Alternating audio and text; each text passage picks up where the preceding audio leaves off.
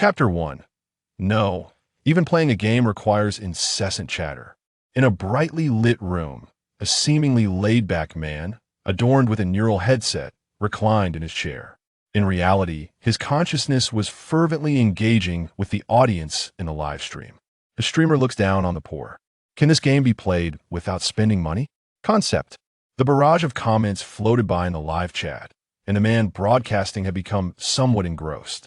Not a single penny spent, and as long as I know the mechanics, I can clear the levels. The man swiftly switched to another game account, showcasing one that he had never spent a dime on, an account he had played since the game's inception. Player Mel Carlo has logged in. In the game titled Candevan, players must select various skills and classes, crafting equipment, while leveling up to vanquish monsters in the otherworldly continent of Candevan. Naturally, players who spend money enjoy a more exhilarating experience, whereas those who refrain from spending must diligently master various game mechanics. While they can clear levels, the time required will undoubtedly differ. Grind or spend. Without spending money, you can't even play with your gear. You'll just get kicked from new group raids. New dungeon, huh? As long as it's not a mandatory group raid, I can solo it just fine. The man continued to navigate the menu with ease. Due to the nature of soloing, he had researched the new boss mechanics thoroughly. If he could enter, he could certainly clear it. After starting another round, his equipped set was primarily focused on attack enhancement. The man was confident in his ability to evade all skill mechanics under extreme attack enhancement. He would restart the moment he was touched. Even with a modest audience in the live stream, he successfully completed the solo run, explaining the boss skill mechanics as he fought. In this boss fight, there are skills that cannot be evaded. Therefore, we must retain a skill that is either unselectable or has invincibility frames to bypass this full map mechanic. After approximately 10 minutes, he managed to clear the newly released boss dungeon without spending any money. After all, this was his livelihood, and he possessed an immense level of confidence. However, the game's difficulty was indeed quite high even with his all-attack setup. It took him a considerable amount of time, and others may have taken even longer. This game is rather unfriendly to free-to-play players. In reality, he lounged in his chair, not particularly fatigued. The stream's interface was handled by the headset, which also managed all broadcasting functions. His room, aside from a collection of beverage cans, was relatively tidy, with only a few books cluttering the desk. The streamer is impressive. If you can clear this, I'd swear you're using a script if the neural interface didn't prohibit external programs. A filial streamer. Even in the face of such remarkable skill, some still hurled insults. Come on, this is how I make my living, brother. You can't expect me to eat while smashing my bowl, the man chuckled softly. The streamer says if you can enter, you can clear it. So, can we solo the carnival event that's updating tonight? Carnival event? The man fell into contemplation. It seemed that the event would gather all bosses together. It appeared to be a group raid, yet whether one could enter solo remained uncertain. Given the full map skills of the bosses, relying solely on invincibility frames would likely prove challenging. Is this truly an event designed for casual players? The streamer is silent. Looks like it can't be cleared. I see the streamer is just washing this game. The barrage of comments erupted once more, with some stirring the pot, causing the number of comments to swell, predominantly filled with insults. After all, the internet bears little barrier life is already frustrating enough. Is it reasonable to expect calmness online when people are already discontented in real life? Damn, what's all this noise? The past is the past, the present is the present. If you lack skill, you lack skill. Have you familiarized yourselves with the mechanics? Have you crafted your equipment? The streamer clearly hasn't read any books. I may not have read much, but if I had, would you still be watching my stream? The man's interaction with the audience grew increasingly heated. With a father in prison, a gambling mother, himself just starting high school, and a younger sister in middle school, he had often been uncertain where his next meal would come from. Born in a small, obscure town, the isolation and low social standing left him clueless about how to save himself. Luck had not favored him. No kind soul had offered assistance. His academic performance was unremarkable, hovering around the middle of his class of approximately 200 students. Thus, he chose to drop out and work, allowing his sister to continue her studies. Fortunately, she was nearing graduation now, so it hardly mattered anymore. Reflecting on this, he felt a flicker of confidence. I dropped out to support my sister's education. It wasn't that I didn't want to study, it was that I had no choice. Haha, the streamer dropped out to support his sister's education. If it was truly difficult, wouldn't you seek help from society? Even 9 years ago, the internet was thriving. The man restrained his words, unwilling to continue boasting about his past. What was the point of sharing the truth with those seeking amusement online? He shifted the conversation. If you're bad, you're bad. Wanting to clear levels without spending money? What are you dreaming about? Oh, watching a game stream and you're triggered? How much richer could I be than you? If you're feeling so insecure, why don't you restart? Negative attention is still attention. If he was going to engage in live streaming, he needed to seize every opportunity for engagement, being keenly aware of fluctuations in viewership. To make a living, he had to maintain a boundary as long as he wasn't crossing sensitive topics. The stream wouldn't be easily banned, so let the criticism flow. As the day of streaming wound down, his stomach growled with hunger, yet the audience continued to grow in the live chat. Streamer, I'm so poor. I really don't want to work anymore, I'm so tired. I feel so inferior. Various negative emotions flooded the stream, and this man resembled a trash bin for such sentiments. Great figures have said, you resemble the sun at 8 or 9 in the morning, you're also morose. Where's the youthful spirit? If you're truly that insecure, just restart. After saying this, the man abruptly ended the stream. Virtual reality mode has switched to augmented reality mode. Neural interface shutting down. He removed the neural headset, returning from the gaming world to reality while the integrated streaming function was quite convenient. Prolonged use was inevitably uncomfortable. His gaze settled on the nearby books. He picked one up and murmured, 1,000 years is too long, I only seek the moment. After a day of streaming, just as he was about to eat, a phone call interrupted him. Glancing at the screen, it was his sister calling. Now nearing graduation, she was searching for a job, likely needing money again. Hello, what's up? Have you found a job yet? The man answered, we're severing ties from now on. You're no longer my brother. Cold words emanated from the phone. The man's heart quivered, feeling a pang of discomfort, thinking he must have misheard. What did you just say? I'm utterly tired of this wretched family. I want to pursue my own life. She had found a job and could finally escape this nightmarish family. What are you talking about? The man replied calmly. Though somewhat hurt, having weathered greater storms, he was less concerned than he might have been. I will cut ties with everyone in this family. I want to live with more dignity. Gung Zimming, I live before you without dignity. Hearing this, the man finally erupted. Did you think I chose this wretched family? Dignity?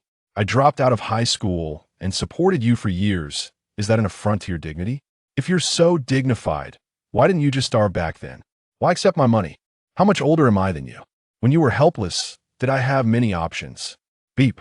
The call ended, regardless of the man's anger. When he attempted to call back, he found it was unreachable, and all other contact methods had been blocked. He had raised a thankless child. The man slumped in his chair. He was only 3 years older than this ungrateful sister. After sitting in silence for a while, he picked up his phone and dialed another number. Hello? How good? Want to grab a bite? My treat. Sure. I've just wrapped up over here. The man he was contacting, known as How Go, was like a family member without blood ties. When he had nowhere else to turn, this man had off the man offered him a morsel to eat, and it was this very man who recognized his gaming talent, leading him to become a substitute player and thus attain a higher income. Before long, the two met outside the community. Brother Hao regarded Gung Zimming and inquired, what's wrong, Xiaoming? You don't seem very happy. Is it because living alone is a bit too lonely? Perhaps I should introduce you to a young lady. Not at all. The man shook his head, truthfully recounting the situation concerning his sister. Truly ungrateful. You poor lad. Brother Hao sighed. Shaking his head, he felt it inappropriate to delve further into the affairs of others. Never mind, let's go have a drink. Aren't you usually one to avoid smoking and drinking? Just have a little to prevent feeling unwell from excess. The two strolled toward a restaurant. You've spent your savings on a house these past years. You're planning to wait for your sister to return and live together, right? It's all empty now. How about moving into the studio together? Brother Hao suggested. Let's not. The smell of smoke in the studio is overwhelming, and it's usually a mess. You, who love reading so much. If you had pursued your studies normally, you'd at least be a university student by now. They settled at the dining table, and the beer arrived promptly, though the dishes would take a while longer. Both filled their glasses. Well, it's good to finally be rid of this burden. I feel much lighter on my own now. Having bought a house, they'll take on some orders and gradually save up again, the man said, taking a sip of his beer. Xiaoming, your birthday is tomorrow, right? I bought you a set of books as an early gift, Brother Hao declared, clinking his glass and taking a sip. He had looked after this younger brother for many years. Indeed, those as tenacious as they were seldom succumbed to despair. What books? The 24 histories. I wasn't sure which version to buy, so I opted for a complete set from the Zhonghua Book Company. Brother Hao, I recall that set is rather expensive, Gung Ziming replied, fully aware. He had long desired to purchase it, but had delayed due to its cost. After all, reading was one of his few passions. It's no trouble, it's meant to be your birthday gift. There's a substantial order here that might require some of your time. A big boss has offered 50,000, requesting a solo clear for a carnival event. If you can manage it, he'll pass the order to you, taking only a 5,000 cut.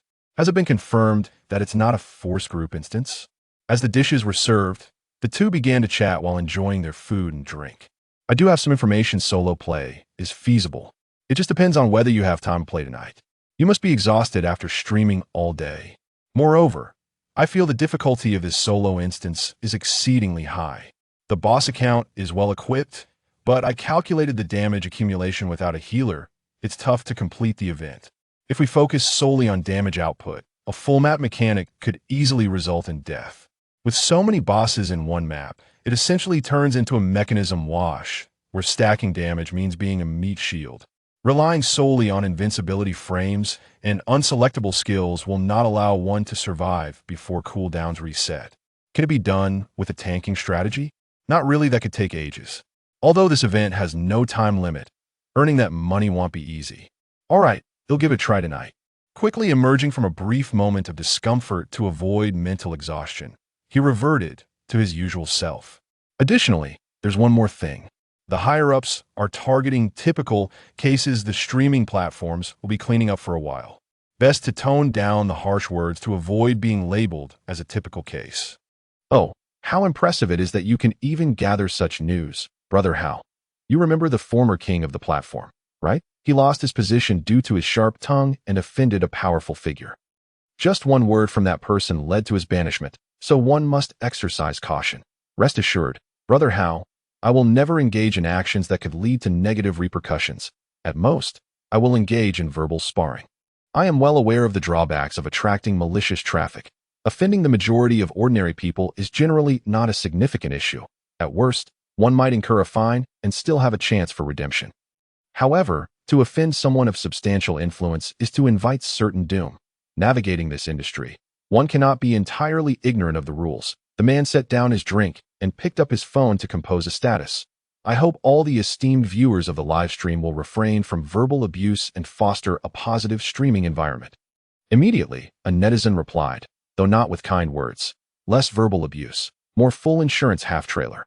This time, he chose not to engage passionately with the detractors and quietly set his phone aside. After finishing his meal, he prepared to leave when he noticed an elderly woman begging by the roadside. Gung Ziming took out a 20 yuan note and tossed it into her bowl. Brother Hao, standing nearby, looked puzzled. Aren't you afraid she's a fraud? A professional beggar? It's fine. Consider it a deed of kindness. After the two departed, the elderly woman put away her bowl, spitting in dissatisfaction.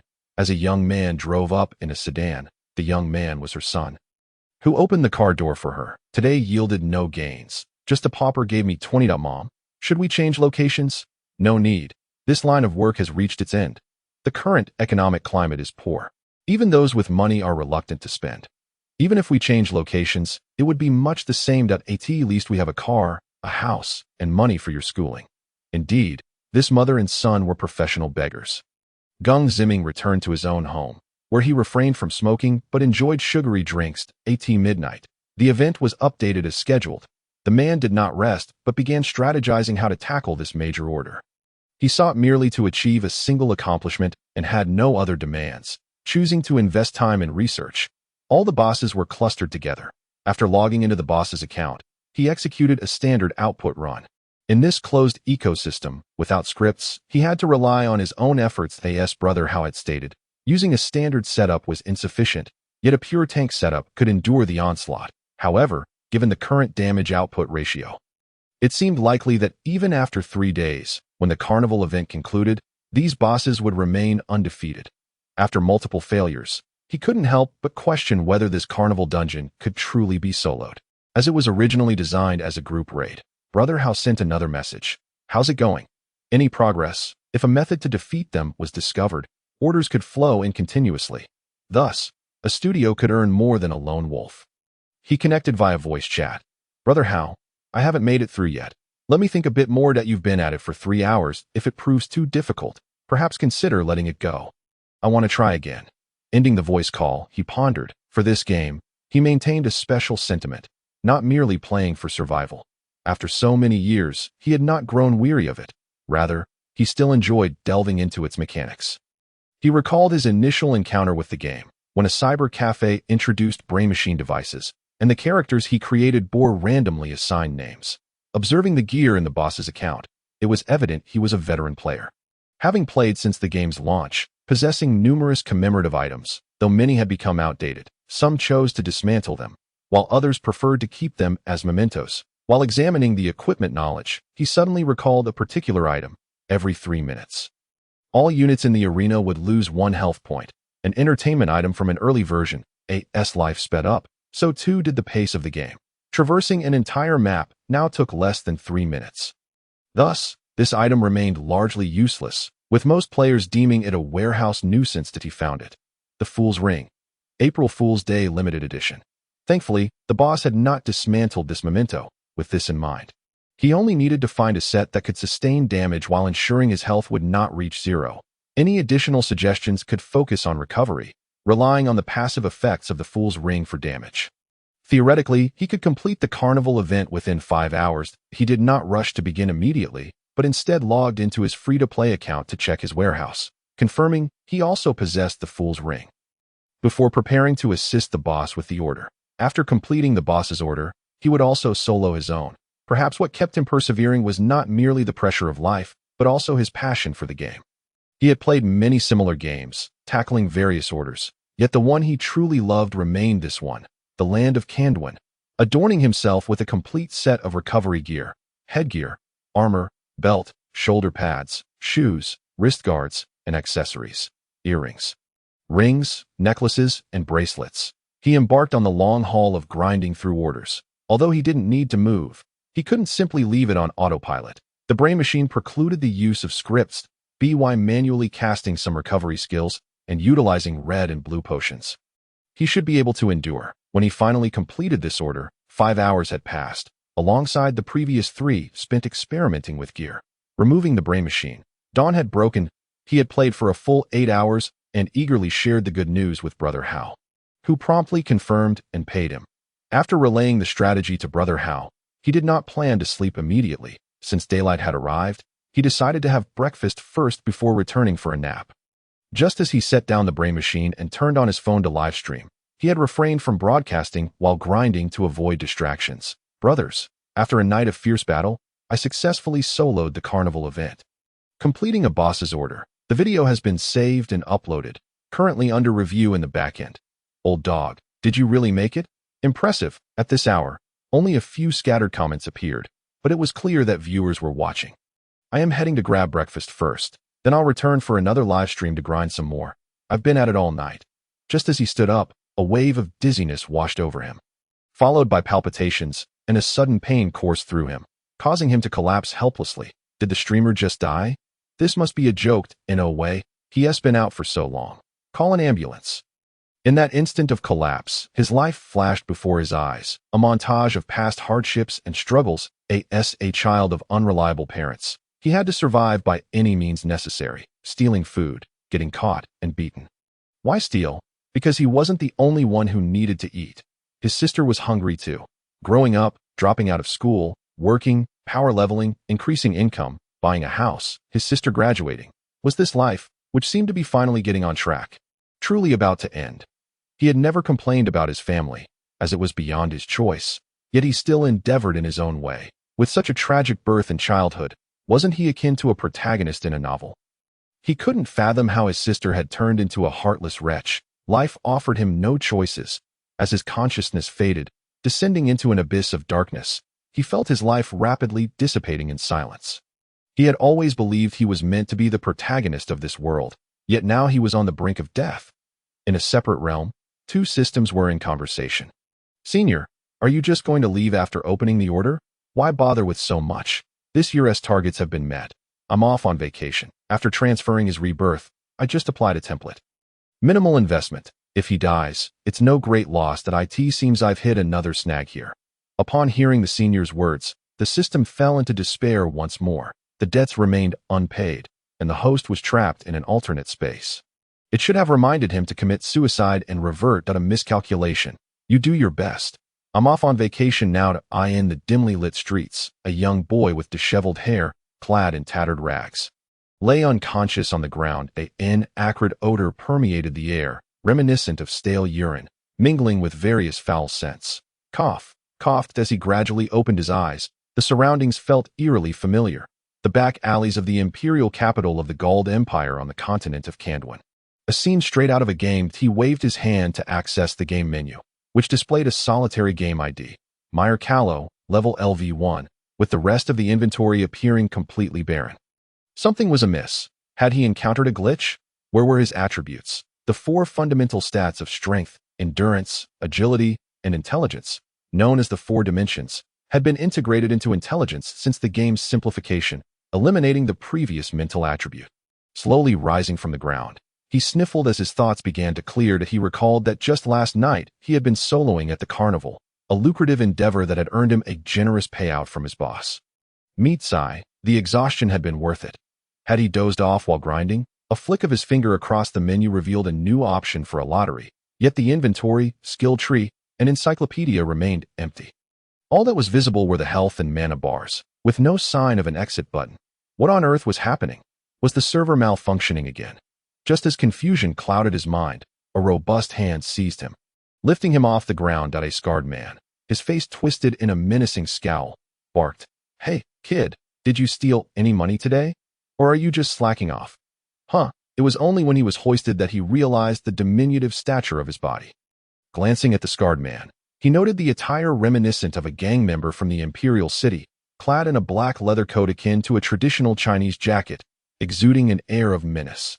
Yet, despite having played the game for years, he had never encountered this NPC in the expansive map. "Have you lost your wits, boy?" The scarred man flung him aside. The abrupt sensation of weightlessness triggered memories of his last moments before collapsing. Yes, he hadn't been mistaken. He had completed his grind and intended to rest, only to succumb unexpectedly. Could it be that he had been reborn? It seemed he had transmigrated to another world, accepting this reality with a calm demeanor. Though devoid of any truck accidents, he had read numerous novels and watched anime depicting such experiences. This indicated he could abandon his original name and live anew. "What is your name?" he inquired, gazing steadily at the ferocious scarred man before him. "I ask you, boy, have you lost your mind? Or are you just here to amuse me?" The scarred man raised his leg but did not bring it down immediately, scrutinizing the boy before him. His demeanor was too tranquil. There was no sign of pleading, which suggested either a deranged mind or a possession by a demon. The scarred man's expression grew grave as he instinctively touched the scar on his face. "What is your name?" the boy repeated, his eyes betraying no hint of fear. "My name is Ank. You may call me Grandfather Ank, but tell me, boy, what is your name? Do you even have one?" A flicker of doubt crossed the scarred man's eyes. He recognized this child, typically too timid to utter more than a few words. "Hello, my name is Mel Carlo." The boy glanced at the menu page, ultimately using his game ID, a name randomly generated during his first playthrough of the game. "Did you manage to steal any money today?" "Steal money?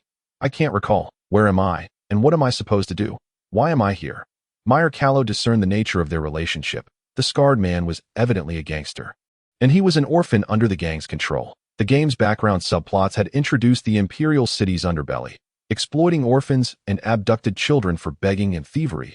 He realized he must tread carefully, adapting swiftly to this fantastical, yet potentially dark new world.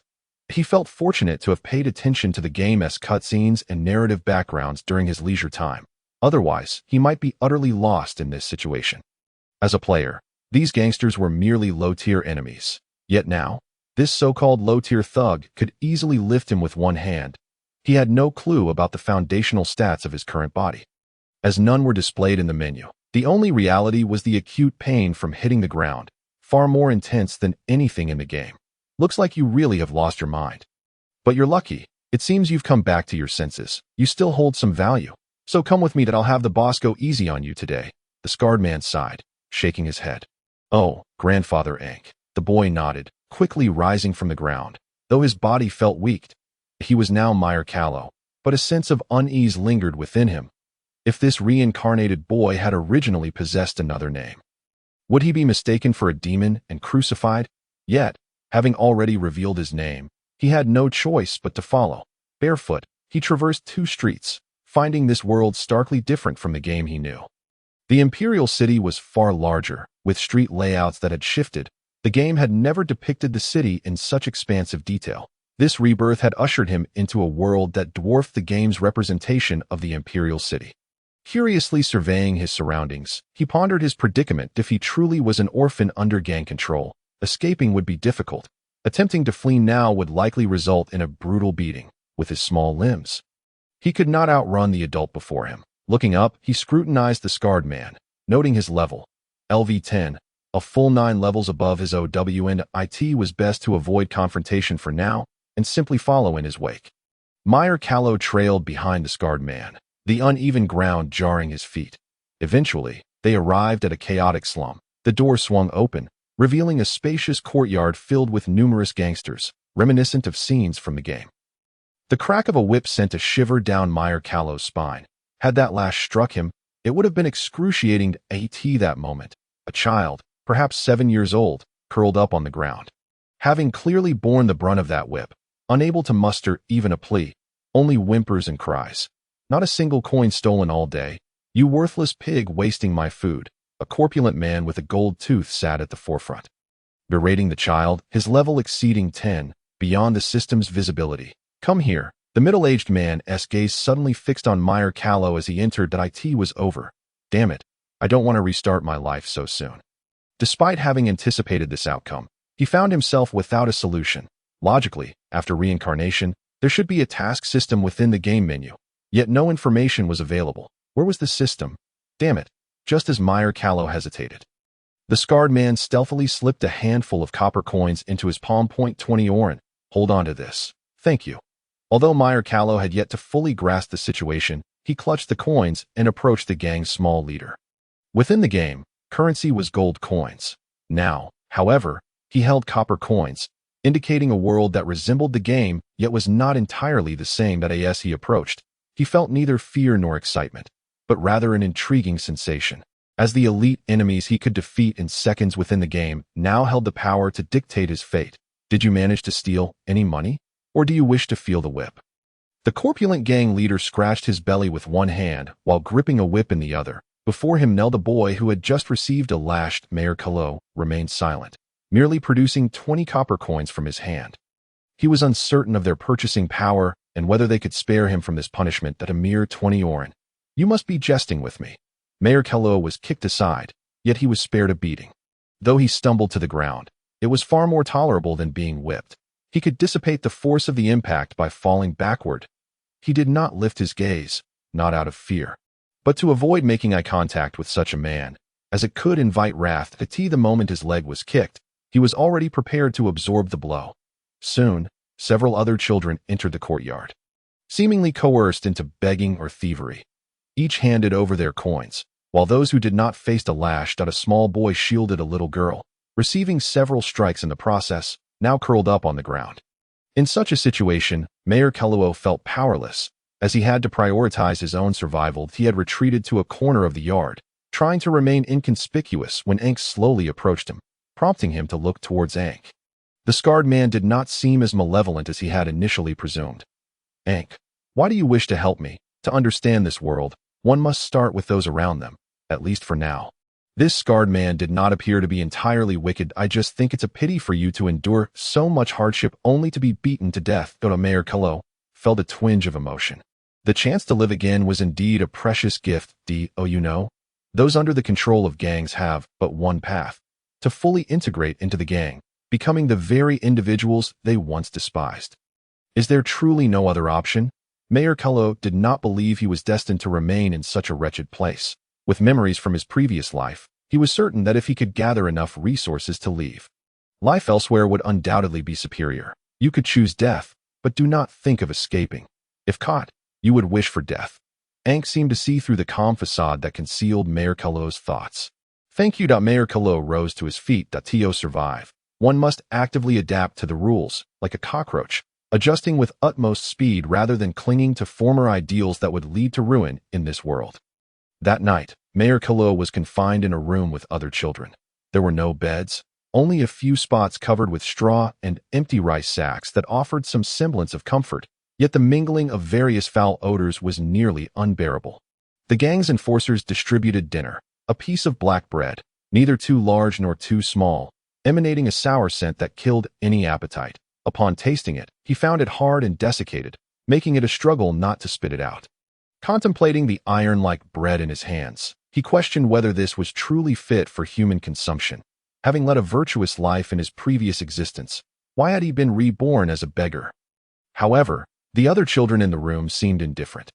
Even this withered, blackened piece of bread appeared to them as a rare delicacy. Some of the children who had been whipped lay sprawled on the straw, having failed to procure any money and thus received no dinner. A filthy girl crouched beside the straw, and the injured boy had endured extra lashes to protect her. Her stomach growled with hunger. Yet, among the beggars in the same room, none would part with their hard-earned food. Here, little one, take this. I can't eat it. Mayor Carlo extended the black bread to the girl beside him. She hesitated before accepting it, drawing the attention of others in the room. Some children, ravenous and eyeing the food, were not above seizing it. Thank you. The girl's voice was faint but sincere. Their connection seemed unfamiliar, as many children were confined here. A slightly larger boy rushed over, intent on snatching the bread, prompting Mayor Carlo to spring into action. Against an opponent significantly larger than himself, direct confrontation would surely lead to disadvantage. The best course was to seize the boy from behind. And with a shift in balance, it would be easy to topple him. Give me that bread, or I'll beat you, the chubby boy threatened, brandishing his fist. In an instant, Mayor Carlo lunged, wrapping his arm around the boy's neck, leveraging his weight to pull him backward. Even though slight of build, this technique proved effective in a brawl. Despite the boy's struggles, Mayor Carlo easily subdued him, landing 2 swift punches to his face. Stop. I was wrong. I won't take it. Wrong? And yet you still tried to steal. Mayor Carlo raised his fists, his experience from a previous life teaching him to be more ruthless so as not to be bullied. I won't take it. I swear. Seeing their leader subdued, the other children hesitated to advance. Remember this. I am Mayor Carlo. Here, my word is law. The bread I choose to give is for whom I choose. If not, you cannot take. Mayor Carlo delivered 2 more punches before releasing his grip. Knowing that many ruffians would retaliate after pleading for mercy, he raised his voice to ensure everyone in the room understood that he was not to be trifled with. After all, even among the most vulnerable, there exists a hierarchy of strength. The room fell silent once more, and Mayor Carlo returned to the straw, while the little girl tore pieces of bread to feed the injured boy. Once she had fed him sufficiently, she took the remaining morsel and savored it, chewing slowly before swallowing. She turned to Mayor Carlo. Hello, my name is Lily. Thank you so much. Her voice was soft yet filled with sincerity. It's nothing. I couldn't possibly swallow that. That boy took the lashes to protect you, didn't he? I saw it in the courtyard. Yes, he did so to protect me, the girl replied, a hint of guilt in her tone. What is his name? His name is Akai. Lily's hair had a grayish hue, not entirely white, suggesting malnutrition. The boy named Akai sported striking golden hair, an unusual color for a thief, indicating he was likely destined for a life of begging. He appeared no older than 6 or 7, the age typical for primary school, yet he endured such hardship. And that chubby boy, in such a wretched place, how does he grow so fat? Does he often steal food? Indeed, but you must remember, Lily scratched her head before continuing, we thought you couldn't speak. They claimed you were ill and might die soon, perhaps not returning after today. Listening to this, Mayor Carlo realized that, according to this logic, he had only taken possession of this body because the original had succumbed to illness. However, the information at his disposal was limited to the red and blue bars and levels, with no points available for the lottery function, leaving him unaware of how to acquire them. If this truly resembled a fantastical game world, leveling up and acquiring skills would be essential. The game's universe was a construct, blending elements from various eras, modern, industrial, medieval, where technology, education, and culture were uncertain. In contrast, he had reincarnated into a tangible reality, especially regarding magic. If it were not fixed skills like those in a game, it could be wondrous. Moving forward, it seemed necessary to gather information about this world. Much of it mirrored the game's backdrop, yet in the details, this world appeared far more intricate. The insights gleaned from these beggar children were scant. One could not expect a 6- or 7-year-old to possess much knowledge. Lily, do you know anything about magic? Are you referring to the great magicians? I've never seen one, but I've heard tales. Only those with magical talent can become magicians. We likely do not qualify. As she spoke, Lily denied her own potential while simultaneously yearning for the wonders of magic. In such an environment, it was natural to feel inferior. Even those with talent could easily be overlooked if conditions permit. It would not be out of the question to escape with the two little ones. As for future matters, they can be addressed later. For now, the foremost priority is to ensure that we do not starve or fall victim to the whip. The following morning, awakening in the murky air, the gangsters once again drove the piglets to beg.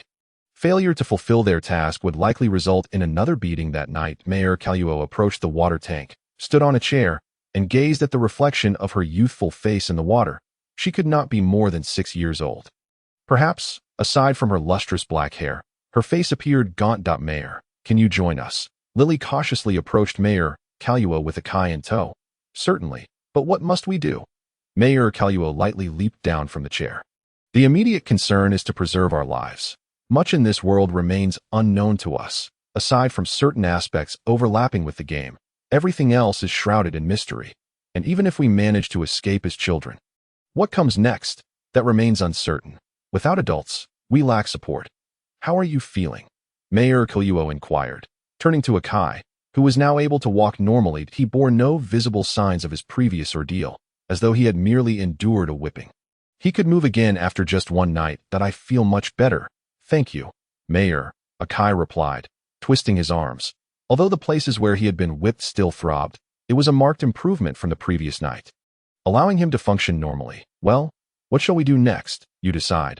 For I have forgotten many things since recovering. Mayor Carlo walked alongside the two. The trio traversed the street barefoot. The sensation of walking without shoes was something she had not experienced in years. I hope we can collect some money today. Lily expressed a hint of worry, recalling that yesterday they had been beaten by the gang leader for failing to bring home any money.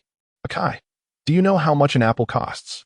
Mayor Carlo glanced at a nearby apple stand as they crossed the street. It should be 1 oren, Akai responded, though he had never purchased one himself. He had seen others do so. Mayor Carlo found the monetary system intriguing.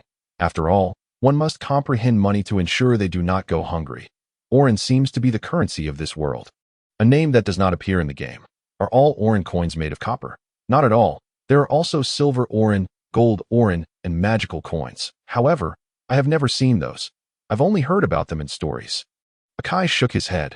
Lily raised her finger to her nose, pondering for a moment before speaking. I know this. 1 silver coin can be exchanged for 100 copper coins, and 1 gold coin for 1,000 copper coins. The magical coin seems to be worth 10,000 copper coins. It is rumored to be used only by wizards. Mayor Carlo felt no fear regarding her lack of common knowledge. Such gaps could be filled through learning, and this world was far more fascinating than the game. How much money do we need to return without being punished? Mayor Carlo stretched lazily in the sunlight. At least 10 oren each. That makes 30 oren for the 3 of us. I will go begging, Lily declared with a serious expression, determined not to let Akai suffer due to her. Then I shall resort to stealing. Begging may not yield enough. Mayor Carlo decided on her course of action. One enjoys thievery. Sometimes it is merely a necessity, much like in her former life, starve or steal, and as a child. She had no choice. Yet, compared to these 2 little ones behind her, It was evidently more fitting for her to undertake this task, given her experience and the knowledge of the repercussions should she be caught. The first time she had stolen and been apprehended in her past life, she learned a valuable lesson. A 6-year-old's legs could never outrun an adult's, especially when all she had stolen was a meat bun. Akai hesitated. He disliked stealing and had no desire to become a thief, knowing it was wrong. Yet, was begging not the same as yesterday, when there were not enough kind souls in the world? If they could not return with money, they would face another beating. What if we escape? Akai clenched his fists, his body trembling. His dream was to be a knight safeguarding his companions, not a thief. He absolutely wished to avoid thievery. Before Lily could voice her thoughts, Mayor Carlo interjected, "We cannot escape. The city is rife with the royal gang's watchful eyes that as soon as we approach the city gates. We will be captured." Unlike them, Mayor Carlo possessed a mature soul within her young body. Since leaving the royal gang's base, she had been observing the hidden eyes lurking in the shadows as piglets. They were considered assets of the royal gang, and there was no reason to allow them to flee. Thus, this matter required careful planning. Let us not dwell on this now, that if you are unwilling to steal, then you may beg alongside Lily. If an opportunity arises in the future, we might be able to leave this place, Mayor Carlo concluded, noticing more eyes had turned toward them. When stealing, the fewer people present, the better, especially for children like them. Otherwise, discovery would easily lead to capture. The children under the gang's control were scattered across different areas. It was unlikely they would allow a group of beggars to congregate, as that would draw too much attention and trouble. The existence of this gang suggested they had powerful backing, though the game did not delve into this aspect with great detail. For now, they must strive to survive before finding a way to escape the gang's grasp. She scanned for potential targets. A creature resembling a velociraptor pulled a cart past them. In the game, this creature was called a ground dragon, serving the same purpose as horses. However, the realism of this experience was something the game could never replicate. It seemed they would have to wait a while longer. The crowd was sparse, making it challenging to act in her free time. Mayor Carlo began to attempt the skill releases from the game. Yet without a doubt, no matter what action she performed, she could not manifest the skills from within the game. Whether it was the ineffectiveness of her gestures or the absence of a skill tree and class change, she could not tell. The market began to grow busier, and Mayor Carlo started to eye potential prey. Opportunities to act were not lacking. However, stealing from the destitute was hardly worthwhile, as they labored all day merely to fill their bellies. Moreover, how much money could the impoverished possess? Her gaze meticulously scrutinized every passerby in the market, eventually settling on a finely dressed little girl accompanied by a female guard in armor. With a doll-like appearance, the girl, with her curly golden hair, eagerly pointed at the pastries displayed in front of the shop while clutching a purse in one hand. "I want this. Buy it," the guard addressed the shopkeeper. "Wrap this up." Then she turned to the little girl, asking, "Miss, is there anything else you desire?" "Not at the moment." The girl shook her head, wishing to continue browsing. Unbeknownst to them, Mayor Carlo had stealthily approached. Her tattered clothing and bare feet made it difficult to diminish her presence. The moment she revealed herself, she would easily arouse suspicion. Thus, she had to maintain her composure, as the opportunity to strike would only come once. It had been years since she had last stolen anything, and as she returned to her old profession, her heart raced with anticipation. In an instant, she made her move. The guard seemed to sense something amiss, but at the moment she turned around, Mayor Carlo had already vanished into the crowd. The guard quickly scooped the girl into her arms, scanning the vicinity with vigilance, while Mayor Carlo, upon entering an alley, began to sprint with all her might. After committing the act, she needed to leave the scene as swiftly as possible to feel secure. "Miss, are you all right?" The female guard cradled the doll in her arms and inquired with genuine concern. The doll shook its head once more, but in that fleeting moment when it raised its hand, it realized that its pouch had vanished. "It's gone. My pouch is missing. It was the only keepsake left to me by my esteemed mother." The doll began to weep. That pouch held immense significance for her. It was the sole relic bestowed upon her by her mother. At that moment, the female guard felt even more assured that her instincts were correct. Someone had indeed approached them and stolen the young lady's pouch. She quickly composed herself and gently reassured the doll. "Do not be disheartened, my lady. We shall retrieve the pouched dough." The doll sniffled, ceasing its tears. Activating her skills of detection, the surroundings crystallized into clarity before her eyes. Swiftly pinpointing the trail of a hasty escape, the female guard, with the doll in her arms, pursued after it. Meanwhile, Mel Carlo, navigating swiftly through the alley, came to a sudden halt, not out of desire to pause, but because his body, having gone long without sustenance, was beginning to ache with hunger and weakness. He had fully acclimated to this fragile form, including its frailty and exhaustion, beset by a myriad of negative conditions. One hand pressed against his abdomen while the other lay feebly on the nearby steps. After running for so long, surely he should be safe now. Yet, before he could fully relax, a furious shout erupted before him. The female guard stood protectively in front of him, exclaiming, "You filthy rat! Hand over the young lady's pouch." Mel Carlo calmly lifted his gaze, a flicker of surprise momentarily crossing his mind.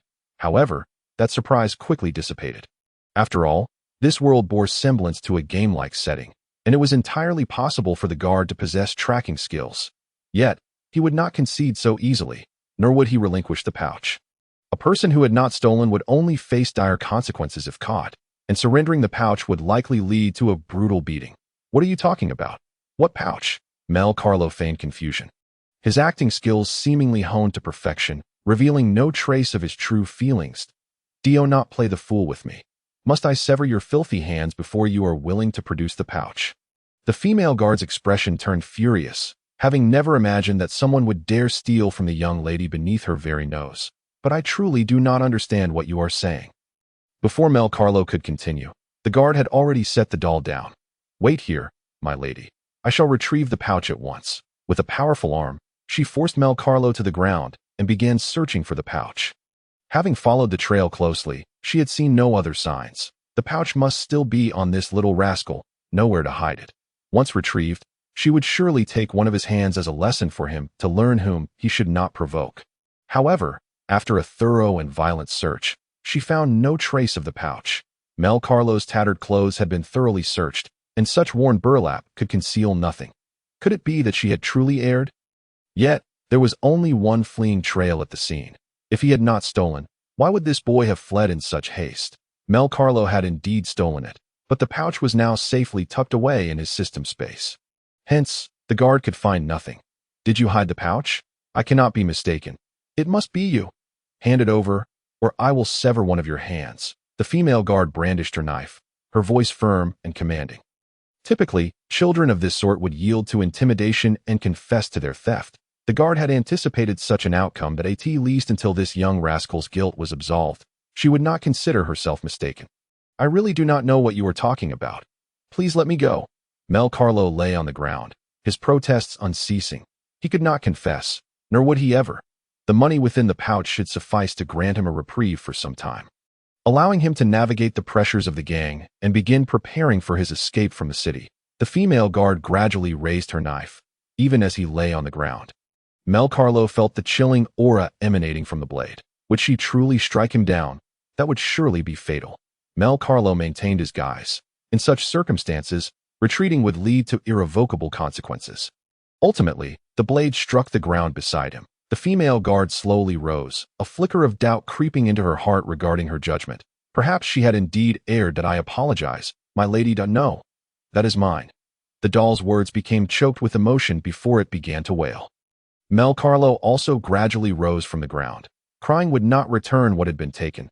Just moments ago, the guard had threatened to sever the hand of a little thief. The sound of weeping stirred something within him. But having chosen this path, he could not waver. Regardless of the outcome, to falter in conviction would only lead to greater suffering. That as for the pouch, a girl of wealth could easily replace it with a new one. It would not lead to her starvation. Watching the pair of master and servant depart, Mel Carlo turned away without a trace of longing. He would not soften his heart over such a matter. He made his way to the street where Lily was begging. His stomach was quite hungry, aching with pangs, yearning for sustenance, yet he dared not hastily reveal the pouch. Who knew if there were watchful eyes lurking in the shadows? Or if that female guard would follow him? These were risks that must be eliminated. If he had run so far in his previous life, it would have been unlikely for anyone to pursue him. But in this fantastical world, that guard had indeed given chase. Had it not been for his 100-slot storage space, he might have already lost a hand. "Mel, you have come," though the bowl before Lily was empty. Her face radiated joy, evidently having acquired something valuable during her begging. Why are you so cheerful? Did you find something good? Mel, come here. I have something to whisper to you. Lily stepped into a nearby alley and produced a whole baguette from beneath her garments. It was a golden-hued wheat bread, entirely different from the sour, foul-smelling black bread. Mel Carlo swallowed hard. He was not lacking in funds, but he could not risk exposing his pouch. For safety's sake, it was better kept in the system space. Just then, his stomach betrayed him with a loud growl. You must be hungry too. You shared your bread with us last night, Lily remarked, breaking the baguette in half, tucking the other half back into her clothing. Undoubtedly meant for Akai, but where had that boy run off to? Hadn't he been instructed to beg alongside Lily? Mel Carlo accepted the half of the baguette and began to eat heartily. Savoring each bite, though it was not soft, it was undeniably delicious. After swallowing a few mouthfuls, he felt a need for water. The bread was exceedingly dry. Thank you, Lily. Aren't you going to eat? I would like to share the rest with Akai. Wasn't he just with you? Where has he gone? After filling his stomach slightly, Mel Carlo finally inquired about the matter. Akai went to steal something. Lily replied softly, wasn't he unwilling to do so? Why has he gone again? Mel Carlo felt a twinge of headache. Could that boy truly be straying down a wrong path? If he had never stolen before, it would have been best for him never to start. He had initially harbored some intentions, at least to safeguard the innocence of these two children. After a brief discussion, they decided to wait for Akai's return. Meanwhile, Akai, after enduring a long internal struggle, had ultimately resolved to betray his own heart's desire. If he truly wished to protect his companions, he must procure some money he could withstand a single beating. But what if it came to 2 or 3? Neither Lily nor Mel seemed capable of enduring such punishment. Hence he felt compelled to take action. This was his first time engaging in such an endeavor, and his heart raced with anxiety, constantly scanning his surroundings, fearful of being discovered. Even with the goal firmly established, he remained paralyzed by fear. He crept closer, repeatedly reassuring himself that as long as he could pilfer something from the shop and make a swift escape, it would suffice. However, in the instant that Akai reached out, a large hand seized his small one, and panic surged within him as he struggled to break free, muttering, I'm sorry. He dared not open his eyes, whether it was a flurry of punches or slaps. He felt he deserved it. Yet, the anticipated assault failed to materialize. Instead, the grip on him loosened significantly. Upon opening his eyes, he beheld a true knight before him, a man clad in shimmering silver armor, his dazzling silver hair glinting in the light. The knight's smile was gentle, devoid of reproach. He turned his gaze to the shopkeeper and spoke kindly. Please wrap up those pastries for me, and do include a bit more bread. Thank you. He tossed a silver coin onto the counter, and the shopkeeper hurriedly packed a generous assortment of food. Here you go, young lad. Do refrain from such deeds in the future. This must be your first attempt at such mischief. The silver-haired knight said, placing the entire bag of bread into Akai's embrace. Dazed, Akai gazed at the knight, who was undeniably handsome, his silver hair appearing almost luminescent in the sunlight. He clutched the bread tighter. The knight he had long admired from tales had come to life before him. Akai nodded in response. Very well. Let us be on our way. I have other matters to attend to, so I shan't escort you home. As the knight began to turn away, Akai called after him. Could you assist me? Kind knight, my friends and I are under the control of a gang. If I don't steal, I will face a beating upon my return. He lowered his head, feeling a sense of inferiority for making such a request. Yet if this knight were willing to help them, perhaps he could escape with Lily, avoiding the need to beg on the streets. The silver-haired knight seemed to catch the gravity of his words. The gang in the imperial city, you say? I have heard whispers of them. He stroked his chin thoughtfully, and at that moment, a violent explosion echoed through the city, followed by flames rising in the distance. The knight wasted no time pondering, sprinting towards the source of the blast, leaving Akai standing there in stunned silence. Dangerous elements had infiltrated the capital, no longer lingering. Akai clutched the bread and raced toward the street where he had seen Lily begging, hopeful that the abundance of food would bring joy to her and Mel. After a frantic dash, he spotted Lily and Mel resting on the steps. Lily, Mel. Akai rushed towards them, cradling the bread. Akai. Lily sprang to her feet, revealing a half-eaten piece of bread she had been hiding. Once they stopped and placed the bag of food down, Mel Carlo's eyes widened in astonishment. Did you rob a bakery? Not at all. I encountered a kind knight who gifted me these. Enough talk. Let's eat. Akai chuckled, scratching his head. his golden hair and smile perfectly complementing each other. Lily, however, did not seem as pleased. She had hoped to save half a loaf to share with Akai, but it appeared he had outdone her. It's all right. We're all the same. Let us eat. Akai exclaimed, taking a bite of the freshly baked, soft bread. Mel Carlo joined in. Though at 6 years old, his stomach could not hold much. They had been hungry for some time, and while they had managed to fill their bellies a little, they were still in a state of hunger. Lily quickly shook off her disappointment and began eating as well, finding an array of pastries within, many of which she had never tasted before. After the three of them had satisfied their hunger, the bag still held a substantial amount of food, certainly more than they could finish in one meal. Yet, simply returning with the food would undoubtedly attract the attention of the gang members. While they rested, the chubby boy who had stolen food from them the previous night reappeared, eyeing their bounty with renewed interest. It was difficult to maintain reason in the face of hunger. There he is, Akai said, becoming alert. Typically, these beggars had their own territories. Hey! Mel Carlo stood up, his gaze fixed on the chubby boy. It irked him that such weak individuals would prey on those even weaker. This was a trait he had witnessed in both his past life and the present. Human nature rarely changed. Sensing Mel Carlo's glare, the chubby boy shrank back, yet drool still dripped from his mouth. His eyes pleading. Though no words were exchanged, an understanding lingered. They were not sworn enemies but merely souls struggling to survive. Akai, do you wish to take the bread home? Could it pose a problem? Mel Carlo posed the question, knowing full well that gang members were not benevolent. The bread might end up thrown to the dogs. Akai quickly considered this predicament. They were already full and could not possibly take the bread home. At best, they could find a place to hide it. But even that was risky. Someone would surely notice and covet it. Perhaps we should give him some. He looks quite famished, Lily suggested, her inherent kindness shining through. Then let us not take it back. Listen closely, chubby boy. Gather those who have gone hungry for a long time. We can't let them starve, Mel Carlo commanded, tossing a piece of bread to the boy. Since hiding it was futile and eating it all was impossible, it made sense to share the bread's worth.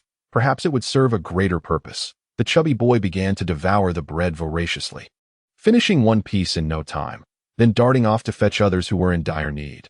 Some had not only missed dinner the previous night, but perhaps had not eaten for days. Their walk unsteady. Akai, is it all right to share the bread with them? Mel Carlo asked, turning to Akai, for all the bread had come from him, and he should decide how to allocate it. Mel, that's perfectly fine. We're already full, Akai replied cheerfully. Chubby boy, help Lily distribute the bread. Everyone deserves a share. 7 or 8 individuals shared the bounty, ensuring that each received something to eat. They might not be fully satisfied, but at least they wouldn't go hungry. The children, ragged and barefoot, watched eagerly as the bread was divided. They understood Mel Carlo's words and did not fight over the food. The chubby boy, still not satiated, stuffed another piece into his mouth before beginning to hand out the remaining pastries and bread. One by one. The other children accepted the bread and began to eat hungrily, though Mel Carlo worried they might choke. Yet, he said nothing. Perhaps choking was preferable to enduring such a cruel reality. Many of the children cried as they ate. As orphans, they had no one to care for them. Isn't there enough for everyone? Why cry? Mel Carlo observed, recalling that in his own childhood, he had never shed tears when there was food to be had. No, it's just so delicious. I've never tasted anything this good. One child exclaimed, tears streaming down his face. Their tears were not from sorrow, but from the overwhelming joy of experiencing something so delightful. Even the driest of dark bread was a rare treat. After finishing, the children lingered, seemingly awaiting orders from Mel and the others, recognizing that whoever provided them food was their leader. What are you still doing here? Have you all found your coins for today? Or do you intend to return and face punishment? Off you go, Mel Carlo commanded, refusing to soften his stance by distributing his hard-earned coins that he needed to accumulate resources for their potential escape. As the crowd dispersed, the sun began to set. If they had not found their coins by now, opportunities would become increasingly scarce. Within the confines of the system's space, Mel Carlo had attempted to access his wallet through the menu, discovering that it held 2 gold coins and 10 silver coins, amounting to 3,000 oren in total. However, gold and silver coins were not easily spent. Converting the silver into copper coins would be more practical for their immediate needs. They could not steal money every day, nor beg for over 20 oren daily. Thus, They were not obligated to offer tribute to the gang daily. This, Mel Carlo knew without needing to ask. What should we do now? Akai, we have yet to procure any money, and upon our return, we shall face punishment. Fear not, for I shall ensure your safety. The boy with the yellow hair gently patted Lily's shoulder. Rest assured, I have managed to acquire the funds. Though they must be exchanged for copper coins. Mel Carlo retrieved a silver coin from the system, worth a substantial 100 oren, yet it is unthinkable to hand it over directly. He glanced towards the jewelry shop not far down the street. With the sun beginning to set, most shops were already closing for the day. That we must hasten. Disregarding the puzzled looks from the two, Mel Carlo led them closer to the jewelry store. Excuse me, how much for this grape hairpin? He called out to the merchant who was packing up his stall. Noticing the tattered appearance of the trio, the merchant raised an eyebrow but eventually replied. If you want it, it will be just 5 oren. Very well, we shall take it. Kindly give us the remaining copper coins, Mel said, pinching the silver coin between his fingers, yet refraining from handing it over immediately. Remaining cautious as they were merely children, should this merchant wish to take advantage of them, resistance would be futile. The merchant swiftly counted out 95 copper coins, handing the hairpin directly to Mel Carlo. The exchange of silver and copper was completed in no time. That a small pouch of copper coins did not even require counting. As Mel tucked them into his clothing, in reality, they were placed directly into the system's storage space, where the quantity could be easily determined, offering greater safety than keeping them on his person. Lily, this hairpin is for you. Mel Carlo presented the hairpin to Lily. Among the three, she was the only girl, and he had no use for it himself.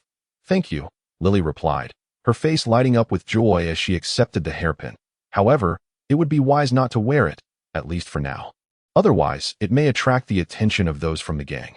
Such malicious individuals delight in trampling upon what others hold dear, Mel Carlo cautioned, fully aware that they were orphans and beggars and could ill afford to act beyond their station. He then handed each of them 20 copper coins. With these, they could avoid a beating, as the mere sound of the whip was enough to send shivers down one's spine. Upon returning to the gang's territory and entering the courtyard, they found the scene slightly altered from the previous day. The leader, who usually sat in the center to intimidate them, was today sprawled drunkenly on the stairs, observing the normal demeanor of those around. It was evident he had indulged too much in drink. Mel Carlo secretly hoped he would not recover, as he was a wretched individual. That night, the gang members continued to distribute their meager, stale black bread. They could no longer stomach it, so they stored the bread away. Thanks to the leader's inebriation, they were not required to surrender any copper coins, a fortunate turn of events. Lying on the hay, Mel Carlo resolved to accelerate his understanding of this world. If it indeed bore similarities to the game's backdrop, it could transform into a valuable treasure for him. Lily, today I encountered a knight. Resplendent in shining armor, with silver hair, truly magnificent. Akai lay amidst the straw, hands clasped behind his head. Recounting his day's adventures, he felt immense gratitude towards the knight, especially amidst the chaos of the recent explosion in the city. Were it possible, he would wish to escape the gang's clutches with these children, no matter the toil it entailed. Really? Did the knight give you those breads? Lily inquired, intrigued by the topic, for knights were far removed from their social standing, and they could only glean fragments of knowledge from tales. Mel Carlo listened quietly, reluctant to intrude on the children's conversation. He could not possibly share how he had stolen a keepsake from a young girl's mother. That would be utterly monstrous. His conscience was not so burdened, prioritizing his own safety above all. Had he handed over his wallet without resistance, who could say what consequences might have followed? An explosion. You say? I witnessed it as well, not far from where I stood, piped up the plump boy beside them. He had been nearby when the blast occurred, noting how swiftly the knights had arrived. Apparently in response to an explosion instigated by cultists. Noticing the trio's indifference to his comment, he added, I gathered that the knightly order is currently pursuing those cultists, so we must tread carefully. Those cultists are ruthless. At this revelation, Mel Carlo sprang to his feet. Are there cultists in this world as well? In the original game, cultists typically ranged from level 30 to 70, but this was no game. Anything was possible. Cults often dabble in necromancy or blood rituals, and if fortune were to turn against them, they could easily become sacrifices. That it seemed prudent to avoid less traveled alleys over the coming days and stick to the main roads for safety. In the pitch-black room, where only moonlight filtered through the window, Lily examined the grape hairpin in her hand. aided by the faint glow. "Plump boy, how much do you know about cultists? Are they truly dangerous?" Mel Carlo pressed further. If he could encounter any form of magic, regardless of its nature, it could serve as a valuable trump card in the future. Even forbidden dark magic, while not terrifying within the game, might be viewed as an appealing profession by many youthful adventurers that I don't know much. It's all hearsay. They say they use human sacrifices to cultivate dark magic, the plump boy replied, scratching his head awkwardly. Surprised that his words had captured Mel Carlo's attention, Mel Carlo confirmed a crucial piece of information. Dark magic might indeed exist in this world, yet until he witnessed it with his own eyes, he could not fully substantiate its existence. He would not naively assume this place was akin to a game world. Otherwise, he would eventually pay a hefty price. Experience is the true teacher in this medieval fantasy setting. The worldview was intricately woven. If this world possessed any anachronistic technology, it might be misconstrued as magic. Glancing at his youthful hands, he felt an overwhelming sense of insignificance. The world was vast, and he was but a mere speck. Striving to comprehend its complexities was no easy feat. With a swipe of his finger across the system menu, reminiscent of the game interface, he found it devoid of content, only displaying his level and health bars. With no specific values or means of enhancement in the game, leveling up involved battling monsters, but now, he was so weak that even a level 1 creature would pose a challenge. The low-tier beasts of the royal city, such as the rats in the sewers, typically held a level of 1 and were plentiful, making them suitable for grinding a new character. However, a significant issue arose. In the game, rats were poisonous, and in reality, being bitten could result in severe consequences. Rabies and the Black Death were both potential threats, and as he lacked the skill to purify, the negative effects could indeed be fatal. His restless heart was once more subdued by rational thought. In this new world, who would not desire to achieve greatness, to transcend their previous life? While he could not claim to feel regret, this path was certainly not one he would have chosen willingly. The plump boy, observing Mel Carlo's fingers gliding through the air, felt a peculiar sensation and promptly turned away to lie down, dismissing anything invisible as unworthy of his concern. After a thorough examination of the system, Mel Carlo resigned himself to disappointment. Even the lottery section lacked any indication of what could be won. Apart from monitoring his level, the most useful feature at present was the 100-slot storage space. Have I perhaps reincarnated a tad too early? Mel Carlo mused, recalling the many web novels he had read in his past life, where the original protagonist often achieved success before the system became operational, either requiring some item to activate it or the storyline had yet to reach its proper trajectory. As Mel Carlo pondered the myriad possibilities of the conjecture, he never anticipated that the system's business metrics had been met this year, resulting in his release in the absence of any systematic guidance. All he could rely on was his own exploration, devoid of assigned tasks or deliberate direction, akin to being cast adrift in a foreign world. A true orphan. Amidst his chaotic thoughts, Mel Carlo succumbed to slumber, and upon awakening the next day, he found that others had already roused. He felt a sticky discomfort clinging to him, having not bathed since his reincarnation. It seemed that the original body had also been neglected for some time. However, given his current predicament, changing into clean clothes was hardly feasible. Although the weather was not excessively cold, washing and drying garments would require a full day's time, leading to the inevitable consequence of spending the day in nudity. Emerging from his room, Mel Carlo approached the water tank to cleanse his body. If only he could don a fresh set of attire, it would be most welcome, for the stains on his coarse linen garments had become caked. "Mel, you seem a bit discontented." Lily followed closely behind him. "I am rather uncomfortable. I long for a bath and a change of clothes." Mel Carlo replied candidly, continuing to step outward. "But we have no spare clothes," Ake interjected, accustomed to the situation without much concern. "Let us go outside," Mel Carlo urged, departing the courtyard with the two companions. Although they still possessed a few copper coins, it did not imply they could afford idleness. The currency within the system could sustain their offerings, yet without a plausible explanation for the source of these funds, they risked detection by the gang's informants. Thus, the usual course of action remained unchanged, to stealthily beg and pilfer, awaiting an opportunity to escape the clutches of the royal city's underworld and live as a normal person. On the first day of his rebirth in this alien realm, he traversed the streets barefoot, discovering himself to be a beggar under the gang's dominion. where bread was more inedible than the calluses on an elderly woman's feet. By the second day, he had stolen a bag of coins, ensuring his belly was at least satiated, albeit narrowly escaping the loss of a hand. Now, on the third day, unbathed and tormented by lice, he yearned to plunge into the river. Sitting against a wall by the roadside, with a broken bowl before him, he began to question the very essence of his reincarnation, that it was not for the sake of pleasure, but certainly not to beg in a foreign world. "Ache, is there anywhere to bathe? I cannot endure this any longer," Mel Carlo exclaimed, gradually losing his composure. "Mel, for your safety, it would be wise not to cleanse yourself too thoroughly, lest those perverse adults take notice and purchase you," Ake advised with a blend of kindness and sincerity. For these beggars, a filthy exterior served as a form of protection. To be desired for one's appearance could result in a fate worse than death. From Ake's words, Mel Carlo gathered that such occurrences were not unheard of. If someone were willing to pay, the gang members would surely be inclined to sell them. "Endure it, and you shall likely grow accustomed." Mel Carlo contemplated, still refraining from cleansing himself, that it was time to pilfer.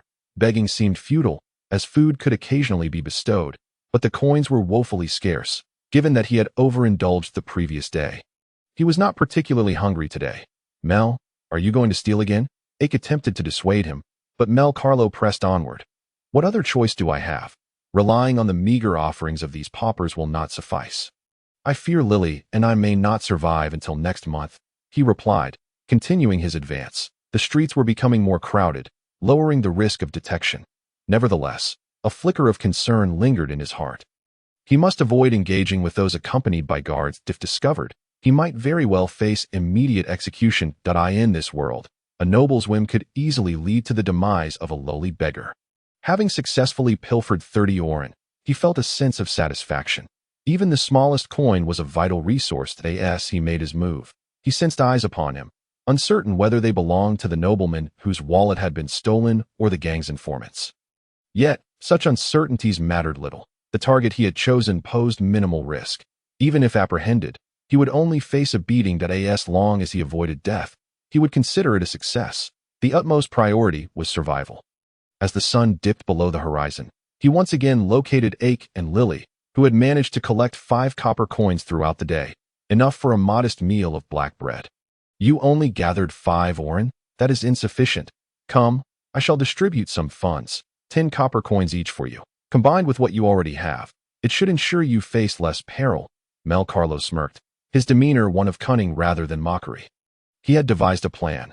Merely sitting idly and awaiting the benevolence of strangers bore little chance of success. The benefactors remained unaware of his past, relying entirely on their goodwill.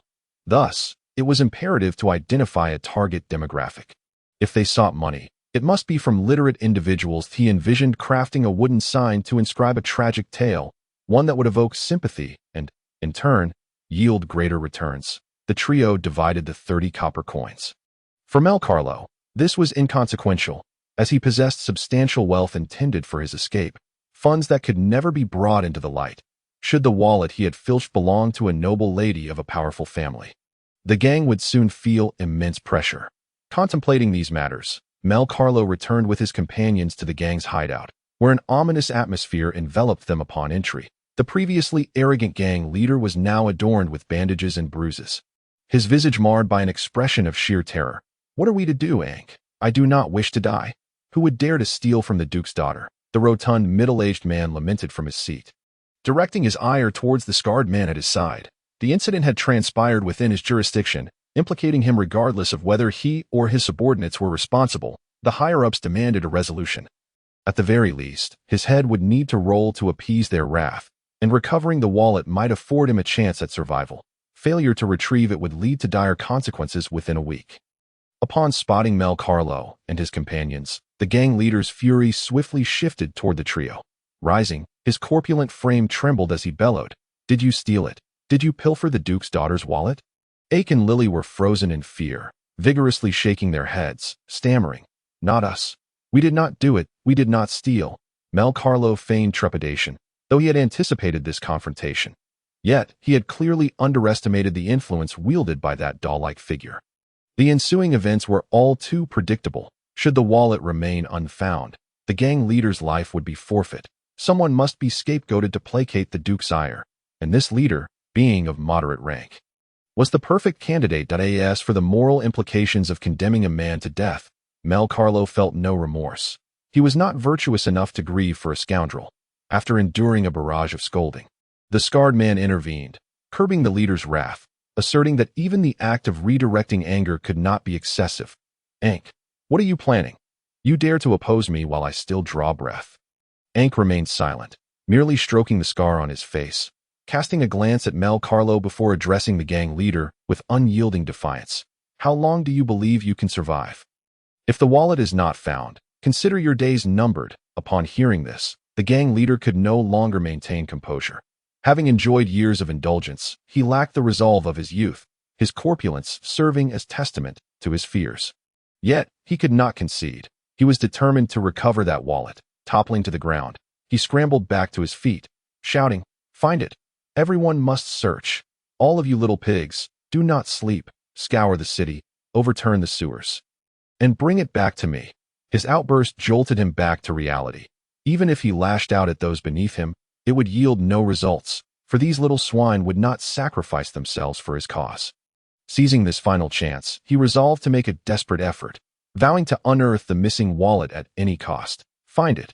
May you all perish." The multitude of beggars standing outside the door halted in their tracks, retreating into the shadows, wary of the furious gang leader. They had no desire to enter and face his wrath. The gang leader commenced a meticulous interrogation of each individual, yet such efforts were destined to be in vain. For those who wished him dead and the true thief alike would remain tight-lipped, he desperately sought to discern any hint of differing emotions on their faces, but his abilities rendered him incapable of perceiving anything he yearned for. One by one, the beggars were summoned into the courtyard, and at last, a timid child, under duress, uttered, "That day, Akai and his companions provided us with an abundance of bread. We truly did not partake." Upon hearing this, Meyer Kalu furrowed his brow slightly. The three had just endured a beating, and now they were to confront this misfortune. However, as long as the origins of the bread were clarified, the solitary silver coin he had utilized should not come to light. "You three must have stolen it, then purchased the bread with the money from your wallet. Where is the wallet? Hand it over." The gang leader snapped the whip in his hand. Akai shielded the others behind him. The whip cracked across his face, leaving a vivid red mark. "Seize them, search them." Gang members swiftly began to pat them down. Aside from discovering some copper coins, nothing else was found. "Where did these copper coins come from?" "I stole them." Meyer Kalu stepped forward. "So, that wallet was yours as well." The gang leader cracked his whip again, glaring fiercely at Meyer Kalu. Yet, his threats held no sway over the child before him. For within that child's body resided the soul of an adult. "It was not me. I have never stolen anything." Just as Meyer Kalu shook his head, a lash struck him, a searing pain coursing through him. Nevertheless, he felt little anger, for in his eyes, the gang leader was already a dead man. "How could one possibly find it in a week? The wallet is safely tucked away in my system space." Yet, to feign fear, Meyer Kalu staggered back a few steps, avoiding the man's gaze. "Search everywhere. You little piglets, if you cannot find the wallet, may you all perish." The gang leader, filled with rage, turned away, continuing to bark orders at his subordinates. "Keep a close watch on these little rascals. Perhaps they truly are the thieves and have hidden it away. Also, search the pigsty thoroughly." He could hardly fathom how such blind individuals could exist. After all, that was the young lady of the Duke's household, easily identifiable by her attire. Who would dare lay a hand on her? After the beggars were driven away, they wandered aimlessly along the streets. Fortunately, the weather was still relatively mild. Otherwise, they might have succumbed to the cold outside. Meanwhile, within the Duke's residence, the doll had locked herself in her room since her wallet had been stolen, curling up behind the door. That was the only gift her mother had left her, and now it had been taken away. Outside the door, the headmaid approached. "Is the young lady not yet emerged?" "No, it is all the fault of that wretched little thief. Surely that wallet was of great importance to her." At that moment, the female guard joined them, lamenting, "It is my fault. I should not have taken the young lady out. If we had not gone to the market, perhaps this would not have happened." "My lady, you need not blame yourself. The Duke's household has already exerted pressure on the gang responsible for that area, that I trust it will not be long before the wallet is recovered." The headmaid replied, Bowing slightly to the guard, it was indeed her idea to have the guard take the young lady out for some fresh air. It was unwise for her to remain cooped up within the confines of the Duke's residence, as it was detrimental to her mental and physical well-being. Ever since the passing of her mother, the young lady seemed to have lost her former vivacity. Mel Carlo, along with Akai and Lily, arrived at a bench that still emanated light. Although this world lacked electric lamps, it appeared that a mysterious mineral had replaced streetlights, casting a warm glow akin to numerous small suns radiating red light. Meyer, are you all right? Why did you stand up for me earlier? You could have just said it was my doing, and now both of us have been whipped. Akai sat down on the bench. Confident in his resilience, he believed that enduring a couple of lashes would not be an issue, and a good night's sleep would suffice. However, Meyer was different. His frail physique would likely suffer from the sting of such a blow for several days. I am fine. Those who relish whipping others will not live long, Mel Carlo replied with a sly smile, dismissing the lash as inconsequential. Really? Lily leaned forward, sensing an eerie thrill in their conversation about another's demise. If he cannot find the wallet, he is certain to meet his end. The individual who lost it appears to be quite a formidable figure, Mel Carlo mused inwardly, fully aware that the wallet was in his possession. Yet he would never reveal it. What did raise his caution was the man known as Ankh, the scarred one. First, he had provided him with 20 oren to avert a crisis, and now he had cast a lingering glance in his direction concerning the wallet. The gang's informants were numerous, and it was plausible that Ankh had witnessed his thievery. The forthcoming events would undoubtedly be intricate. For the time being, it would be prudent to avoid returning home, lest the gang leader drag him along to his doom. For now, Meyer's interests aligned with Ankh's, and once the leader was gone, Ankh might very well ascend to power, while the beggars would remain beggars. There are only a few months left until winter. Do you realize? Mel Carlo inquired. What of it? In 3 months that it is nothing. We must consider how to survive the winter if we do not prepare now. We may find ourselves in dire straits when winter arrives, Mel Carlo contemplated, having just arrived in this new world 3 days prior, with limited information at his disposal. If he could not escape before winter's onset, he would need to make preparations to endure the cold. It felt akin to embarking on a challenging game, with scant information, yet an exhilarating sense of adventure. The trio engaged in idle chatter. A rotund boy approached them, holding an oiled paper package with an air of mystery. Meyer, what is it? Do you seek a fight? Meyer turned to glance at the chubby boy, initially suspecting him of causing trouble.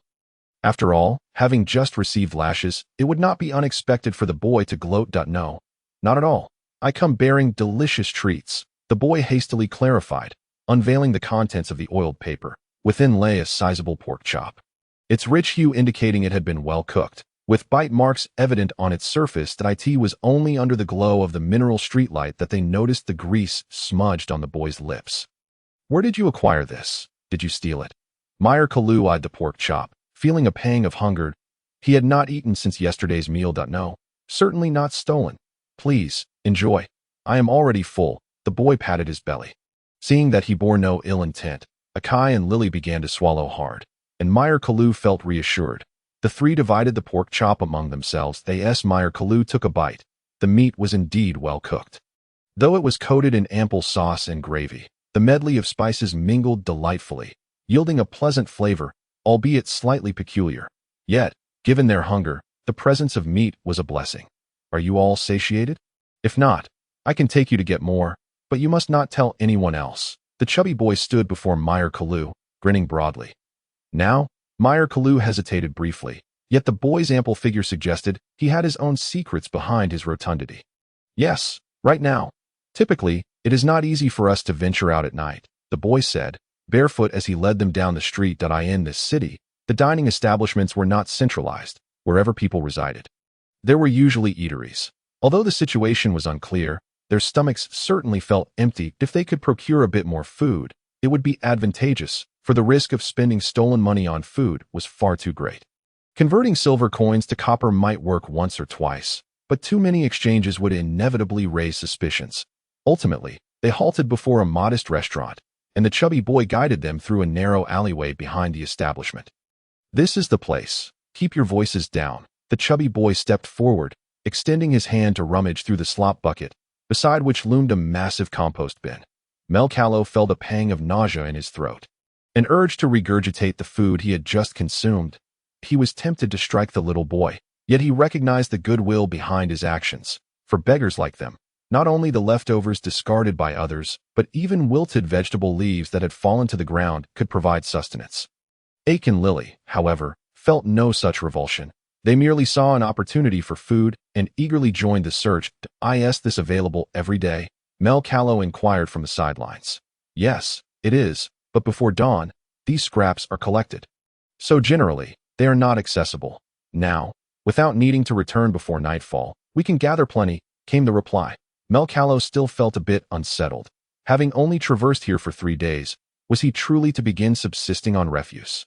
Were there not more destitute travelers than himself? Nevertheless, it was not unthinkable to wash and consume the scraps. Perhaps he would need this to survive in the days to come. He too began sifting through the kitchen waste.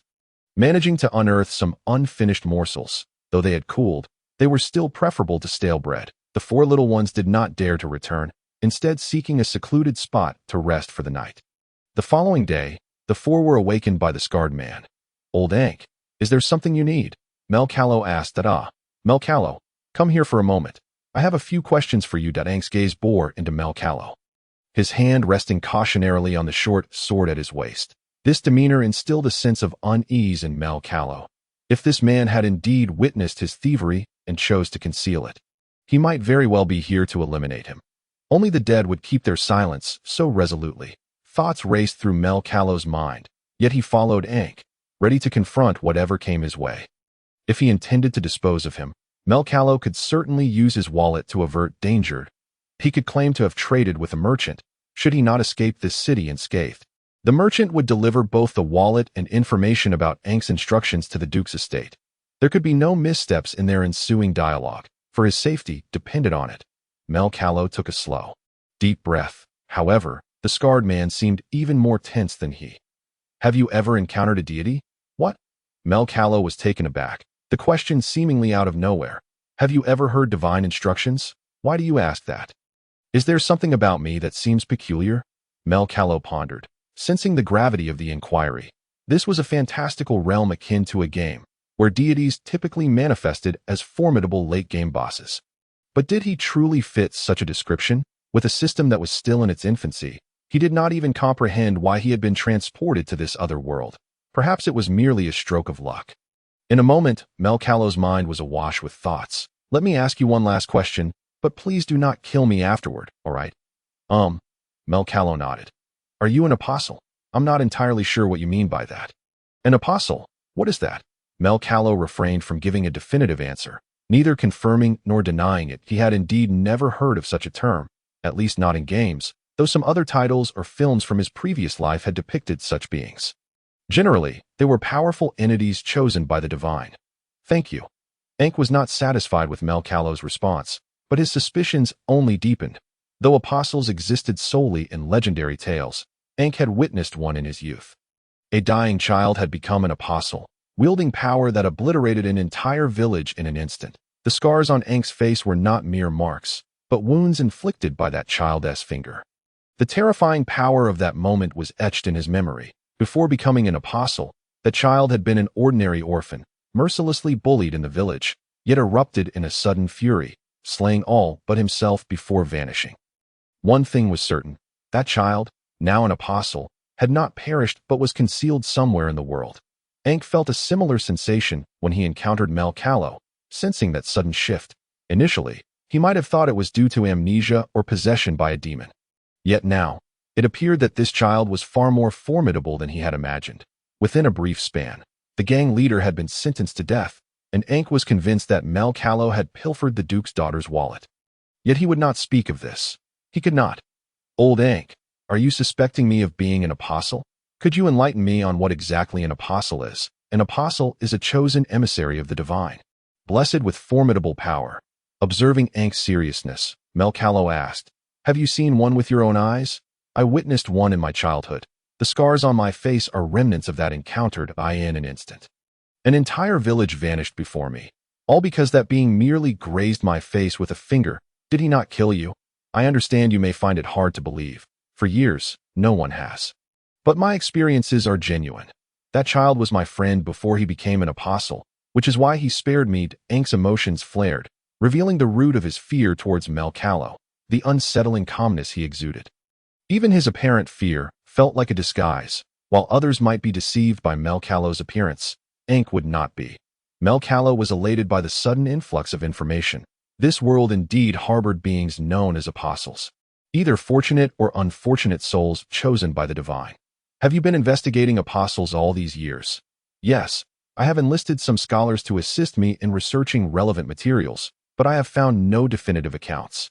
Those records read more like tales. Do apostles age and die? I do not know. Mel Carlo suddenly smiled. Actually, I am an apostle. Ank felt as if he had plunged into a frigid abyss, trembling uncontrollably. The sheer terror rendered his grip on the short sword useless. Yet to Mel Carlo, Ank was merely frightening himself. Haha, just kidding. Once that individual is dead, we can coexist peacefully. Haha. Ank wiped the sweat from his brow, having thought he was about to meet his end. Yet he realized this boy had indeed changed significantly. He was exceedingly abnormal. Such cunning and scheming were not typical for someone his age. I shall not interfere with whatever you intend to do, but if you encounter my friend in the future, could you convey my apologies? Ah, but he has killed many. Why would you wish to apologize? You seem quite certain I am an apostle. In truth, I am also an orphan. I was with that fellow in the village. The situation is quite complex, but to simplify, we were falsely accused of theft. However, I lacked the courage to face him, and he became an apostle just before he died. Ank scratched his head. The ghastly scar on his face, at that moment, seemed less terrifying. Very well, during this time. You shall protect me. I do not wish to die. I desire clean clothing, a hot bath, and decent food and lodging. Mel Carlo laid out his requests, which he considered quite reasonable. One must first satisfy their material needs before learning the languages of this world. While he could directly understand spoken words, the original owner's mind had evidently stored none of the written language. Perhaps a month from now, I cannot fulfill your requests just yet, even if I take over. My authority extends only within this area. There are many powerful figures above the gang. I am merely an inconspicuous pawn. Then let us strive together, brother Ank. Mel Carlo turned to add, after all, that fellow is doomed. He remained wary of everything behind him, keen to observe whether this scarred man harbored any ulterior motives. But could such a terrifying scar truly be inflicted by a mere finger? Listening to Ank's tone, it seems that his friend was still a mere child when he became an apostle, causing an entire village to vanish in an instant. Quite terrifying. After all, the game Candivan Continent doesn't feature a mechanic for destroying villages. It primarily revolves around monster grinding. However, if a large-scale magic were to be unleashed, obliterating a village would indeed be a trivial matter. According to Ank's words, he must continue his usual practice of thievery for a while longer. Only after he has completely mastered this territory can he afford himself some comfort. Even if the current leader has fallen, the transition of power takes time, and the eyes from above are undoubtedly watching him closely. He is, after all, the direct beneficiary and the most likely to be framed for the demise of the gang leader. If the former small-time leader has just perished and the beggars under him have been liberated without continuing their tribute, suspicion would surely fall upon Ank as the orchestrator of the murder. What a troublesome predicament indeed. Mel Carlo, while speaking, walked toward Ank and the others. The chubby boy hurriedly inquired of Meyer, "What did Lord Ank summon you for?" "Oh, nothing much." He merely indicated that once he ascends to leadership, we might enjoy a more comfortable existence. Although I suspect it will only be for us few, Mel Carlo recounted, omitting any mention of apostles. So, we may become true members of the gang, and our days of hunger will be behind us, exclaimed the chubby boy, bouncing with excitement. He had long harbored such aspirations, yet they had only the privilege of being chosen. Mel Carlo could not fully trust Ank, as their relationship had not yet reached such familiarity. He sensed Ank's wariness towards him as well. However, without this wariness, his own situation could grow considerably more precarious. He had initially contemplated severing ties, but for the time being, the issue regarding the wallet had been smoothed over. Yet, there would always be those who suspected the beggars he had narrowly avoided capture by a female guard during his last act of thievery. Unfortunately, it seemed the gang was unaware of this incident. Should he be subjected to intense interrogation, he doubted his willpower would suffice to endure. He might very well confess the week had passed in the blink of an eye. During this time, Meyer refrained from stealing, as he needed to diminish his presence. Following the recent incident, the atmosphere within the gang was far from relaxed. All individuals possessing thieving skills seemed to be under scrutiny. In this period, Meyer also came to realize that skills from the game could indeed manifest in this world.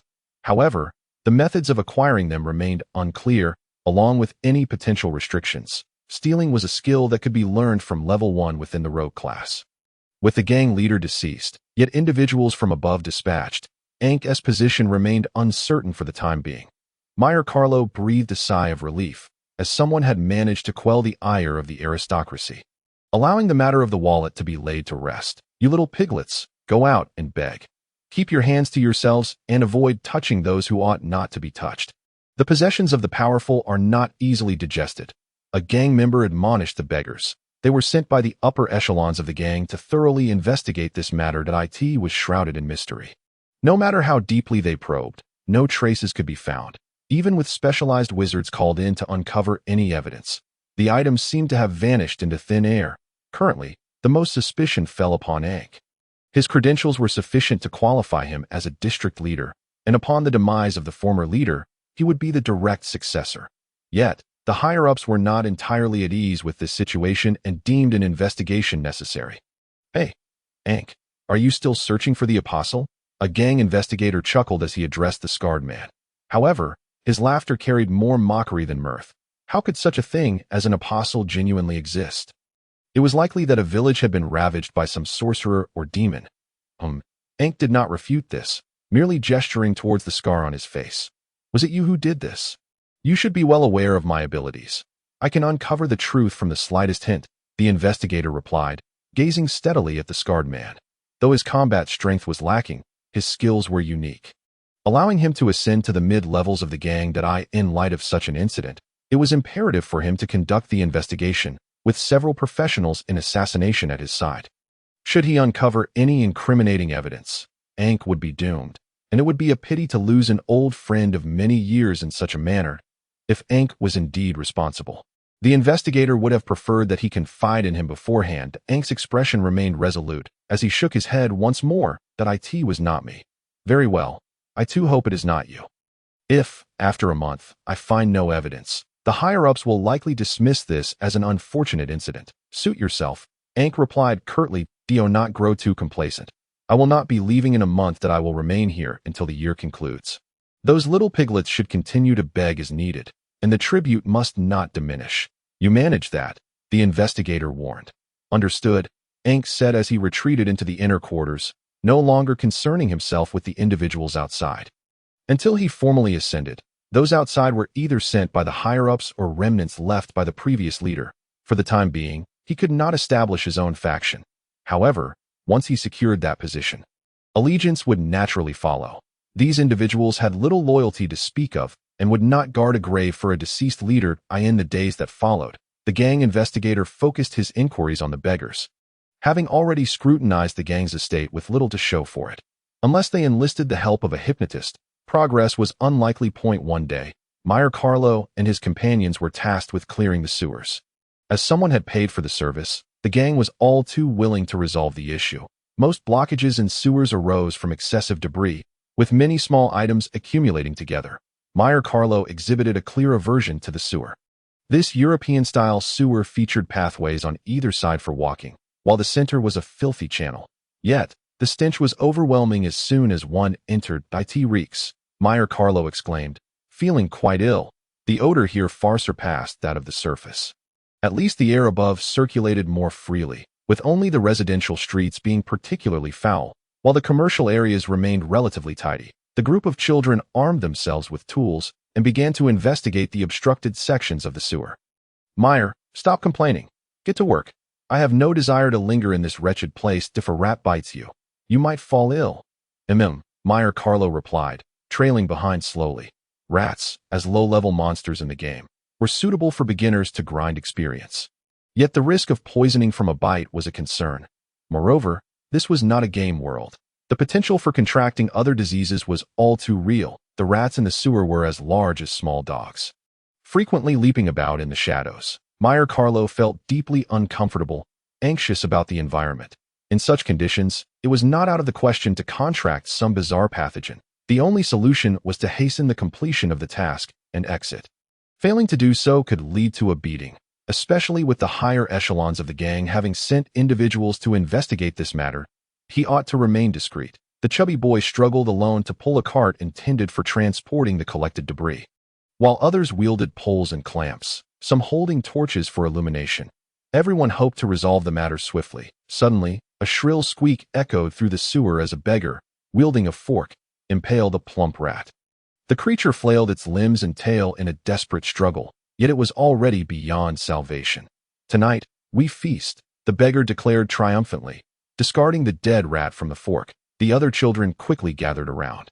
For them, rat meat was a viable means of filling their bellies, especially such a well-fed specimen. Were it a field mouse, Mel Carlo might have been brave enough to take a bite, but the thought of consuming a filthy sewer rat was utterly repugnant. Nevertheless, it remains exceedingly difficult to swallow, and one does not fear the potential ailments it may bring. The day's labor swiftly concluded as they emerged from the sewer, disposing of the final load of refuse before commencing incineration.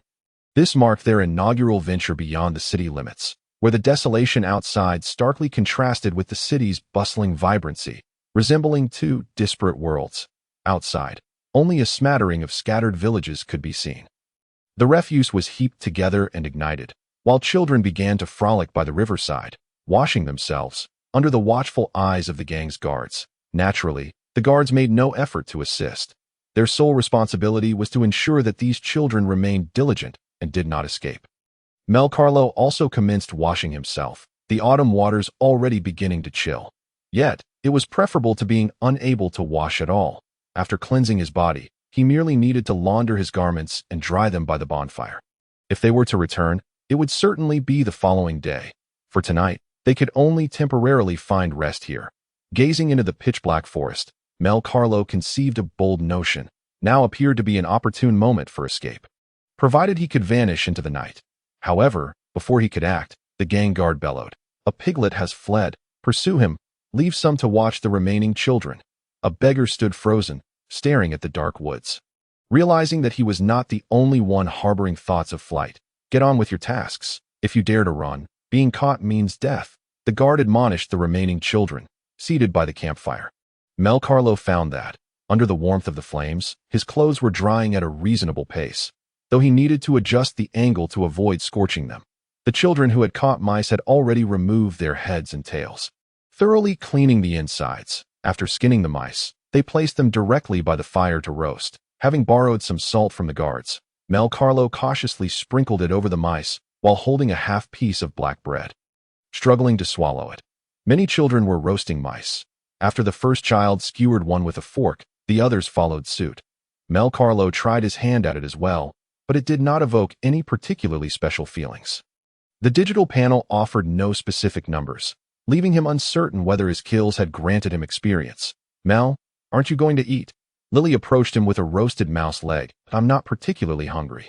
"You all can have it," Mel Carlo replied, feeling his stomach churn, not due to the taste of the mouse, but because he could not overcome the mental barrier within himself that it was akin to consuming slop.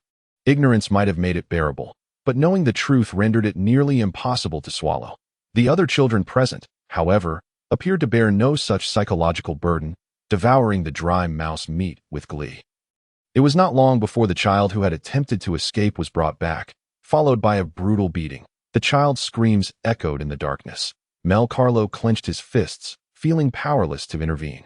This child was akin to himself, for he too had entertained thoughts of fleeing.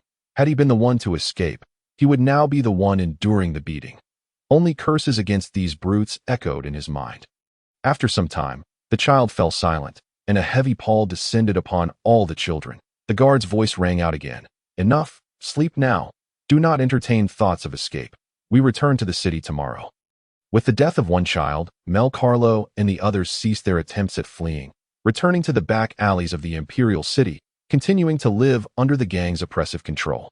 The previous gang leader had perished, and in the months since, Ankh had not ascended to power but had instead been imprisoned, while higher-ups sent reinforcements. Mel Carlo felt a twinge of unease at this sudden turn of events, for he was uncertain of what had transpired. It diverged from their original plan that as usual. He resorted to begging and thievery. In the second month of his arrival in this foreign world, he successfully executed 10 thefts. At which point the system finally provided feedback. 10 thefts completed, skill acquired. Stealing. His long-dormant heart began to stir. This was the golden finger he had awaited, the auxiliary tool every transmigrator ought to possess. The skill panel displayed his singular skill, stealing. According to game classifications, this belonged to the rogue category. Learnable at level 1, he had obtained this skill after successfully stealing 10 times that on his 11th attempt. He tried out this skill, noting that the range for activation was similar to that in the game.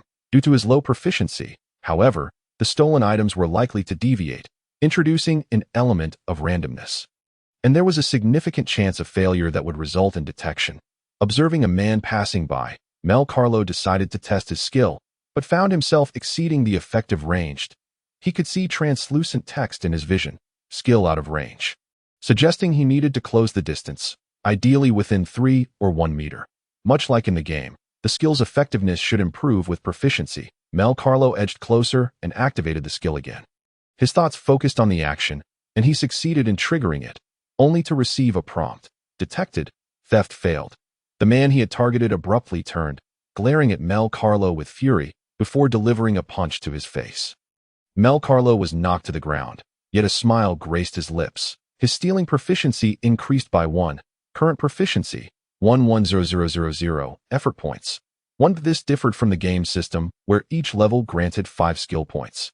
In the game, the maximum skill point allocation was 30, making it impossible to max out every skill. The proficiency system, however, offered him that possibility. He could always redistribute points, as they were not permanently expended. At long last, his golden finger had arrived. It seemed this system held some utility that he aspired to become a full-time reincarnator. Those who endure beatings must understand that, in the face of an absolute power disparity, one should curl their body, trying to absorb the blows with their back while cradling their head with their arms. Being caught, while stealing and consequently beaten, was a common occurrence. Before his reincarnation to this other world, he had experienced similar beatings, likely at a comparable age, yet it still hurt immensely. Damn it. Mel Carlo endeavored to shield his head, curling into a ball. His first skill was stealing, which proved to be rather lackluster. If he wished to max out this skill's proficiency, he would likely be beaten to death. Nonetheless, this incident sparked an idea. Perhaps successfully completing certain actions a specified number of times would unlock skills. It was merely a bit more cumbersome than in the game, lacking a skill tree. Level 1 skills included Warrior's Strong Slash, Backflip, Mage's Fireball, Staff, Rogue's Stealing, Flying Blade, Cutting, Priest Grapple, Empty Strike, Knight's Strong Kick, Shield Bash, Spearman's Stabbing, Upward Thrust, and Archer's Dagger Attack, Bow Shooting, along with additional martial artist skills.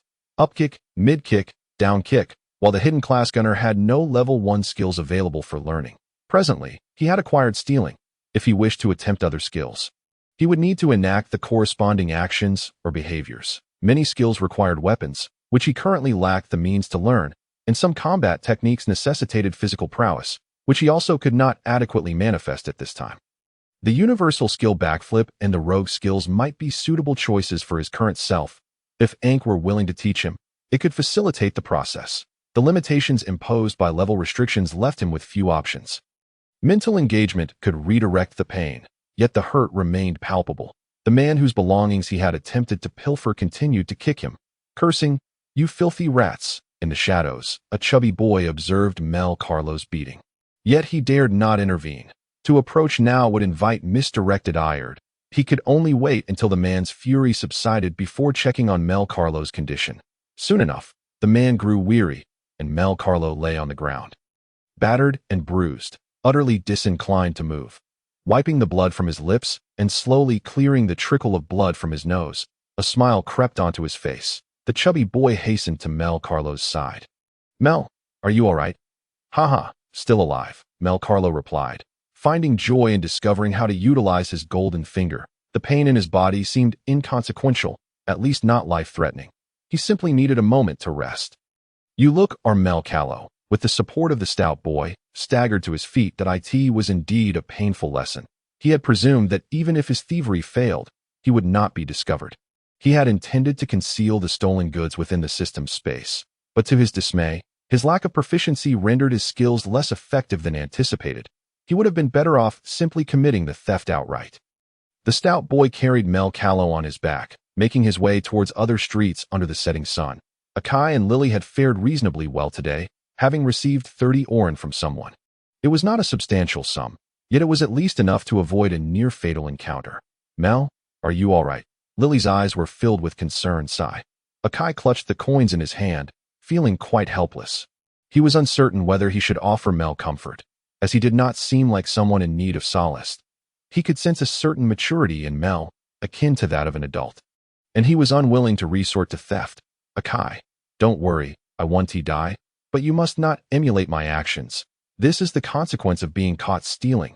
Having escaped death is already fortunate. Mel Carlo replied as he descended from the stout boy's back, and the four of them proceeded towards the back alley of a restaurant. Today, he truly felt hunger pangs, and he had long wished to change his attire. As he was sticky and disheveled, though he had grown accustomed to it over time, he now had a pressing desire for paper and a pen to jot down the skills he had acquired in the game. Even if he currently remembered those skills vividly, human memory is inherently unreliable. As time passed, his stay in this world would extend, and perhaps the once familiar would gradually blur. Something he had spent over a decade memorizing would require an equivalent duration to forget. After prolonged engagement with a game, skills become as if etched in one's very blood. Short-lived moments do not fade easily, yet time relentlessly marches on. Eat, Mel. The stout boy rummaged through a refuse bin and retrieved an unfinished chicken leg. Ordinarily, he would have devoured such a delicacy with gusto, but today, Mel was injured. After finishing their meal beside the slop bucket, the group prepared to return to the gang's courtyard. What is your name? Stout boy, Mel Carlo inquired, glancing at the one carrying him. Although their first encounter had been far from pleasant, it was not considered a grave offense to compete for food out of hunger. Having spent more time together, they had grown more familiar, yet Mel had never asked the stout boy's name, nor had he heard anyone else call him by one. Now that they had some leisure, Mel decided to inquire. I don't know. Everyone calls me Fatty or Wild Boar. I have no idea what my real name is. Is that so? Mel Carlo was momentarily at a loss for words. Not having one's own name was a rather disheartening situation he had contemplated, but it truly was unfortunate. Would you like to give yourself a name, one of your own choosing? Yes, I want to be called Chocolate. Lily and Akai, overhearing this, exchanged puzzled glances. Why that name? Indeed, I've seen chocolate fall from a noble carriage. After tasting it, I felt that nothing in the world could be more delicious than chocolate. The stout boy continued, his expression genuine in his affection for the name. Chocolate, as in the confection, is certainly preferable to being called Wild Boar, which feels more like a nickname. Mel Carlo said nothing more. Accepting the name as it was ultimately a choice made by the stout boy himself. As they neared the gang's courtyard, Mel Carlo spoke up. All right, Chocolate, put me down. I can walk in on my own. All right. The stout boy set Mel Carlo down, and they all entered the courtyard together. The previously captured Ankh had returned, now officially in charge of this area. He was the leader of this gang street. Mel Carlo's apprehension eased considerably. If this scarred man before him had no ulterior motives, then there was no need for him to rush his escape. He was certainly concerned about the apostle. After all, individuals like Ankh had no need to fabricate lies to deceive him. All right, after paying up, everyone go wash up, Ankh instructed, his gaze lingering more on Mel Carlo as the four entered the courtyard. Wash up? Mel Carlo hesitated slightly. Although he was aware that Ankh treated him preferentially, it was markedly different from the previous leader, and it felt somewhat strange. It's evident that you take cleanliness seriously. Ankh had never ceased his observations of Mel, and the more he observed, the more confident he became in his assumptions. Unlike others, he had witnessed the birth of an apostle, that sudden sense of unfamiliarity. As if another person had taken residence within one's body while the original remained. Otherwise, the scar on his face would not be so simple. Yet, despite the passage of many years, even when some claimed that the Elon species had attacked the village, no one believed his words. He had done his utmost to investigate the apostle, but his position limited the information he could access. How could a mere gang leader conduct research on a legendary powerful entity? After taking a hot shower, Mel Carlo collapsed onto the hay to rest. Since Ankh could now openly show favoritism, it indicated that he had secured the authority to govern this area, in the gang. There were many such small leaders like him, each managing a section that constituted a source of income for the gang. Lily, may I attempt something? Mel Carlo suddenly spoke. What is it? I wish to steal something from you. Could you hide that hairpin on your person? Steal? Lily was taken aback. The idea of stealing from herself was perplexing. Yet if it were truly stealing, why would he disclose this to her? The time since she had acquired this skill was too brief to adequately test its efficacy compared to the game, particularly concerning randomness, distance, and the success rate of thievery. I need your assistance. You could keep some other small items on you. Lily secured the hairpin and picked up some stones and licorice from the ground. She had some copper ore on her as well, and after glancing at Mel, asked, Is this sufficient? Yes, thank you. Mel Carlo activated his skill for thievery. Skill assessment successful. Stole 1 orin. Proficiency increased by 1. Thievery proficiency 210000. Effort value increased by 1. Observing the copper coin in his hand, he realized that the randomness was indeed quite strong. He had aimed to steal the hairpin, yet what he acquired was merely a coin. At this rate, if he managed to steal 10,000 times, he could bring this skill to its maximum level. Utilizing the skill consumed MP, and with his current mana, he could only attempt thievery 5 times before needing to wait for a gradual recovery of his magical energy. The game menu still displayed no numerical values, and the system had not issued any tasks. It appeared to be an incomplete product, with only the bare statistics of level and health mana bars visible. The lottery page seemed to have undergone changes. Effort value. 2. A single draw required 10 effort points, while a 10 draw needed 100 points, with no guarantees on the prizes. Such non-guaranteed lotteries would be classified as gambling. And if a gaming company dared to implement such a system, it would likely face severe backlash. Mel, how did you take that? Lily stared wide-eyed at Mel. Well, it's a skill, but it's a secret. Okay. Oh, Lily nodded. She had heard of such things, but at present, they had no place to learn skills, nor anyone willing to teach them. Thus, they could only learn in secrecy when others were unaware. Mel Carlo returned the stolen 1 orin to Lily and continued to experiment. With Lily eager to assist him in the following 4 attempts at thievery, Mel Carlo successfully acquired what he desired only once. Nevertheless, the skill had not failed. It seemed that at the same level, failure was not so easily encountered. The remaining mana barely allowed for a 6th attempt, yet fatigue began to set in. After exhausting his magical power, he felt a deeper mental fatigue creeping in. Should I employ my skills once more, I may very well lose consciousness. Having reached this juncture, Mel Carlo is reluctant to persist further. Currently, the effective range of his abilities extends merely to 1 meter, though it may eventually reach 10 meters upon attaining full proficiency. Furthermore, each activation of a skill necessitates a 10-second interval. While this cooling-off period exists within the game, in this realm, it manifests more as a physical malaise stemming from the depletion of magical energy. Should he surmount this hurdle, or upon achieving a proficiency level of 10,000, it is conceivable that the cooldown could be entirely eliminated. This is indeed promising news, for a skill devoid of cooldown is a notion scarcely entertained within the confines of gaming. In the game, proficiency is accrued through skill points, with 5 points awarded for each level gained. Yet attaining full mastery of a skill demands 30 points to maintain balance. It is unlikely that a skill would be without cooldown. However, in this world, possibilities abound. Accounting for the time required to restore magical energy, he can utilize his skills 5 times in the morning, await recovery, and utilize them another 5 times in the afternoon, followed by rest. Thus, it is feasible to practice approximately 10 times a day, yet this would necessitate a staggering 1,000 days to reach full proficiency, assuming no unforeseen circumstances arise. Nearly 3 years. Clearly, it is prudent to explore the acquisition of other skills, as not all demand such an extravagant expenditure of magical energy. The following day, Mel Carlo inquired with Ankh whether he might be granted a day off. Ankh readily acquiesced, extending the holiday to all the children, allowing Mel Carlo the opportunity to experiment with his abilities. After completing 10 successful backward jumps, he acquired the skill back jump, a backward leap that enables one to evade attacks. I recall this skill possessing a cooldown of 2 seconds. Categorized under warrior skills, however, within the game, it is accessible across all classes, serving as a means to avoid certain assaults. Continuing his efforts, he discovered that this skill incurs minimal magical expenditure, yet the fatigue coursing through his body is undeniably real. As the repeated backward jumps leave his legs aching, subsequently he attempted a powerful slash unarmed, mimicking the motion of gripping a sword and delivering a heavy downward strike, despite attempting this skill 50 times without success.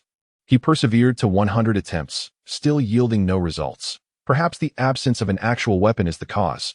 Perhaps he could procure a wooden stick to substitute for a sword, as warriors can wield polearm-type weapons. Just as he was preparing to search, Akai and Lily invited him to join them for a day of leisure, relieved from the need to beg today. All were in high spirits, for such freedom was a rare luxury for them. "Mel, are you not coming out to play with us?" "No, I am currently engaged in something quite enjoyable." Mel Carlo found a long stick, politely declining their invitation. He was resolute, for nothing seemed more captivating at that moment. Akin to the exhilaration of playing a cherished game for the first time, the excitement in his eyes uncontainable, this experience could easily be likened to a hardcore version of Kando when continent. Devoid of a one-click skill tree or damage indicators, perhaps even lacking resurrection, just contemplating this sends a thrill through him. It has been a long time since he encountered a game so delightfully engaging. Once a hobby transforms into a vocation, even the most beloved games can become tedious at times.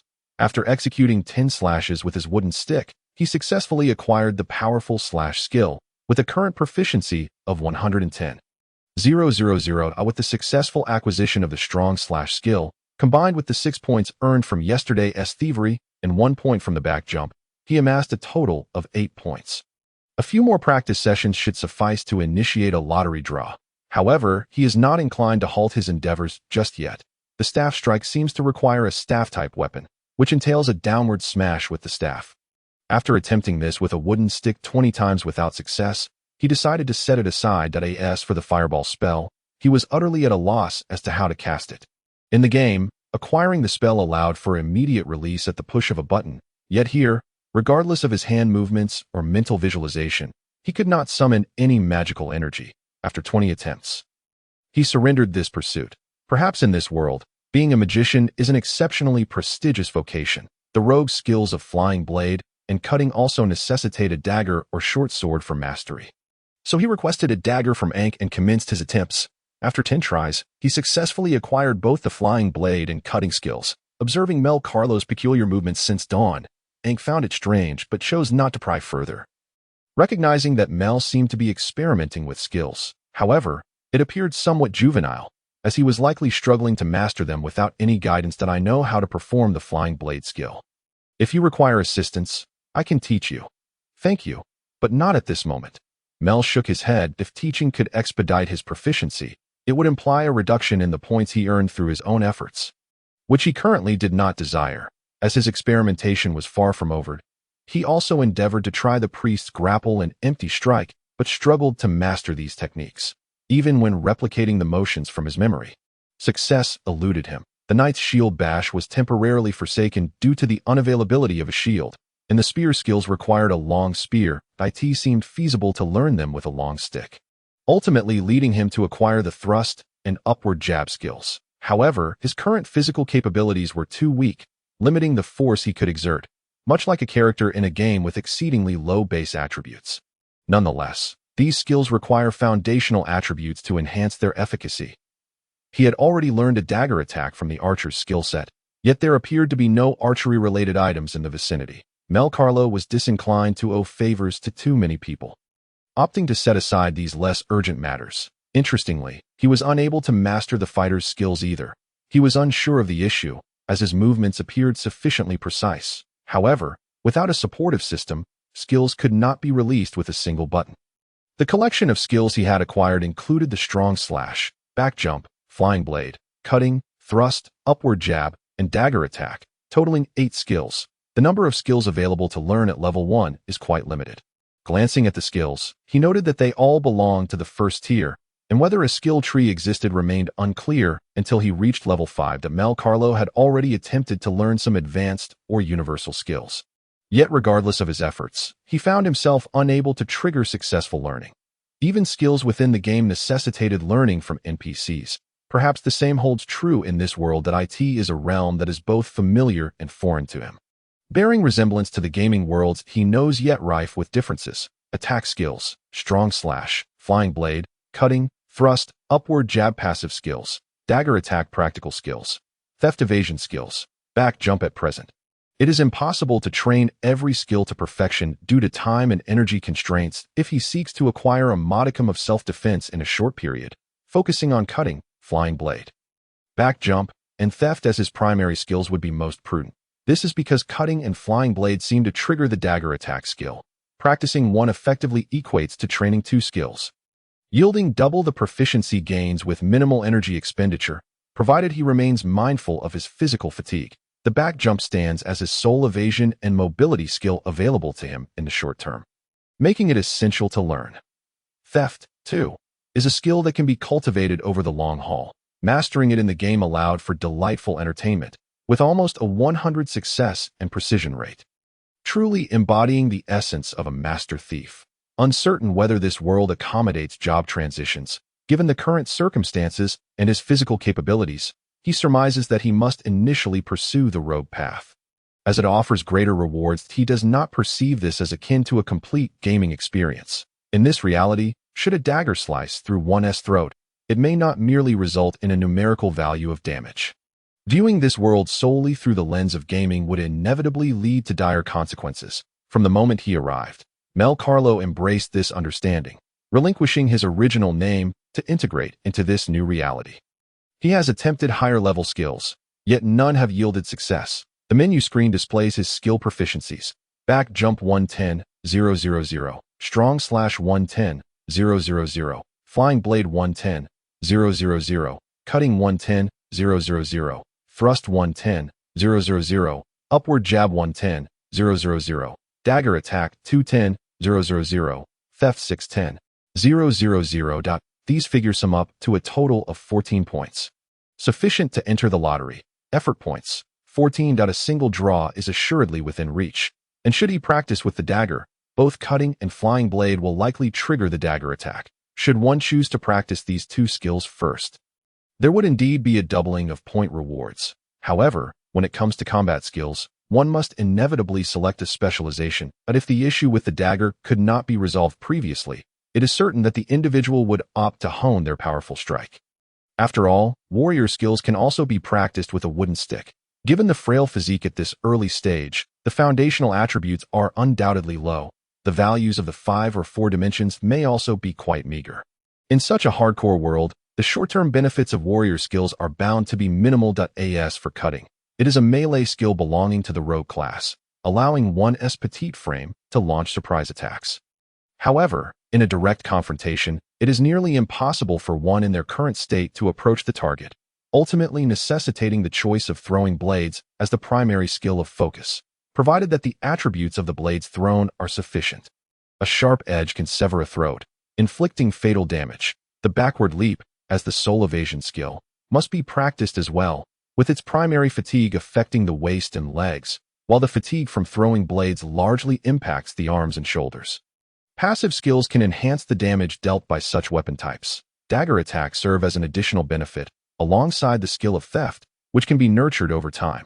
This skill can be cultivated through consistent practice, allowing for quick mastery, with the only limitation being magical energy. Currently, 10 practice sessions per day is the maximum.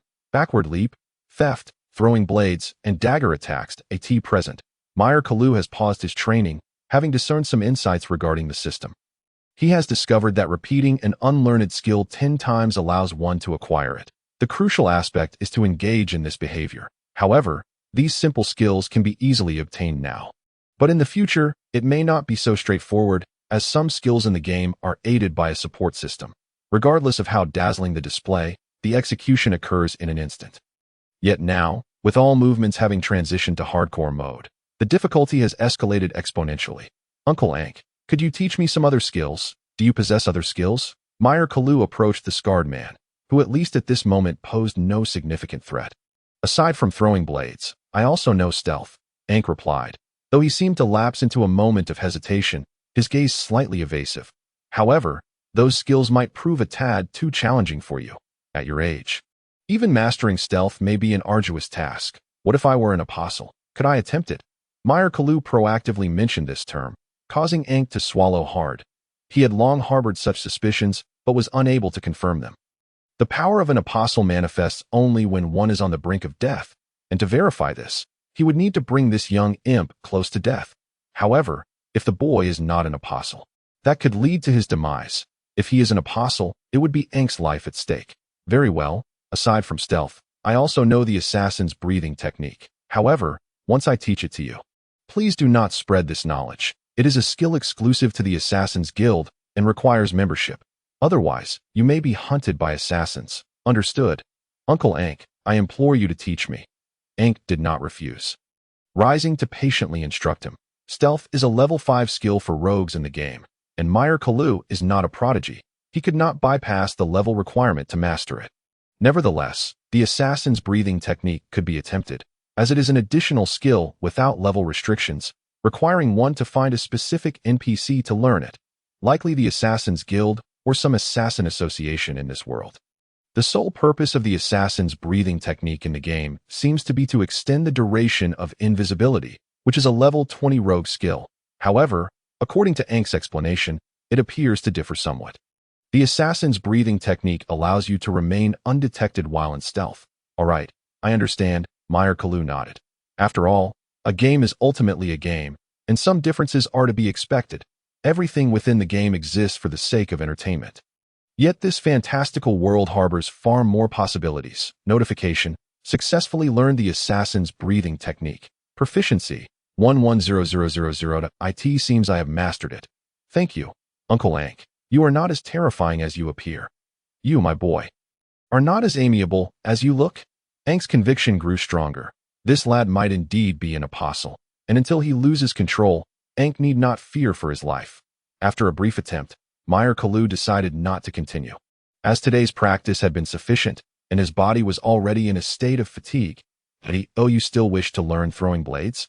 I could give it a try, Mel Carlo replied, eager to verify whether the lessons from others would expedite his proficiency. They approached the target, holding the dagger, prepared to throw it. Or they could use other projectiles. Proficiency increased by 1, effort value increased by 1. That you need to grip the dagger more steadily to hit the bullseye. Your technique is still quite unrefined.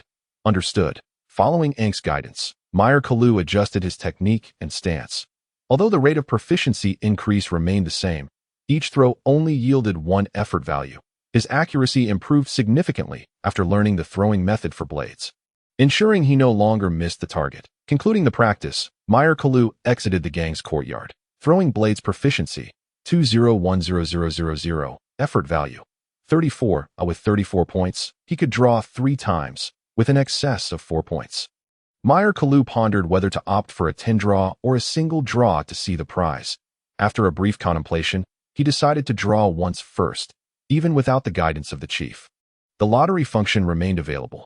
However, it took him a bit longer to comprehend how to utilize this system. Upon selecting the single draw, there was no spinning wheel animation, but rather an immediate conclusion. Notification: obtained a bag of milk candy.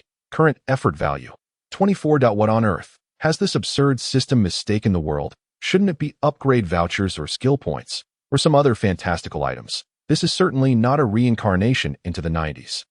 Mel Carlo was momentarily taken aback. This reward not only seemed unrelated to this world, but was entirely incongruous.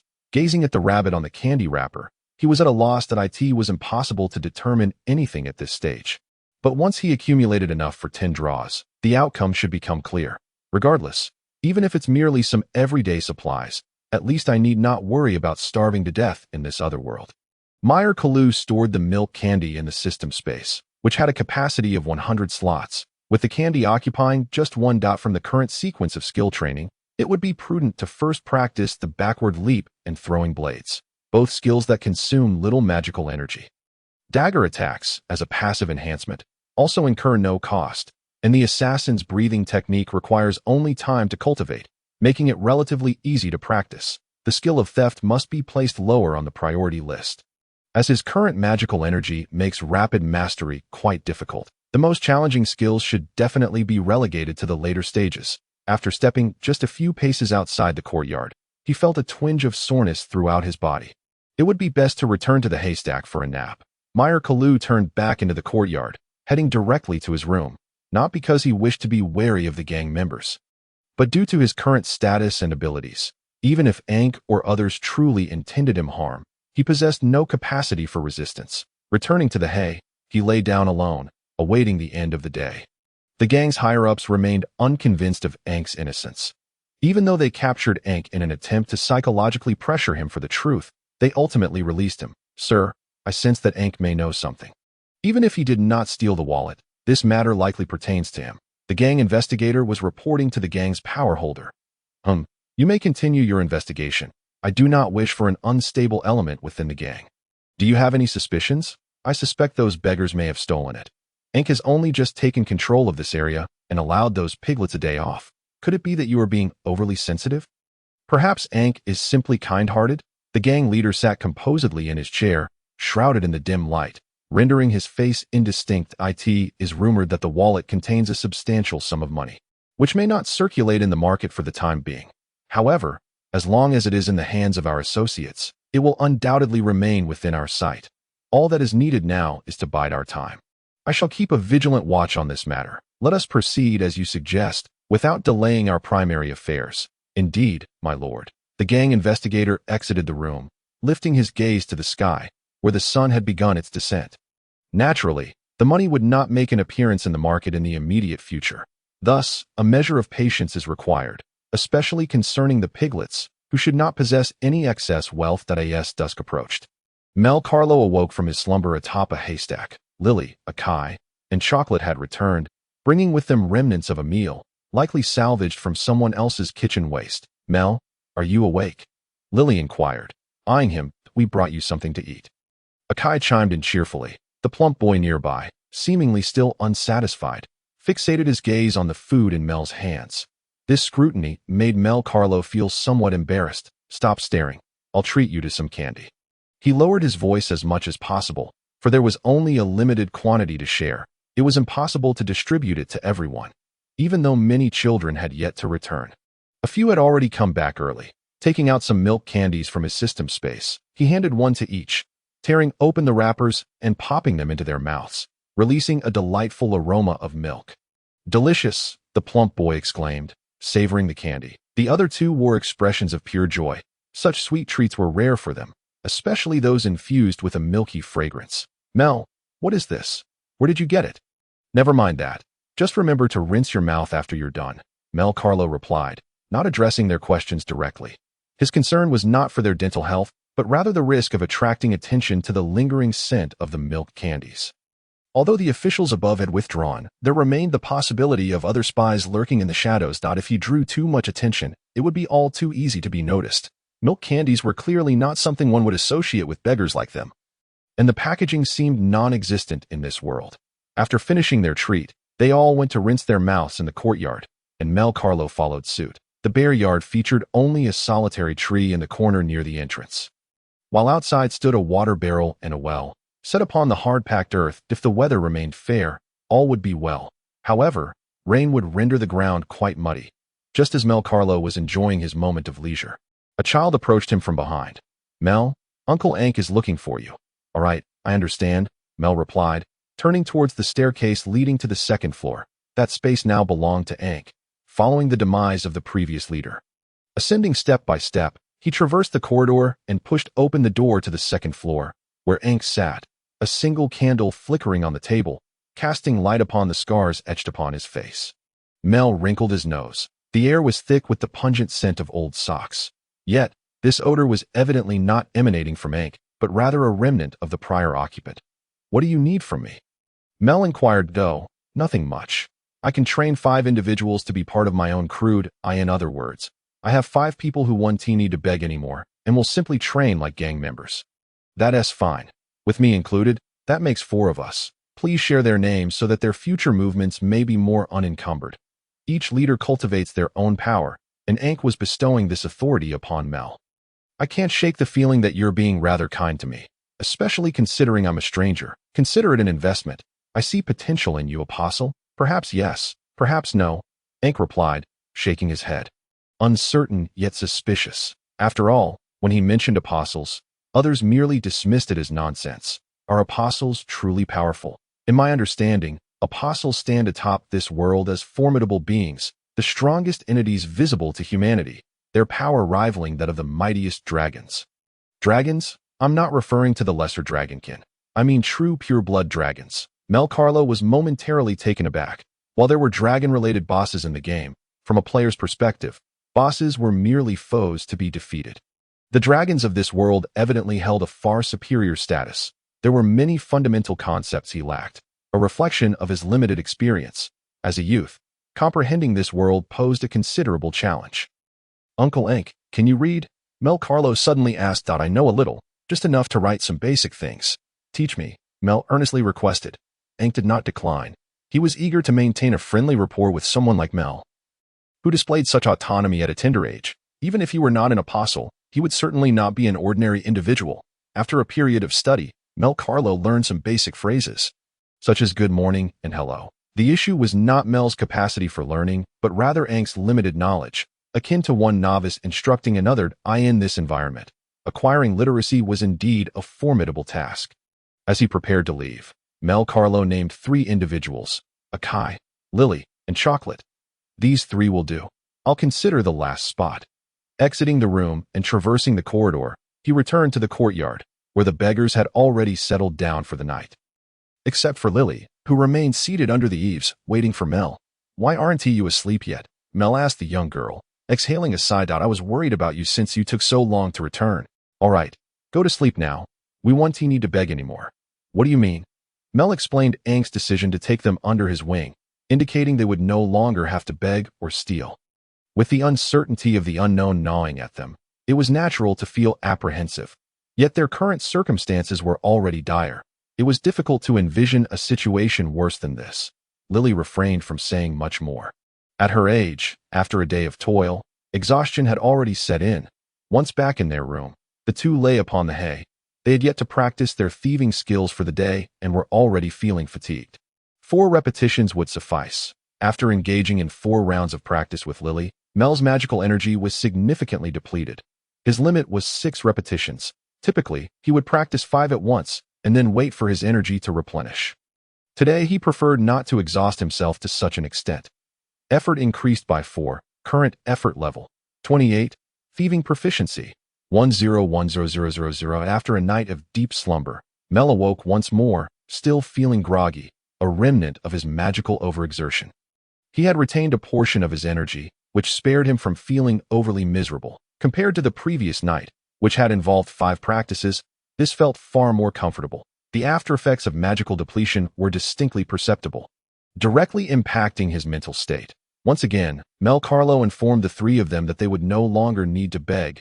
He could not assist everyone, but could at least help those immediately around him. The additional spot was claimed by the plump boy for his friend, which took Mel by surprise. He had assumed the boy had no other friends. Typically, they would venture out to beg, yet today they found themselves at a loss for what to do. If training akin to that of a gang was to commence, the combat techniques and skills would be beyond the grasp of children at their current level. They would need to start from the very basics. No one was around to oversee Mel Carlo, as he had his own training regimen to follow, beginning with backward jumps. Although less taxing than frog jumps, completing 50 in succession left his legs yearning for rest. Effort increased by 1. Backward jump proficiency 51100000. Current effort level 78. Upon completing his backward jump exercises, Mel Carlo began to practice throwing techniques. This skill could only be applied to flying axes, knives, or daggers. If it were merely a matter of throwing stones, the lethality would not be as significant. This skill not only allows for precise targeting of vital points, but also possesses a certain penetrating effect. However, from my perspective, it resembles a pursuit of a one-hit kill skill. Given that I am unable to procure a substantial quantity of throwing knives and daggers in a short span, I am afforded but a singular opportunity to strike. With a proficiency increase of 1, my points continue to rise. Such throws, even practiced 1,000 times in a single day, do not feel particularly challenging, primarily relying on the strength of my hands. Devoid of the exhausting recoil associated with backward jumps, the fatigue from backward jumps can be alleviated with a brief rest, allowing for another set. Yet, I dread the muscle soreness that follows the next day. Throughout this day, Mel Carlo devoted himself entirely to practicing the flying blade technique. Upon reaching a proficiency of 1020, he paused, and the passive chaining effect of dagger attacks yielded double effort points. A glance at the system panel revealed, dagger attack proficiency, 10-21-10,000. The additional point in passive skills was acquired during previous training in cutting techniques. Current effort points, 2078, the flying blade skill. When practiced with daggers, triggers the passive dagger attack skill, rendering it the most lucrative endeavor at present. Merely a day's practice affords me the opportunity to draw the lottery 200 times, equivalent to 2010 draws. Yet, Mel Carlo is more eager to discover whether any differences will manifest after fully mastering the skill. During a moment of rest and adjustment, he could also practice the assassin's breathing technique, which would enhance both proficiency and effort points, with each breath contributing 1 point. However, the rhythm of breathing is rather slow, and the increase in speed is not swift. Completing a breath every 6 seconds allows for 10 breaths in a minute, yielding a total of 10 points in effort and proficiency. After concluding other training sessions, practicing the assassin's breathing felt like a torment. Following vigorous exercise, it is habitual to take deep breaths to promote internal circulation. And this method of controlling breathing rhythm left him feeling somewhat dizzy. Within a minute, he had to pause momentarily, allowing his body to ease before continuing his practice. Assassin's breathing proficiency, 101-10,000. Current effort points, 2088. After engaging in these practices, much of the day had elapsed, and the time for the lottery had arrived, hoping it would not yield the dreaded Big X rabbit milk candy. Result, chips 10. Draw again. Result, cola 10. What on earth? The items drawn in the 10 consecutive draws were all the same. This was less rewarding than a single draw. Mel Carlo refrained from watching the lottery wheel, which did not display the prizes within, leading to a blind draw. Nonetheless, these items were not entirely without merit. Continue. Result, instant noodles 10. Draw result, bottled water 10. After completing all 20 sets of 10 draws, Mel Carlo discovered he had received the same rewards as before, ultimately acquiring 50 bags of chips, 50 cans of cola, 50 bags of instant noodles, and 50 bottles of water. Current effort points, 88. This cannot be right. Has the system malfunctioned? This is a fantastical otherworld, yet I am inundated with mundane supplies. Mel Carlo frowned, noting a disparity between his expectations of the system and reality. There was no playful system companion to engage in banter, and even the system interface resembled a work in progress, leaving the rewards somewhat perplexing. However, upon reflection, these goods might be sold in this world, allowing him to become a small merchant in this foreign realm. Yet, the sudden appearance of such items felt somewhat jarring, and he could not sell them immediately. At the very least, he needed to ensure he possessed a certain level of self-defense first. Casting a glance at the training of the chubby boy, Mel Carlo dismissed the idea of sharing these provisions immediately. If he were to continually produce an abundance of unfamiliar foods, he would struggle to explain himself while potentially attracting undue attention. After concluding a day of training, Mel Carlo joined Akai and the others for a meal, and no longer did they have to consume the foul black bread. Instead, they could enjoy some regular bread and porridge made from grains. The 5 of them sat at the dining table, their status and position having transformed. They were no longer confined to a dark room to eat black bread. Their living situation had also improved. Now, as reserve members of the gang, they resided in a cleaner house. While they still slept in a communal setting, at least there were beds. All right, you lot. After finishing your meal, clean yourselves up and change into fresh clothes. Training resumes tomorrow, Ank instructed as he approached Mel Carlo. Mel Carlo said nothing, silently stuffing bread into his mouth, but on just the first day, he had practiced the flying blade technique 1,000 times. If he could maintain this level of practice each day, then within 10 days, the proficiency of this skill would reach its zenith. After dinner, Mel Carlo filled a bucket with hot water, eager to cleanse himself. Yearning to rid himself of dirt and lice, following his bath, he tossed his tattered clothing onto the firewood pile, watching the flames dance as he donned a new outfit. Though slightly oversized, he rolled up the sleeves. Mel, did you burn your old clothes? Akai inquired, somewhat perplexed. It seemed a waste to discard old garments that could be washed and mended. Lily shared a similar sentiment. There's nothing worth lamenting. Those filthy clothes might still harbor lice. Better to incinerate them. New clothes will come in time. Burn them, the chubby boy said without further thought, tossing his old clothes into the flames. Unlike them, Lily contemplated that even if she could not wear the clothes herself, she could at least give them to other children. Not everyone was as fortunate as they were. Chosen as the next generation of gang enforcers, The abrupt shift in their circumstances left the children feeling somewhat lost.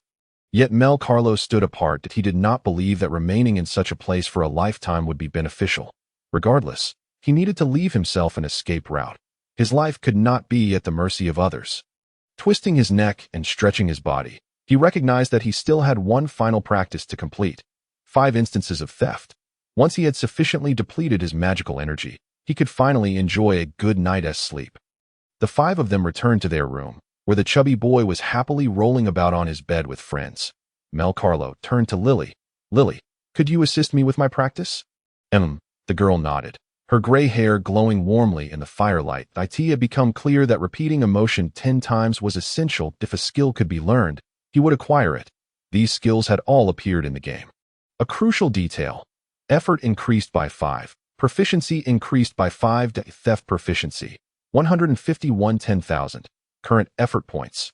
93. The fatigue from expending magical energy washed over him swiftly, and as his vision blurred, he returned the hairpin and collapsed onto the bed. Surrendering to sleep, the exhaustion from 5 instances of magical energy expenditure felt more taxing than 4, yet Mel Carlo understood his limit was 6 times. He refrained from overexerting himself to ensure he could rise normally the next day. Upon waking the next day, Mel Carlo initially intended to practice the flying blade technique 1,000 times, but the soreness in his arms dissuaded him from that plan. The aftereffects of overexertion were more intense than he had anticipated. He would have to reduce his training volume. He had aimed to saturate the flying blade skill within 10 days, but at this rate, with over 300 repetitions daily, it could take a month to achieve. The backward jump practice would continue at 50 repetitions, ensuring his leg muscles remained uninjured. After completing the 2 training sessions, he took a 10-minute break before commencing the assassin's breathing technique.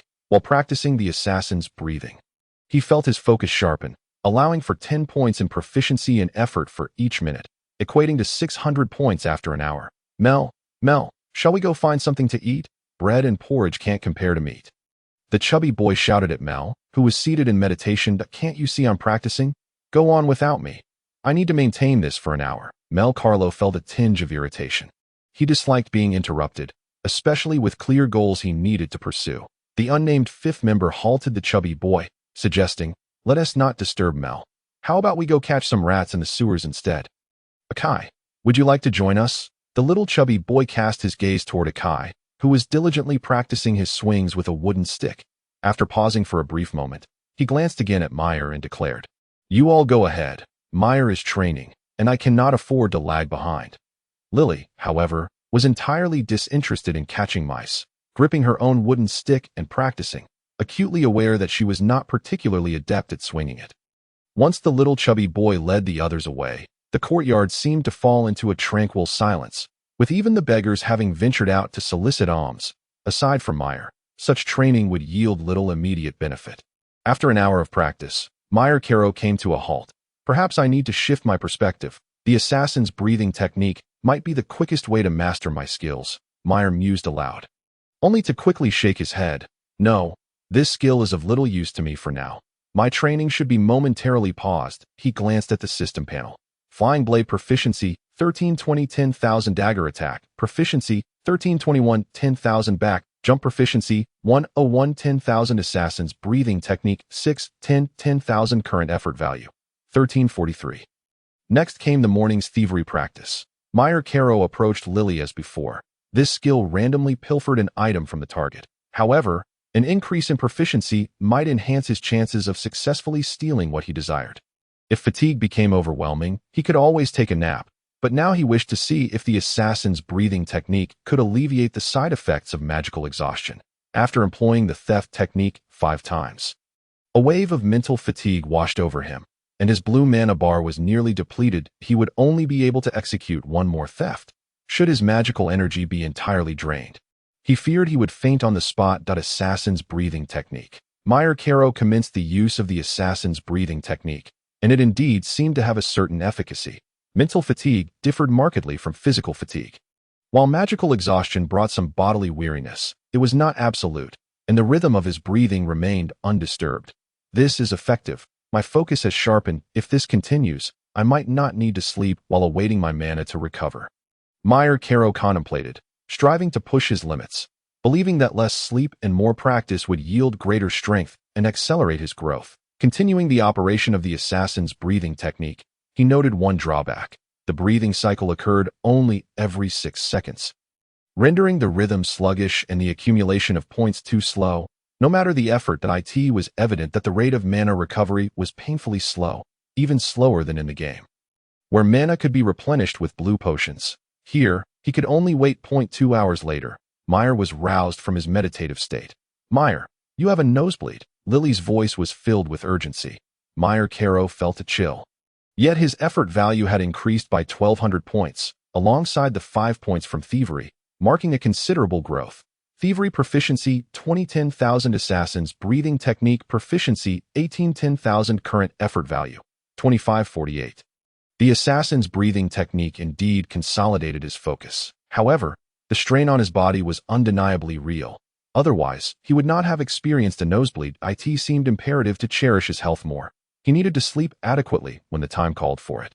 He could afford to shorten this time frame, perhaps adding an hour of assassin's breathing technique practice after thievery sessions, allowing for rest in the evenings, as daylight should not be wasted. With his current rate of training, the assassin's breathing technique should be the first to reach a proficiency of 10,000. Throughout the entire afternoon, Mel Carlo indulged in slumber, preparing for the final thievery training during the night. The food was nothing extravagant, but at least it was not too difficult to swallow. Days of leisure passed by, and Mel Carlo did not devote himself solely to training. He occasionally accompanied the little chubby boy in scavenging leftover meals, or simply lounged in the courtyard basking in the sun. Lily remained as gentle as ever, while Akai maintained his usual optimism, which was quite comforting. During this period, Mel Carlo also came to understand a significant fact. This continent was indeed called the Kandwin continent. However, another issue loomed. Relying solely on these maps, one could not grasp the true expanse of the world. Unless a complete world nautical chart existed, it was entirely possible that this world had yet to enter the age of exploration. In the year 200 of the Empire's calendar, at the end of June, that may have been the time he arrived in this world, with 3 months having passed since his reincarnation and the temperature noticeably dropping. The imperial capital of the Gald Empire lay to the east, potentially requiring 1 to 2 months' journey to reach Oak City. Mel Carlo surveyed the map on the table, recognizing far too few characters. Having to rely on his memory of the game's background to ascertain approximate locations in the game, Oak City served as the novice town for players, surrounded by low-level demon tribes, with prairies to the north, a vast forest to the east, and the Ixa religious kingdom to the south. To level up, one might either delve into the sewers beneath the imperial capital to hunt rats or venture to Oak City to accept quests from adventurers, such as dealing with low-level slimes. Such village-issued quests typically offered meager rewards, but the danger was virtually non-existent, merely requiring a bit of time. Uncle Ank, do you have paper and a pen? Mel Carlo inquired. None. Do you think I resemble a scholar? Uncle Ank reclined in his chair, his legs draped over the table. Not at all. You're a ruffian and a gangster. Precisely, Ank replied with a resigned shrug, after examining the map. Mel Carlo exited the room and descended the stairs. Akai was practicing swordplay. After all, this was a gang, and no one could provide him with professional instruction. Were he to learn stealth or thievery? Perhaps someone within the gang could offer guidance. Lily sat nearby, lost in thought, having little to occupy her time. Mel Carlo settled beside her, checking his system panel. Over the course of a month, he had accumulated a substantial amount of effort value. Flying blade proficiency 1,000-10,000, elite. Assassin's breathing technique proficiency 1,000-10,000, master. Dagger attack proficiency 1,000-10,000, elite. Back jump proficiency 160-10,000, thievery proficiency 320-10,000, current effort value 31,807. Having refrained from drawing rewards during this period, as he had yet to utilize the previous prizes, Mel Carlo felt a nagging unease, sensing that someone was watching him, though he could not identify who it was.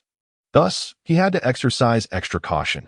Over the past month, aside from regular training, he had engaged in no other activities. The good news was that skills reaching full proficiency brought astonishing rewards, with returns generally proportional to proficiency progression.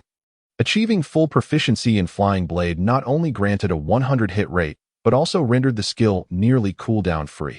As long as he had enough flying knives in reserve, he could throw them continuously. The elite feature was penetration, which he had tested and found effective in easily piercing targets. If the target attempted to defend, they would likely suffer penetration damage as well. Upon reaching full proficiency in the assassin's breathing technique, it could be maintained continuously, though its short-term effects were still limited. The primary benefit he had developed was the consolidation of focus, while the master feature allowed for movement, enabling him to maintain the skill even during high-speed maneuvers. Full proficiency in dagger attack granted a 100 attack bonus for dagger-type weapons, while the elite feature conferred an additional 50 critical damage. Moreover, the emergence of features greatly pleased Mel Carlo. These were akin to the attributes in the game.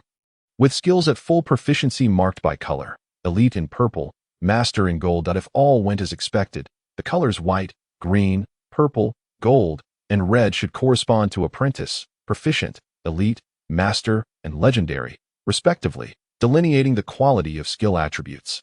For potions, equipment, or other items, the colors should similarly represent ordinary, good, excellent, rare, and divine. Contemplating these matters, Mel Carlo felt his mind straining to keep up. It was clear that he needed to procure paper and a pen. The concepts were still vivid in his mind, but as time passed, he risked forgetting crucial information.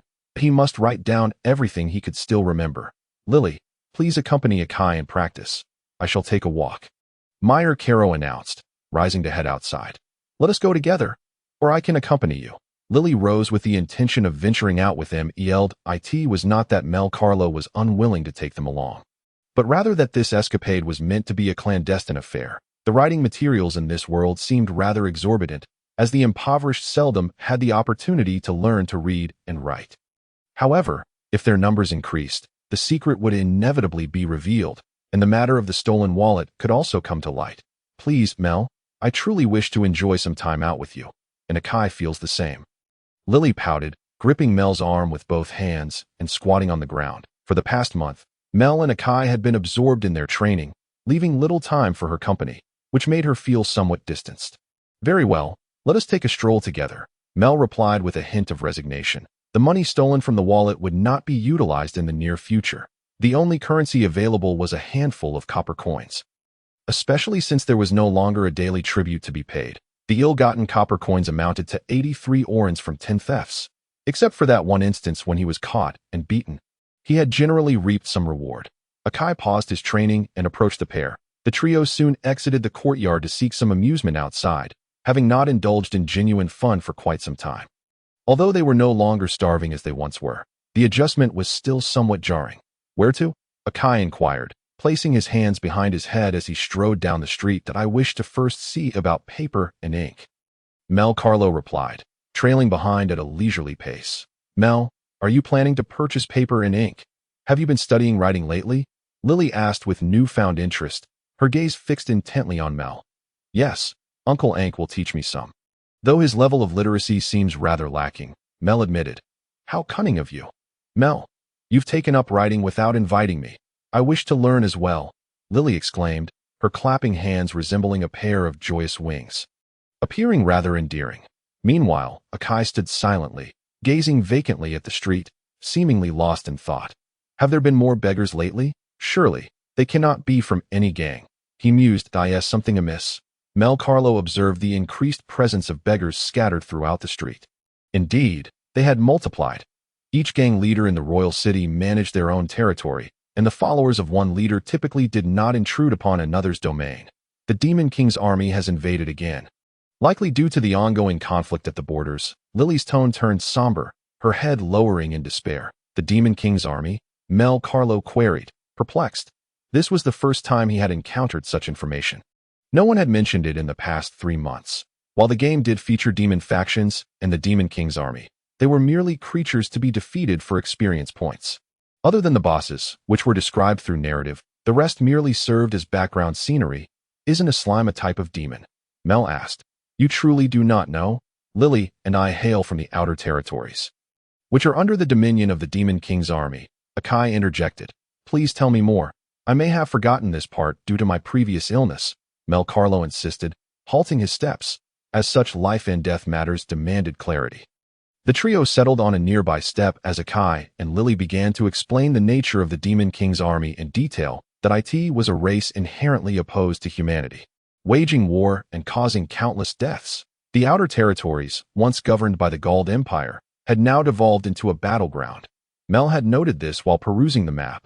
Just west of the Gald Empire lay an area referred to as the Outer Territories, which was almost equivalent to a duchy. Within their discourse, Mel discerned an underlying implication. Humanity was at a disadvantage, and that region seemed to have been outright abandoned by the Empire, which possessed ample strategic depth. Retreating its defenses close to the mountains, such matters were beyond the consideration of children, Teoakai and Lily. Demons were simply evil, without contemplating the Empire's predicament. However, such thinking was not entirely flawed. His understanding of this world was still insufficient, and the information he possessed was scant, rendering him unable to make a sound judgment. Knowing that demons could kill humans was sufficient. One day, I shall drive all demons from this land, Akai declared. Rising abruptly, his gaze resolutely fixed upon the sky. His family had perished in the onslaught of the Demon King's army, and he had wandered to the royal city, barely managing to preserve his life and avoid starvation. Mel, where do you come from? Lily inquired, her mood returning to its usual state. She should not burden others with her own sorrow, especially since Mel was not at fault in this matter that I do not know. I have forgotten, Mel Carlo replied. Shaking his head, he would not divulge the truth, for to do so would brand him a devil in the eyes of the church, leading to his execution. His soul did not belong to this world. This world bore resemblance to the game, but was also markedly different. Mel had lost count of how often he had thought this. Let us procure paper and ink first. We can learn writing together upon our return, Mel Carlo suggested, deftly sidestepping the topic. These children were not born as orphans. They had once had families, all of whom had perished. The trio soon found a bookstore and entered. The shopkeeper's expression soured upon seeing the three poorly dressed children. As in his experience, such urchins were invariably impoverished. They could hardly afford books or anything else, merely wasting his time. But if you're here to beg, take it outside. Do not soil the books in my shop.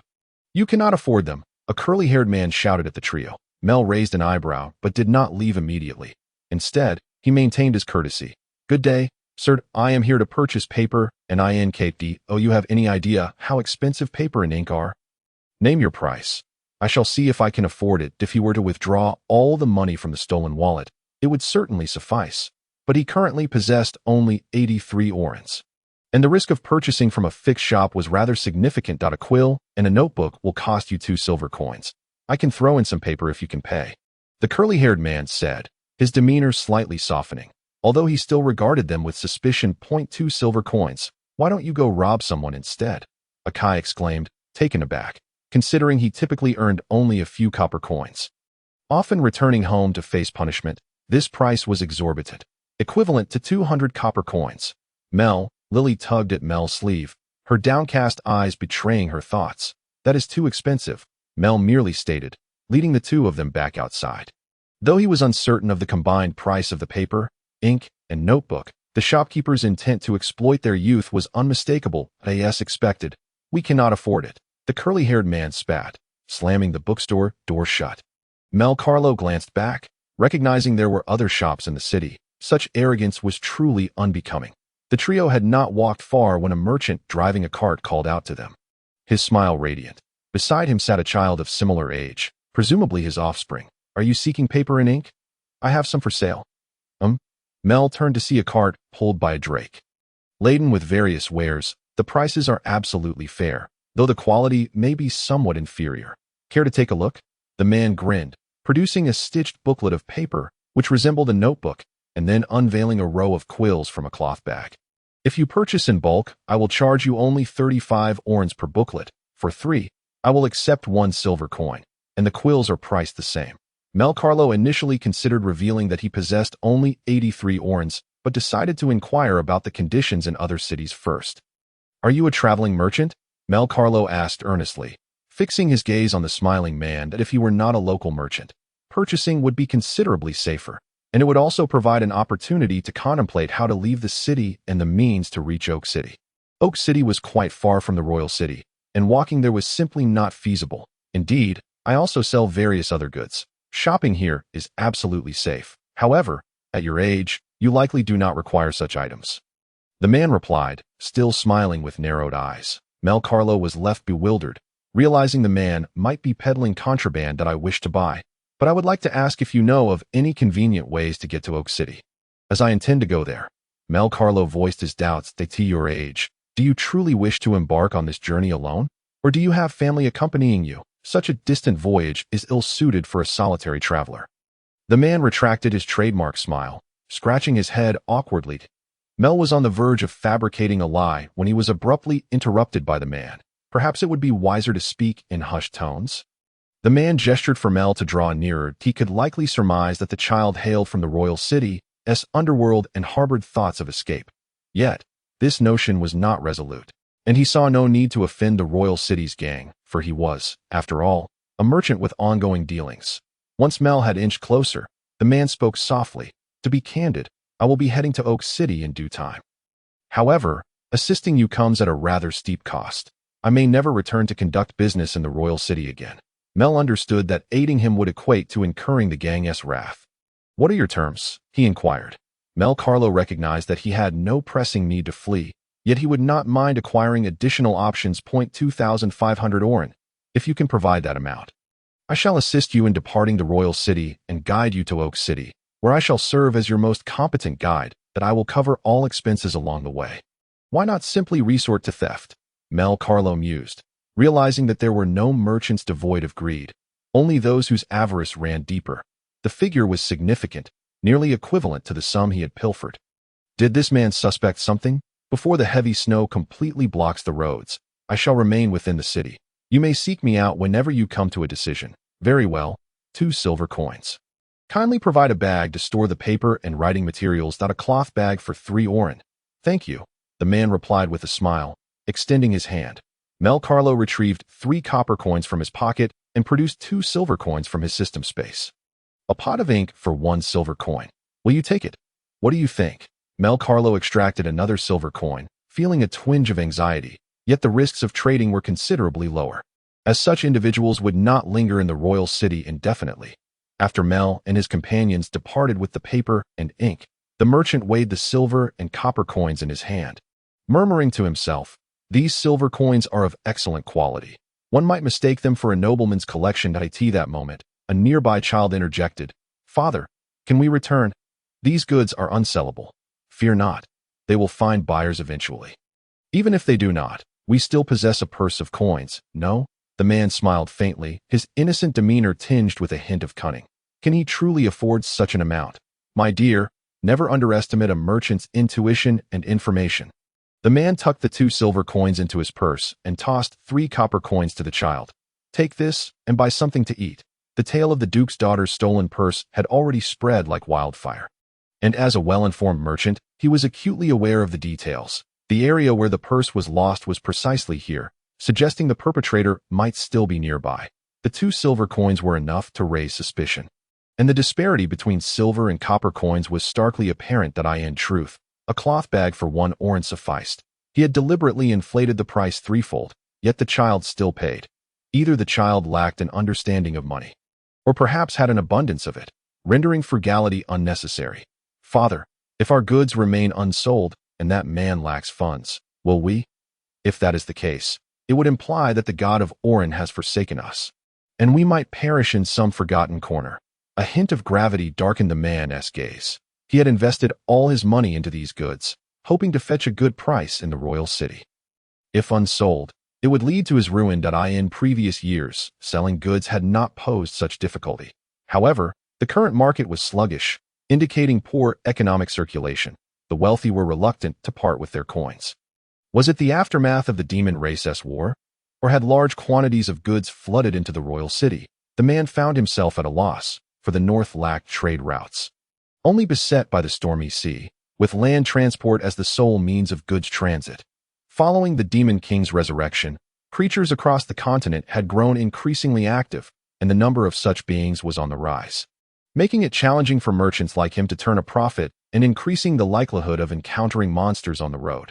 Yet, for a small trader like him, even if he wished to profit from the war, it was impossible.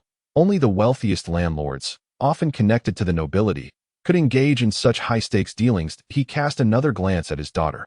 Now Now, do not fret if worse comes to worst. We shall simply declare bankruptcy. If it comes to it, I could always sell you into slavery." Upon hearing this, the little girl's eyes brimmed with tears, with her short hair and attire resembling that of a boy.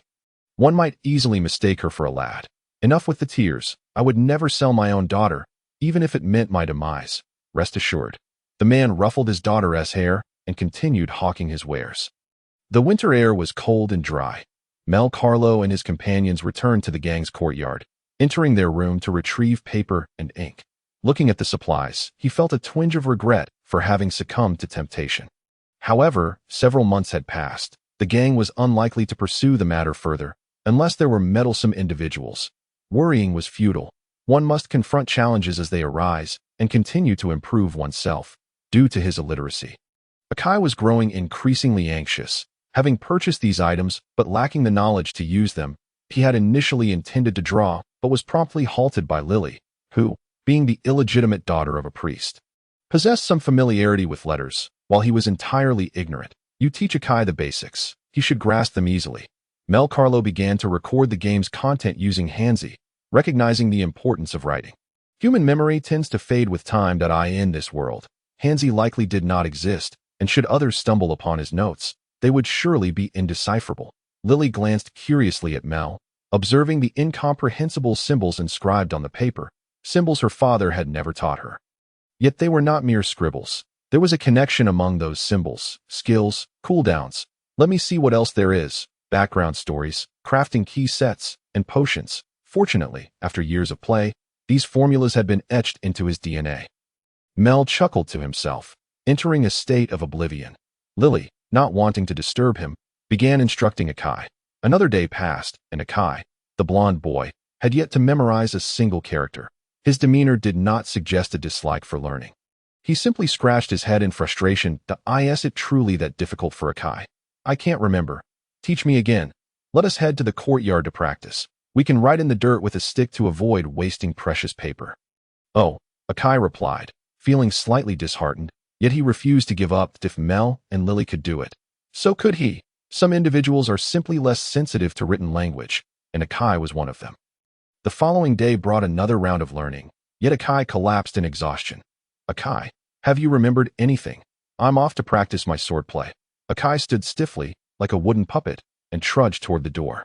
He grasped a wooden sword from the courtyard, swinging it while muttering, "Good morning. Good morning." No. He struggled to recall the letters from earlier while diligently wielding the sword. It is said that one cannot effectively multitask. Yet Akai found this to be a way to concentrate. The once foreign letters began to crystallize in his mind. Lily and Mel had invested considerable effort in teaching him. He had to remember. He could not let them down. Mel Carlo, however, was not overly concerned with such thoughts. He prioritized committing the game's content to memory over learning the world's script. Let me think this through. Mel Carlo tapped his fingers against his head. The Kandwin continent, with its myriad spin-off works, had one particularly profound entry. They set in a royal academy, featuring a commoner protagonist who rises against the odds in a noble school. Initially, he had no intention of playing, but the same account for Kandwin provided rewards for gameplay, prompting him to give it a shot. His first taste of such a fine experience was quite exhilarating. Though it was not something he could easily share with others, let us write down everything I can still remember, meticulously. Mel Carlo slightly eased his memory, categorizing what he needed to write and diligently jotting them down one by one. In truth, it was quite swift at this pace. It seemed he would be unable to attend to other matters for the duration of the week, and training would have to be temporarily set aside. After all, skills that could be rapidly mastered had already reached their full proficiency, while the remaining ones would require a considerably longer time to practice. Mel, is this another form of writing? Lily gazed at Mel Carlo's notes with keen curiosity.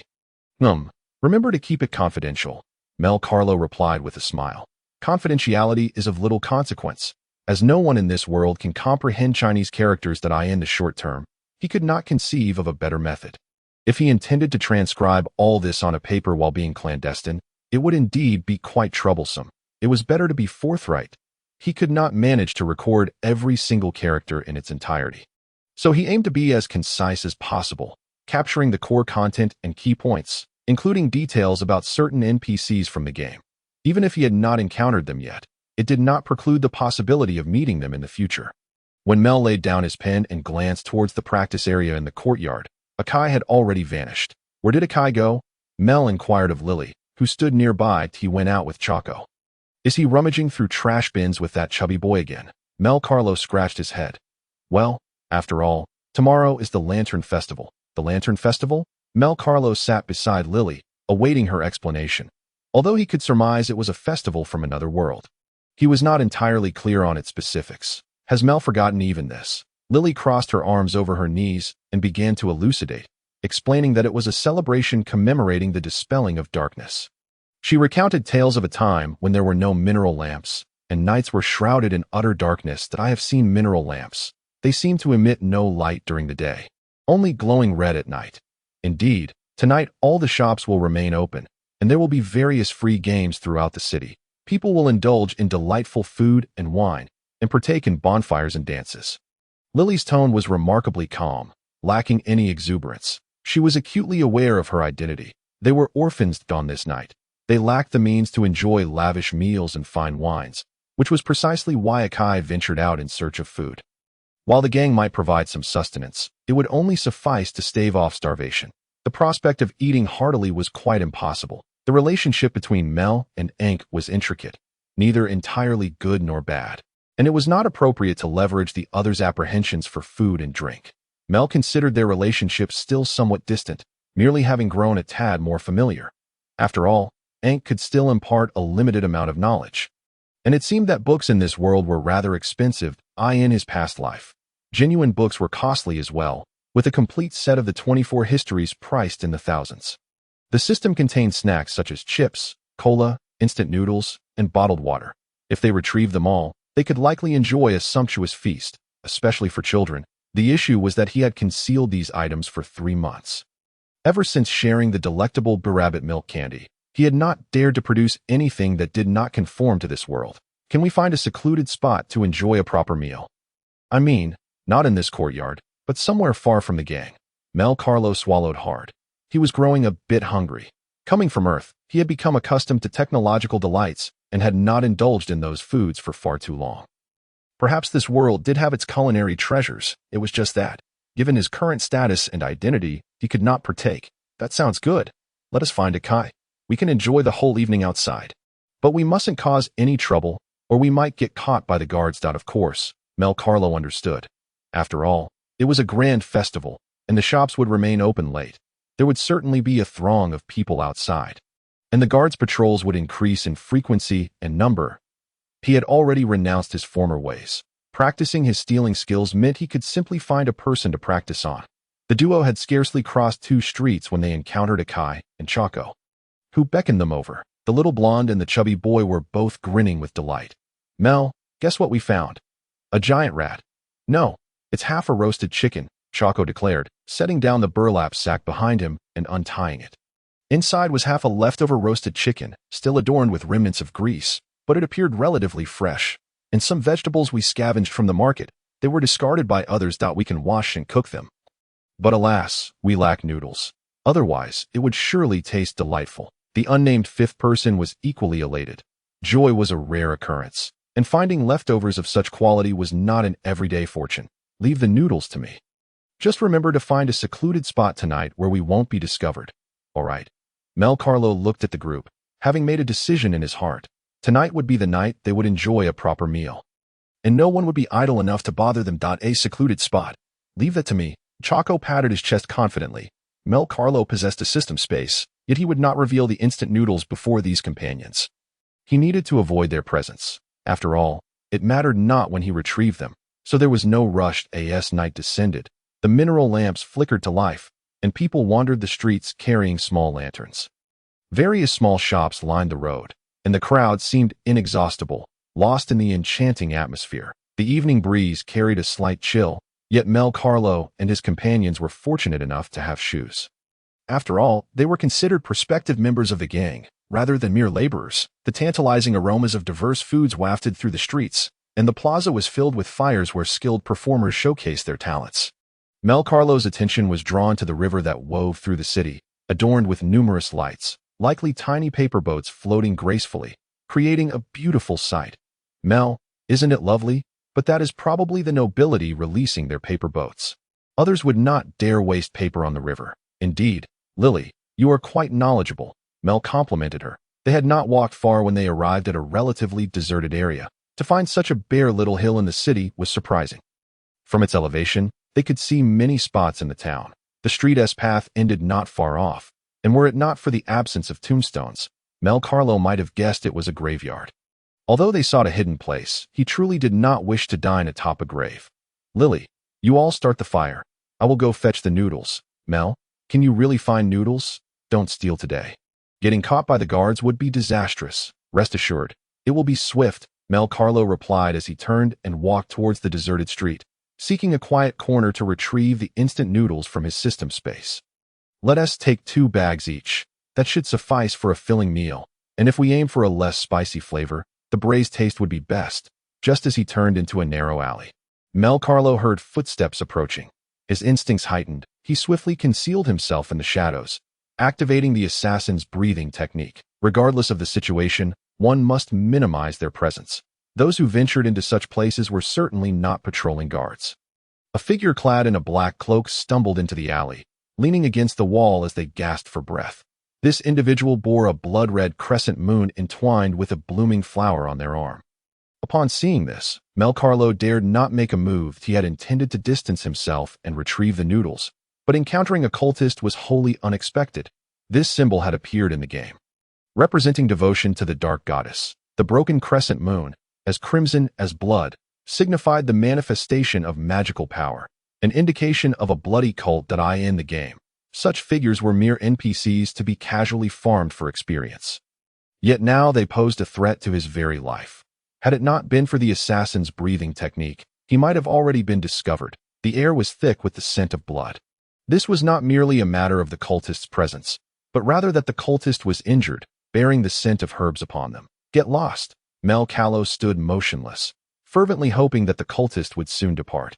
Previously, there had been specific warnings issued within the city regarding such matters. Yet for a considerable time, no incidents had occurred, leading Mel Carlo to believe that the cultist had been apprehended if he were to be discovered. He would undoubtedly be subjected to a gruesome blood sacrifice. Only after confirming that the cultist had truly moved far away did Mel Carlo swiftly escape from the shadows, not daring to pause for even a moment or to cease his stealthy breathing technique. Fortunately, possessing a unique ability that allowed him to utilize it while in motion. Once he had put a safe distance between himself and the danger, he retrieved 10 packets of braised flavor instant noodles from his system space, wrapping them in his clothing before hastily making his way towards a nearby hill. The direction in which the cultist had fled was opposite to his own, and for the time being, the hill offered a semblance of safety. However, Mel Carlo was eager to consume his meal quickly, as he had no desire to linger outdoors in a world fraught with peril. With a sudden crash, the instant noodles spilled from his clothing. Mel, what is this? Several individuals exclaimed, gazing at the peculiar packaging, which was made from a material they had never encountered before. They tore open the bags to reveal the noodle cakes and seasoning packets, 10 in total. Let us eat quickly and return. Are we not playing outside anymore? Chaco inquired, somewhat perplexed that I just saw a cultist, but he did not come our way. The outside is not safe, and places with fewer people are even more perilous. Mel Carlo did not conceal the truth, but laid everything bare. The younger ones instantly felt a surge of anxiety. Even though they knew the cultist had not approached them, they understood that such a secluded area was inherently unsafe.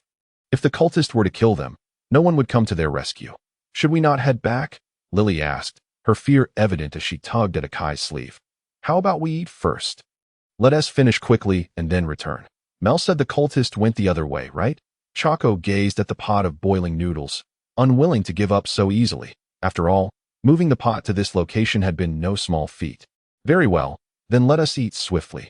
Mel Carlo ceased to elaborate further, tearing open a packet of noodles, placing the cakes into the pot, and adding the seasoning. While it was permissible to add more noodle cakes, only 1 or 2 seasoning packets were necessary, lest the dish become inedible. The scalding water rapidly softened the noodles, and as the seasoning was added, they were immediately greeted by a tantalizing aroma. How fragrant! Mel, where did you steal this from? Chaco wiped away his drool. Mel, you didn't pilfer it from some noble, did you? Lily frowned, her eyes filled with concern. The scent was extraordinary, something they had never experienced before. The prolonged absence of fats had rendered them unaccustomed to such flavors. Indeed, the majority of the enticing fragrance emanated from the oil packets, and Mel Carlo was already yearning to indulge. They lacked proper bowls. Using only broken shards, or even mere wooden pieces to serve, let us eat. Thus, without further ado, all five began to scoop up the noodles. They also divided the half-roasted chicken, which had been reheated after being cleaned. They devoured their meal heartily. After taking a large mouthful of noodles, Choco lifted a wooden spoon to ladle up some broth, exclaiming, "Hot, delicious. This is truly the best thing I have ever tasted." Akai sobbed as he ate. The other two shared a similar sentiment. It was not a matter of having insufficient food, but rather that it was simply too delectable. Slow down. Chew well before swallowing, Mel Carlo cautioned, fearing that someone might choke. It was quite possible they could also overindulge. 2 packets per person was indeed excessive. "Mel, will we ever get to eat this again?" Choco cried, his tears flowing more freely now that he had filled his belly. Fearful that he may never taste such flavors again, Dio not worry. "Keep striving. Perhaps we will one day savor even better fare," Mel Carlo replied, lying back on the ground after satiating his hunger. At that moment, he remained unaware that they would soon part ways, and in the many years that followed, Choco would never again encounter the taste of those noodles, no matter how hard he tried to replicate the flavors etched in his memory. In a bustling marketplace, a merchant accompanied by his daughter attempted to sell his wares, yet the sales were dismal. If he could not sell much today, future sales would be even more challenging. The man returned to his cart, realizing that his goods were not among the most expensive. The imperial city was never lacking in quality products, and the nobility would not linger at his stall. Thus, the items he brought were primarily of mid-range quality, including paper and pens, aimed at scholars who did not have particularly high standards. As long as the items were functional, he had visited several bookstores in the city, discovering that some offered paper of even lesser quality than his own. Yet those establishments had established a reliable customer base, fostering trust through long-term trading relationships. For a peddler like him, it was difficult to carve out a share of the market. Would purchasing this batch of cheap paper simply lead him into a trap? He initially intended to sell these items at cost price, but reducing the price only aroused suspicions about their quality, making them even harder to sell. "Dad, you simply lack the talent to become a great merchant," the girl remarked while organizing the goods under the glow of the street lamps, her otherwise dark skin now radiating a warm hue. In reality, as long as the price was right, customers would inevitably appear. Individuals like Mel Carlo would make purchases. The fact that nothing was selling at all indicated nothing but bad luck. "What nonsense are you spouting? I am a natural-born merchant." Just as the man sighed, a leather-clad figure halted before their stall. The man quickly greeted him. "Sir, may I assist you with anything?" "No, I merely wish to inquire if you sold some paper and pens to 3 young children." "Sir, my prices are absolutely fair. I certainly did not deceive those children." It was a mutually agreeable transaction, he replied hastily, his weathered face adorned with stubble, embodying a sense of desolation. The moment this individual appeared before him, he recognized him as a member of the imperial city's underworld, likely of a rank higher than a mere minion. It seemed the gang was still investigating the matter of the Duchess's missing purse. After all, the gang had suffered a setback by losing a low-ranking member to appease the Duchess's wrath. This indicated that either he had been targeted or that the 3 children were under scrutiny. Regardless of his suspicions, he maintained a smiling facade, for that was the fundamental etiquette of a merchant. "Would you care to purchase some paper and pens?" "Certainly. What are your prices?" The gang investigator smiled as he observed the man.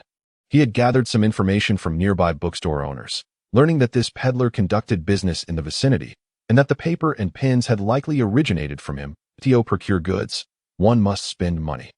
1 silver coin for 3 bundles of paper. The feather pens are priced the same. I can buy some paper, but the price for the feather pen is excessive. In that case, I shall not beat around the bush. You must have guessed my identity. The investigator's demeanor shifted abruptly, his tone growing cold. "What about the coins those children spent?" "I want those coins, sir. With so many customers passing through daily, how could I possibly remember each one?" "I assumed you were a parent of one of the children, concerned that I had cheated them," the man replied with a calm demeanor. This was the imperial city, and the guards patrolled frequently. The underworld members would not dare act against him openly. He did not see the need to keep secrets, but this particular secret was worth a good price. If one of those children chose to rely on him to escape the imperial city, it would mean a potential windfall of 2,500 oren. These goods might not sell in the imperial city, but they could certainly find buyers elsewhere, ensuring he would at least break even. It seems you are not inclined to cooperate. No, sir, I am merely a merchant. Different individuals have different ways of conducting themselves. If you are willing to purchase more goods, perhaps I could satisfy your curiosity. The investigator's expression darkened, his hand resting on the dagger at his waist. But he ultimately relented due to the sound of patrolling guards passing by. How about 500 oren? Very well. You merchants are truly cunning. The gang investigator directly tossed 8 silver coins onto the vendor's stall. One of these was designated for the purchase of paper, 2 were intended for the exchange of stolen goods, and the remaining 5 constituted the reward for this piece of information. Very well. Sir, I shall address your concerns promptly, Claire said, taking a burlap sack to wrap up the 3 booklets for this gentleman. The man instructed, then promptly extracted 2 silver coins from his pouch. Their gleam suggested they were remarkably new, resembling collectibles rather than the currency commonly in circulation. Are you certain? Indeed, sir. I trust you can discern at a glance that these 2 coins are in pristine condition, hardly indicative of frequent handling. A shrewd merchant must be adept at assessing risk. For the sake of 2,500 oren, he could very well be targeted by the gang, and that young man might not even seek him out. Yet, this sum of 500 oren was quite straightforward. At least it would cover his journey home. It was likely that the young man had not anticipated that months had passed without the gang relinquishing their investigation. The gang member accepted the 2 coins, delicately pinching them between his fingers. The merchant's assessment was indeed accurate. The coins were exceptionally new. Perhaps a visit to the Duke's residence with these coins would yield insights. But the matter had already been set aside. Pursuing it further would only invite trouble. It would be wiser to focus on the little piglet first, sir. Perhaps you might consider purchasing all of this paper. I can offer you a fair price. If you have channels for resale, you could reap considerable profits. Outsider merchant, you may be unaware, but these lucrative goods have long been monopolized by the noble merchant guilds. Not even I can afford to deal in them. When you arrived, they would lower prices to ensure you cannot sell. Merchants like you are ill-equipped to withstand any turmoil. The gang investigator chuckled. Fully aware of the situation, the fewer itinerant merchants there were, the greater the profits for local traders with stable sources of supply, monopolistic and consistent. However, the small merchant before him was evidently caught in the crossfire of the conflict among larger traders. Best return home soon. Country bumpkin. The gang investigator turned and departed, his gesture a cautionary one. As the number of refugees within the city increased, it was conceivable that goods would soon be subject to theft. As the war with the demonic army and the foreign lands had shown no signs of abating, with ever more regions falling into despair, the merchant's demeanor remained unfaltering, not due to the biting remarks directed at him, but because he comprehended the underlying issues he could not resolve. No-one was actively targeting him. Rather, he was a casualty in the war between local and foreign merchants, who were waging a price war. They aimed to lower prices to seize market share, eliminating competitors and establishing a monopoly that granted them pricing power to harvest the market at will. Father, why not give him all 3 silver coins?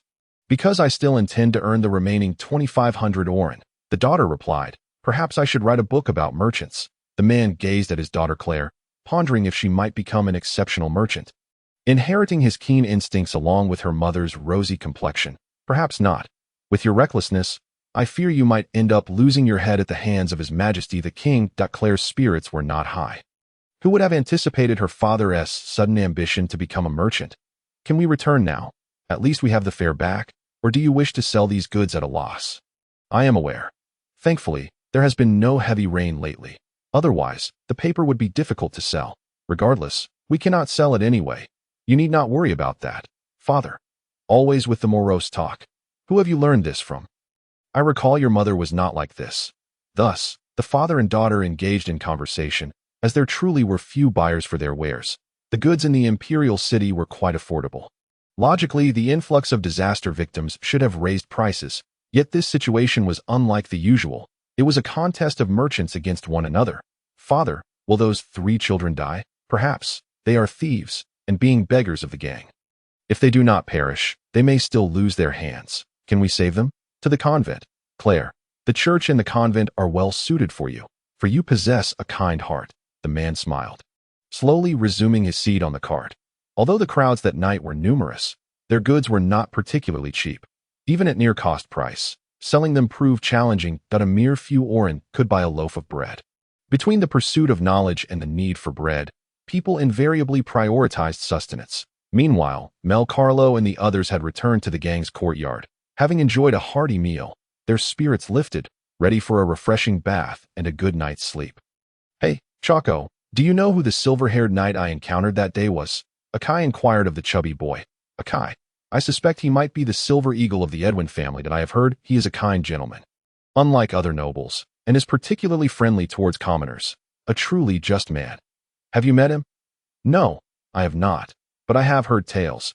His master is the sword saint of the kingdom." Chaco's expression remained calm, devoid of longing. In his view, most knights were no different from ruffians. Even the rumored friendly silver eagle might be hiding something unsavory. He harbored a disdain for knights and the church, for his parents had perished at their hands. However, seeing Akai's admiration, he refrained from dampening the mood with his own dismal thoughts as the night passed. Mel Carlo returned to the state of diligent memorization he had previously maintained, jotting down everything he could still recall on paper to prevent forgetting one day. Even chronicling his entire reincarnation process. This was a fantastical alternate world. Should he ever fall victim to some peculiar magic that erased his memories, at least this notebook would serve as a reminder of his identity. A week later, Mel Carlo ceased recording game details, having written down everything he could think of, even content from derivative works. The remaining specifics would have to wait until inspiration struck, as his mental capacity was inherently limited.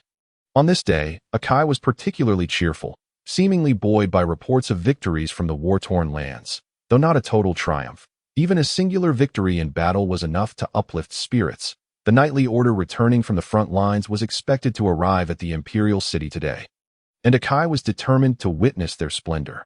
"Mel, are you not coming with us?" Akai extended an invitation to Mel to join. However, Mel Carlo, having just finished his notes, preferred to rest and experience the chill of the outdoors. So he declined. "You all go ahead. Just tell me about it when you return. I wish to rest for a moment." Mel Carlo settled beside the hearth, his eyes gently closing. He wished to think of nothing and avoid movement. His skills in flying blades, assassin breathing techniques, and dagger attacks had all reached full proficiency.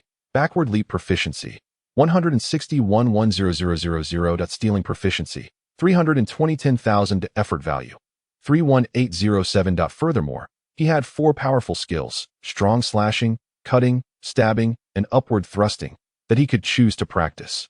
As these were upper body skills that did not conflict with his other training, perhaps I should pay a visit to Uncle Ankh. Mel Carlo yawned and ascended to the second floor. Upon pushing the door open, he found the room empty.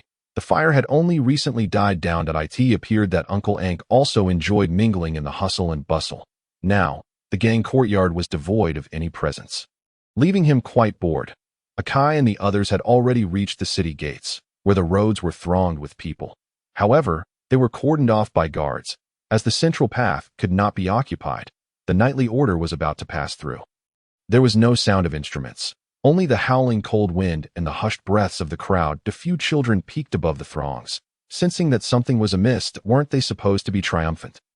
"Why is it so quiet?" The vanguard of the knightly order entered the city first, followed by a cart bearing a massive stone, upon which rested a sword that appeared freshly forged, its blade thrust firmly into the stone. "Is that the sword in the stone? I have heard that only the chosen hero can draw it forth."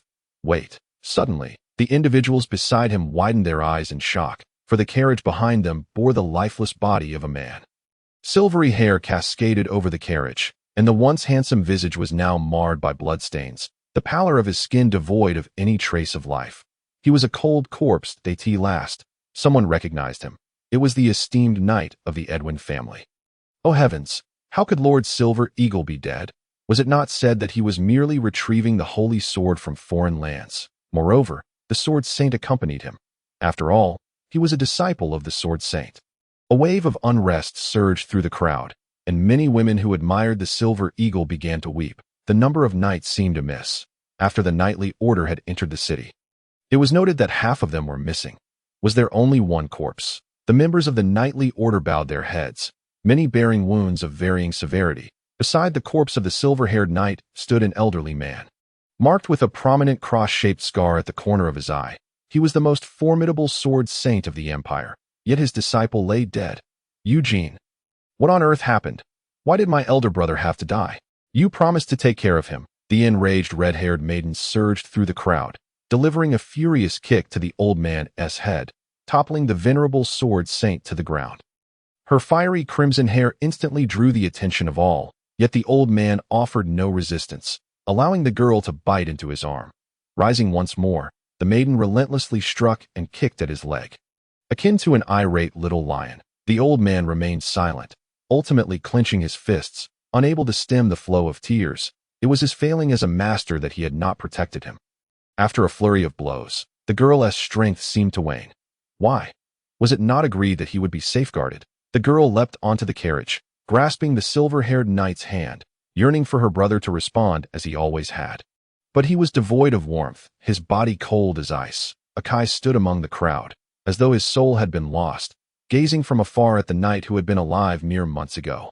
Chocolate, is that girl also from the Edwin family? She appears so sorrowful. Lily inquired of the plump boy beside her. I've never heard of her, and that crimson hair seems rather frightening. Chocolate replied slowly. In the human realm, even those with red hair typically sported more natural shades. Such a fiery hue was generally associated with demons or the offspring of humans and demons. Those harboring such thoughts were not alone. Many shared similar sentiments, having grown up hearing just that. What was supposed to be a triumphant return for the knightly order had abruptly turned tragic, with the death of a highly esteemed knight.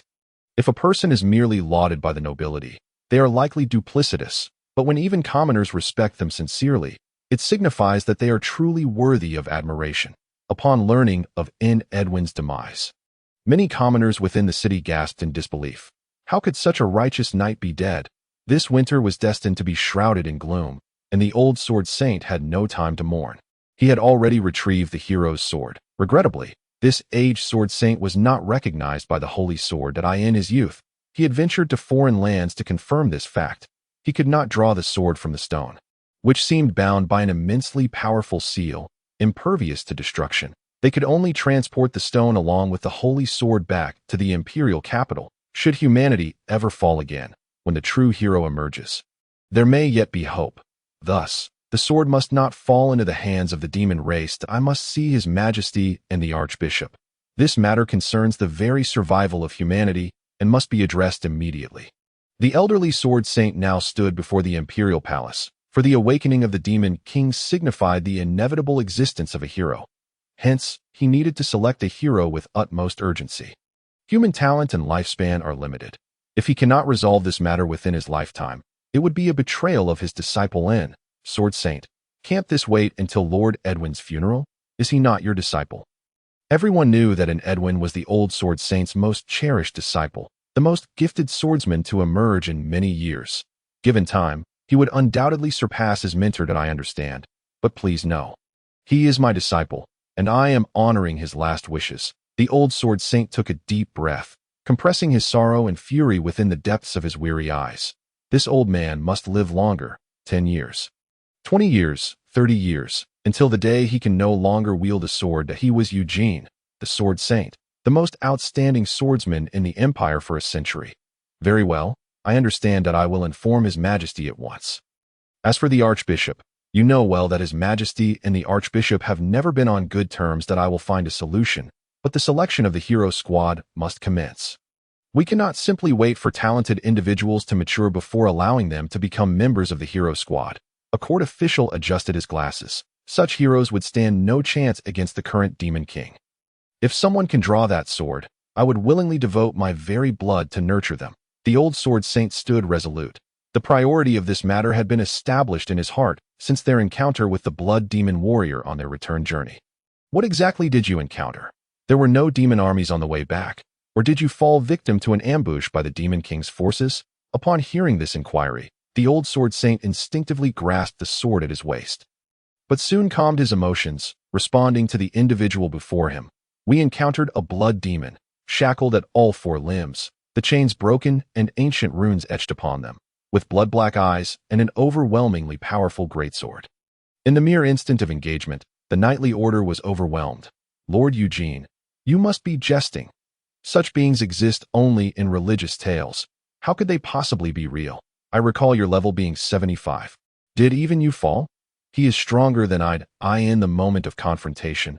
The other members of the knightly order were not left even with corpses. They were simply reduced to blood mist.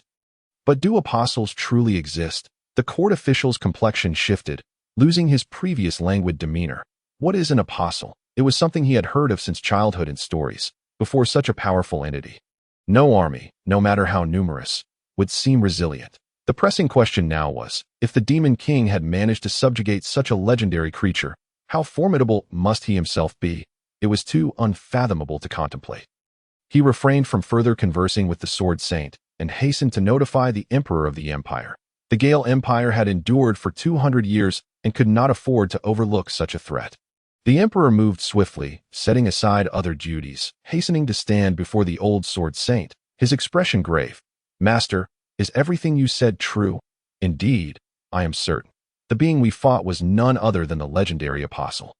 The Imperial Knightly Order, numbering nearly 2,000, is the most elite faction aside from the Royal Knights. Yet half of them left no remains at all. Your Majesty, do you comprehend the gravity of my words? I will inquire into this matter personally. Master, can one individual truly cause such catastrophic consequences? Or were you attacked by the Demon King's forces? His disbelief was not aimed at the mentor who had taught him the sword. But as the ruler of a nation, he had to consider myriad factors. Perhaps they were enchanted by a high-ranking demon, experiencing illusions. That would be preferable to a mythical being manifesting in this era. Every survivor of the knightly order can attest to my words.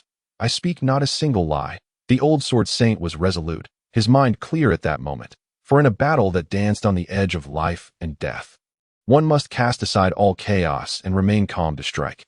Yet that formidable entity had, right before his eyes, slain his disciple, regardless of how furious he became or how fiercely he swung his sword.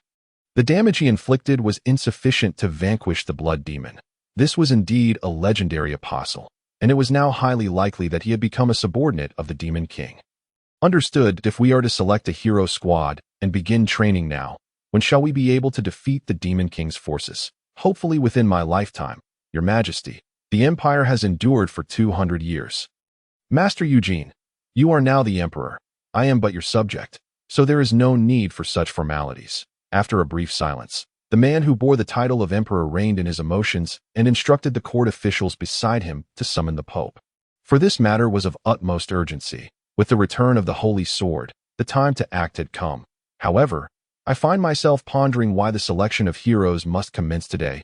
Does it not seem rather hasty? For I have also encountered another apostle, the fabled prophet clad in black robes, shortly after N's demise. The old Sword Saint had never mentioned this to anyone before, but he now felt it imperative to inform the Emperor. For as the supreme authority of the nation, the Emperor must be aware. Did that prophet assert that a hero would be found today? And what transpired thereafter? Did you not bring the prophet back with you? The Emperor inquired once more. Your Majesty, it was raining at the time, and he whispered in my ear, only to vanish swiftly into the downpour. Did no one else lay eyes upon him? How can you be certain that this is not merely a figment of your imagination? I am in the process of discerning whether I am indeed losing my sanity. Your Majesty, the old Sword Saint replied, his tone heavy with gravity. A Sword Saint. He possessed a heart of resilience. Should it transpire that they locate the one capable of drawing the holy sword today, then the black-robed prophet must be genuine. Otherwise, it would suggest that this venerable Sword Saint had succumbed to madness due to the overwhelming shock of recent events. Is the Emperor merely human? Perhaps. Yet most often he must operate with the cold precision of a machine, meting out rewards and punishments. In other words, if the black-robed prophet were indeed an agent of the Demon King, then this Sword Saint would plummet from grace, for no one favors a madman. Master, must I go see in? I once imagined he would perish at the hands of some lowly wretch, yet he met his end like a true hero. The Emperor's words seemed tinged with a hint of mockery, though he and In had indeed shared a common lineage in their training. In Edvin, a noble by birth, lacked the demeanor typically expected of one of his station. They were born into nobility and thus looked down upon the commoners with disdain. Despite their differing personalities, the two shared a bond of friendship. This matter, however, lay beyond the Emperor's purview, and the decision to go or not was of little consequence. The old sword saint's thoughts drifted back to the fateful day of the ambush during their return journey. A convoy of 2,000, the Empire's finest knights, clad in heavy armor and mounted on steeds. Impervious even to the boldest of flies to as the rain began to pour more heavily. It felt as oppressive as congealed porridge cooling atop a head. Suddenly, a searing presence and the crimson aura of sword energy rent through their ranks. They were beset by a singular assailant, and in the initial shock of the attack, they were taken aback, but soon realized it was an onslaught from the demon horde. Not a single knight among them fled. One after another, they charged at the foe, swords drawn, only to be reduced to bloody mist under relentless strikes, their armor crumpling like paper. Master, I will carve out an opportunity for you. Can you slay him? This cannot continue. The knightly order has suffered grievous losses. The two stood shoulder to shoulder, vigilantly observing the monstrous adversary before them. Should the rain intensify further, they might struggle to hear one another's words. It was imperative to dispatch this foe swiftly. Why not lead the remaining knights in retreat? I shall hold him off. It is paramount that the holy sword is returned. Master, a knight does not retreat. You are truly infuriating, but do exercise caution. The clash of sword energies intertwined upon the muddy path, and within the disordered forest as they engaged repeatedly, the air thick with the scent of blood. The scene descended into chaos, and for a fleeting moment, time seemed to suspend. He knew his blade had pierced the blood demon, believing the battle to be at its end. Yet, the blood of the fallen began to coalesce around the blood demon, who remained unvanquished at the critical juncture. It was his apprentice, whom he was meant to protect, who instead shielded him.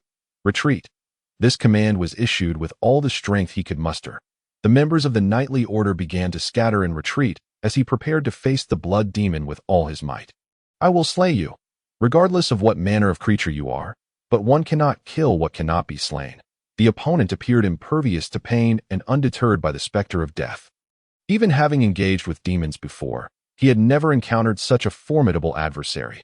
Ultimately, he found himself utterly spent, cradling his apprentice's lifeless form, and his final words were a question: will humanity prevail? Though framed as an inquiry, it bore the weight of conviction, and the old sword saint awaited the blood demon's strike to sever his head, his footsteps accompanied by the sound of rain. The demon king sends his regards to you. Sword saint, the blood demon did not slay him, seemingly dismissive of the notion, a scornful smile gracing his lips and his eyes hollow with indifference. Your efforts to lead the knightly order in reclaiming the holy sword have resulted in casualties among the demon horde. Thus, the demon king has commanded that I repay you in blood. And one more thing. The sword itself is of no concern to the demon king. Your apprentice displayed remarkable prowess. Most would not survive even a single strike from me. Who are you? The old sword saint, clutching his disciple's corpse, gazed fiercely at the demon before him. My name. I have forgotten to be why the words of the world. I am known as the blood demon. You are an apostle. The old sword saint stood frozen in disbelief that he had not perished, nor had he sustained grievous wounds. Yet his dignity and pride lay shattered beneath the weight of humiliation. The blood demon departed. This apostle who had been relegated to the realm of myth, now manifesting in the world of men. The rain fell more heavily, each drop chilling the old swordsman to the bone. Yet, the chill of his body paled in comparison to the numbness within his heart. Before such a formidable enemy, he perceived no glimmer of hope. Yet now, in his advancing years, he had little possibility for further growth. Having nearly reached the pinnacle of his swordsmanship, in the depths of despair, a figure clad in black robes materialized before him, their voice gender indistinguishable. Train another disciple. Impart all that you know unto him. These words seemed to penetrate his thoughts, revealing his own inadequacies. If his talents could not reach greater heights, then he must seek out a gifted apprentice to whom he could bequeath his lifetime of knowledge. At the instant this figure appeared, the rain ceased its relentless fall. That I trust you have encountered an apostle, yet apostles are not invincible. Who are you? Eugene lifted his gaze, the weight of decades visibly etched upon his countenance. I am the black-robed prophet. You must remember what I am about to say. Upon your return, convene a selection of heroes with the holy sword at once. Train him well. Otherwise, humanity shall perish at the hands of the demon horde. We cannot afford to lose our heroes. You still have several decades to establish a new generation of heroes, and they must surpass those of the past. Heroes may be born but once in a century. Or perhaps only one in a millennium, in an era devoid of the Demon King. Those heroes might have lived out their lives in tranquility, yet the times have changed. A new Demon King has emerged. With those words uttered, the previously stilled rain resumed its descent, and the black-robed prophet had vanished from his sight. He had received a crucial piece of information. If they did not immediately convene the hero selection upon returning to the city, they would lose their chance at a hero. Will a hero perish? Yet, if one could so easily meet their demise, how could they ever become a hero? Countless questions swirled in his mind, but the events of the day compelled him to act. He even questioned whether the psychological toll had driven him to hallucinations. Later, he shouldered his apprentice's lifeless body and rejoined the scattered members of the knightly order. None bore smiles. What had begun as a resounding victory had culminated in a staggering loss. The imperial knightly order had suffered over half its ranks, and even the eldest scion of the Edvin family had fallen, with others reduced to naught but memories. Even the empire's most formidable swordsmen had been vanquished. Casting a pall over the hearts of all present, assaulted by an apostle, they were now bound to heed the prophecy of another apostle as they initiated the selection of heroes by midday. The clouds above the imperial capital of the Gald Empire finally parted, sunlight illuminating the holy sword, which bore no trace of rust, still radiating an otherworldly brilliance. The news spread throughout the city. Every citizen would have the opportunity to attempt to draw the holy sword, and the one who succeeded would be proclaimed the nation's hero. The old sword saint stood among them, clad in a dark mantle. His aged yet steadfast hands poised at his side on the viewing platform. The Pope and the Emperor looked on from a distance. Having concluded their negotiations, the hero team would feature individuals of their choosing. For only the most exceptional priests and clerics would emerge from the church. Ake and the others had yet to return, as the guards had nearly disseminated the news throughout the capital. Every citizen of this realm was invited to attempt to draw the sword. If all the denizens of the imperial city have attempted it, they shall take the sword to another town, allowing others the chance to try their hand at my lord. Is it truly possible for us to attempt to draw this sword? The sword appears so magnificent that the questioner finds himself at a loss for words. Gazing at the gleaming blade as if it were a divine gift, unsure how to articulate his awe, everyone is welcome to try, for I believe that a hero shall arise from among you. Without the need to await the resurrection of ancient champions, the swordmaster Eugene stepped forth before the sacred blade, summoning all his strength once more in a bid to unsheath the sword. Yet he failed. He then called out to those gathered below, "Step forward, young ones. I have faltered, but the hero may very well be among you. Form a line if you wish to attempt." His resonant words ignited a fervor within the hearts of the onlookers. Initially hesitant, the crowd grew emboldened once a commoner had tried and failed. With no punishment for failure, the promise of becoming a hero of the realm beckoned enticingly. "Chocolate, let us join the queue," exclaimed Akai, his eyes sparkling at the sight of the radiant sword, envisioning himself drawing it forth, defeating the Demon King, and becoming the nation's champion. No, I have no desire to be a hero. The battlefield is fraught with real peril, Chocolate replied, shaking his head, yearning to retreat. Then I shall accompany you, Akai.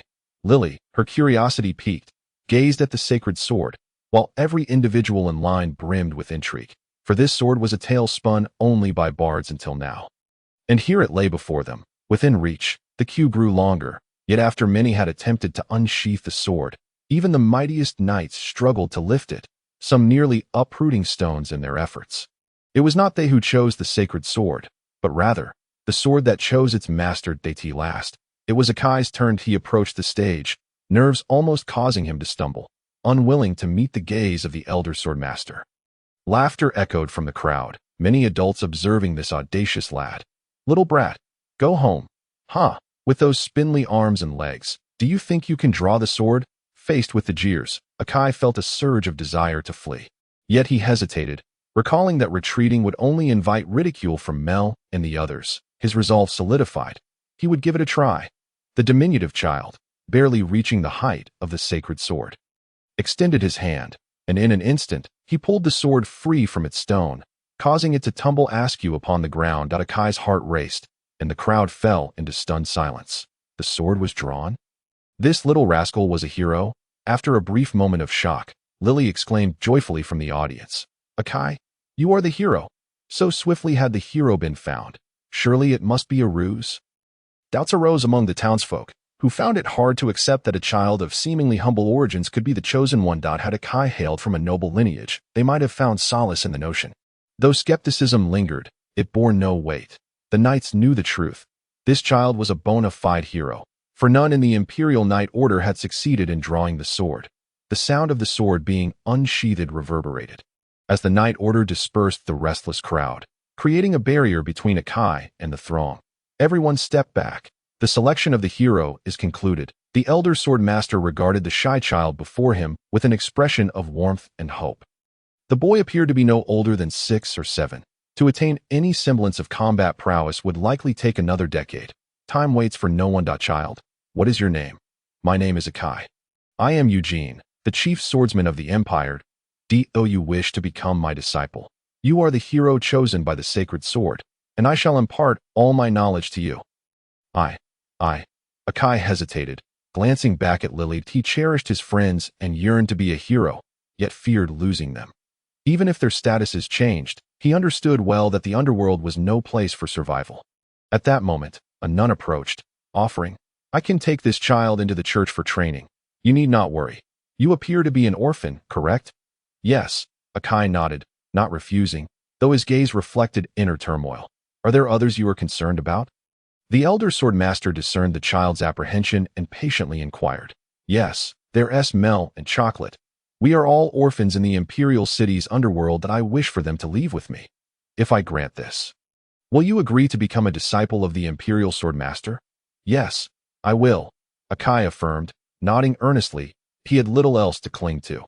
If he sought vengeance for his family, becoming a hero was the finest choice. Call me master. Now, take me to your friends and see if they wish to accept the Knight Order's guidance. The elder sword master gestured for Akai to lead him to his companions, wishing to teach his disciple well, ensuring he harbored no worries and could devote himself fully to his training, thus fostering swift growth. The old nun gently brushed the girl's hair, asking, Little one, would you kindly tell me your name? Lily, the girl replied shyly. Lily, a name as pure as a lily flower. I trust your parents loved you dearly. Indeed, my parents loved me, but they perished at the hands of the demon kin, Lily replied. Raising her gaze to the NUND, oh, you have no surname? If not, you may adopt mine. Crabble. Thank you. I have no surname. Like Akai.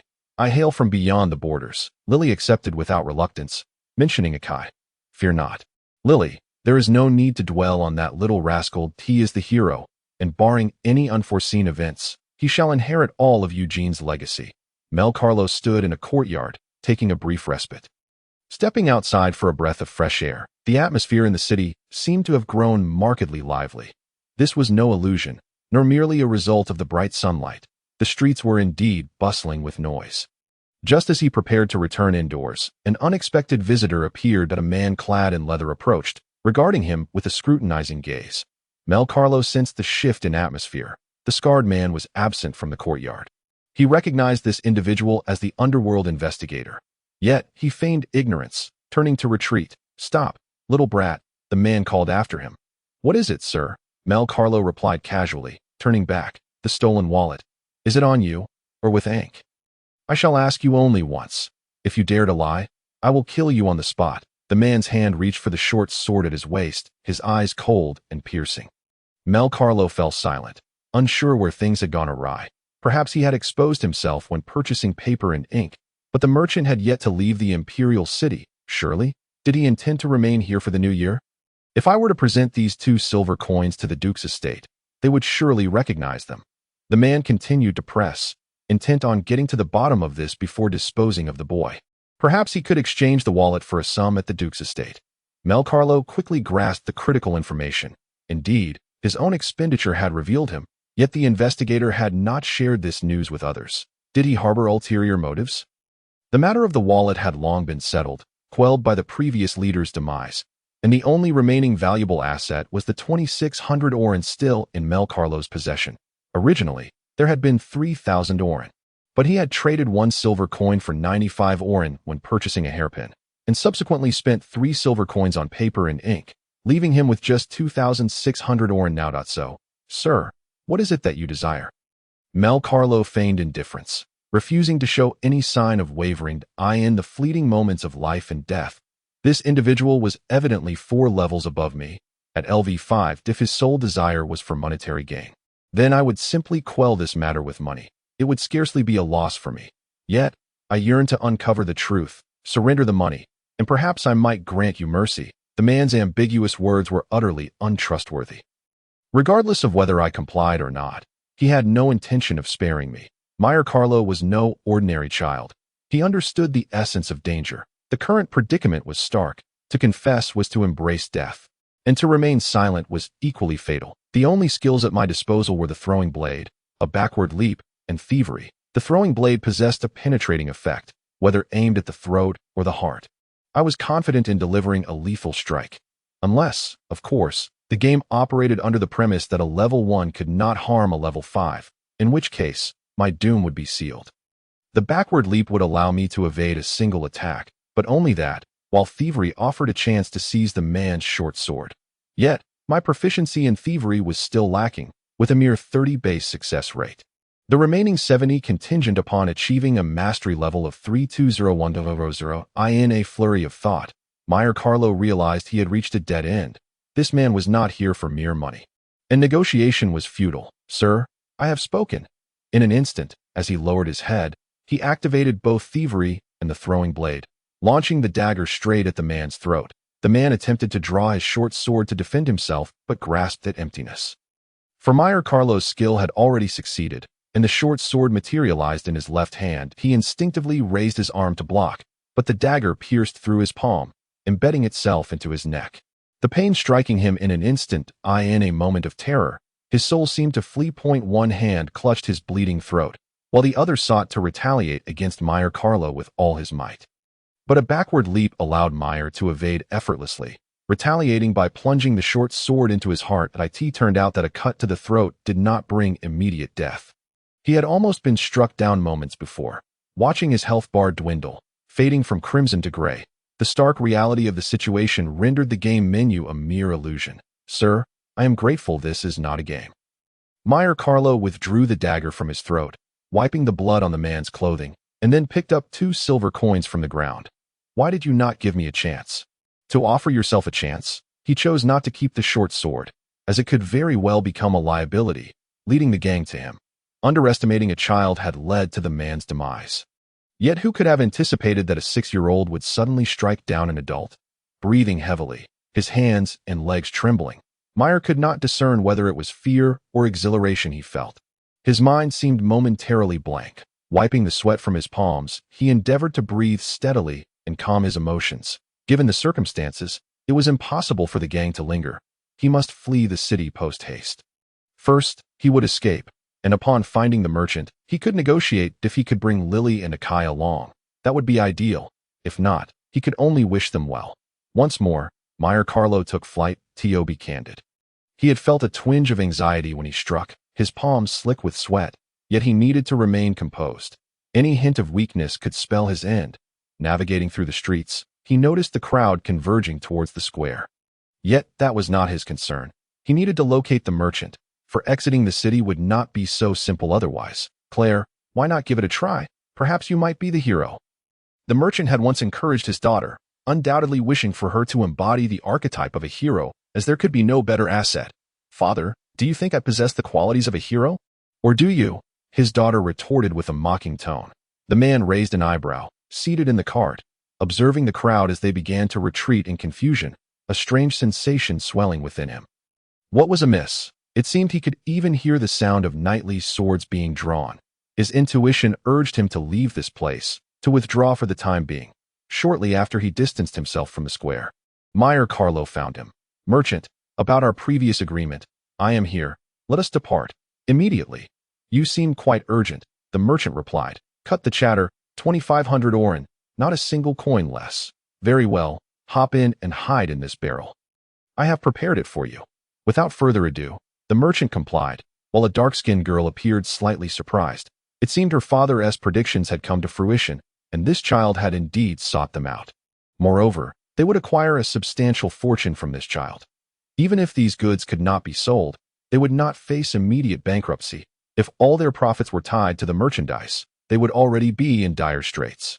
This unexpected windfall felt more lucrative than the goods themselves. Mel Carlo concealed himself within the wooden barrel, and the cart soon made its way towards the city gates. The earth dragon, the cart, and the unsold goods constituted the merchant's entire fortune, necessitating no pause. "Hey, merchant, are you not selling your merchandise?" A familiar face teased from the roadside. "Not anymore. They won't sell anyway, so I might as well head home." The merchant did not halt. This was his most lucrative venture yet, albeit fraught with risk. As the merchant's cart approached the city gates, it was halted by the guards responsible for inspections, concealed within the wooden barrel. Mel Carlo sensed the cart come to a stop. Routine inspection. "What do you carry?" "Just some merchandise," the merchant replied with a smile, presenting 30 oren from his purse to the guards. The guards accepted the coins without counting, merely weighing them in hand before clearing the way. "All right, you may pass." 30 oren was neither too much nor too little, just sufficient for a round of drinks. These merchants occasionally transported contraband, but it mattered little. Even if they apprehended a criminal merchant, the rewards were minimal. It was more beneficial to maintain such relations and reap some profits. Meanwhile, Meyer had exited the city, while Akai and the old sword master had arrived at the gang's stronghold. However, before they could enter, they were met with a faint scent of blood. Chocola lay terrified and paralyzed at the entrance, alongside another child who was equally stunned. "What happened?" The old sword master unsheathed his sword. "People are dead." Chocola scrambled out of the doorway, his legs trembling, not from unfamiliarity with death, but rather from the overwhelming dread it instilled. "Chocola, have you seen Meyer?" "I don't know. I just returned." Chocola rose from the ground. The nightly orders swiftly surrounded the courtyard, while the old sword master ventured inside alone. Akai and Lily longed to follow, but were barred at the entrance. If the enemy had not yet fled, the courtyard was perilous. Within the royal city, cultists had infiltrated, a fact known for some time, yet unaddressed. However, the old sword master quickly surveyed the area, striking decisively, successfully targeting the throat and presumably disarming the deceased. The deceased clutched his throat, blood flowing freely, attempting to muster the last of his strength to resist. The assailant had leaped back, leaving faint footprints, likely belonging to a child or a woman, but an assassin could manage such stealth on tiptoes. "Come inside." The old sword master beckoned Akai. "Do you recognize this individual?" he inquired of Akai. Akai hesitated. Moreover, employing exceedingly lethal means, a dagger was expertly hurled at the neck, followed by a swift thrust of a short sword into the heart. Throughout the ordeal, only 2 strikes were executed, rendering the assailant akin to a seasoned assassin. It is not uncommon for members of the imperial city's underworld to be eliminated by hired killers. However, the sword saint soon took note of the wound upon the assailant's hand. A piercing injury. Such a weapon must possess extraordinary sharpness to inflict such damage, Ankh observed in silence, likely having deduced the unfolding events. Had he refrained from mingling in the fray, perhaps matters would not have escalated to this point. That he hoped that rascal, Mel, had managed to flee. Was he truly an apostle? Should he perhaps search for his friend within the city? If he could not be found, it was quite possible he had been captured. Eugene posed no further inquiries. This recently returned gang leader was presumably unaware of the circumstances. The old sword saint, lacking any aptitude for appraisal, could only attribute his observations to his own keen perception, though age had rendered him somewhat dulled in this regard. They searched tirelessly throughout the afternoon, yet Mel Carlo remained elusive, vanishing from the city as if swallowed by the sea, completely evaporated from existence. "Let us think positively, child. Perhaps your friend yet lives. Merely having been taken captive, I shall initiate an investigation into this matter." The old sword saint reassured. Should the adversary be determined to conceal their target, given their current capacity for intelligence gathering, even mobilizing the knights would prove arduous. Moreover, he could not justify deploying the Imperial Knights under such pretexts. Identity was a significant concern, for Mel Carlo was but an orphan. Yet what benefit could one derive from abducting an orphan? If he were merely a witness, it would be prudent to eliminate him outright. What of the other child? Does Chocola refuse to accompany us? What a peculiar child. Does he also shun the church? Indeed, he does. Everyone has their aspirations. That I shall have my friends in the underworld look after him, while you shall accompany me to join the knights for training. The old sword saint departed with Akai. Lily followed Sister Clabel into the church for her training, they would undoubtedly see one another often. Being in the same city, though she harbored concerns for Mel Carlo, their current abilities rendered them powerless to act, leaving only worry without any practical means to intervene. May the divine bless you. Mel. Lily conversed joyfully with the nun, who was not at all like the other stern and unyielding nuns. Rather, she exuded kindness. Lily, you have always venerated the goddess of light. Thus, your entrance into the church is entirely in accordance with divine will. The nun remarked, gently placing her arm upon Lily's head. Indeed, my family has long worshipped the goddess of light. However, even among those who profess the same deity, divisions have arisen among various factions. Why am I sharing this with a young girl? The nun halted before the gates of the knights, her tone shifting. If we speak of significant changes, Eugene's transformation is indeed profound. I can see no trace of his former confidence in his eyes. Lily paused in contemplation, realizing that this elderly nun had known Eugene since his youth. Had Eugene been born a little later, I believe he would have been the hero to vanquish the Demon King. Alas, by the time the Demon King returned, he had aged considerably. The Sword Saint truly formidable. There are those with greater talent, yet they perished along the way, leaving him as the Empire's mightiest swordsman. However, even I doubt that a younger version of him would necessarily be a match for the Demon King. I heard that upon his return, even his own disciple had perished, but that was not the Demon King himself, merely one of his subordinates. The old nun seemed to reminisce, contrasting fragments of her youthful memories with the present. Time has not only swept away the years, but also the fervor of their youth. They had grown old.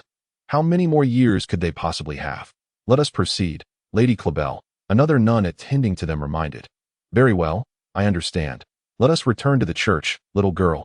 They made their way towards the convent, which was separate for males and females, though they occasionally met at the church, the headquarters of the Church of Light in the Guard Empire. Akai took his first steps into the Imperial Knights alongside the Old Sword Saint. Unlike the Royal Knights, the Imperial Knights were solely dedicated to warfare. They might not excel in protecting their charges, but they wielded lethal skills without hesitation.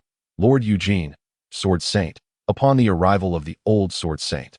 Two knights stood, placing their right hands upon their chests in salute. There is no need for introduction. This lad is Akai, the one who has drawn the holy sword. From this day forth, you shall take it upon yourselves to educate him well. Isnt the Sword Saint personally instructing him. One knight scratched his head, doubtful that any among the knights could surpass the Sword Saint's prowess. He has much to learn. I can only teach him the sword techniques. To become a competent hero, merely mastering these skills will not suffice. That I implore you all to be generous with your knowledge. Yes, my lord, I shall ensure he is well taught. Then I can boast that I have taught a hero.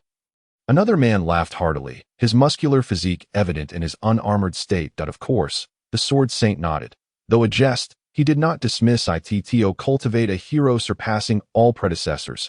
He must acquire a wealth of knowledge. Each member of the knights possessed their own secrets, each detail invaluable. These individuals had weathered the trials of war, emerging as survivors. The Old Sword Saint led Akai away, beyond arranging his sustenance and shelter. He felt the boy ought to possess a proper name. In certain families from beyond the borders, surnames were absent, only names remained, often too plain due to the lack of education among the parents. Master, what shall I do today? First, let us choose a name for yourself. Would you prefer to select one, or shall I? May I be called Cain? Certainly, Cain is a fine name. The Old Sword Saint appeared lost in thought. Uncertain if it was mere coincidence, his most cherished disciple bore the name In truth. These were no coincidences. Akai's idolized knight was none other than the Silver Eagle. Without that knight, he might have become a thief by now. In Edwin, I aspire to be a knight worthy of respect like him. Is that so? Do you know your senior brother? Yes, I do. Akai recounted his encounter within, reflecting that had it not been for the sudden attack by cultists within the city, he might have escaped the underworld much earlier. It was UN spoke of. He mentioned this to me before we set out, but I paid little heed, the Old Sword Saint lamented, shaking his head in regret, realizing he had not listened closely to what En often shared to him, and was an outstanding disciple and a competent knight. From this day forth, you shall be known as Cain Eugene. As you lack a surname, I shall bestow mine upon you, with the hope that you will not tarnish it in the future. Simply possessing a name is insufficient. To become a knight, to become a hero, to be accepted by this nation, The most crucial aspect is to earn the recognition of the nobility. Eugene was acutely aware of the difficulties that lay ahead, for reality dictated that commoners wield little power. Yes, I shall diligently train from now on. Akai did not forsake the name bestowed upon him by his parents, nor did he abandon his true desires. Thus, from this day forth, he would be known as Cain. Cain Eugene, transforming from an orphan into the disciple of the Sword Saint, was a result of his drawing forth that sword, for in the end, it was the sword that had chosen him. Meanwhile, within a moving carriage, Mel Carlo lounged leisurely in the compartment. "Why do you dare seek me out again? Are you not afraid I might sell you back into captivity?" the merchant inquired with a chuckle. "Because you are a merchant, and you only offered him 2 silver coins, while I spent 3 with you. Could it not be that I simply expended my silver coins? No, your business is not thriving. You would not have lingered unless awaiting me, or rather, the coin I possess." Mel Carlo reclined within the carriage, and the atmosphere among the three was not tense, but rather relaxed, after a brief silence. The man spoke again. "You have killed Haven Tiu?" "Indeed." Mel Carlo did not deny it. Given the extent of his panic at that time, how could the man before him possibly remain oblivious?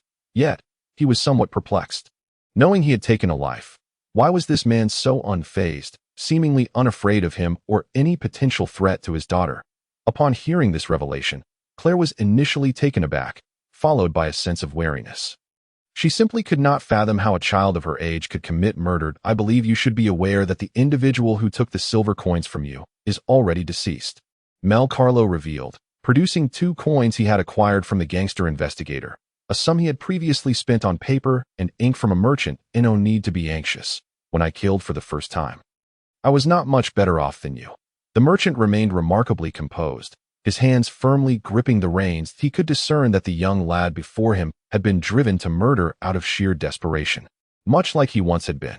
Once a man of integrity, he had been born into a small southern nation where the nobility towered over them like a looming sky.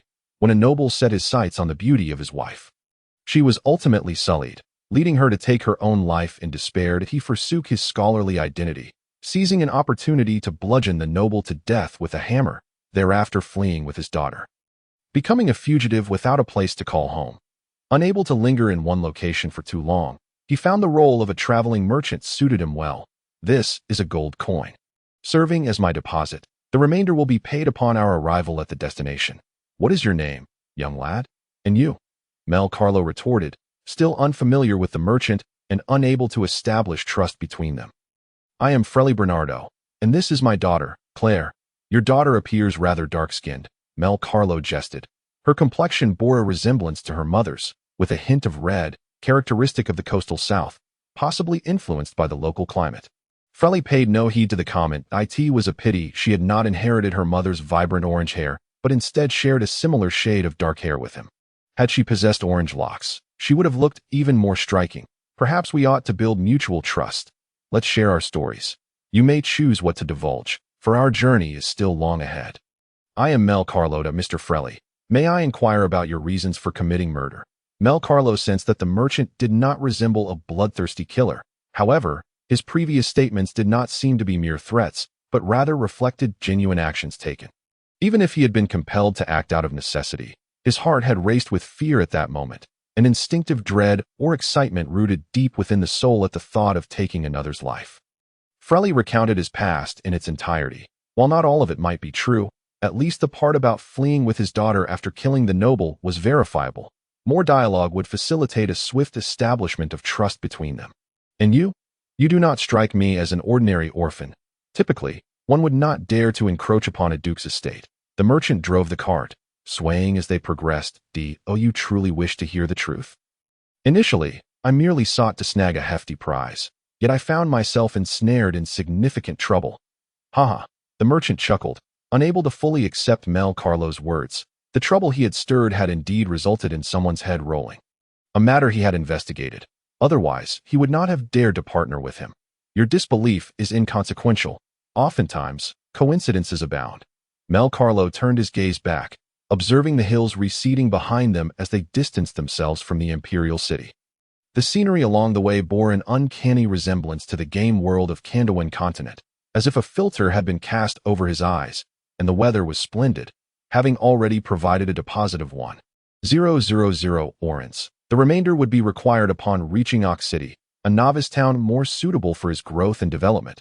Far from the threat of the Demon King's army, the only potential risk of war stemmed from the Southern Exile Empire. Nonetheless, given humanity's current predicament, internal strife among humans must be temporarily set aside, as there were far greater external foes to confront.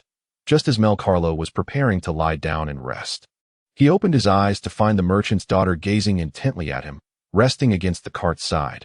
Her skin, a striking blend of dark and red, presented a rather pleasing appearance, stirring a faint sense of recognition within him. Wait, what was her name again? Mel Carlo swiftly retrieved his notebook, feigning to pull it from his clothing when, in truth, it was drawn from his system space. Claire Bernardo, the merchant's daughter? Mel Carlo's heart raced with caution. This name had appeared in the game before. However, it belonged to a notable boss, one of the Demon King's 8 generals known as Greed, sharing the name Claire but bearing no resemblance to the young girl before him. They often say that a girl changes dramatically as she matures, yet the hair color did not align. However, upon reflection, the backstory matched. Claire had once roamed the imperial city with her father as a merchant before being robbed by vagabonds. After her father's death, she was sold to slavers, planting the seeds of hatred toward humanity within her. By a twist of fate, the Demon King had purchased Claire, who ultimately became one of his generals. Apart from the discrepancy in hair color, many aspects aligned. When this boss was introduced, a coin loss mechanism had been in place, rewarding players generously yet penalizing them with a reduction of in-game currency upon being attacked. Leading to the popular quip, "Lady Claire, I acknowledge my mistakes. Please do not deduct my coins." However, due to the excessive damage inflicted by this mechanism, player backlash had been significant, leading to a shift from a narrative-driven raid to simple reward events. Eliminating the frustrating coin loss mechanic and purely focusing on profit, the player's perception of this boss had thus transformed into one of eagerness. "Lady Claire, grant me my wages. I wish to join the demon army." "Your name is Claire, is it not?" "Yes. May I ask what queries you have?" "Nothing of great import. It is merely that you bear an uncanny resemblance to someone from my memory, a Claire with orange-red hair." Mel Carlo returned his notebook to its place. Claire's expression remained entirely composed as he spoke. In contrast, Frelly, her father, slightly tensed, almost losing his grip on the reins. The man understood that there was no Claire with orange-red hair, for she was the product of himself and her mother, and Claire's mother did not bear the name Claire. He had bestowed it upon her. Furthermore, Claire had inherited his hair color, not that of orange-red. Yet, could there truly be so many coincidences in the world? He began to regret this transaction slightly. "Miss Claire, have you ever met your mother?" Mel Carlo continued his inquiry. Should Claire's mother possess a head of orange-red hair? It would warrant closer scrutiny. After all, this was a fantastical world where magic could alter many things, including Claire's displayed combat prowess. If her magical abilities awakened, it might very well change her hair color. "No, I have never seen her. I have only heard my father speak of it." This father had not concealed the truth, recognizing the necessity of his child being aware of this matter, lest she inadvertently return to the small southern nation after his departure. "Haha, if we are discussing red hair, that would belong to the demon race," the merchant interjected, wishing to steer the conversation away. "However, I refer to orange-red hair, not that of crimson or blood red. There is a distinction." "Sir, there is a critical matter at hand. If we do not clarify it, we may both come to regret it." Sigh. The man sighed, refusing to turn back to face Mel Carlo, merely grumbling, "You truly are a troublesome young lad. So, you are privy to something. Rest assured, I harbor no animosity toward you. In the South, particularly along the coastal regions, individuals typically possess red skin and orange-red hair. Much like Claire's complexion, to be frank, she is somewhat dark-skinned." Mel Carlo remarked. Eyeing Claire once more, it was evident she was a healthy young girl, albeit with short hair and a darker skin tone. Indeed, the merchant nodded, unwilling to elaborate further. "Thus, your daughter's mother likely fits the description I provided. And your daughter may one day inherit her mother's hair colored. Do you fancy yourself a prophet?" "Boy," Frelly furrowed his brow slightly. He was perplexed as to why this young man would bring up such matters. Yet, an unsettling feeling lingered within him. He had never mentioned the color of Claire's mother's hair or indicated that his daughter possessed any other traits that might suggest she was of the coastal red-skinned lineage. The climate of the southern regions was exceedingly warm, with scarcely any winter to speak of. Do take care, Mr. Frelly, that I implore you to listen closely to my next words, for I am uncertain whether your daughter is the Claire I am familiar with. Should you meet with demise, your daughter may very well become one of the 8 generals under the Dark Lord's command. Expressing a narrative akin to potential events within a game alleviated some of the tension. If tragedy were indeed to repeat itself for this father and daughter, it would imply that the world's narrative was continuing to unfold as anticipated. To be candid, I found myself regretting our transaction. Your words send shivers down my spine, particularly with such an earnest tone. Eventually, Frelly halted the carriage and turned back. He was unsure of the veracity of Mel Carlo's words, yet they pierced his heart like a thorn. Relax. You should be grateful we are not adversaries, Mr. Frelly. Mel Carlo waved his hand, refraining from further provoking the merchant, as it was evident that his daughter held significant weight in his heart. This world bore resemblance to that of a game. Though the extent of that resemblance remained uncertain, Mel Carlo had no intention of continuing the discourse, but the young girl spoke up, addressing him with a formal title despite their similar ages. Mr. Mel, is what you say true? You may call me Mel. In truth, I am also uncertain, for I mentioned that the Claire I spoke of has a mane of auburn hair. Father, if I join the Dark Lord's army, can I avenge my mother? Claire inquired of her father. No, absolutely not. I have avenged your mother's death, Frelly firmly denied, as he had no desire for his daughter to become a traitor to humanity. But we are constantly on the run. Claire, still youthful, was unable to comprehend many things. The man fell silent, uncertain of how to respond to his daughter. Indeed, their enemy was already deceased, yet they were still hunted by that noble family, which maintained certain connections across the continent, ensuring the protection of their interests, for the sake of profit, or perhaps for other reasons. Should they be discovered, capture would be inevitable. Years had passed, and the fervor of the pursuit may have waned. Yet encounters were still likely. I ask, do you truly intend to live this way? Have you explored the Dark Lord's army? What are they truly like? Mel Carlo inquired with curiosity. Though in the game, demons and humans were inherently opposed. Demons were not mere monsters. The two could not be equated. Demons resembled another race endowed with high intelligence, akin to elves or beast men, as if they were a subhuman species. Indeed, Claire and I have ventured to the borderlands. However, conflict still reigns there, preventing us from transporting goods. Are there merchants conducting trade with the Dark Lord's army? Mel Carlo continued to question. There had always been those profiting from warfare, as long as the demons were not as chaotic as portrayed. The possibility of trade remained. However, should the demons seek to exterminate humanity, Mel Carlo believed it necessary to assist the people of this world. Unless he were to forsake his humanity entirely, I believe such trade exists. Otherwise, in the demons-controlled territories, even if all regions were cleared, sustaining a prolonged war without resources would be impossible. Mr. Frelly, if you ever attain the means, would you consider engaging in such business? After all, it is purely profit. A lucrative industry, and the prices offered by the Dark Lord would surely be substantial. I would not. The man initially denied, but then hesitated. Pondering for a moment, he scratched his head and replied, "It is difficult to say.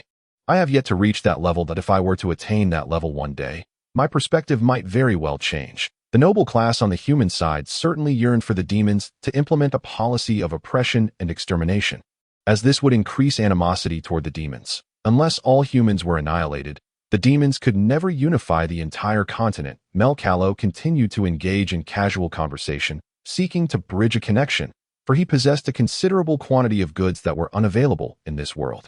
Should he choose to sell those goods, he would require a reliable and stable merchant or even a trading guild if his own strength was inadequate. Merely presenting such goods for sale would attract unwanted attention. The sudden emergence of a new product in the market, particularly one with good sales, would inevitably draw the notice of other merchants, prompting them to inquire about the seller and seek to claim a share of the profit. Whether aspiring to be an upstream supplier or to personally sell for pure profit, establishing a foothold in this foreign world was essential. Mr. Frelly, will you continue in the merchant trade? Mel Carlo pressed on.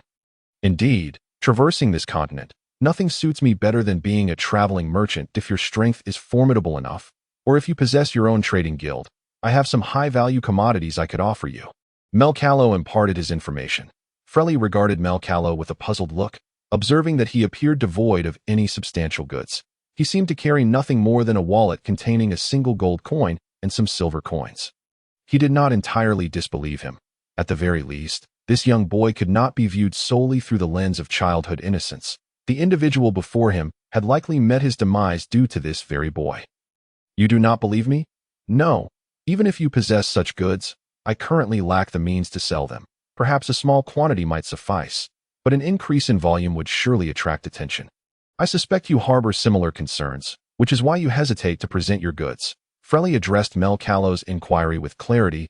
He understood the situation well, if he wished to resort to violence and smuggling. He could have easily silenced Mel Carlo the moment he left the royal city and entered the wilderness. Yet, he refrained from doing so. On one hand, he was wary of Mel Carlo's strength. On the other, he simply did not relish the act of killing. The first time he took a life, he was paralyzed with fear, a terror beyond his control. When fleeing with his daughter, it felt more like a panicked escape. Aside from a meager sum of money, he had taken little else. Mel, if one day I were to establish my own merchant caravan and trading guild, would you still consider collaborating with me? Let us discuss future matters when the time comes, for I cannot ascertain whether my thoughts may change by then. Thus, their conversation came to a close. Compared to this man, Mel Carlo preferred conversing with the young girl. She spoke little, yet her words were succinct, devoid of any ulterior motives. Claire, your father has always been like this. He appears rather unreliable. Indeed, my father has always been this way. Unreliable, yet I shall organize the Bernardo family's merchant caravan. That would not do, my dear Claire. Our surname would expose us. The man interjected once more to Mr. Frelly. I believe your concerns are unwarranted. When your fist is strong enough, your rules will hold. That noble cannot touch you. Currently, you are being hunted, which, to put it plainly, means the noble class cannot derive profit from you. To Mr. Mel, your words are as poetic as they are profound, yet I must admit that there is some truth to your assertions.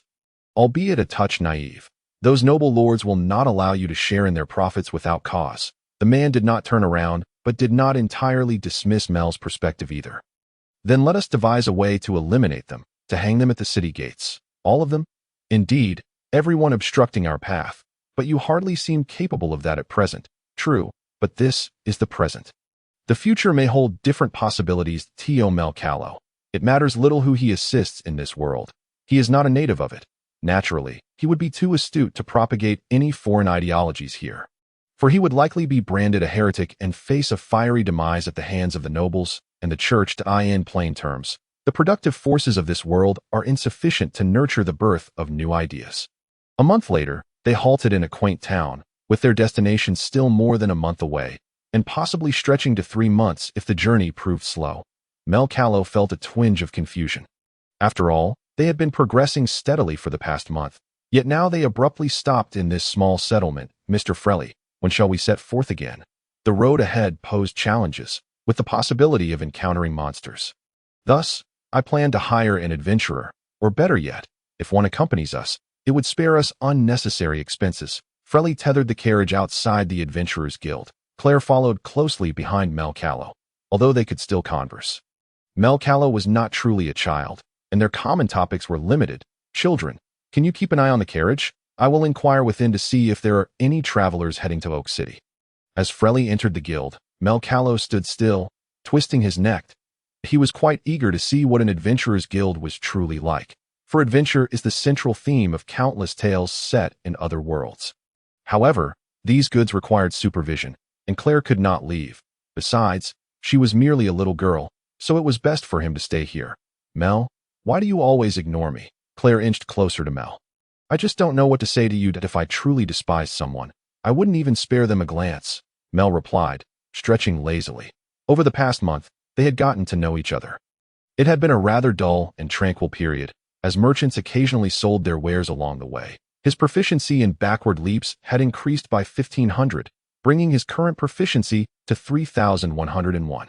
While his thievery had only been practiced 150 times, resulting in a proficiency of 470. Since they needed to conserve energy, they were uncertain if they might encounter bandits or the like during their travels.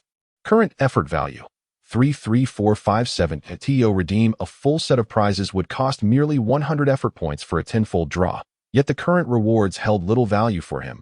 He dared not sell them. nor could he openly consume them. Generally, protagonists and systems of other worlds would receive notifications for updates at this juncture, yet he possessed only this menu bar. Devoid of any response, he could only temporarily store them for future needs.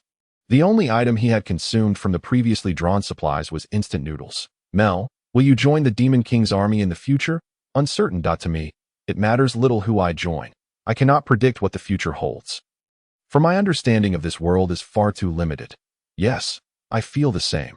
There is much in this world that I do not comprehend. Claire nodded, uncertain of her own future, clinging to hope to continue living. Those who often lament the absence of a future are precisely those who have glimpsed their own.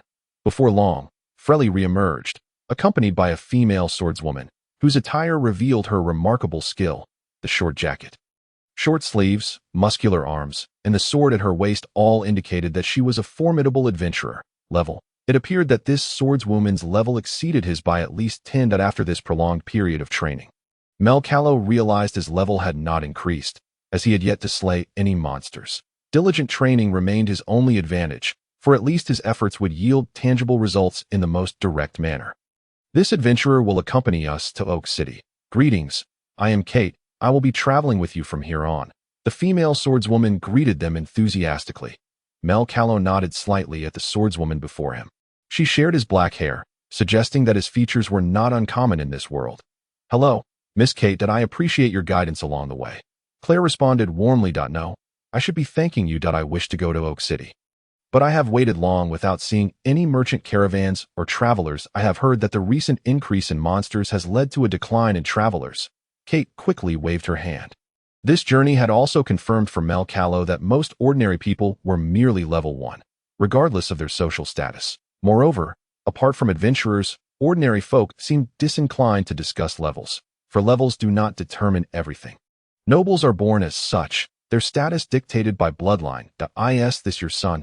After boarding the carriage, Kate regarded Mel Carlo with some curiosity. No, he is my employer. I have been hired to escort him to Oak City.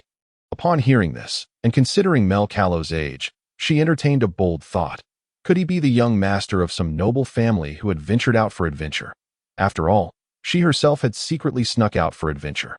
Miss Kate, do you have any doubts? No. Kate quickly averted her gaze, feeling slightly embarrassed for having stared. Only a moment later, she returned her attention to Mel's face, whispering, "Little brother, may I ask if you snuck out?" Huh? Mel Carlo was taken aback. What sort of question was that? But he quickly deduced that she might think he was a young master from some family. No, I am an orphan. Miss Kate, you must be the one who snuck out. Absolutely not. Kate immediately denied it, but the swiftness of her denial only suggested that she had indeed run away. Yet this world lacked the proverbial saying of "there's no hiding 100 tales of silver." Nevertheless, going to Oak City was indeed a favorable choice. He had heard that the monsters there were significantly weaker, making it an excellent place for adventurers to gradually grow. Observing Kate's discomfort, Mel Carlo decided to change the subject. Still, he was somewhat puzzled. Kate's muscular physique did not resemble that of a typical noble in this world, though exceptions were not unheard of. After all, some noble young ladies excelled in horseback riding and archery. Do not underestimate me. I am quite formidable, Kate retorted, casting a defiant glance at Mel Carlo, feeling that he was looking down on her. Of course, I acknowledge your prowess. May I inquire if your current level is 10? No, I shall not disclose that. Adventurers should never reveal their limits too easily, little brother. I know this well. Kate confidently crossed her arms. Before leaving home, she had prepared thoroughly. She was not the naive noble lady who knew nothing of the world. I merely wished to see what you are capable of so that I might learn from you. Whether skills surpassing levels could be learned through another's instruction remained uncertain for him. At the very least, the skills that Ankh had previously taught him were beyond his grasp to master across levels. After fleeing after his first kill, Ankh would likely be troubled for a while. On the night of the third day, they arrived at the edge of a forest on a mountain, setting up camp outside. They could not proceed further. In the pitch darkness, it was prudent to remain in an open area. Whatever approached could be detected promptly. The ominous forest was fraught with danger, necessitating a day's rest here before traversing the forest in the morning. Mel Carlo practiced his backward leaps by the campfire. He could not reduce his daily quota of 50, as this would expedite his attainment of full proficiency. Strong slash, cutting, stabbing, and upward thrust, Perhaps he could choose one to practice, considering his current skills were lacking. Humans are prone to complacency, and Mel Carlo was no exception. After acquiring the skill of Flying Blade, he had ceased to learn upper body skills they were all melee skills. Engaging in close combat with his present physical condition would be tantamount to courting death. Perhaps he could select between strong slash and cutting point. One skill belongs to the warrior class, while the other is affiliated with the rogue class. Speaking of warriors, a warrior stands before us. In the game, swordsmen are categorized under warriors, sharing the same skill tree. The theft proficiency has increased by 35, bringing the current proficiency to 505. The proficiency for backstep has surged by 350, with the current proficiency at 3451. The existing effort points amount to 33,842. Hey, little rogue, is your practice really effective? You only train a little each day. Is that so? I thought I was quite diligent. Perhaps I possess a certain talent. And practicing this much suffices. Mel Carlo settled back beside the campfire, aware that his skills would reach their limit after 10,000 repetitions. Such talent cannot be deemed genius, for a true genius might grasp a skill with just a glance and reach the pinnacle after a few attempts. Yet, his efforts would undoubtedly yield results, which were evident from the very beginning. Mel Carlo then commenced practicing the powerful slash. Since he already possessed a rogue skill, learning a warrior skill at such a low level would evidently offer a higher margin for error, making it entirely feasible to wield either swords or staves in the future. Rising once more, he grasped a nearby wooden stick and began to practice the powerful slash. However, the moment Mel Carlo executed his first swing, Kate suddenly appeared much more alert as a swordsman. She recognized this as the foundational skill of swordsman, powerful slash. Little rogue, have you studied swordsmanship? No, I practiced it 10 times on my own and then learned the technique. Steadying himself, he twisted his waist and swung with all his might. Impossible. What do you think you are? You learned it in just 10 attempts. Kate seemed unable to accept this. She had dedicated herself seriously to her training, taking an entire month to become proficient, practicing until utterly exhausted. Even the legendary swordsmanship prodigy of the royal city had taken a day to master this move. Believe it or not, you may show me your powerful slash. It is only when I practice 10,000 times that the gap between us will truly manifest. Mel Carlo did not cease his strikes. All he needed was time. The limit of 10,000 repetitions. Was it a boon or a bane? Though he had reached maximum proficiency, the quality of his skills was not solely red. The grading system presented colors of white, green, purple, gold, and red, indicating that red signifies the highest tier, and currently, he possessed only the assassin's breathing technique in golden quality. Future matters can wait. Focus solely on the present.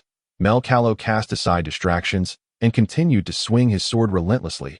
If he could practice 500 sword swings in a day, he would achieve full proficiency within 20 days. And no more than a month at most. As today was designated for rest. Mel Carlo merely attempted 99 swings before refraining from further practice. Proficiency for powerful slash. 110,000. Current effort points. 33. 941. Tonight, Mr. Frelly would keep watch, allowing Mel Carlo and the others to sleep soundly as they drifted into slumber. Faint voices echoed near their ears, as if someone were speaking. Yet, upon awakening, the sharp blades had already infiltrated their camp. Who are you? Frelly was pinned to the ground.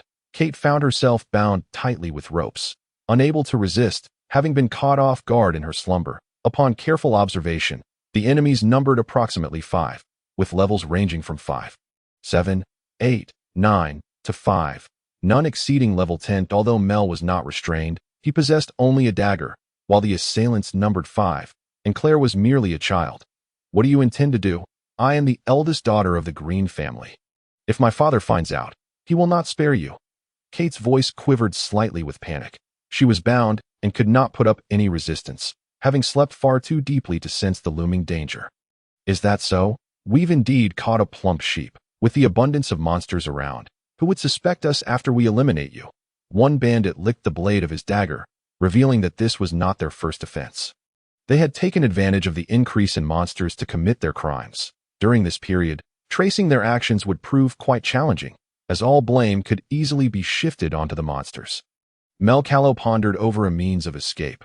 Running away would be difficult, for his small limbs could not outpace an adult's. For these desperate outlaws, beyond sheer strength, Intimidation held no sway. He instinctively tightened his grip on the dagger.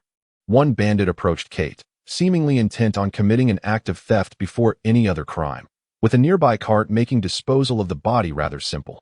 Release her. Mel Carlo instantly hurled his dagger. However, the bandit merely sidestepped, and the other 4 bandits swiftly drew their weapons, observing the child with keen interest. You want to die first, little brat. The bandit lunged at Mel Carlo, who quickly executed a backstab to create distance. Almost simultaneously, a sword pierced the bandit from behind, followed by a cross slash that dismembered the bandit before him. The remaining 4 bandits immediately attempted to flee. Mel Carlo's dagger had not been thrown in vain. It had aimed to sever the ropes binding Kate, achieving a perfect hit. Kate was indeed their only hope, as Mr. Frelly clearly lacked combat prowess, and Claire was even less capable. The sharp sword gleamed with a cold light in the darkness, swiftly dispatching the other bandits with efficiency and precision. Level 15. You are level 15, correct? Mel Carlo approached the bandit's corpse, preparing to loot some spoils. Kate stood nearby, confidently stating, "You guessed correctly. How about that? I'm quite impressive." "Aren't I? But how did you figure it out?" Mel Carlo contemplated, revealing that the cross slash was a skill only attainable at level 15. Yet this world might very well harbor those rare talents who transcended levels. It was not entirely the same as the world he knew. "I just guessed," Mel Carlo replied, reaching out to search the still warm corpse. After thoroughly rummaging through the 4 bodies, he collected a total of 300 oren and a piece of meat, which he chose not to take. It seemed they might have additional accomplices. Rising, Mel Carlo analyzed the situation, noting that the meager plunder from these 5 individuals suggested they had likely committed many more crimes in the area. Retreating too far would also be unwise. If they wished to traverse the forest by day, they needed to set out from the town during the night. Kate voiced her thoughts. Remaining here was perilous. If these bandits had accomplices or a more formidable leader, the risk was too great. Claire, shaken yet quickly regaining her composure, tried to avoid glancing at the dismembered remains on the ground. Cautiously, she stood up and suggested, "Why don't we pass through directly? Crossing this forest would surely be safer than lingering here." "That is precisely what I think," Frelly said, brushing off the dust from his clothes. He had been on watch. Yet the enemy's approach had been alarmingly stealthy. The only fortunate aspect was that they had not directly killed him. If further issues arose, they might find themselves decapitated in their sleep. Based on the current distance, their only choice was to traverse the forest, where a small town awaited on the other side of the mountain. "Then let us proceed," Kate cautioned. "Slow down and be wary of snares. Even a ground dragon cannot withstand a fall." Following the recent bloodshed, none dared to be complacent. Human horror was no less than that of monsters. The group climbed back onto the cart and slowly ventured into the forest. This small mountain range had designated paths. Yet both monsters and bandits often lurked within the dense foliage. Inside the cart, Mel Carlo spoke up. "Since the road has been cleared, why not chop down the surrounding trees? At least then we wouldn't have to worry about being ambushed by strange creatures." Kate chuckled, as if she had heard an amusing joke. "Haha, a noble once had this very idea. And then what?" Mel Carlo's curiosity was piqued. Since someone had undertaken such an endeavor, why had no one else succeeded in similar pursuits? Had someone perhaps met with foul play? No, it was due to the complete deforestation in the vicinity, followed by the subsequent rainfall that caused the mountain to collapse, burying that fool and his domain beneath the debris. Mel Carlo furrowed his brow slightly. He had indeed oversimplified the matter. While clearing the trees did provide an unobstructed view, it also led to soil erosion, in the event of a relentless downpour. It could easily result in a mudslide. The roads of his previous life had been maintained due to the advent of cement, which could reinforce the mountainsides and protect the pathways. However, even with protective walls flanking the roads, there was no guarantee against landslides. It was no wonder that Miss Kate found amusement in this predicament. "Hello, allow me to reintroduce myself. My name is Mel Carlo." As the moonlight streamed into the carriage, the young lad extended his right hand. Kate grinned. Their hands clasped, signifying a newfound acquaintance. "Your throw earlier was remarkably precise. Thank you for the compliment. It is a skill of the rogue's flying blade." Miss Kate slightly rotated her ankle and turned to regard Mel Carlo once more.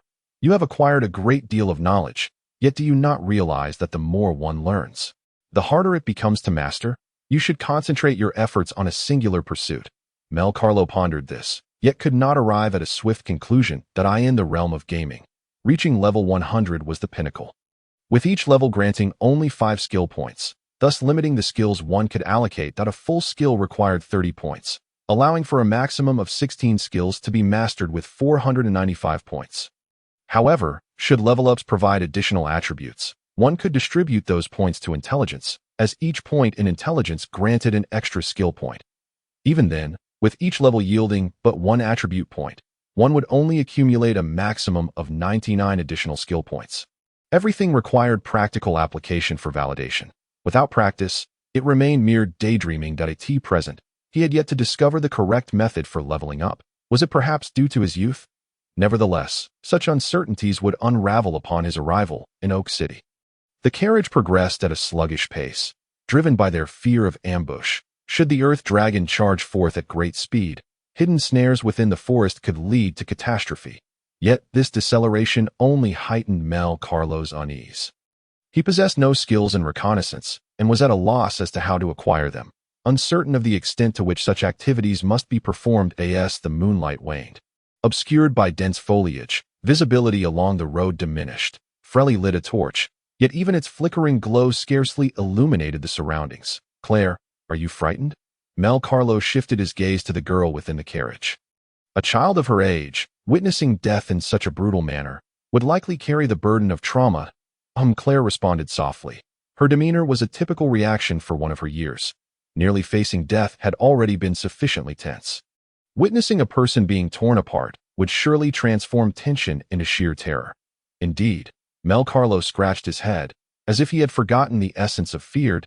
He had experienced too much fear in his youth.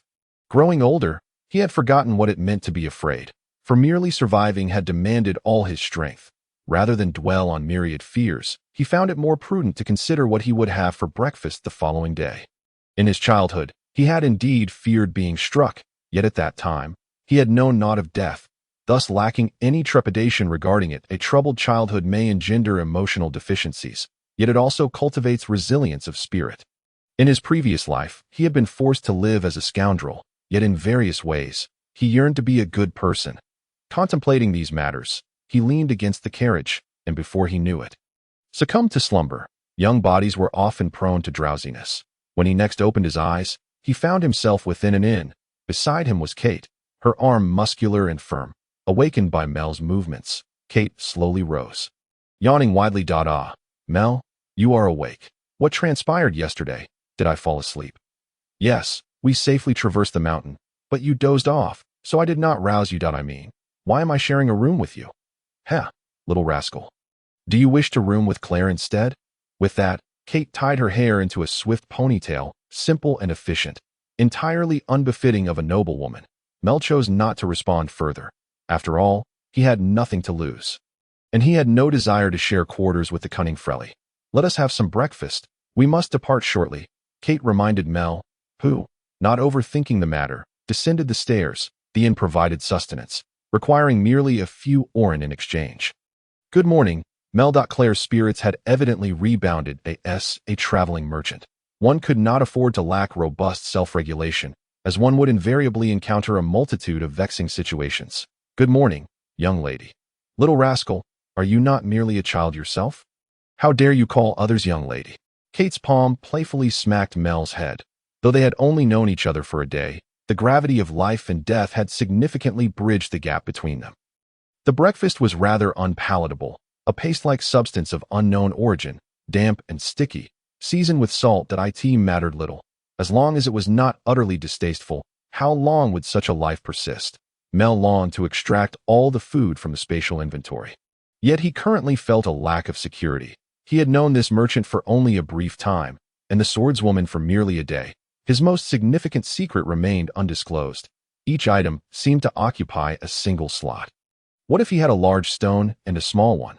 Would they still occupy the same slot? Swiftly finishing his breakfast, Mel Carlo exited the inn, casually picking up 2 stones from the ground and stowing them in his system space. They occupied 2 slots, one for the larger stone and another for the smaller, differing in weight and quality. Mel Carlo furrowed his brow slightly. He had just conceived a rather useful idea, if identical materials occupied only one slot. He could potentially store an entire mountain's worth of stones, effectively granting him a means of instantaneous destruction. Regardless of the foe, he could merely unleash the mountain from his system to crush them. Yet this notion was clearly impractical. Even two stones of similar size ultimately occupied two slots. What if he attempted to store a flying dagger? Activating the flying blade skill, the dagger was instantaneously drawn into the system space. Upon retrieval, however, it had lost its prior momentum, indicating that using it as a weapon's delivery mechanism was unfeasible. What if it were a weapon thrown by an enemy? Theoretically, it seemed plausible, provided his concentration was sufficient. He would need to focus intently and activate the system space to store the weapon before it made contact. Accomplishing this feat would be tantamount to possessing a non-mana-consuming spatial defense spell. Mel Carlo refrained from further practice. Perhaps one day he could catch a flying crossbow bolt with his bare hands, enabling him to utilize the system space to store ranged attacks, yet at present, he was incapable of such feats. The ability to store daggers he threw was due to his awareness of the imminent throw, allowing for a preemptive action. Upon returning to the inn, Mr. Frelly had completed his preparations. They were soon to set forth once more towards Oak City Point. Two paths lay before them. One required passage through the eastern plains, the territory of the Centaur tribe, while the other led through the mountains, where they might encounter numerous forests akin to those of the previous day. Centaurs? Yes. Demi-humans. They could also be classified as beastmen, with the upper body of a human and the lower body of a horse. It is said they are an exceptionally warlike race. Are they hostile towards humans? Mel Carlo inquired further, recalling that in the game, centaurs bore no animosity towards humans, unless they were corrupted centaurs allied with the Demon King's army. It is difficult to say. During my last encounter with Claire, we did not opt to venture towards the eastern plains, but I did overhear some unfavorable rumors. And what of the monsters? Which path harbors more of them? There are more monsters in the mountains. The plains have fewer and typically lower-level creatures, as the Centaur tribe constantly hunts those that invade their territory. After a brief silence, Kate interrupted their conversation, saying, "My master once taught me to avoid paths that have not been traversed. If your last journey brought you over the mountains, it would be wise for us to follow the same route this time." With the adventurers in the party having spoken, Mel Carlo naturally chose not to insist on any contrary opinions. Matters of expertise should be left to the professionals. Having settled on their course of action, they resumed their journey. After all, the logistics of their supplies were entrusted entirely to Mr. Frelly. 3 hours later, the group had distanced themselves from the small town. The weather was particularly frigid, and the clouds appeared ominously low, signaling a high likelihood of impending snow. The wind stung their faces like blades. It seems snow is on the horizon. Our luck is quite dismal, Frelly remarked as he glanced skyward, recalling that in his effort to conserve Orlin, he had neglected to pack winter clothing. The further south they traveled, the warmer it became, and by the time they reached Oak City, they would likely not perish from the cold, though the journey could prove perilous. Mel Carlo possessed no knowledge of the weather patterns in this foreign world. Having arrived less than a year ago, he had yet to experience the changing of the seasons. "Any thoughts?" he quipped. "At the very least, I can still provide you with the remaining Orlin before you meet your end." He attempted to lighten the mood with a jest. "Not at the moment. Unless the snowfall becomes severe enough to block our path. We should reach the Oak region in just over a month," came the response. "From what you say, it seems we might very well find ourselves trapped in a blizzard," another remarked. The wind had been relentless throughout the day, and by evening, snowflakes began to fall.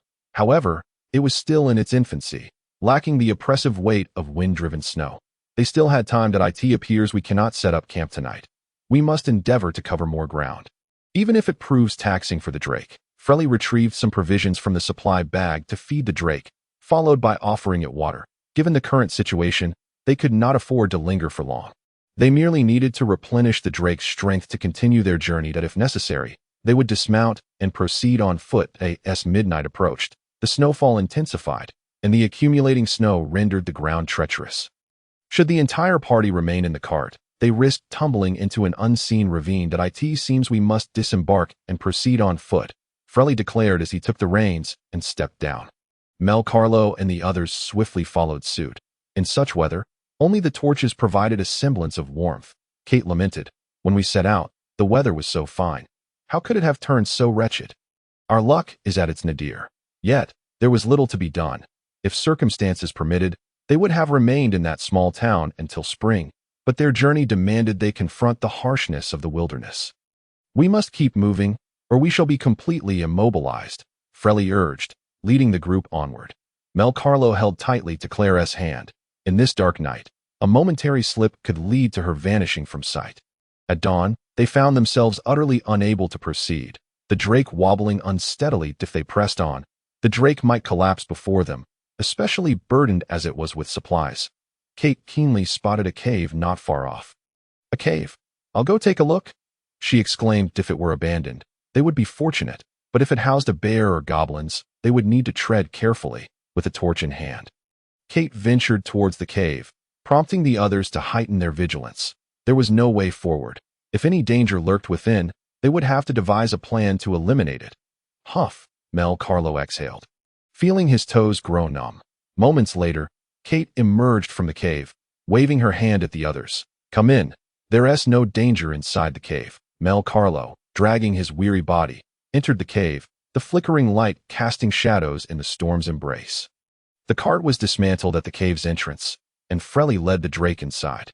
The cave was neither too large nor too small. It did not appear particularly deep, effectively ruling out the presence of goblins. There were remnants of a campfire on the ground, and unused firewood scattered about, indicating that others had once rested here, albeit long ago. To Mr. Frelly, "Do you have an axe? I'll go chop some firewood. If the snow continues to fall heavily, we'll need sufficient dry timber," Kate said, taking the torch from Frelly at that moment. Frelly had already kindled a fire on the ground using the dry wood that had been stored in the cave.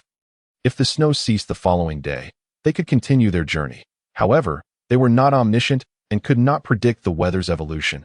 Planning for the worst meant that heavy snow could block their path, complicating their quest for firewood. "Very well, I shall accompany you. It is far too unsafe to go alone," Frelly replied. "Are we really just going to leave 2 children here?" Kate expressed her concern about leaving the 2 youngsters behind. "Fear not. Mel is far more capable than I am. You've seen him before. He is anything but a typical child," Frelly reassured her. With that, Kate felt a sense of relief, and the 2 quickly unloaded the cart's contents. While the snow had yet to completely seal off the roads, they could chop some wood and haul it back with the drake. It was all relatively lightweight cargo. Claire was tending to the drake, which was not merely their property, but her friend as well. She produced a water pouch and beans, feeding them to the drake, which must be exhausted after their lengthy trek. After a brief rest, Frelly departed the cave with the drake and the empty cart alongside Kate. Mel and Claire sat by the campfire. A slight chill still seeped in through the cave's entrance, but the stone walls shielded them from the wind's direct assault. "Mel, why do you always remain silent?" Claire inquired, curled up by the fire, her gaze fixed blankly upon Mel Carlo. "Because there is little need for words. Not much to say. But why do you keep your hair short like a boyess when you are clearly a girl?" Mel casually tossed another log onto the fire. "My father says that when out in the world, being too pretty makes it difficult to protect oneself. Indeed, without the means to defend oneself, beauty could become a burden.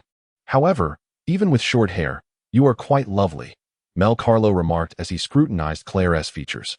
Although still a child, her healthy, rosy skin radiated beauty in the firelight. A person's features are determined at birth. While one may change over time, the fundamental traits remain unless altered by surgical means. However, Mel was not a creep. He held no such thoughts towards the young girl. He simply appreciated her striking features. "You're handsome too," Claire mumbled, burying her face in her knees. At their age, such thoughts were not yet prevalent. "Of course," Mel replied without modesty. Having transitioned to this other world, who would aspire to be unattractive? After uttering these words, weariness washed over him once more. Mel Carlo began to employ the assassin's breathing technique to keep himself alert. This was not the time for slumber. Should danger arise, Claire would possess no means of defense. Had he not traveled to Oak City with the merchants, he might have perished on the road. "Mel," Claire murmured, rubbing her eyes. She too was growing drowsy but dared not sleep until her father returned. Mel responded softly. "I want to sleep for a bit." "All right." After Mel nodded, Claire quickly succumbed to sleep. In the frigid winter night, small footprints approached the cave, halting at its entrance. Mel heard the slightest sound. Instantly shaken from his drowsiness, if it were Mr. Frelly returning, he would not make such faint noises. The footsteps were light. Was it an animal? A wolf, a fox, or perhaps some other creature of the wild?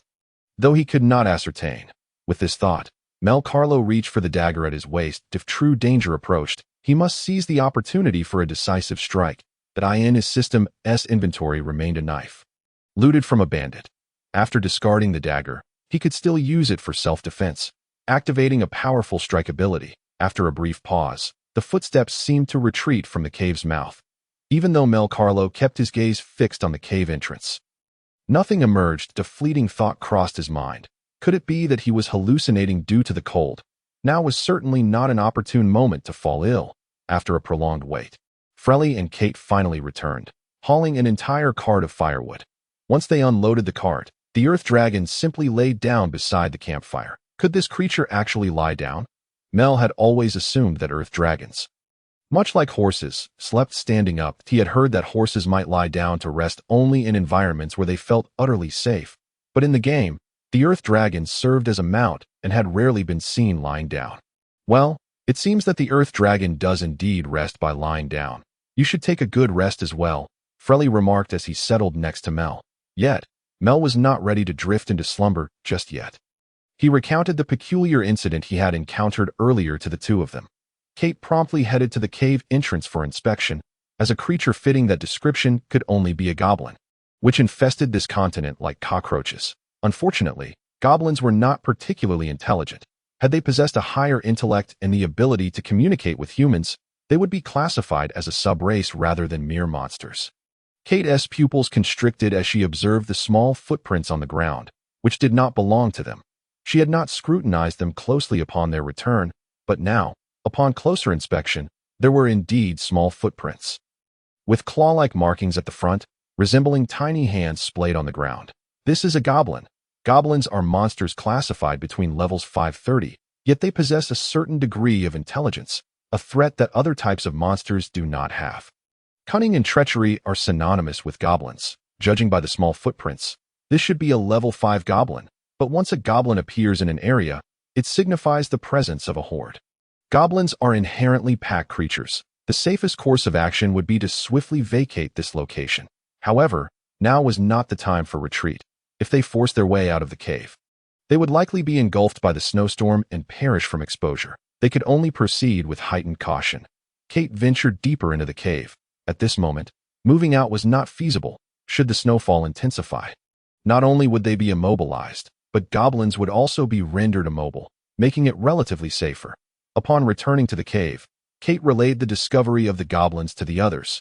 Mel Carlo had yet to succumb to sleep, but he felt little apprehension towards the goblins of this world that in the game.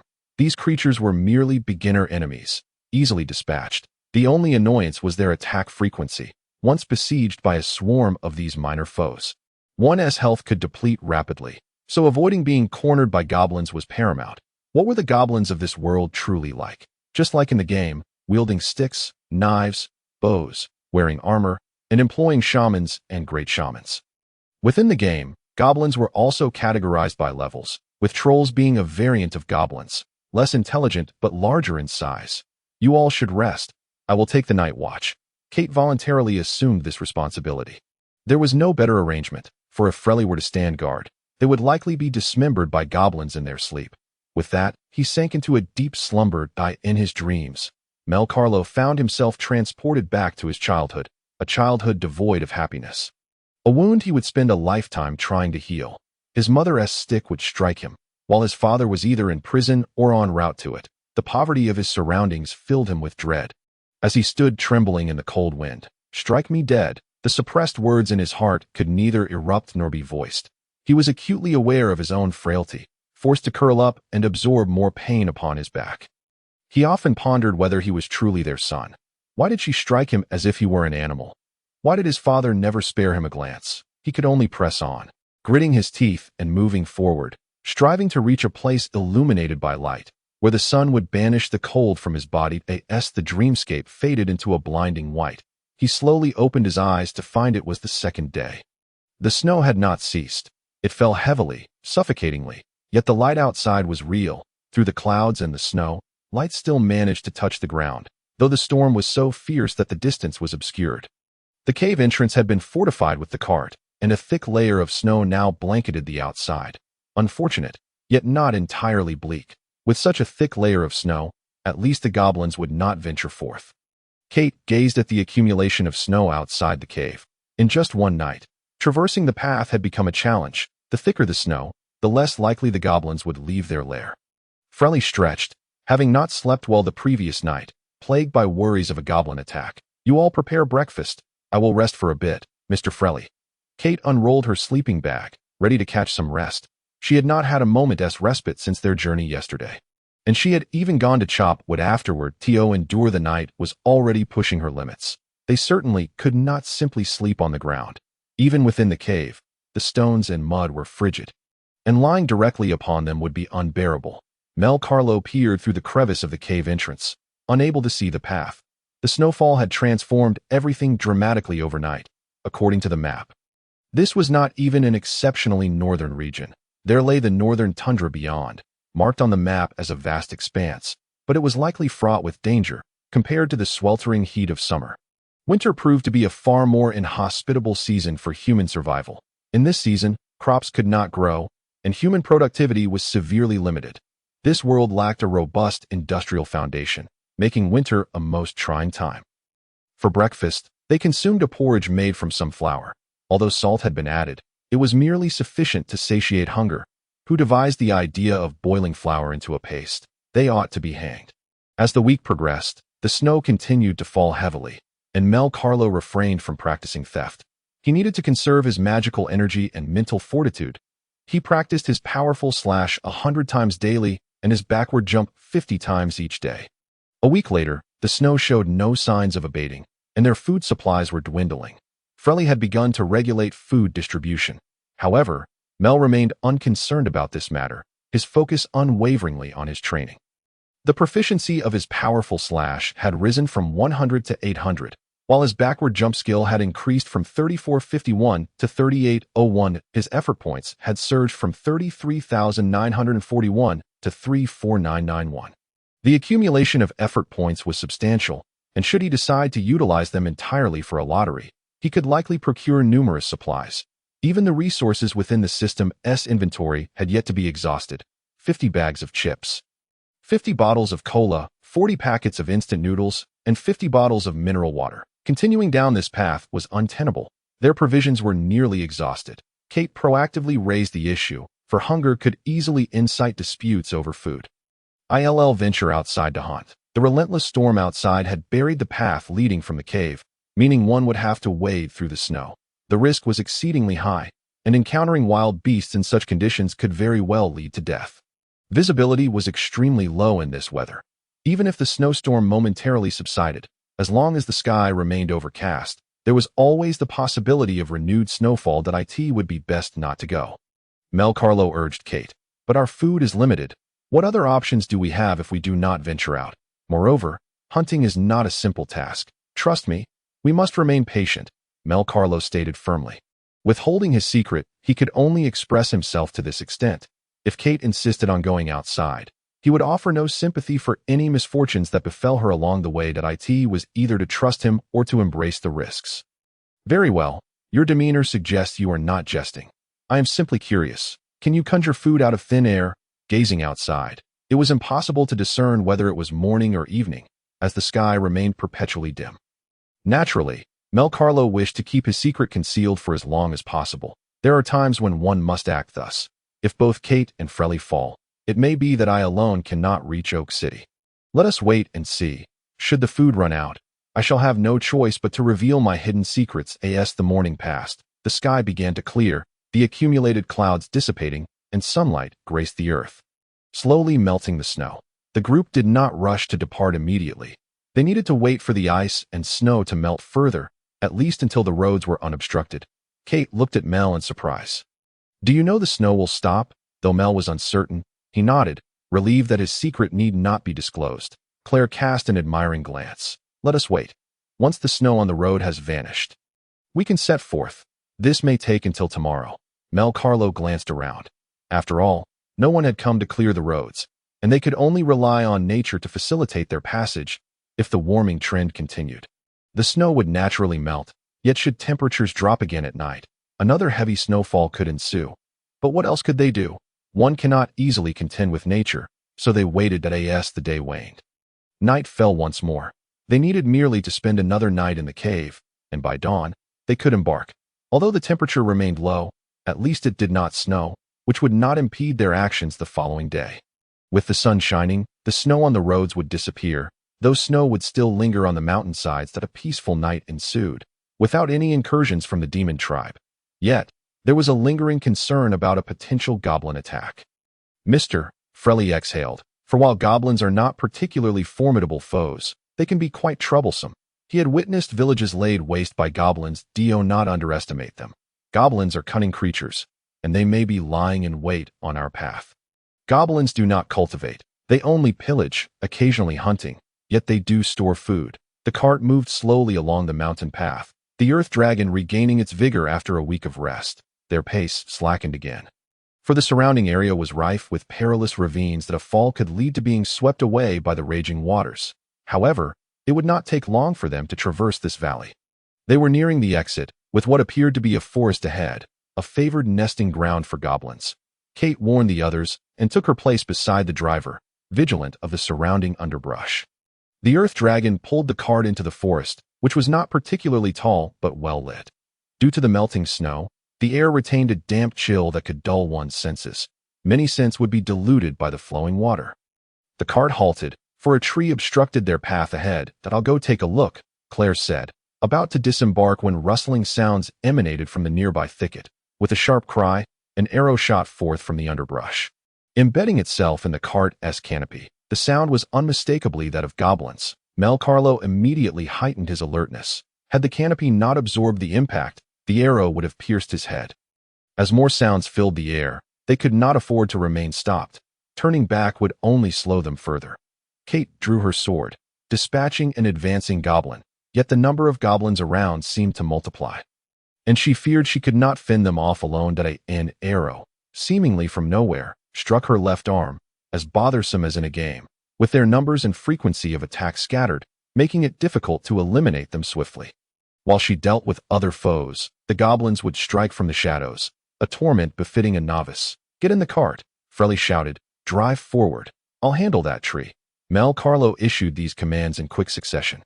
His life in this other world had only just begun, and he was not about to perish at the hands of goblins.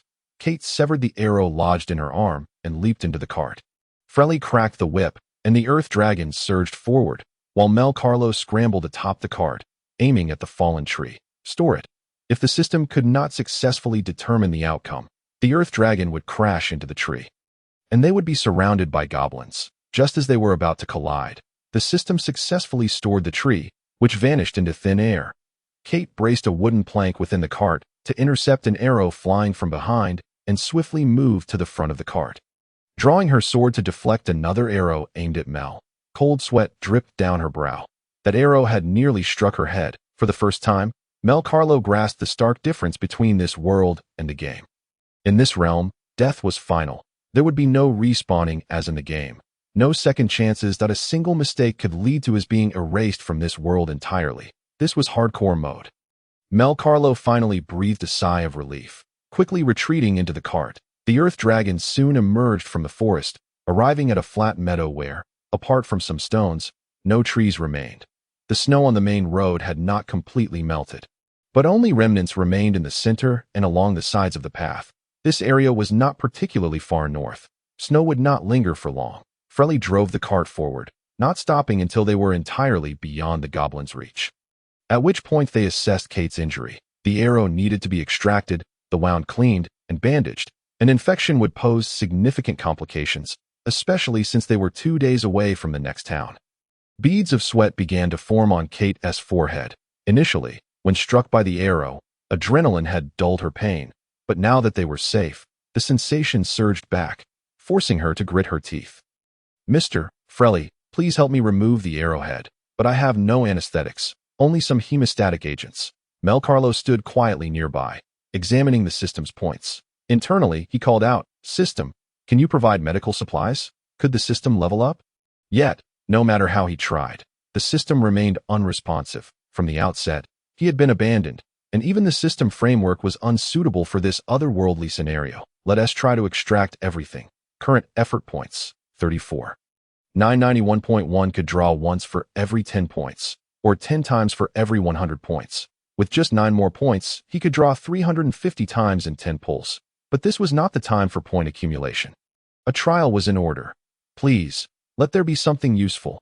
No instant noodles, water, chips, or cola. Just some medicine. He prayed as he drew, but the more he hoped, the less he received. Watching the points and items, his gaze dulled. What he received was even worse than before. One chocolate bean could rival an entire bag of chips. After expending 30,000 effort points, he ended up with a pile of chocolate beans. Chocolate beans 3,000. Current effort points 4,991. Only 49 draws remained, and hope had all but vanished. He wished for a system upgrade to appear at that moment. Even if it meant losing all the beans, it would at least provide Kate with a way out. It was not that he doubted the existence of medicine in this world, but rather that Mr. Frelly had come unprepared. More terrifying than a deceitful system was the silent, oppressive presence of the host.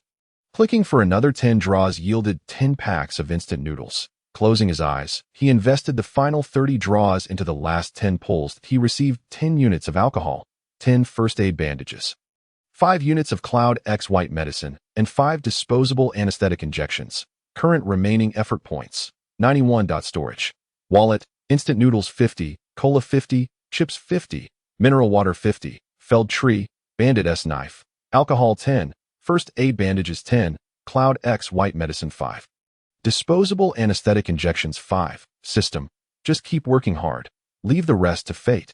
As the system's prompt sounded, the overseer, vacationing on a sunny beach, casually edited this uplifting phrase on the system interface. This is quite nice. By the way, why the rush, host? Are you about to perish? I certainly dislike working while on holiday. Mel Carlo stared blankly at the system interface, wondering if he had received a response. The system's message was merely a simple platitude, yet he regarded it as a significant hint. Indeed, the system was not as straightforward as it appeared. It had been monitoring him all along, and his efforts were not in vain. Even if the system had never truly acknowledged the needs of its host, the outcome was fortuitous. Mel Carlo had procured the medicine. "Oh, you still possess magic?" Kate inquired, suppressing her pain as she addressed Mel Carlo. "Yes, I know a little," Mel replied without denial. Anything that could be classified as magic was certainly welcome. "What kind of magic do you wield?" "Spatial magic. That you're talking nonsense. Spatial magic is an ancient form of sorcery. At your age, not only is it improbable to have studied it, but even if you had cautiously mastered it, you wouldn't possess the vast magical energy required to invoke such spells." Mel Carlo furrowed his brow.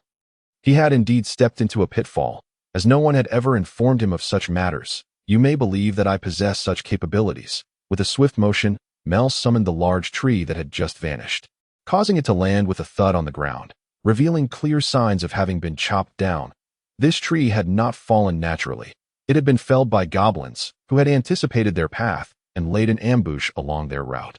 Mel attempted to extract the arrowhead directly using the system's spatial capabilities, but it seemed ineffective for objects within a human body, necessitating excavation instead. "That makes sense. You are a blessed one, inherently endowed with such a unique ability." Kate continued to speak to Mel despite her pain. "Let us set that aside for now. You should tend to your wound. This is my secret, and I kindly ask you to keep it confidential." Mel Carlo systematically retrieved the medicines: alcohol, bandages, antiseptic powder, and anesthetics. "This is the anesthetic. Just insert the needle into the wound and press down a bit. It will make the extraction of the arrowhead less painful later." Mel picked up the alcohol. "This is for disinfecting the wound. Generally, it should not be applied directly, but I recommend cleaning it, as the arrow may be poisoned and could lead to infection, which would be quite painful. And this powder can be used to stop the bleeding." Frelly's gaze was instantly captured by the items Mel Carlo had produced. Was this the grand business the young man had previously mentioned? The high-quality glass vial was merely used to store medicine, and even the bandages were of excellent quality. Who exactly was this young man? "Hurry and treat the wound, so we can continue our journey."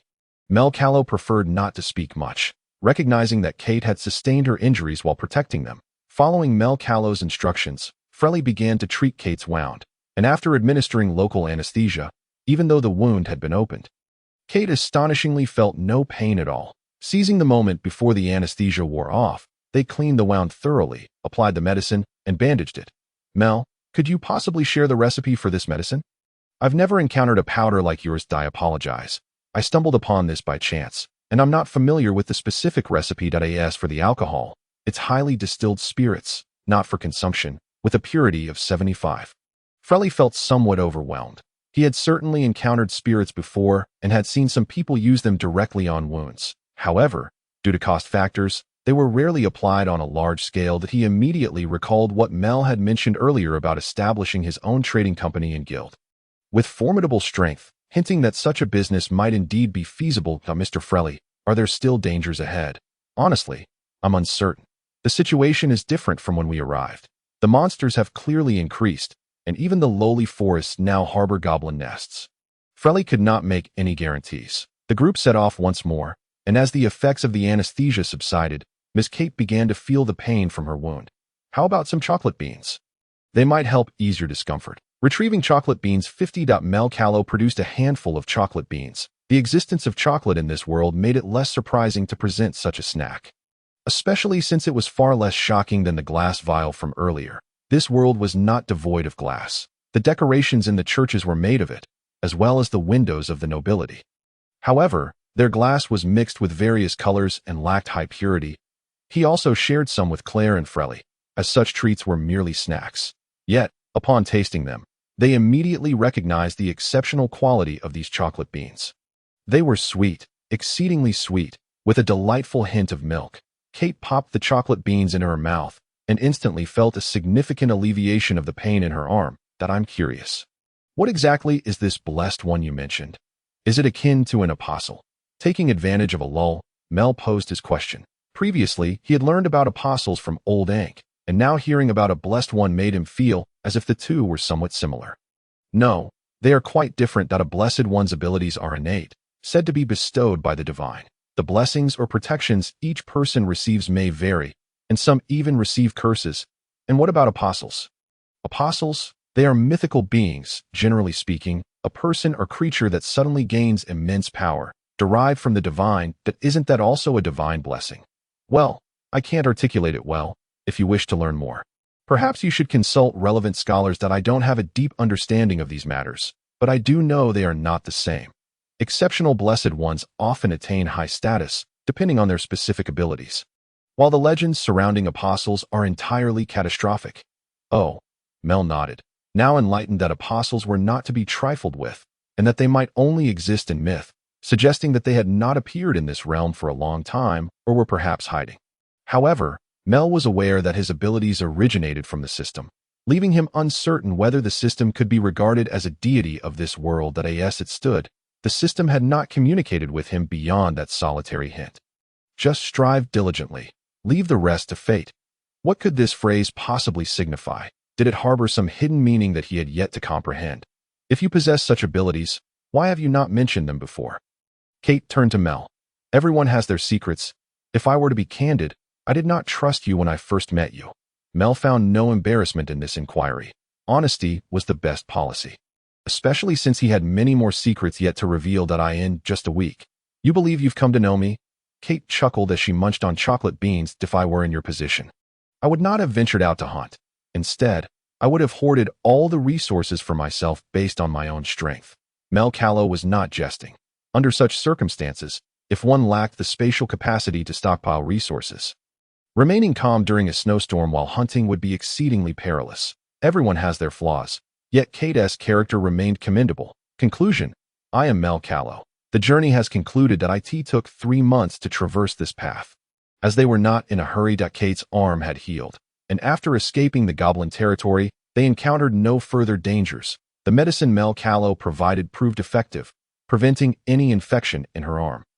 Mel, until we meet again, I too shall hone my skills at the Adventurers Guild in Oak City, and I'll be taking this and used powder with me. Farewell, Kate Green. Mel Carlo did not express excessive joy, remaining composed until she departed, at which point he exhaled a sigh. Regardless of the secrets, there was always a chance of exposure unless one chose to forget them, and Mel Carlo maintained a healthy mindset. Boss Mel. Frelly stood before Mel, rubbing his hands together, his face beaming with a smile. Although he had previously harbored suspicions of betraying Mel, he had dutifully fulfilled his responsibilities throughout the journey, even if he could not claim the remaining one. 500 Orin. Receiving an additional 500 would suffice. Though I'm reluctant to part with it, I pride myself on being trustworthy. Here is the remaining 1,500 oren. Mel Carlo retrieved 1 gold coin and 5 silver coins. Handing them over to Frelly with remarkable ease. If he were in Frelly's position, it would indeed be challenging to withstand the pressures of the gang, as the main issue lay in his own inadvertent exposure of the silver coin's usage. After Frelly accepted the 1,500 oren, Mel Carlo found himself left with but a solitary silver coin, yet he felt no need for trepidation. As long as he did not starve, everything else was inconsequential. Mr. Frelly, if you could assist me with a favor, I would be willing to offer you another silver coin. Mel Carlo cast a glance at the cunning merchant before him, wishing to return the wallet, but realizing he could not do so himself. Frelly, of course, had already surmised what the young rascal intended. Without a moment's hesitation, he shook his head. Boss Mel, I cannot assist you with this matter. It is likely I shall not be able to return to the imperial capital for quite some time, as helping you escape would surely earn me the enmity of the capital's gang. No one would know it was you who aided me. That is not the case. The world is rife with watchful eyes. Frelly, recognizing when to retreat, had no intention of returning to the Gald Empire's imperial capital, at least not until he could ensure his own safety. Lord Mel, take care of your health and be sure to wear an extra layer. The short-haired girl earnestly bid farewell to Mel Carlo, uncertain of her next destination, for merchants wandering the world seldom had a fixed abode. Though winter had ended, spring had yet to fully warm the air, and it was wise to don an additional garment. Without effective remedies, a cold could very well be fatal. Until we meet again, Claire. Mel Carlo turned and walked towards the city, finally returning to the novice town within the game. The gates appearing even newer than those in the game itself. Every sight at the city gates felt profoundly familiar. After all, it was a landmark location, with a moat flowing from outside the city. Without the intrusion of the Demon Lord's army, this place exuded tranquility and peace. The waters of the river, freed from the melting snow, sparkled with clarity as he stepped forward, 1 foot after the other. Coming to a halt on the city gate bridge, he gazed at the towering walls, feeling a wave of nostalgia wash over him, his emotions mirroring the astonishment he felt during his first foray into the game. My adventure begins anew. Upon entering the city, the scenery transformed dramatically, markedly different from that in the game to accommodate performance and playtime. The towns in the game were essentially scaled-down versions, yet he now found himself in the authentic Oak City. However, he had anticipated this, having previously experienced a similar situation in the imperial capital, where a few streets were recognizable, but most areas were entirely foreign, and the distances between regions were considerable, according to the imperial calendar. It was now the spring of the year 201 in the Empire. He ought to celebrate his birthday properly, yet he was oblivious to the original body's date of birth in his past life. He had never celebrated a proper birthday either. In his youth, he held some anticipation for the occasion, but as disappointment accumulated, he gradually ceased to expect anything. That a birthday seemed no different from any other day. First, he needed to address 2 matters: the Adventurers Guild and securing a place to stay. Mel Carlo wandered aimlessly within the city, occasionally pausing at stalls, feigning interest in purchases, all the while gleaning information about the locations of various facilities. After some time, he finally located the Adventurers Guild. Inside, many adventurers were drinking, the scent of malt wafting through the hall as groups happily engaged in conversation. Some were accepting quests at the counter, while others were settling their rewards. The heavy doors were shut tight, preventing the biting cold from infiltrating the guild's interior. "Miss, another drink," a man shouted, his face flushed from drink, slamming his cup heavily onto the table. Thanks to its wooden construction, the cup would not shatter like a ceramic one upon impact. "Did you enjoy yourself today? Was it due to the completion of your last quest?" "Indeed, I made quite a fortune from that task. So I intend to drink my fill."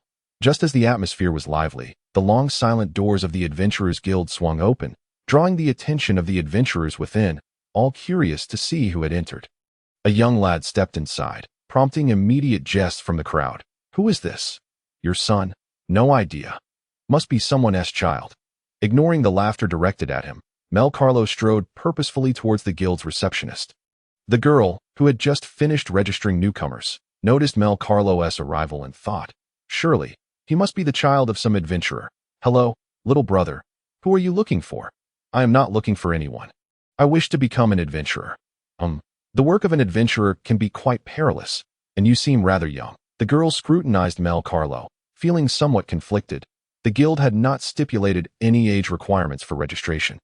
As adventuring had few barriers to entry, it primarily depended on one's ability to vanquish monsters. The guild merely provided a platform for employers to post requests and adventurers to accept tasks. However, she did not want the child to recklessly put his life at risk. Taha, why not go home to your mother? This is not a place for you. Little one, should you encounter a monster, you might very well be devoured. The jeers and taunts from those around him did not cease, yet Mel Carlo remained unfazed. He was not a mere child and did not feel shame or anger from their words. Merely perceiving the noise as bothersome. What are the requirements to become an adventurer? I am aware that I may appear quite young. Mel Carlo's demeanor remained calm, though his expression was earnest, for a moment. The receptionist was taken aback. Was this truly a child? She shook her head slightly, feeling her own confidence wane. To become an adventurer, you need to first demonstrate what skills you possessed at the very least. You must have mastered one skill. Is the flying blade acceptable? That will do. There are targets in the training grounds behind the guild. If you prefer not to go, I can use my appraisal skill instead. The receptionist tilted her head, her long hair cascading over the counter, hoping the child would choose to leave. 6 years old? Or 7. In any case, no adventurer has ever been this young. Let us proceed to the back. Mel Carlo decided, opting for the training ground instead. If he were to reveal all the skills he had acquired, it would undoubtedly attract unwanted trouble. He had learned from Miss Kate that few individuals, like him, pursued skills from various professions. Generally speaking, one could master a single skill to great heights, which was already impressive. A level 15 swordsman might learn skills such as triple slash, cross slash, or crescent slash. Yet Kate had only mastered the cross slash. Time was limited in a person's life, making it difficult to master every skill. This included additional skills like sword sweep and sword dance, which were not primary skills.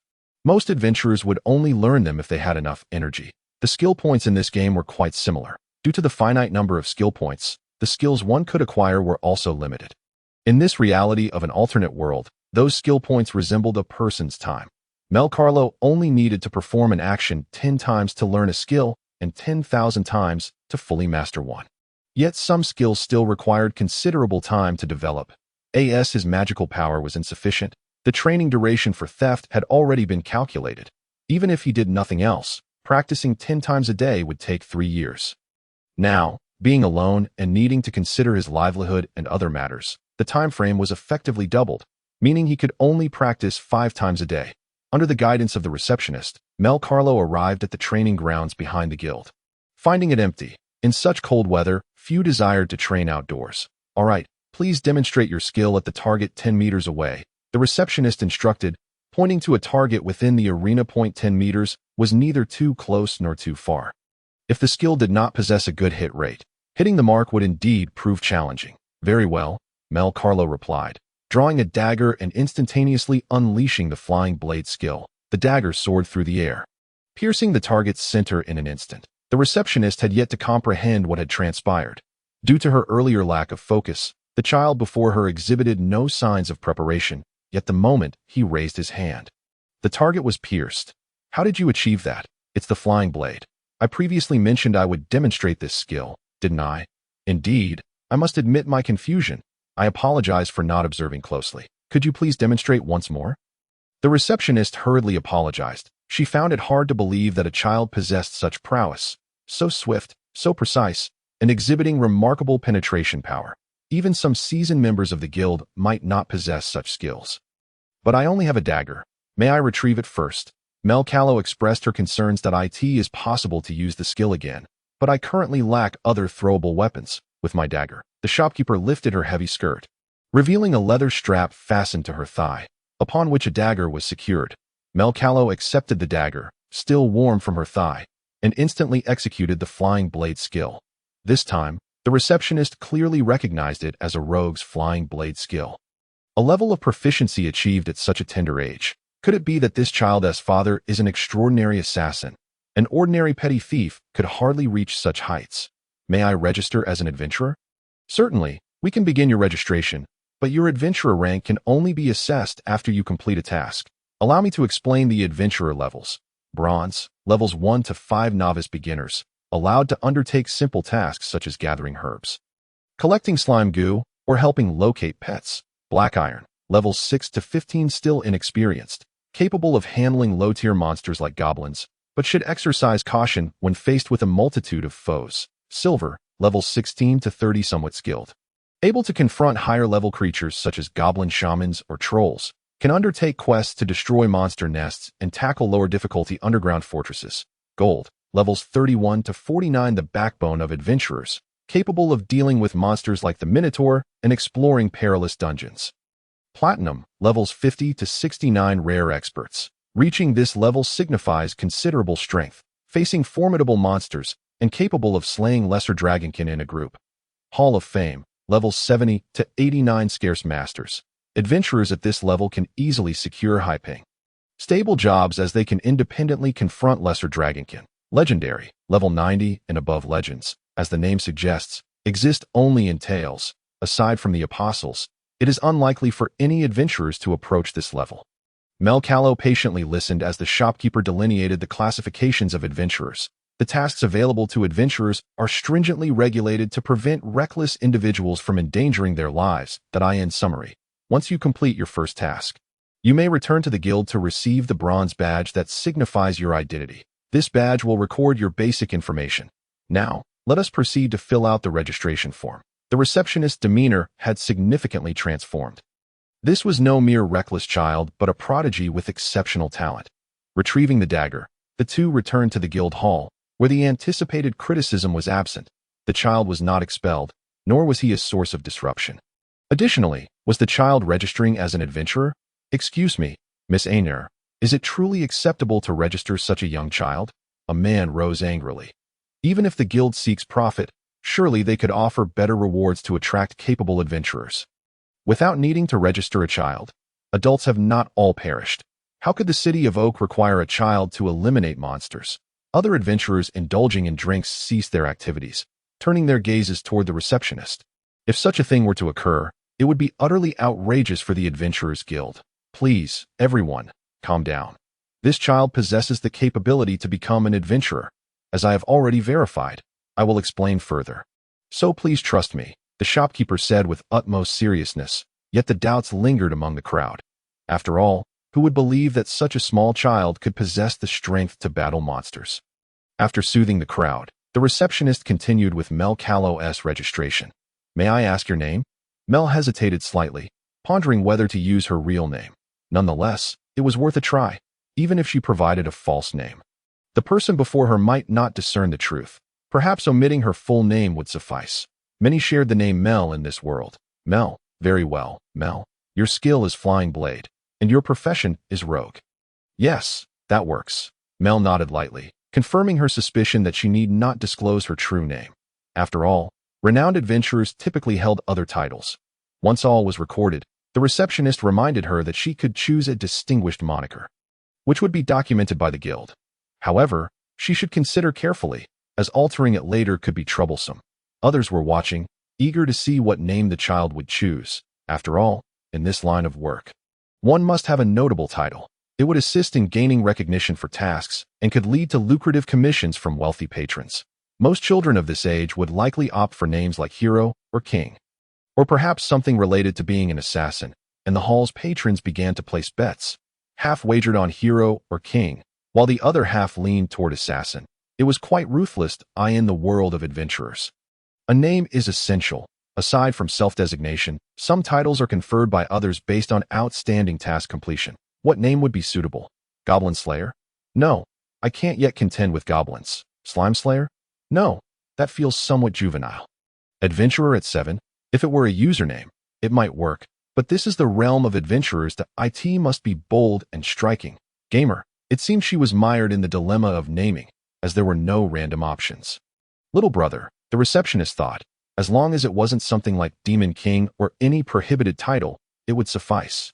Yes, the fourth calamity. Mel Carlo finally conceived a name that rolled off the tongue, was sufficiently imposing, and bore no constraints. DSA player. She ought to be known as the fourth calamity. Upon hearing this name, the previous bettors fell silent, captivated by its coolness. Though Could this lad be an extraordinary individual? A man chuckled as he lifted his tankard. Unable to deny that this title was to his taste, he wondered why he had never thought of it himself. Excellent. The fourth calamity has been fully registered. The guild has various tasks available. However, with your current adventurer rank, you may only undertake bronze-level tasks. Thank you. Upon completing her registration, Mel prepared to leave, needing to find a place for long-term accommodation. She had but a single silver coin remaining, which must be spent wisely. Hey, Mel, young one. A burly man, clad in a fur coat and bearing a hefty sword on his back, suddenly called out to her, his square face radiating an unassuming warmth.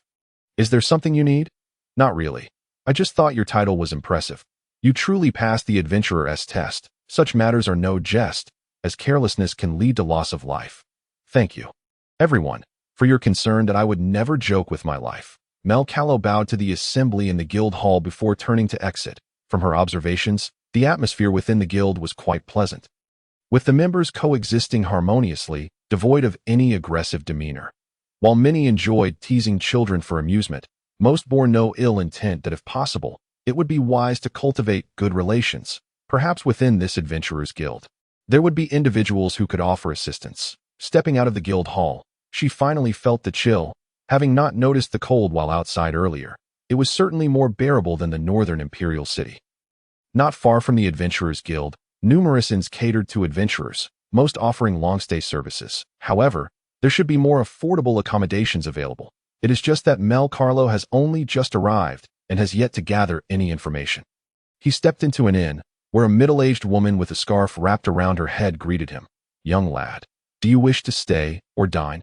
If you intend to reside here long-term, what would be the cost? A standard room is 10 oren per day, but the bed is merely filled with straw. For a cotton mattress, it would be 20 oren per day, and for a velvet bed, it would require 30 oren per day. If you plan to stay for an extended period, we will need to discuss the specifics. The woman cradled a basin in one arm, while wiping the table with a cloth in the other. If possible, I would like to reside here for several years. Mel Carlo had no intention of further negotiating. He simply needed a base price, as he would be a steady source of income. Let us settle on the standard room then. I will charge you 100 oren for a month. The rates for other rooms will double, but if you plan on staying for several years, I can consider it a rental and charge you 1,000 oren for the year. However, this would require a lump sum payment. Otherwise, the monthly rent would amount to 1,200 oren for the year. The woman scrutinized Mel Carlo, pondering that such a young child renting a room must have an adult accompanying him. All right, I will rent a standard room for a month. Mel Carlo did not elaborate further, as this was 23 oren cheaper than paying daily. He had examined other inns in the vicinity, and they were all quite similar, but this particular one appeared to be cleaner and more orderly, which swayed his choice. Next, he needed to find a way to earn money for the rent. Food was not a concern, as it seemed quite affordable on a daily basis. However, if calculated annually, it would require a substantial sum that he currently could not afford.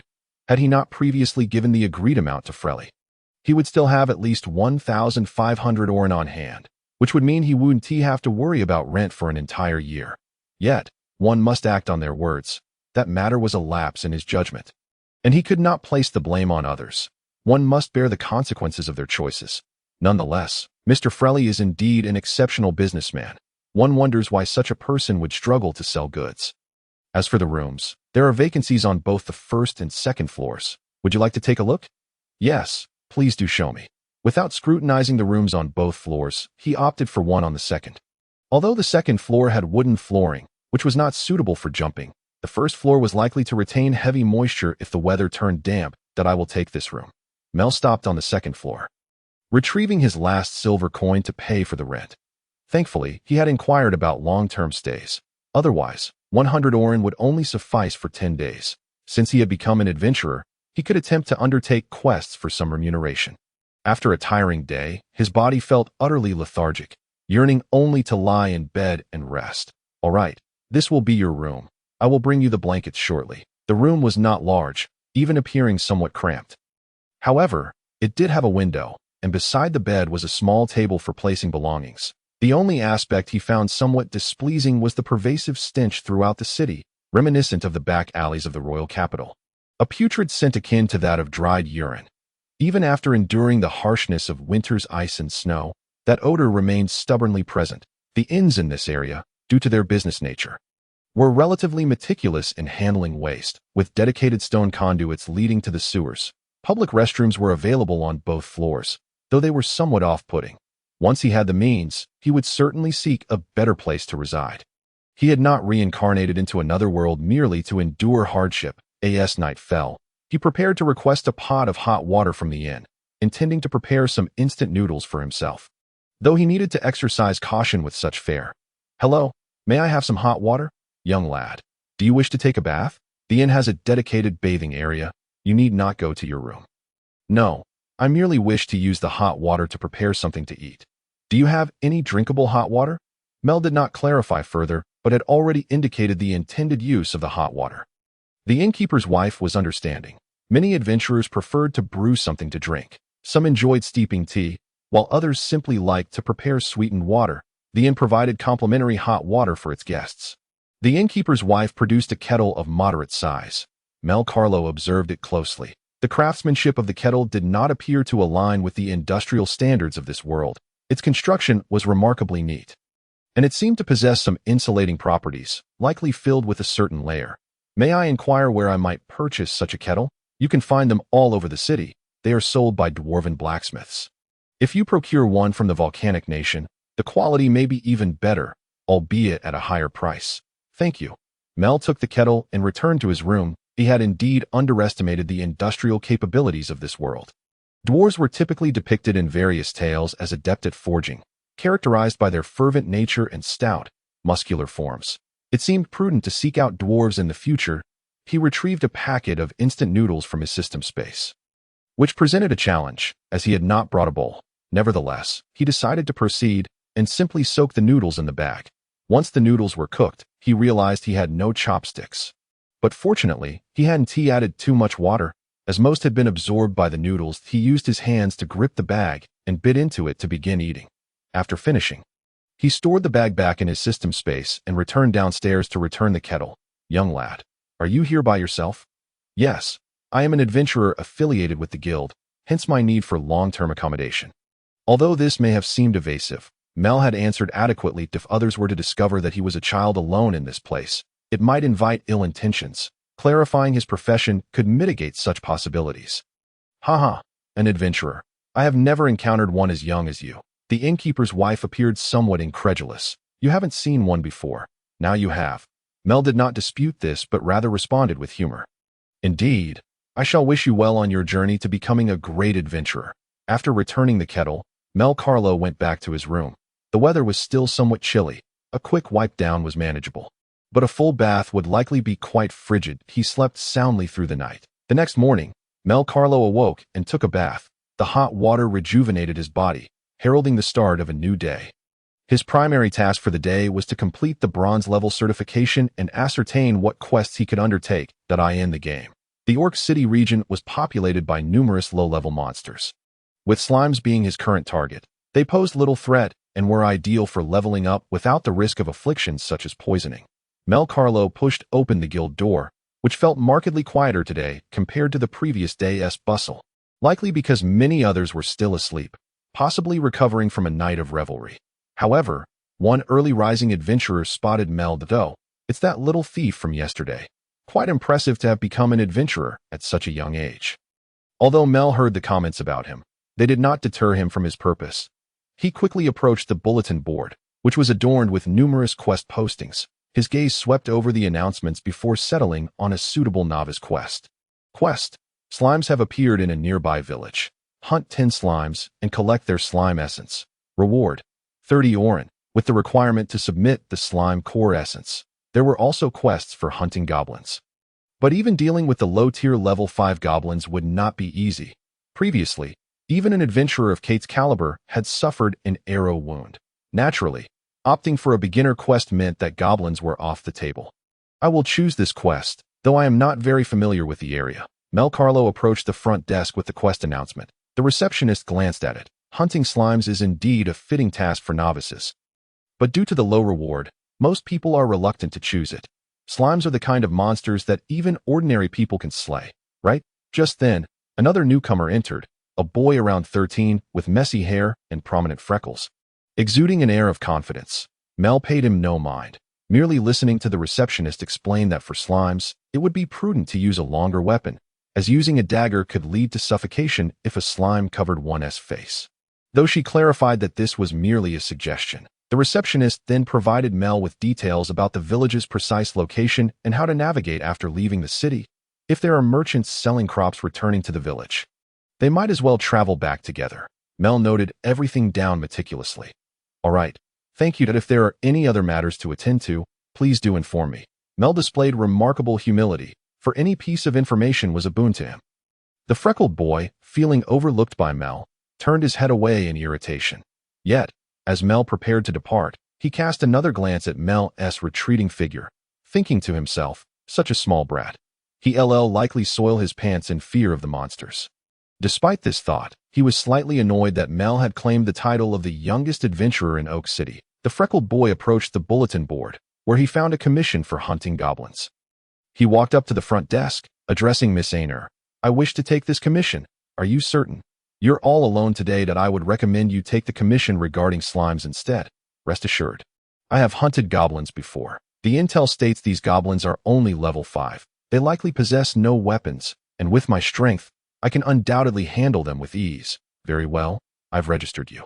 Upon completion, simply cut off the goblins' ears. Be mindful of their numbers.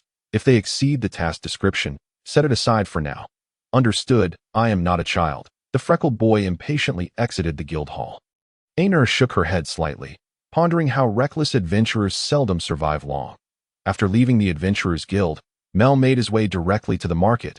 If there were any villagers who had entered the city last night, he could accompany them to the task location today. From his map, he discerned that the place was not too far. It was merely along the route back. The presence of a river nearby was the reason slimes had come into existence. Currently, he possessed a dagger and a knife. He would prioritize using the knife, which was relatively longer, although he was uncertain how it compared to the slimes in the game. Such minor creatures in the game could be dispatched with 2 strikes. Power/proficiency, 810,000. Theft proficiency, 505. 10,000. Back jump proficiency, 381. 10000. These 3 skills needed to be his primary training focus, and he must be frugal with points. Once proficiency was maxed out, he could no longer gain effort points through training. Skills such as stabbing, uppercutting, and slicing were all still at level 1. He could choose one for training later, as they were all upper body skills. Flying Blade Elite, Purple Precision, Penetration, and, of course, the Rapid Throwing developed through training. This is a skill description that is absent, all accumulated through real-world practice. Assassin Breathing Master, Gold Mobility Release, which proves effective for stealth and combat. If he were to learn the rogue's stealth skill later, it should yield excellent results. Dagger Attack Elite, Purple doubles damage. This enhancement solely applies to dagger-type weapons. Should he transition from rogue to assassin, he could achieve a remarkably high damage conversion rate. The skills, weaponry, and potions all adhere to the same color scheme, differing only in nomenclature. Quality: white, green, purple, gold, red. White being ordinary, apprentice. Green as decent, proficient. Purple as excellent, elite. Gold as rare, master. And red as legendary, artifact. Mel Carlo had meticulously recorded these details in his notes. Yet the specific feasibility still required experimentation. As for equipment crafting, he could not obtain the necessary materials for those recipes in the short term. Effort points, 91. He mused, feeling somewhat disheartened that as he walked, he continued to analyze until he reached the market. Indeed, he found farmers preparing their carts. It was evident they had slept in their carts the previous night. Although the weather here was significantly more pleasant than in the north, the nights remained rather chilly. Mel approached the farmers. Hello, do you happen to know if there are any slimes lurking around nearby villages? The farmer scratched his head, glancing at Mel, dressed in thin fabric akin to his own coarse clothing, and relaxed somewhat. Yes, they are quite common around here. The monsters have been proliferating recently, causing us considerable trouble when coming to town to sell grains and vegetables. May I accompany you? I am an adventurer dispatched to deal with the slimes. Child, are you jesting? You appear to be about the same age as my son. Can you truly handle slimes? While we common folk can manage slimes, it can be troublesome, so we generally avoid them. Sir, please have faith in me. Let me give it a try. Mel spoke earnestly, acknowledging that he was new here and no one knew him. Adventurers of a slightly higher level would not take on the slime commission. After a moment of contemplation, the farmer rolled up his sleeves. All right, climb aboard. We shall go together. Once we arrive, I will let you disembark. But child, you must be cautious. Slimes can indeed be lethal. Thank you very much. Mel Carlo swiftly boarded the cart. However, his thoughts remained fixated on the slimes, pondering how they could kill. Regardless of how they were depicted in any work, slimes were always portrayed as soft and bouncy creatures, lacking any significant offensive capabilities, unless someone had been reincarnated as a slime and turned into Reincarnation. Yet, with his level of wit, should he truly encounter such a being, he would likely have fled long before closing the distance. Sir, could you explain how slimes can kill? What exactly are their methods? Collecting information was of utmost importance now. If the demon race were indeed so easy to deal with, why did these level 1 commoners not simply take up their hoes to eradicate the slimes? Looking at his own level, he too was merely level 1, uncertain if it was due to insufficient experience from his last kill or if killing did not yield experience points for leveling up. The cart swayed as it exited the city, a typical horse-drawn carriage, though the horses bore iron shoes. According to the game's narrative, it was more akin to a medieval fantasy adventure. Yet many elements within were not quite medieval. For instance, the hidden class gunslinger felt like a modern invention, although described in the game as ancient technology. Everything had to be gradually understood on his own. Knowledge acquired from the game, without validation, would only serve to mislead him. If one were to naively assume they had entered a game world upon crossing over, they would likely not last long. The game's backdrop was superficial, serving merely the purpose of gameplay, while the real world was far more intricate. Throughout this time, Mel Carlo felt that the most relatable aspect to the game was combat. Even without an auxiliary system, the tactile sensations gained from countless practice sessions were undeniably real, rather than being etched into muscle memory. Those skills were inscribed upon his very soul. The primary limitation lay in his physical condition. The disparity between his youthful form and the adult physique of his previous game avatar was quite substantial. As the cart rocked gently, listening to the farmer elaborate on the dangers of slimes, how they could leap and collide with people, potentially knocking them to the ground, causing their heads to strike against rocks or trees, Mel absorbed every word. Once someone was rendered unconscious, the slime would cover the victim's breathing passages, leading to suffocation. The digestion process was notably prolonged. Yet, there existed a rarer type of slime, the acid slime, capable of corroding swords and blades, making conventional methods of extermination and capture utterly ineffective. Listening to this information, Mel Carlo recognized similarities with the game. The acid slime was indeed a rare creature, spawned from a probability refresh rather than a fixed monster. In the game, to prevent weapon durability loss, one required an item known as wood ash, which he could figure out how to produce himself. Soon, they approached a narrow path leading to the village. Flanked by vast meadows and patches of forest, with a stream flowing from the woods, meandering through the grasslands before merging into the river. Child, we should be near. Be cautious, I must return to the village now. All right. Thank you, sir. Without considering the need to leap swiftly from the cart, the surrounding environment appears quite pleasant. With scarcely any monsters in sight, it is possible that the creatures are concealed deep within the stream or hidden among the bushes by the grass, thus making them difficult to detect. However, once the number of monsters reaches a certain threshold, it is inevitable that some will venture onto the path or disrupt the normal farming activities of the village. According to the intelligence gathered from previous missions, I should find it relatively easy to locate slimes while following the stream. By eliminating 10 slimes and collecting their slime, I can return to Oak City. For the collection of the slime, I intend to use a mineral water bottle. After all, it was originally meant for pure water, and temporarily holding the slime within it poses no issue. Upon reaching the guild for settlement, they possess specialized containers for such purposes, allowing me to simply transfer the contents that I tread along the stream. Each step is cautious due to the slippery moss covering the stones beneath my feet. A moment's negligence could lead to a severe fall. I dip a finger into the water to gauge its temperature. It is evidently fed by melted snow from the mountains, its chill alarming in this weather. Falling in would be catastrophic. The air carries a faint aroma of decaying leaves, mingling with the crisp scent of melting snow. The forest is strikingly tranquil, save for the occasional drip of melting snow from the treetops, with little else to disturb the silence. Monsters in each region are generally fixed, with only rare instances of them wandering into other areas. However, such occurrences are infrequent, and should I encounter one, a timely retreat would suffice. Activating the assassin's breathing technique renders the surroundings instantly quieter, allowing me to better conceal my presence and focus my senses on the sounds around me. As I delve deeper, the light diminishes progressively, with leaves and branches intertwining overhead. Not all trees shed their leaves in winter. Some retain them until the snow melts and the warmth returns, sprouting new buds swiftly thereafter. But I advance cautiously, one hand firmly gripping the dagger at my waist. Relax. I shall merely treat this as an intensely challenging game, I remind myself, as I mentally encourage myself. If I were less informed, I might not feel so tense, but knowing too much can indeed be quite daunting. I hear a rhythmic sound of something crashing through the underbrush, repeatedly striking the ground and bouncing back. From the sound alone, it is clear that I have found the slime I seek.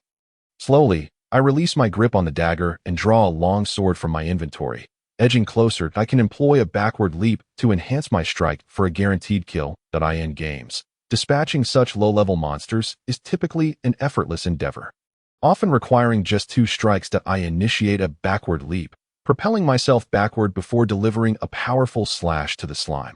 Proficiency 1. Effort 1. The slime resembles a blue gummy candy, the blade sinking into its exterior upon impact. Yet, the attack does not penetrate deeply.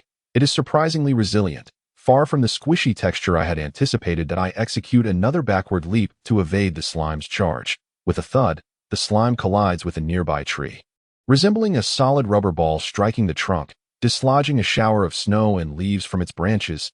If this creature were to strike me directly, it could very well break my ribs.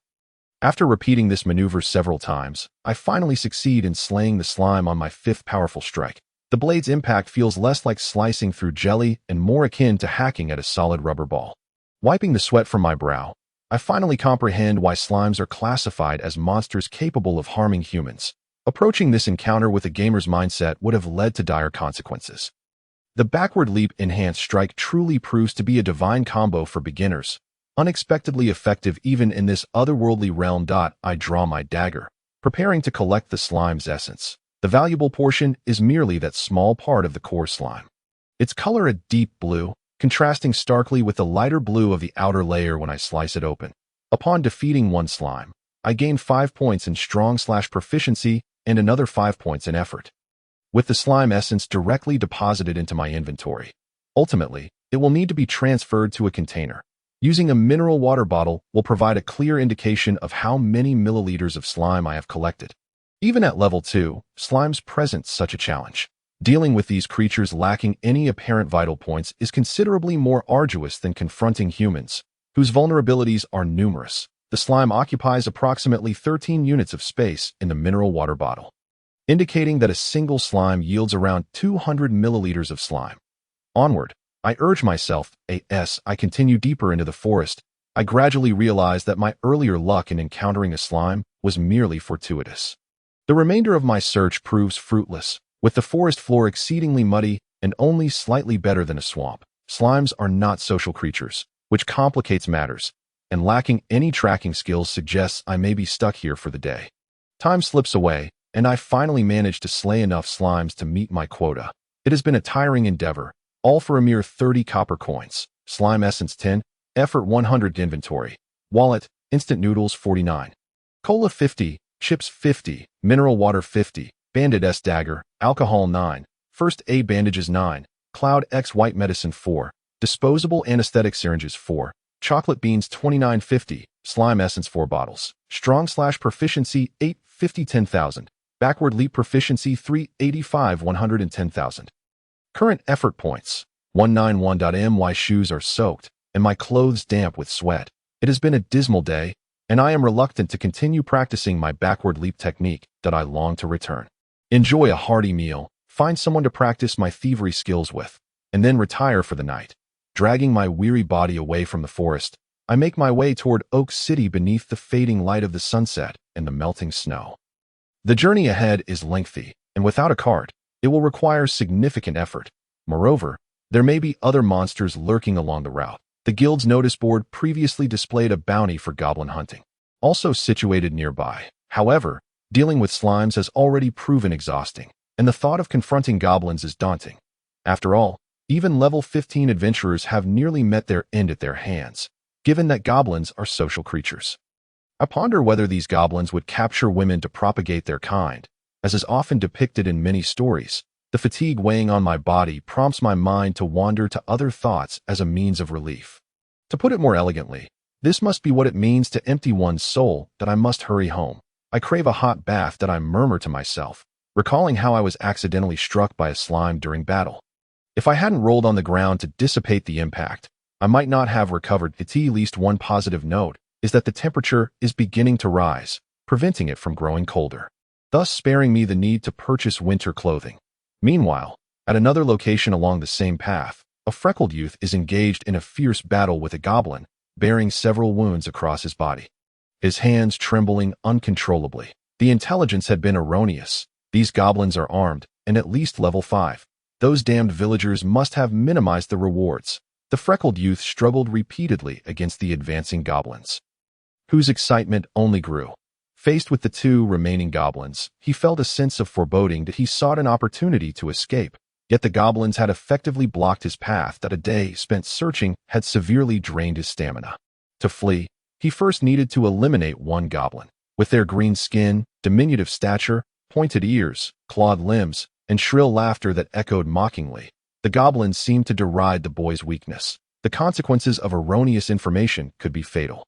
The youth had not prepared adequately, nor did he have companions to assist him, believing he could claim the reward alone. Gripping his sword tightly, he charged once more at the goblin, striking valiantly at its neck, only to find his blade ensnared. The other goblin swung its weapon, sending the boy's sword flying from his grasp. Instead of extracting his blade in time, he chose to abandon it in the midst of this peril. He stumbled and fell, the goblin's blade slicing into his right arm. Desperate, he crawled forward, pleading for his life. "Help! Someone save me! I do not wish to die." At that moment, a dagger flew in from the distance, piercing the goblin's back, causing it to flee into the nearby forest. The boy, who had initially closed his eyes in anticipation of death, slowly opened them to see a familiar child before him, the newcomer who had accepted the slime quest that morning. The boy seemed disinclined to offer assistance, merely watching him in silence. "What is this? I expected at least a beautiful maiden. It seems my luck is not so fortunate," he thought. "Hey, I threw a dagger to save you. What am I supposed to do now?" Mel Carlo finally focused on him. The youth's right arm bore a deep gash, and without prompt medical attention, he could easily succumb to his injuries. "Yunx by Yao. Bandages, whatever it takes, I must staunch the bleeding." Since administering the otherworldly medicine to Kate, Mel had ceased to ponder whether he should use it.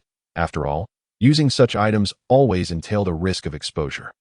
The freckled boy gazed at Mel with a sense of shame. Earlier that morning, he had mocked this child, and now, it was the latter who had saved his life. Enduring the pain, he severed the left ear of the goblin as proof of his bounty.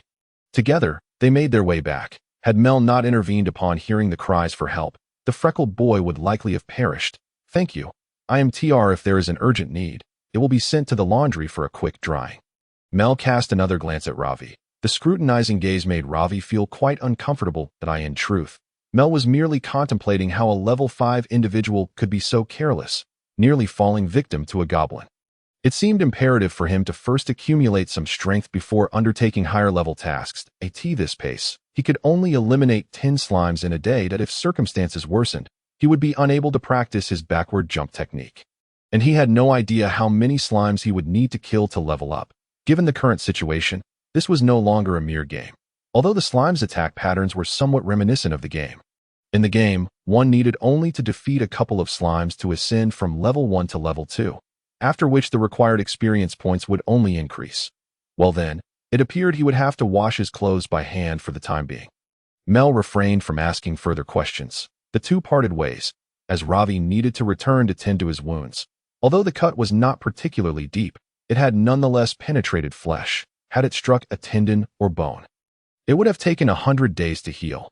Mel, as he did the previous day, requested a pot of hot water, returned to his room, and prepared to eat something. He borrowed a wooden bowl from the innkeeper, along with a fork and spoon, but no chopsticks, so he opted for the fork. After finishing his meal, he had to wash the bowl thoroughly. Otherwise, lingering odors could easily attract attention. He could only soak one bowl at a time. So he would eat one, then soak another. Today had been exhausting. During his hunt for slimes, he had consumed 1 bottle of water, 1 bottle of cola, and 2 bags of chips, and he had even disposed of 3 bottles of water to hold the slime's viscous liquid.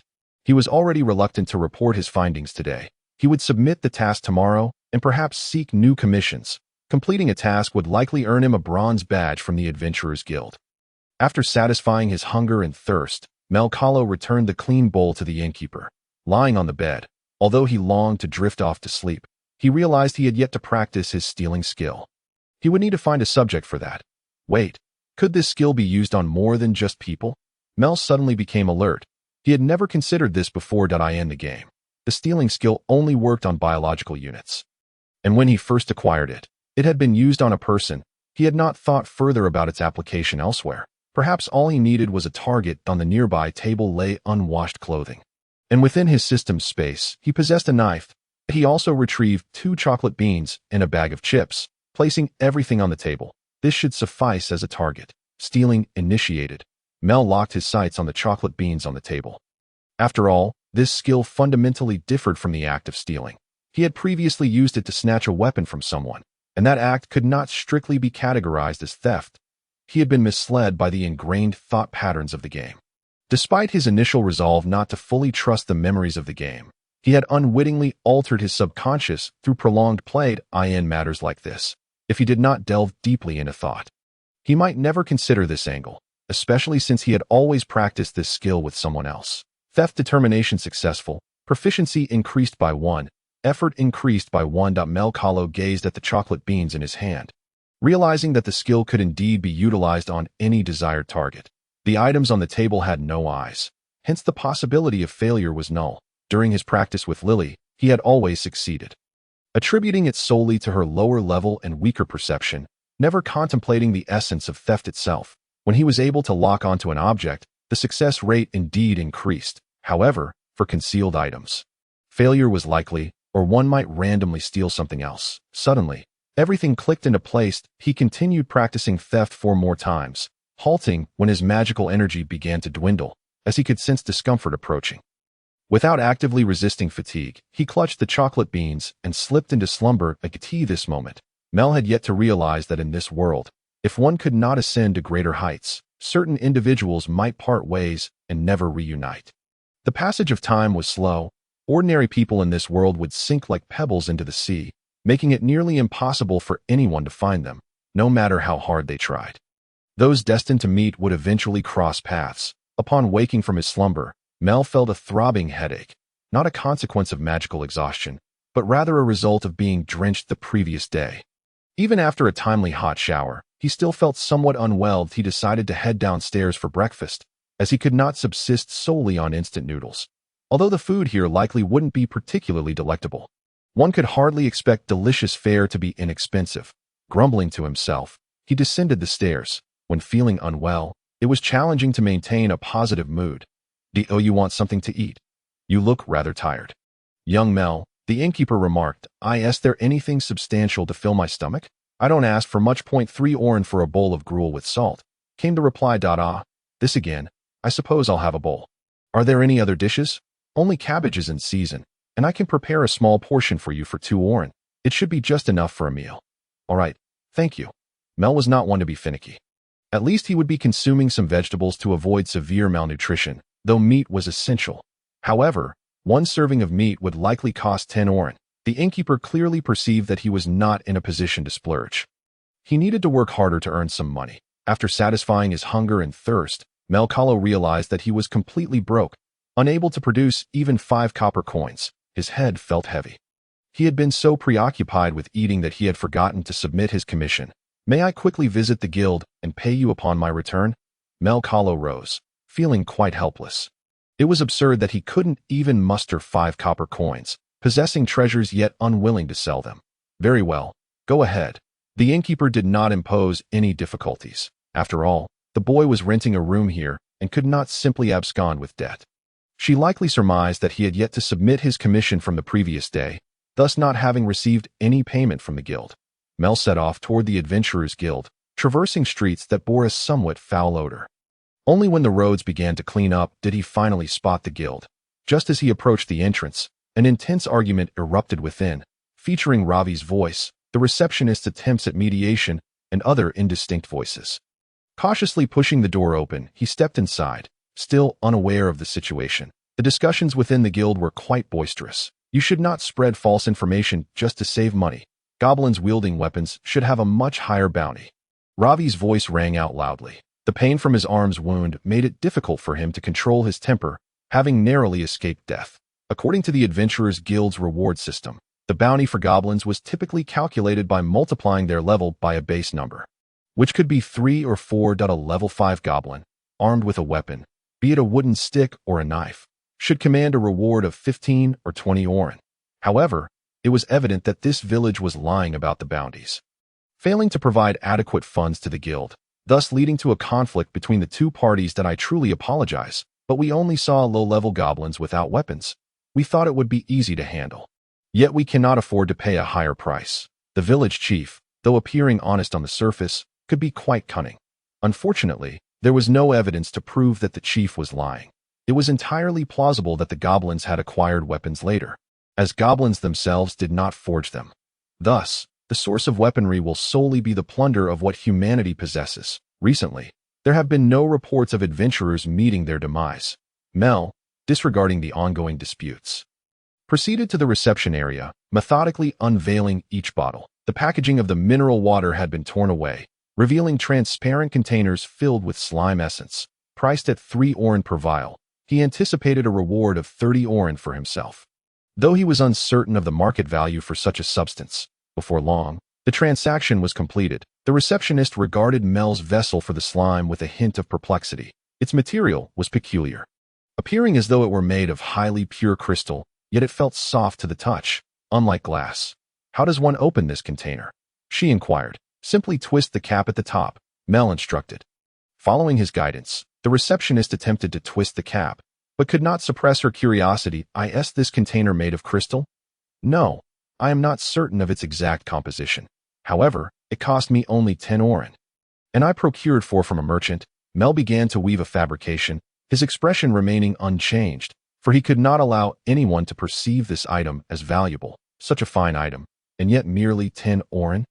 Young man, are you certain you have not made an error? An adventurer in the back set down his cup, bending slightly to scrutinize the transparent mineral water bottle. How about this? I will offer you 20 oren for one. That is acceptable, but I must first conclude the reward for the slime.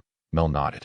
Initially, he had no intention of selling the item, but now that it was being proposed, it was of little significance to him. After weighing the slime essence, it was transferred into a small porcelain vial. Mel successfully received his 30 oren reward, and, through trading the mineral water bottle with the male adventurer, acquired an additional 20 oren. However, the remaining individuals showed no interest in purchasing the bottle.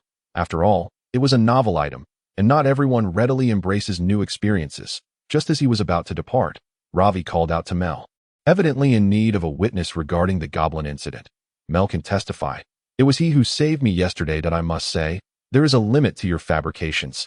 How could such a small child have possibly rescued you? The village chief began to retort. Mel approached the group, speaking calmly. I was indeed the one who saved him. He was assaulted by 2 goblins wielding knives. Although he managed to slay one, he sustained a wound to his right hand. I threw a dagger from behind, which caused the goblin to flee in panic. And what of the knife? The head of the Adventurers Guild inquired, seeking the whereabouts of the weapon. The knife has rusted. I did not reclaim it, and I doubt Ravi did either, Mel replied. Preparing to leave, he had no inclination to collect scrap. While a knife of that caliber could still inflict wounds, it would hardly fetch a buyer.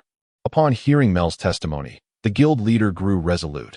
Realizing that the adventurer had indeed spoken the truth, the issue lay with the intelligence provided by the village. It seemed that they needed to increase their reward, or else the guild might cease to accept their commissions in the future. Is that so? The old village chief scratched his head, appearing quite helpless, as if he genuinely had no knowledge of the goblins wielding weapons. I must return to the village and confer with the villagers. At last, Ravi's commission could be settled. In the morning, for level 4 goblins had been slain, yielding 64 oren, and in the evening, a level 5 goblin had been hunted, worth 20 oren. The receptionist seemed to possess a specialized appraisal method, requiring only the left ear of the goblin to ascertain its level. Wait a moment. Was it not agreed that the commission would include 1 silver coin? Ravi remarked, receiving the orin while harboring a tinge of grievance, feeling that he should not leave empty-handed after having been unjustly wounded. Due to one goblin's escape, the commission could not be considered complete. The surrounding goblins had not been eradicated, and their reproductive rate was quite rapid. Until the situation was resolved, he could not claim his reward. After reviewing several specialized extermination tasks, he noted that, aside from receiving rewards for the spoils, there were also specific monetary compensations for the tasks posted. Such a reward mechanism incentivizes adventurers to undertake risks, as they are quite literally gambling with their lives. It appeared that the task he had accepted offered no additional compensation, which explained why no one was keen to take it on. Nonetheless, it mattered little. After all, his level was rather low. More than the reward, Mel was concerned about the prevalence of misinformation. How did the Adventurers Guild address such issues? Surely, there must be penalties in place. If not, the safety of adventurers would be gravely jeopardized. Erroneous information could easily cost someone their life. Primarily, the guild's main revenue model seemed to involve collecting a portion of the commissions in advance, in addition to revenues from the sale of beverages. Yet, could these means truly sustain so many adventurers' guilds? Besides the larger cities, numerous small towns with substantial populations also hosted smaller guilds, which were not entirely independent. They likely maintained some connection with the larger cities. Ravi, by the way, will you still be able to receive that silver coin? Mel inquired curiously. What? Do you think I would not return a dagger to you? I shall repay what I owe, and even without this commission, I have some savings. The freckled youth seemed to misconstrue Mel's words. Mel, typically reticent, had suddenly posed a question, which was understandable given Ravi's misinterpretation. No matter, I was merely curious. How does the guild typically handle such matters? It depends on the situation.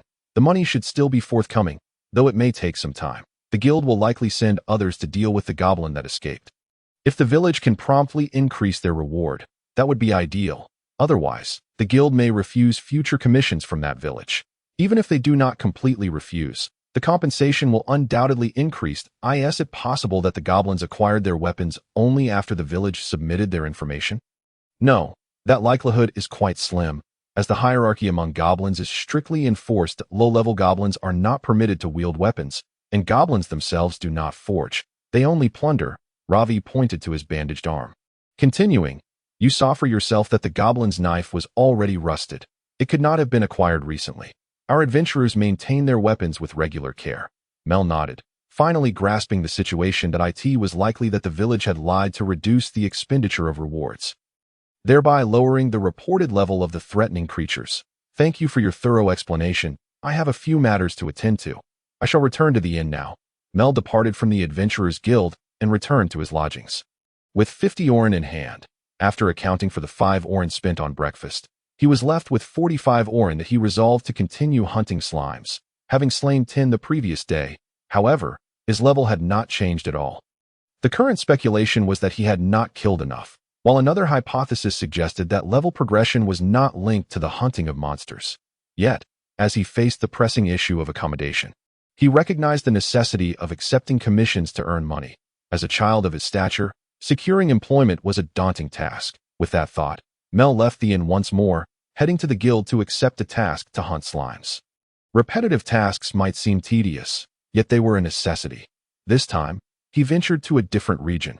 Although still near neighboring villages, the locations varied, indicating that monsters would not respawn in the same area within a short time.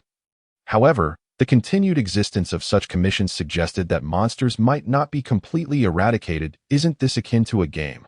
Mel mused, pondering whether anyone in this world had ever studied the reason behind the persistent existence of monsters. Upon arriving at the market, I spent 5 orin to purchase a water pouch, leaving me with a remaining balance of 40 orin. The mineral water bottles can no longer be sold. Otherwise, I would inevitably attract unwanted attention. There remains much to be discovered about this world. Taking on these tasks to familiarize myself with the surrounding areas is a prudent course of action, and I can also use this time to gather information regarding the specifics of this realm. According to the game's delineation, there exist the Galder Empire, the Karen Kingdom, and the Southern Exel Sacred Kingdom, all of which reveal differing accounts from the traveling merchants I encountered. It seems there are numerous smaller nations as well. However, in this world, it is not uncommon to find noble lands and various small fiefdoms. Based on my current understanding of the Demon King's army's progress, it appears that the official plot of the game has yet to commence, leaving me uncertain as to whether the storyline from the game will even unfold here. I end the game. The eternal protagonist is undoubtedly the player, who is said to descend into this world after some time. Mel Carlo might very well abandon any semblance of treatment and find a place to exist as an NPC, for he is aware of the terrifying capabilities of fully developed player accounts. One skill can deplete a boss's health bar, blurring the lines between who truly is the boss. This led to the subsequent phenomena of stat inflation and event restrictions. Upon reaching my destination once more, my prior experience from yesterday allowed me to locate slimes with greater efficiency. Yet, it still required a full day's effort to hunt them down, after which I would need to return. Nevertheless, during the slaying, my powerful slash and backstep skills underwent stable training to complete the task of hunting 10 slimes. I needed to execute 50 strong slashes and 50 backsteps. After dispatching the slimes, I must personally extract the slime essence, a rather tedious and time-consuming process, as this system does not permit a one-click extraction. It is perplexing. Previously, I could directly withdraw money from my wallet in the menu, so why not for slimes? It seems I must investigate this matter further. After finishing my hunt, I returned to Oak City, having spent the entire day fulfilling the commission. However, at least this time, I could settle the account the same day, and afterward, I could return to bathe. Another 30 oren was credited to my account. I would wash my clothes and then take them to the laundry for drying. 2 undergarments, a jacket, and a pair of trousers, but no underwear. Of course, no one would lend their underwear to another. Even if Ravi were to lend me his, I would not dare wear them. I possess only 2 sets of clothing. One is the standard coarse linen attire of the gang, and the other is the hunter's outfit that Ravi lent me. Although it is made of fur and fabric, its quality is evidently superior. After bathing and cleaning my clothes, drying the 4 items would cost 20 oren, and I would have to head to the east side of the city. With my freshly cleaned garments in hand, I traversed the streets. The sun had not yet fully set, and today I returned significantly earlier than yesterday. Once the drying was complete, I would be left with only 50 oren remaining. After a day of hard work, 23 oren had been expended on laundry. I could not continue this way, or I would merely be working for others. However, upon reflection, by undertaking such low-risk tasks daily, I could accumulate around 300 oren over the course of a month. Yet, I do not wash clothes every day, and certainly, aside from instant noodles, I must consume regular meals as well, which also incurs costs. Ultimately, Mel found himself standing before the laundry house, determined to see how the drying magic operated. Approaching the entrance, he noticed the lights had already illuminated. Unlike the exterior mineral street lamps, these appeared to be heated furnace lamps. Waves of heat wafted through the air, reminiscent of a fan blowing forth scorching gusts. The door was ajar, and upon entering, he encountered a sturdy, short man tending to a pile of garments. No machines were in use. Nor was there a stove to roast the clothes. Instead, he simply hung the garments on a railing, employing magic with his hands. Greetings, Goblin. That's dwarf to you, lad. You may call me Volcanus, for Goblin is hardly an appropriate title. The dwarf paused his spellcasting, adjusted his suspenders, and rolled up his sleeves to face Mel. He perceived the child as reckless, yet given his youth, there was no need for excessive my apologies. It is my first encounter with a dwarf. I have come to dry these 4 pieces of clothing. Mel clutched his garments while observing the dwarf, clad in blue overalls, with white hair fashioned into a stylish topknot. His attire was remarkably harmonious and suited him well. Placing the clothes into a basin, Mel sat nearby, awaiting their return. The dwarf methodically removed the dried garments, placing them into a basket. Mel stood by, intrigued by the magic at play, for such a spell did not exist within the confines of the game. The dwarf then lifted a basket of garments, and with the aid of wind magic, the clothes began to expel water, which flowed into a cross-shaped gutter, similar to the dehydration process in a washing machine. Utilizing centrifugal force to extract moisture one by one, he hung the garments on the railing. One could discern the dwarf murmuring to himself. This was likely the incantation required for casting magic. But Mel could not comprehend it, his expression rife with confusion. Is this the language of the dwarfs? You appear quite curious. are you not? Like that apothecary in town. Do you wish to pilfer my magic? I am indeed interested. However, I have never practiced magic. Might I learn this spell? Hard to say that I can wield this magic due to my strong affinity with both wind and fire spirits. Moreover, my culinary skills are hardly something I would so easily impart to you. The dwarf grinned widely. Indeed, a professional in their craft is unlikely to teach so readily. Mel remained seated, awaiting the dwarf to dry his clothes. Dear me, I arrived late and missed today's specials. A middle-aged woman, adorned with a blue scarf, entered the shop, her basket brimming with purchases, yet her expression bore a hint of disappointment. First, prepare dinner. I still need to dry this lad's clothing that it's quite cold. And he is dressed so lightly. The dwarf responded, taking Mel's clothes to dry. This magic does not directly extract moisture from garments, but rather employs wind and fire to facilitate drying. Which is indeed rather fascinating and somewhat different from my expectations. Is this magic of your own invention? Or can others perform it as well? Chatty, aren't you? Of course, it is my creation. No one else possesses this ability. In all of Oak City, I am the sole practitioner. The dwarf continued his work, engaging in conversation with Mel, that if you truly wish to learn magic, you should first familiarize yourself with its fundamentals. I cannot teach you these advanced skills that I am not a grand sorcerer. This falls under the realm of spirit magic, and the likelihood of a human mastering it is rather slim. After stating this, the dwarf did not cease his work, and one more thing. When encountering a dwarf, never refer to us as goblins. Those green-skinned rascals are also called goblins, and that is a grave insult to us. Goblins? I was unaware of this. I sincerely apologize. Well, it is fortunate you encountered me. Had it been another dwarf, you might have found yourself flattened into a pancake by a hammer. The dwarf resumed his drying magic. A warm breeze wafting from the room into the open door.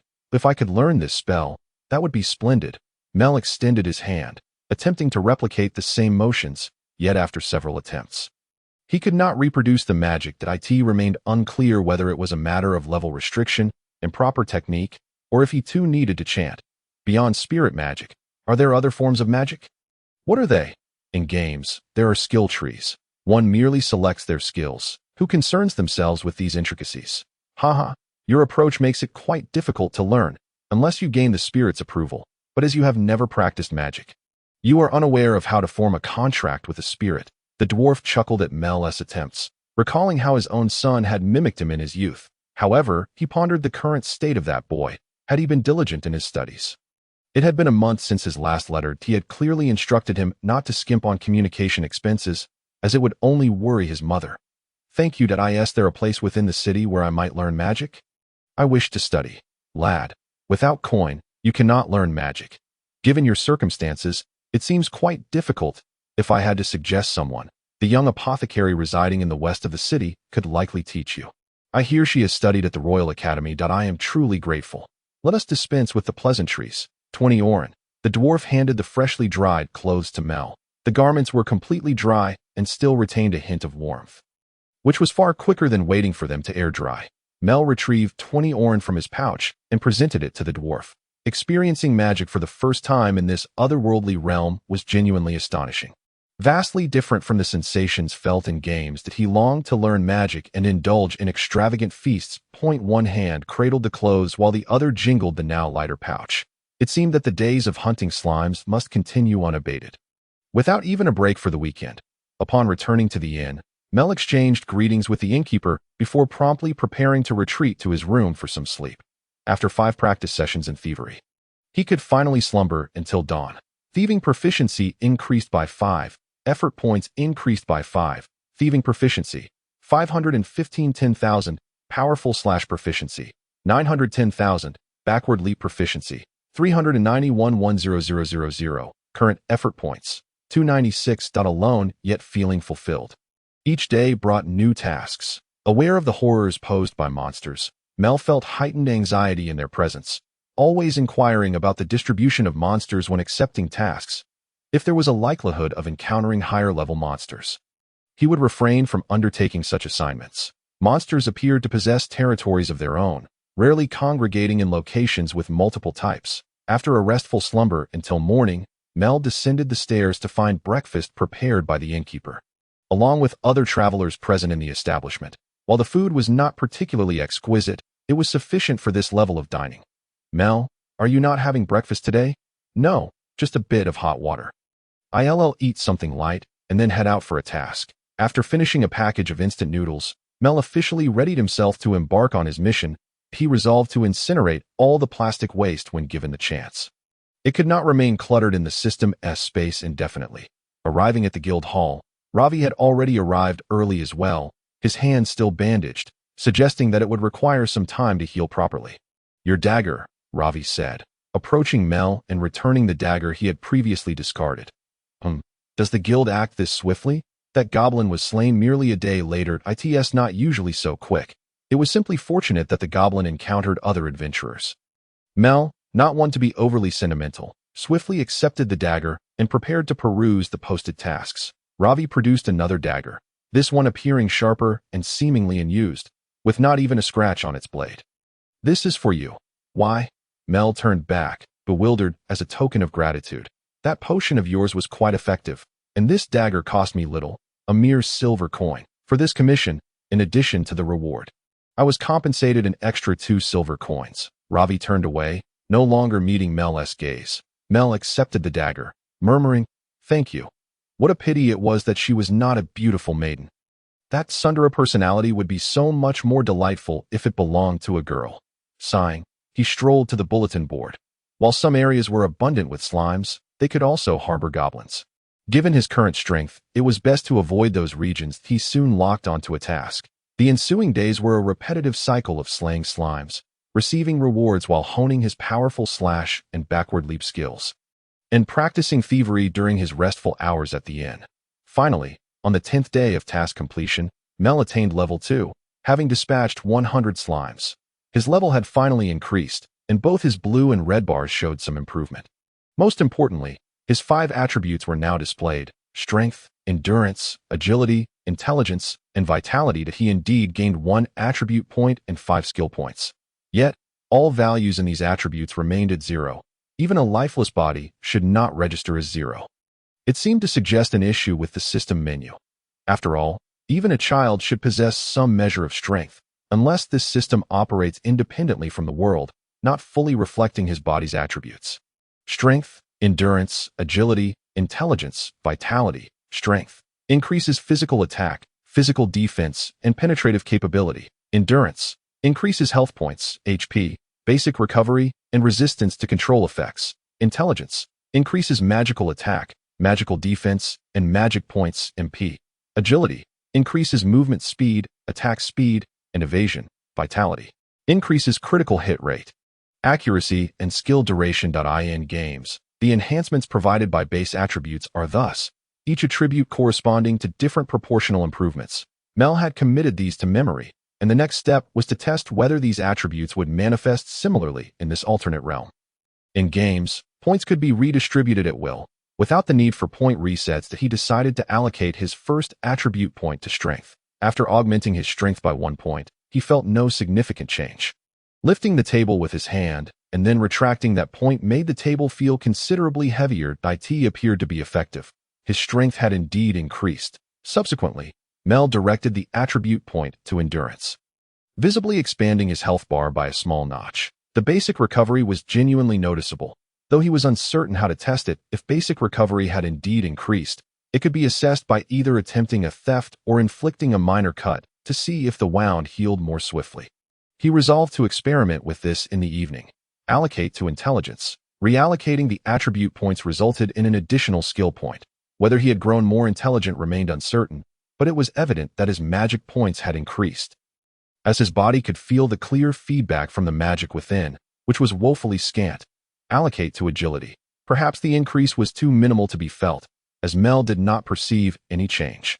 Allocate to vitality. In an instant, his thoughts became more cohesive, and his eyes could precisely lock on certain objects. Was this the feedback of vitality? He had almost grasped it within a short span. Mel decided to allocate the point to intelligence, thereby gaining an additional skill point, totaling 6 skill points, which could directly enhance one skill's proficiency by 15, immensely beneficial for his current state, based on his experience of killing 100 slimes to reach level 2.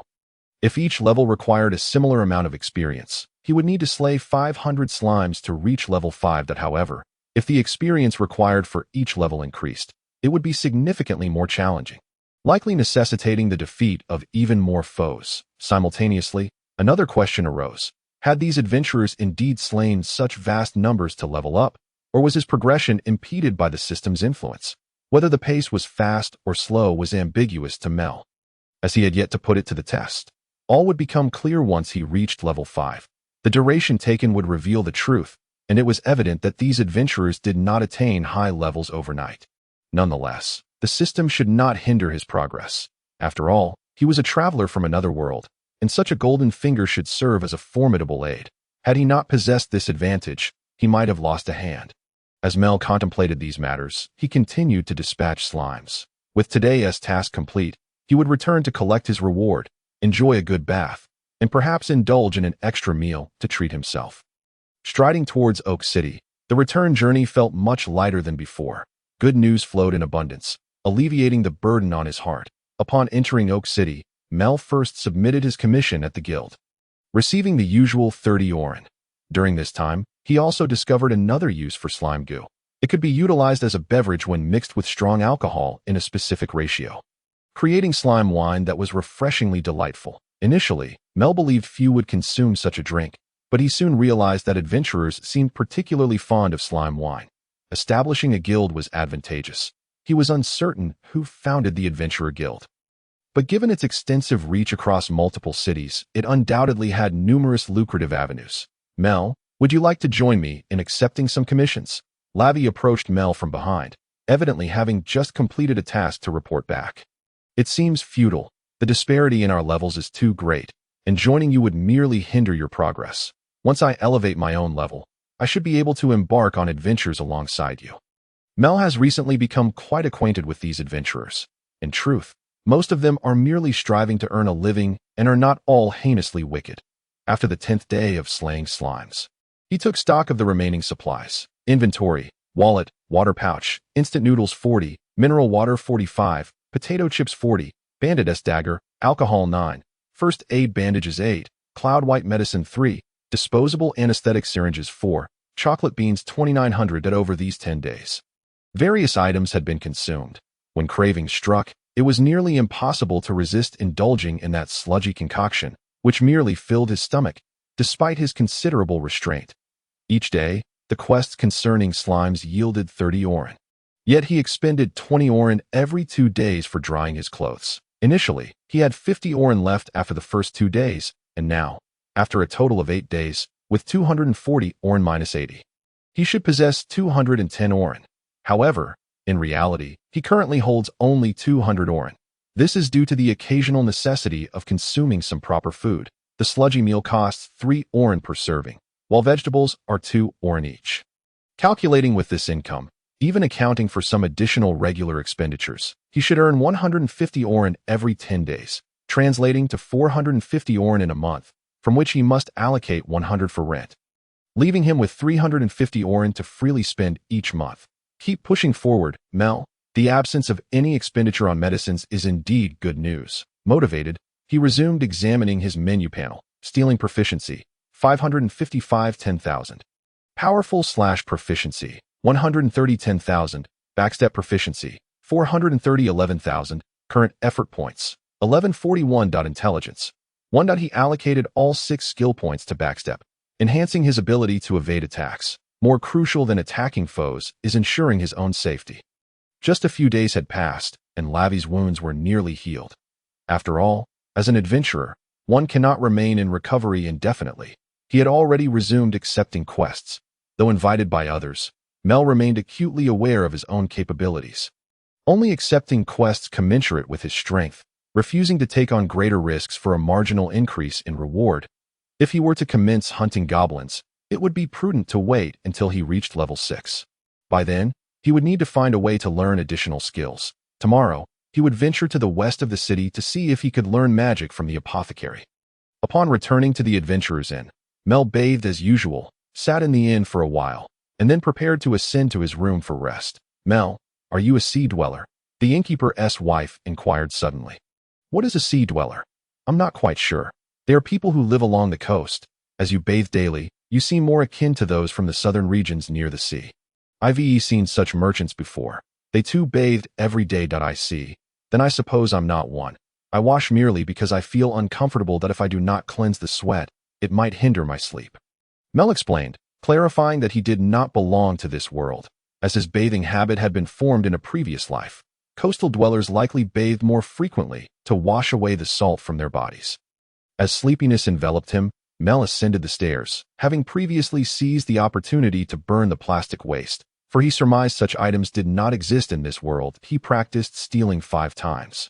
Stealing proficiency, 560,000 that after expending magic, it seemed less distressing than before. Following his level up, his magic points had increased, with his sole attribute point invested in intelligence, leading to a less severe depletion of MP. He felt his limit might extend to 7 uses, and daily training could potentially rise to 6 sessions. The only concern was whether daily magic expenditure would affect his maximum mana capacity. Logically, continuous use of magic should enhance one's magic pool, as it is a process of constant training. Yet the issue lies in not having discerned the impact of mana consumption on his total mana before his level increased.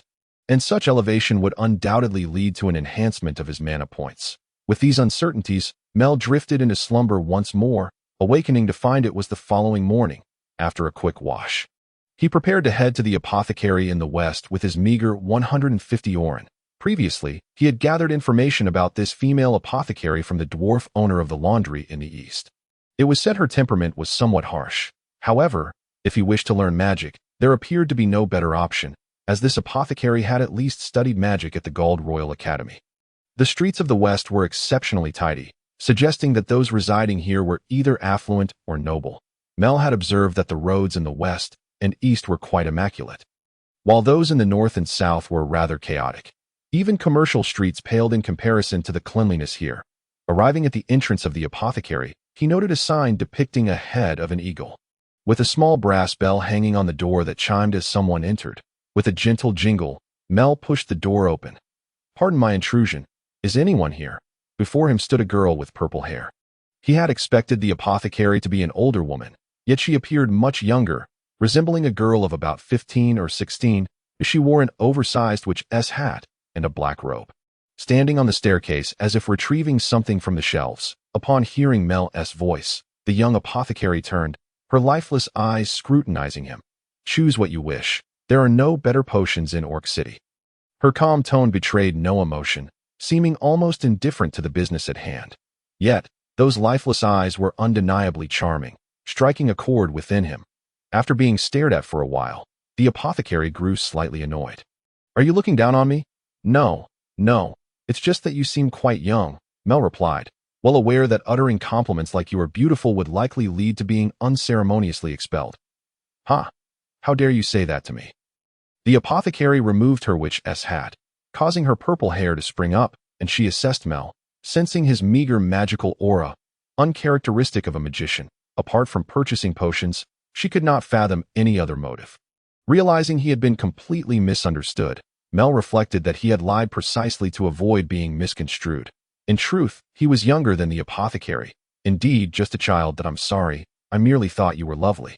Mel scratched his head, thinking that since he was still a child, he could freely express his feelings. The next moment, instead of witnessing a bashful reaction from the girl with lifeless eyes, he was abruptly propelled onto the street by a magic blast. Her reprimand still echoing in his mind.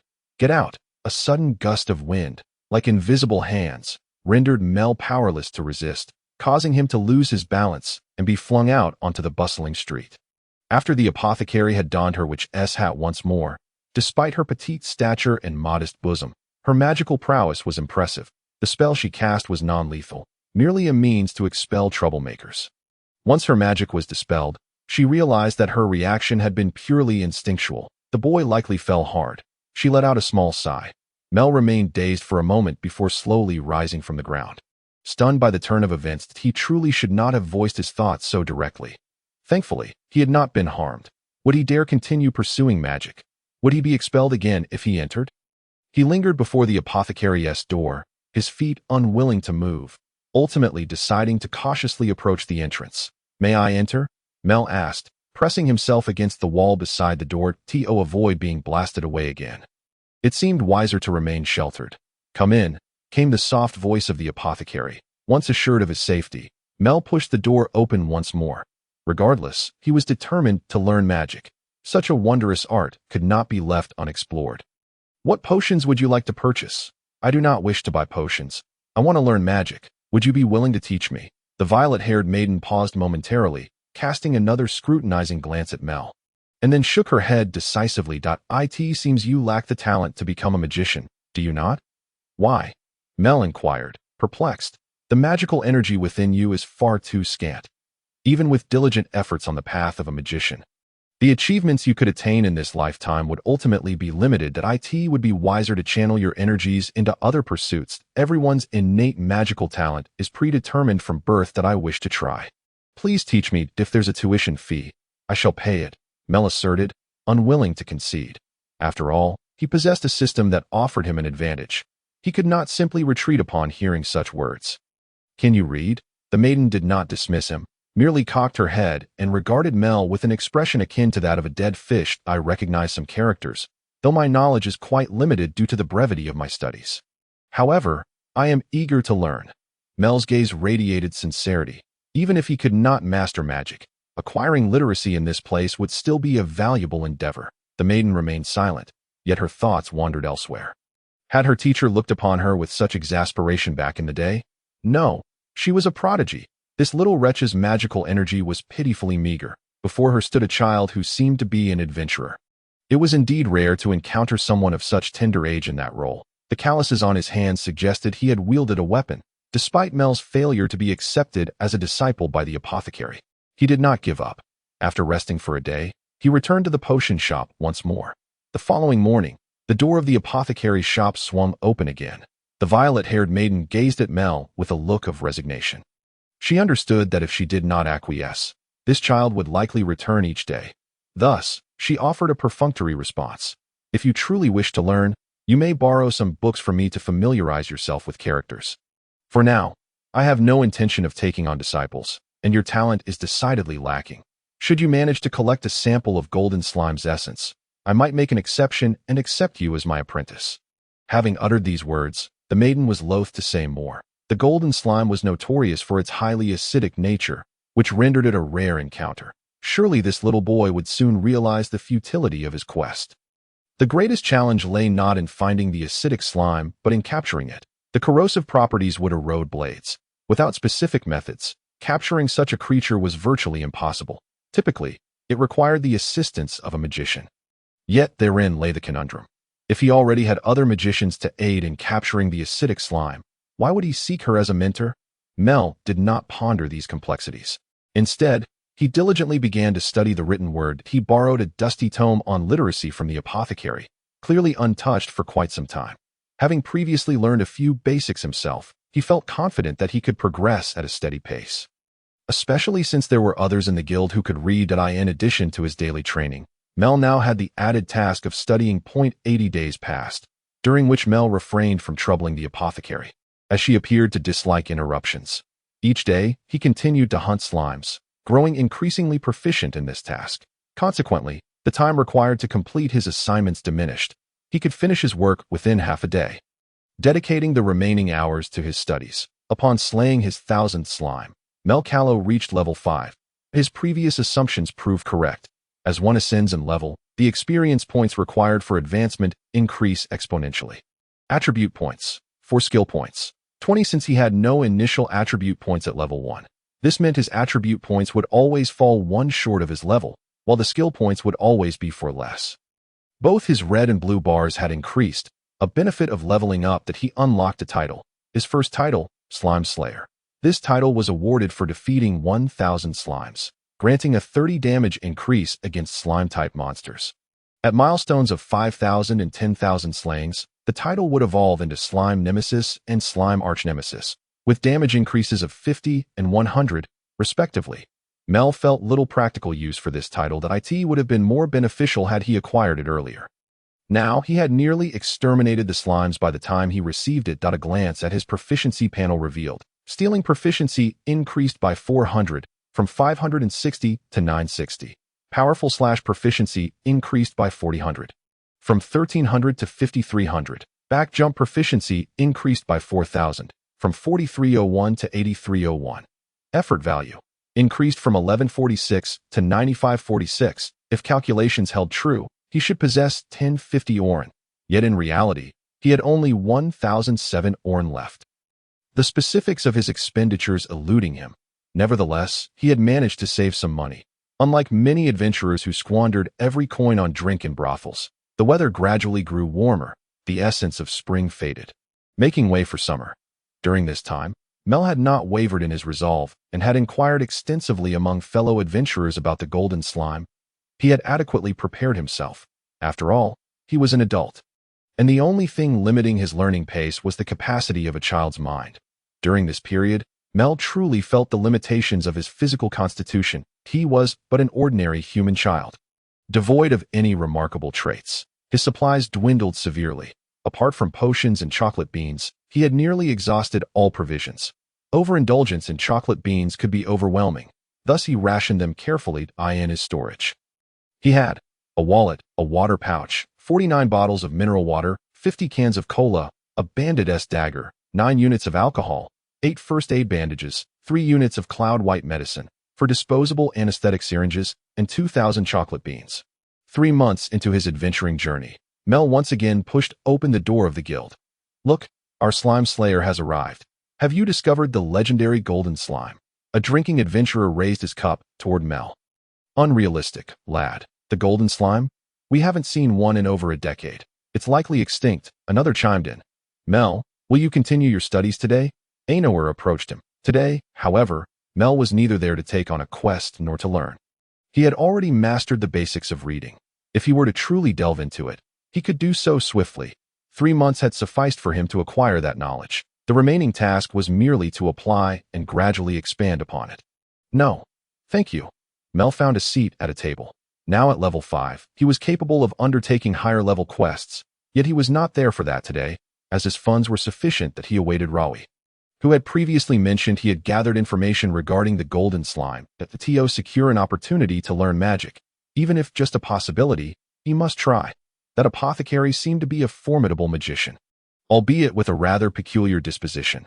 Currently, he allocated all 4 of his attribute points to intelligence, earning a total of 24 skill points. Since mastering a single skill only required 30 points, this meant he could elevate 1 skill as proficiency directly to 80. He chose to invest in cutting, as his back jump skill already boasted a proficiency of 83. That after a brief wait, Rawi appeared before Mel, accompanied by 3 companions. A tall male adventurer, adorned with a massive shield and a short sword at his waist.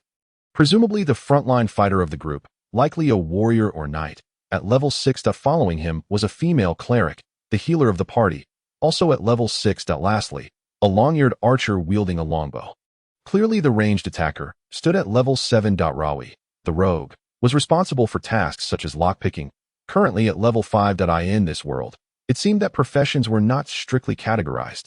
The Adventurers Guild assigned roles. Yet many individuals held multifaceted skills, much like Mel, who had acquired abilities from various professions. Lockpicking was also a skill he had heard of. However, upon attempting it, he found himself incapable of picking a lock with a mere wire. Thus, achieving 10 successful lockpicks remained a daunting challenge for him. That skill would have to be set aside for now. After all, he already possessed the foundational skill of stealing. He understood the principle of not biting off more than one could chew. It would be wise to first hone the proficiency of the skills he had already mastered. "Mel, thank you for your patience. Ravi's injury has completely healed, although a few scars remain on his arm. He no longer bears the marks of a wounded individual and appears as he always has done. It's nothing. I've only just arrived," he replied. "Oh, you truly have that information? Well, perhaps, this time, we are preparing to eradicate a goblin nest. According to intelligence, there exists a pool at the bottom of the ruins where someone has reportedly seen golden slimes." Ravi lowered his voice, for such matters must not be overheard. Though the intrinsic value of golden slimes is not particularly high, rare items invariably attract exorbitant bids. By the way, isn't that apothecary making things difficult for you? Golden slimes are not so easily captured. It's fine. I am well prepared. Mel has already prepped the ash from plants. As long as we neutralize the slime's corrosive properties, we should be able to collect the slime's essence without issue. In theory, Mel need only slay the slime to directly store it within the system, and the subsequent processing can be entrusted entirely to that apothecary. All right, let us depart. The knight in the party let out a hearty laugh, clapping Mel on the shoulder. That you're a bit annoying, aren't you? Quite the familiar one, he chuckled. Yet, for this adventure, Mel would indeed need to rely on him. Yes, Mel rose to follow the four companions as they departed. This time, they were heading far from the city to a certain ruin, which resembled a collapsed pit. However, a winding path allowed them to progress toward the depths of the chasm. The primary objective remained the elimination of goblins, for Ravi and his team had been tasked with clearing the goblin nest within the ruins, which had evidently not been there before. It was likely that the goblins had only recently appeared. These monsters seemed to manifest from thin air. Mel had even begun to suspect that the slimes were endless. Having already slain 1,000, the slimes still persisted, as if they were emerging from the earth itself. Mel, right? I often hear Ravi speak of you, a peculiar child who constantly hunts slimes. May I ask why you are so intent on exterminating them? The priestess, upon uttering these words, had already conjured a narrative of deep-seated vengeance in her mind. The thought of a child whose family had been ruined by slimes, driven to hunt them relentlessly, struck her as odd. Because the only monsters I can defeat are slimes, Mel succinctly replied to the priestess. Clad in a white gown, clearly a uniform distributed by the church, her bust appeared somewhat modest, perhaps a sign of insufficient development. Indicating she was a novice priestess, to break the awkwardness, Mel ventured, "Excuse me, priestess, do you know how to throw a javelin? I'm afraid I do not possess such combat skills. Only battle clerics are trained in such techniques."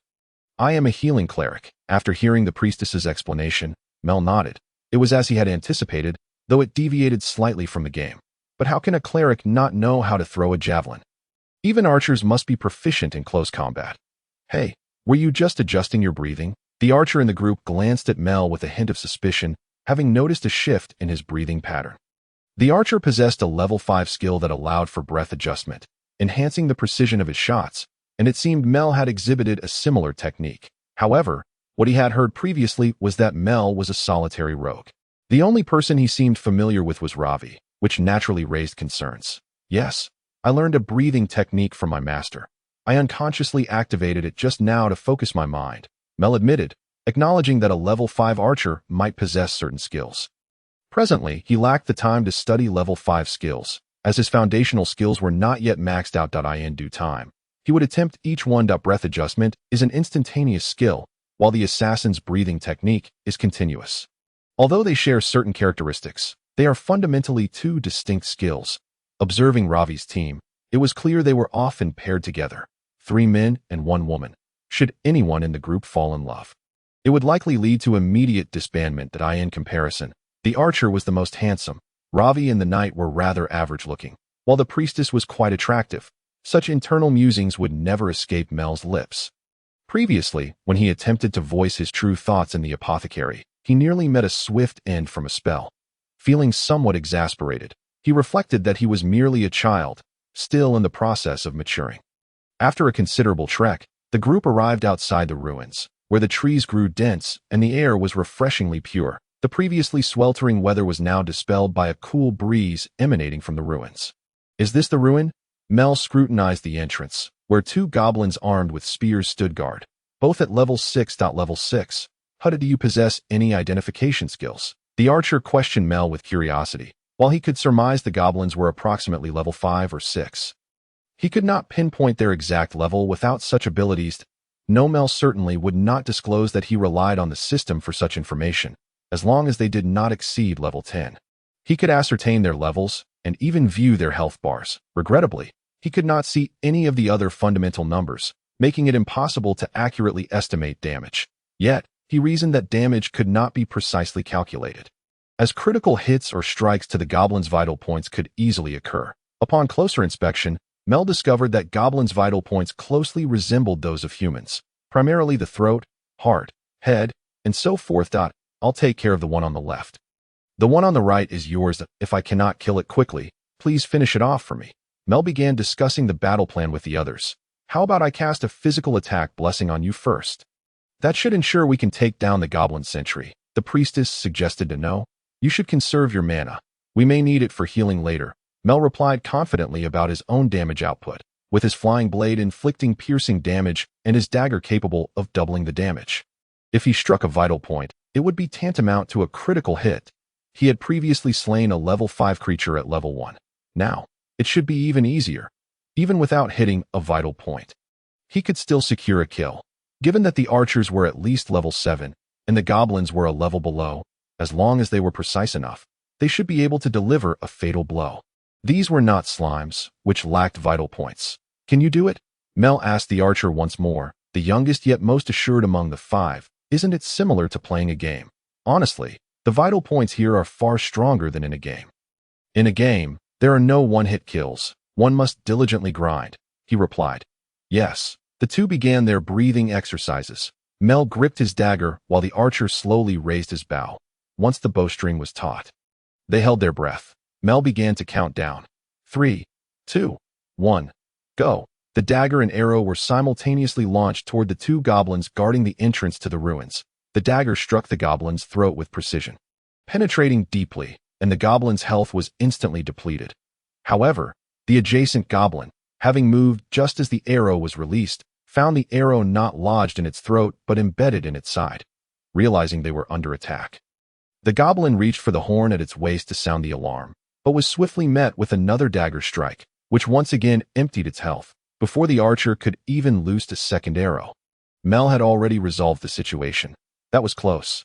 If 3 goblins had been on watch, we would have been in trouble. Why? The archer returned his arrow to the quiver. Because I only have 2 daggers. If the horn sounds, we would be immediately exposed and would likely have to flee. Regrettably, he could not stealthily approach. Otherwise, he could have achieved even higher critical damage. Let us go. We should take a look inside, Mel declared, though his feet remained planted, knowing that the frontliners ought to lead the way. The warriors' shields were not merely for show. Tanks must always advance at the forefront. Be careful. The female cleric reminded them that the armor of the knight was the most likely to produce noise, while the attire of the others was comparatively lightweight. After all, knights had the duty of withstanding damage, necessitating thicker armor. It seemed that Akai had been incessantly clamoring to become a knight as well. One could only wonder how he was faring now. With Lily's keen intellect, she should be able to navigate through danger. Mel withdrew her dagger, and the 5 of them cautiously advanced, encountering goblins scattered amidst the ruins. They needed to descend further along the winding path. The optimal outcome would be to dispatch all the goblins without making a sound. They were merely a party of 5 and could not possibly confront a goblin horde that outnumbered them by a significant margin. Mel held her dagger firmly, while the archer and the team continuously targeted the goblins that appeared along the path, requiring Mel to deliver the finishing blows only when the archer faltered. Throughout their journey, no unexpected events occurred, and the group coordinated exceptionally well as they descended layer by layer. The air was thick with the scent of moss, occasionally interrupted by the sound of dripping water from above. Some columns, whose purpose remained uncertain, whether for support or decoration, still stood firm at the edges of the path. Gradually, the pungent odor of feces began to permeate the air, indicating an increase in the goblin population below. Their sharp, raucous cries tugged at their nerves. The goblins remained oblivious to their presence, indulging in their own raucous laughter, reminiscent of human mirth. In the 10-layered ruins, only 2 layers remained, littered with the corpses of goblins. Mel had kept count and, including the 2 at the entrance, they had already hunted down 20. This suggested that the 50 goblins mentioned in the intel were likely concentrated in the remaining 2 layers and the very bottom, where a pool of water had formed, possibly due to some underground current. Before them lay a section of road that had caved in, rendering half the distance impassable. They could only traverse the remaining portion, which felt precarious. The careless misstep could lead to a painful fall, though not fatal from such a height. Mel and the archer lingered at the back while Ravi had already moved ahead, now waiting for the cleric and the knight to pass. Yet, the more one feared something, the more it seemed to come to pass. As the knight reached the midpoint, perhaps due to the weight of his armor, the ground collapsed beneath him, sending him sliding down the wall to the next layer. The tremendous noise drew the attention of the goblins, who quickly scurried from the pool towards the second layer.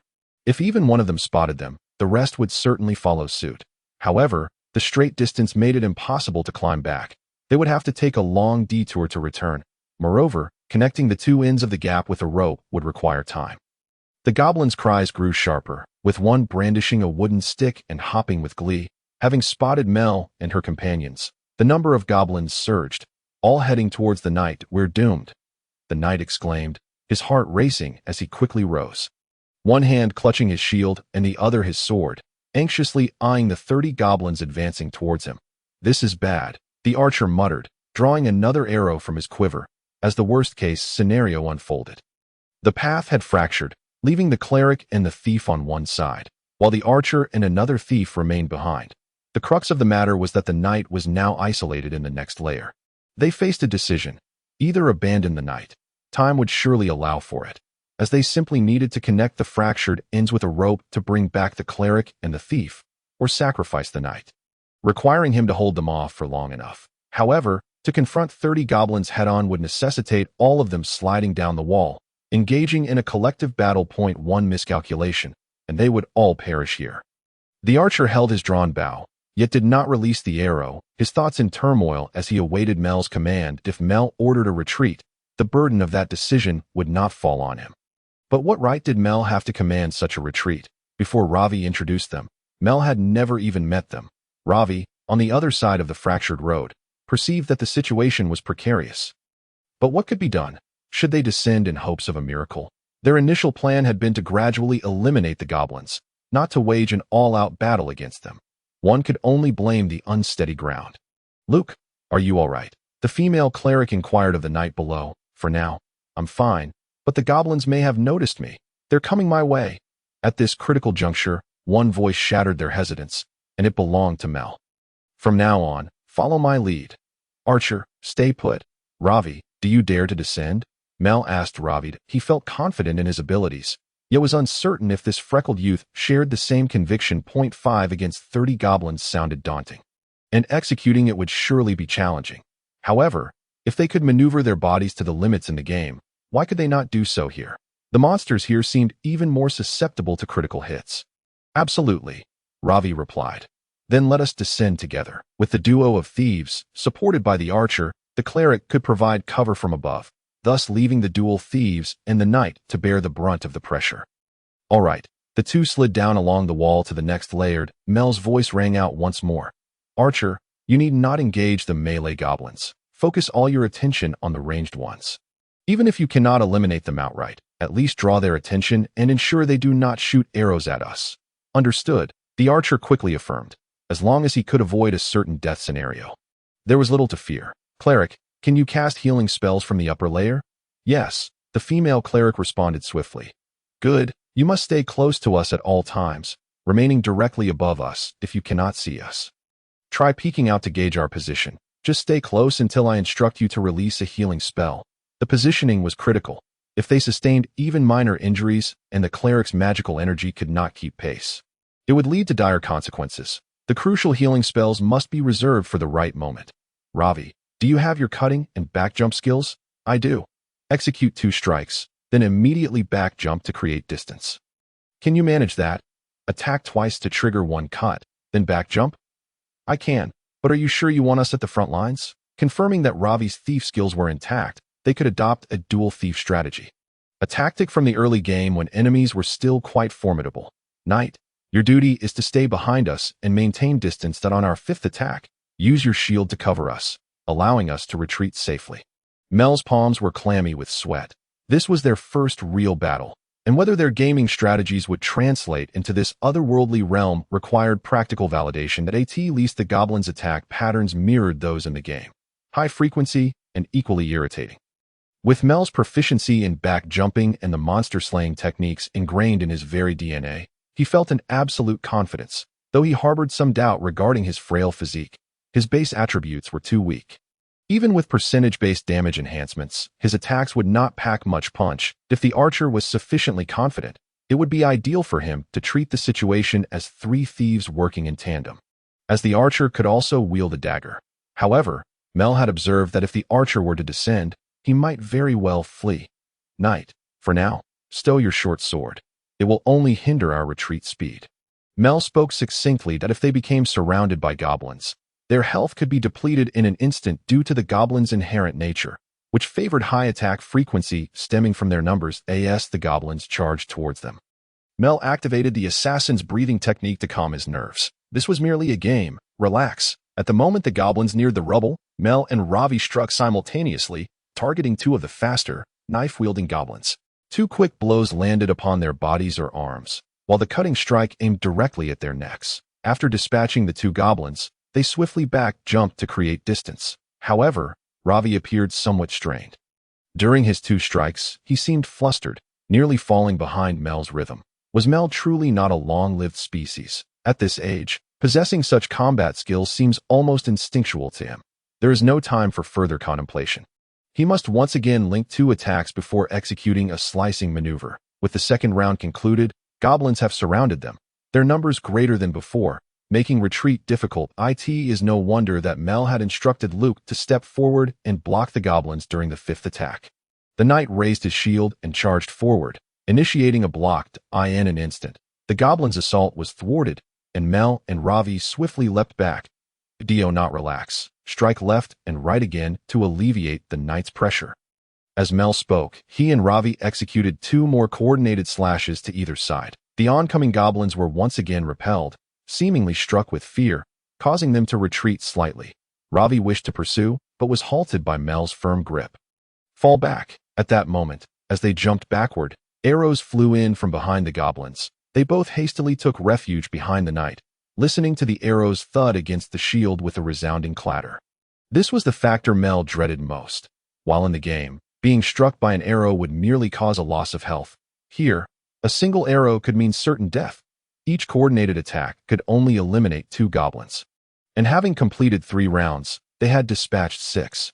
Even if there were indeed over 30, they had already taken out 15, making the remaining scattered foes easier to handle. The knight, shield raised, began to retreat. The trio once again distanced themselves. Above, archers were relentlessly pulling their bowstrings, targeting the goblin archers, whose level was 10, while he himself was only at 7.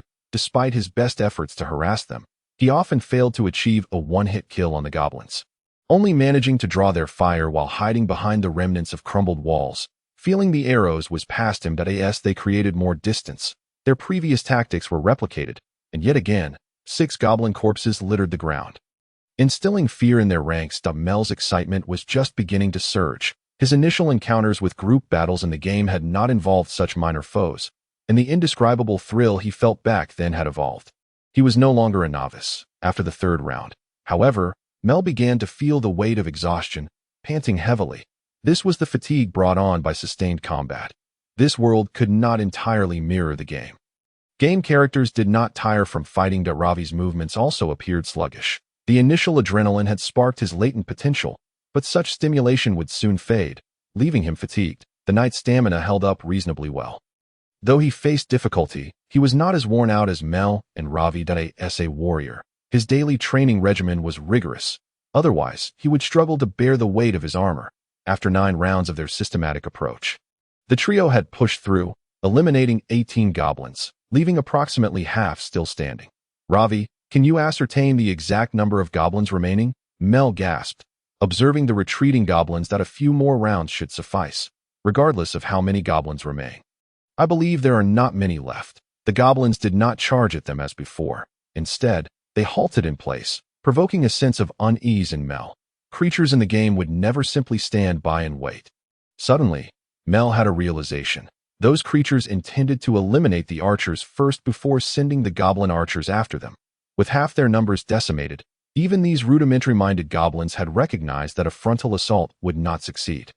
However, now that they had created some distance, Mel was uncertain if the archer could still hear his voice. This was no game microphone. In the vast expanse of the ruins, sound could travel upwards. And in air at 15C, it traveled at 340 meters per second. Archer, do not expose yourself, Mel shouted, his voice nearly hoarse. The goblins neither advanced nor sent their archers to attack. The archer heard him. Yet his body could not halt its motion. His hand gripping the bow was already protruding, and 10 arrows were released toward him. One struck his shoulder, causing him to fall awkwardly to the ground. Crawling back into the ruins, witnessing the archer being struck, the priestess was filled with anxiety. Milka. Yet the distance was too great for her healing magic to reach him. Meanwhile, the goblin archers were aiming at Ravi and Luke below. The priestess quickly peered out, assessed the positions of Ravi and the others, and then hastily followed. Below, Mel's group found themselves in dire straits. 10 goblin archers, all at level 10, double Mel's level, should he be hit by an arrow. It would likely spell his end. This allowed them to clearly see the positions of both the archers and the melee goblins, with only 6 melee goblins remaining. However, this did not mean that by dispatching the melee foes, only the ranged goblins would remain. The goblins would pick up the weapons of their fallen comrades, a stark contrast to the game. Most critically, the area was quite open, lacking the fallen walls and debris for cover, forcing them to passively endure the onslaught. An arrow had already pierced the knight's shoulder, and his shield appeared to be straining under the pressure. It was impossible for one person to accurately deflect every arrow, and Mel and Ravi took refuge behind the knight. This cannot continue. If it does, we will perish, Ravi lamented, his head hung low, shocked by the sudden turn of events. Knight, can you charge? Push forward. We will eliminate those 6 goblins. And once within 10 meters, we can fight back. I can give it a try. Oh, and Mel, call me Luke. Remember my name. If you die, I will certainly remember. Mel grinned through gritted teeth. He had not inquired about anyone's name during their journey. Perhaps due to their unfamiliarity or simply his reluctance to ask, the knight charged at the goblins, not using a skill but simply rushing forward with his shield. Mel and Ravi followed closely behind, daggers gripped tightly. The goblin archers continued to rain arrows upon them, while the priestess kept pace, no longer needing to peek out, as the heavy clanking of armor was enough to guide her. Clang! An arrow pierced the armor, embedding itself in his chest, yet he persevered, lifting his shield to press on. Mel noticed the knight's pained expression and the beads of sweat forming on his brow. Priestess, heal the knight. Yes, the priestess ran while casting her healing spell. With 3 of them, she did not need to lock on visually, as they were all familiar with one another. Aside from Mel, the other 2 were his regular teammates. Luke extended a hand and pulled the embedded arrow from his chest. Failing to remove it beforehand would hinder the healing spell's efficacy. After a brief moment of pain, a warm, soothing sensation enveloped him. As magical energy flowed into his body, healing his wounds. To Mel, this was merely Luke's health bar beginning to rise once more. They needed to expose themselves to the risk of arrows and swiftly complete 3 sets of 2 attacks and 1 slice. Just as before, to ensure they were not struck by the goblins. 1, 2, slice, retreat. Memories from the depths of his soul began to awaken within this bodied as the second set of attacks concluded. A clattering sound echoed. The knight's shield had fallen to the ground. Seemingly shattered, he drew his short sword and lunged at the goblin before him. Mel reacted quickly, drawing his dagger and hurling it at another leaping goblin, the blade finding its mark in the creature's throat. Narrowly averting the loss of a teammate, there remained 10 goblins, all level 10 archers, 3 of which had transformed into frontline fighters, picking up the weapons of their fallen comrades, while the others continued to aim at them. However, they were only 10 meters away now. Who was afraid of whom? Above them loomed the recently shattered gap. Mel tightened his grip on his dagger, growing bolder. They had no defensive options left, save for using the knight as a meat shield. The transformation of melee goblins required time. They could not afford to give the goblin archers an opportunity to retrieve their weapons. The assassin's breathing technique would grant him a calm mind, and the dagger strike would provide a 100-point damage boost. Now he merely needed to close the distance for absolute victory. Can you hold off those 3 goblins picking up weapons for a moment? The priestess can focus her healing on Luke and Ravi. As the words fell, the 2 of them disregarded everything and charged towards the 3 knife-wielding goblins, all of whom were level 10. It was the goblin archer who had picked up a melee weapon to take on the front line. With all attribute points allocated to wisdom, a total of 24 skill points could be obtained. The proficiency in back jump stood at 83, just 15 away from perfection, requiring 6 skill points to achieve full mastery, while the remaining 18 points were devoted entirely to slicing, allowing the slicing proficiency to reach 60. Mel kept his body sideways, distributing skill points between back jump and slicing, compensating for the final proficiency gap in back jump, aiming for a cooldown-free effect. His movement was zigzagged, continuously utilizing back jump, his only displacement skill and the sole means to rapidly close the distance. Ravi was left astonished. unable to believe the versatility of back jump. It was indeed the same skill, requiring immense mastery to connect so seamlessly. No, it was beyond human cognition. It relied solely on instinct, on an innate muscle response. Before the previous back jump had even landed, the direction of the next jump had already been determined as he moved in reverse. Your friend named Mel is truly remarkable. The knight, wielding a short sword, engaged with 2 goblins but was quickly repelled, a gash appearing on his armored limb. Ravi's situation was not much better. The level disparity was too great. Even with all his might, he was still slashed across the chest, the goblins overpowering them in both strength and speed. Healing spell. The priestess knelt beside the wounded, continuously casting healing spells on the 2. Just then, an arrow tethered with a rope shot into the ground near the priestess, forming a lifeline connecting both sides. Nana, hurry over. The archer pressed a hand to his wound, having snapped the shaft of the arrow. But the tip remained embedded in his body. He had just forced the arrow away with his leg. Now, he needed to get Nana to his side. Otherwise, if those below failed and the goblin archers surrounded them, Nana would be unable to retreat. But the priestess glanced at the 2 struggling below and then at Mel, who was already engaged with the goblin archers. She thought perhaps Mel could not provide assistance. Given the distance, Clavi and Luke needed her help. Without healing spells, the 2 would soon lose their fighting capacity. In her hesitation, Luke was struck by another goblin's blade. After all, it was 3 against 2. With a level disparity of 4, not being instantly killed was already the best outcome. No. Milka, if you wish to leave, I won't hold it against you, but by the time I crawl over, Luke and Ravi will surely not last. Nana tightened her grip on her holy staff and cast another healing spell. Luke and Ravi could no longer muster the strength to heed the words from above. All their energy was devoted to fending off the 3 goblins before them. Pain, blood, and healing. Mel darted between the 10 goblins as if in a game, attacking instinctively with techniques honed through countless repetitions.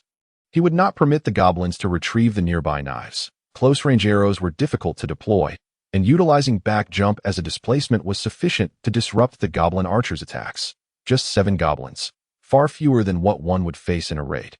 Particularly for a solo endeavor, Mel's dagger continually sliced through the goblins. He yearned to strike at their necks each time, but the chaotic scene left no time for precise aiming. He attacked purely on instinct. This was a player's instinct.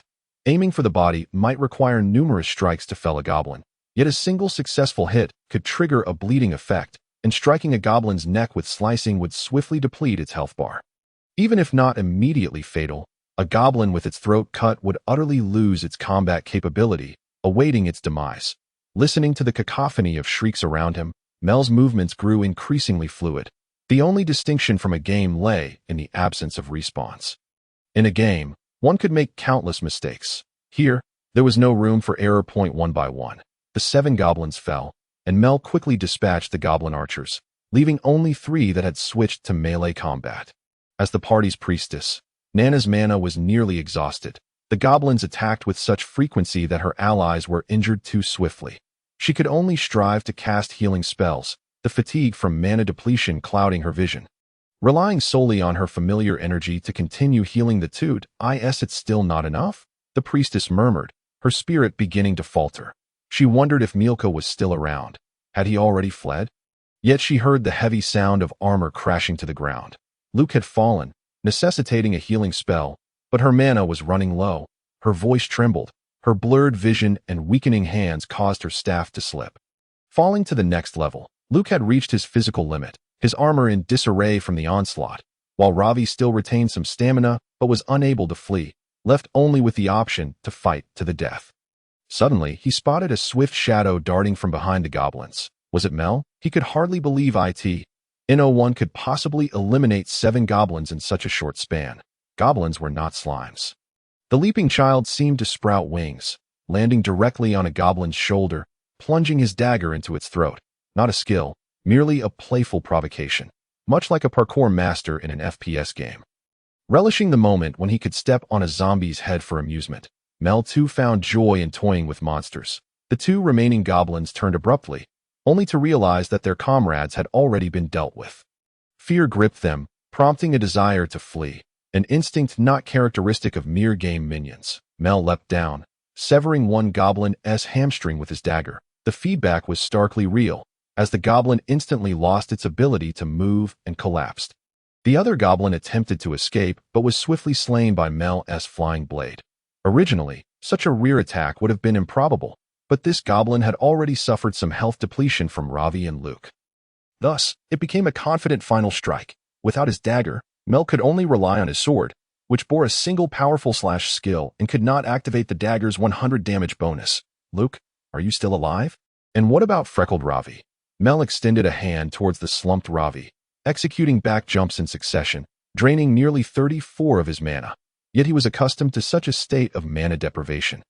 Far from his limits, hearing Mel's playful banter, the group finally relaxed. Ravi grasped Mel's hand, but inadvertently pulled him down as well. What's with the show-off? You little brat, Ravi thought to himself. Admiration mingling with playful rebuke. Luke lay on the ground, too exhausted to utter a word, having narrowly escaped death.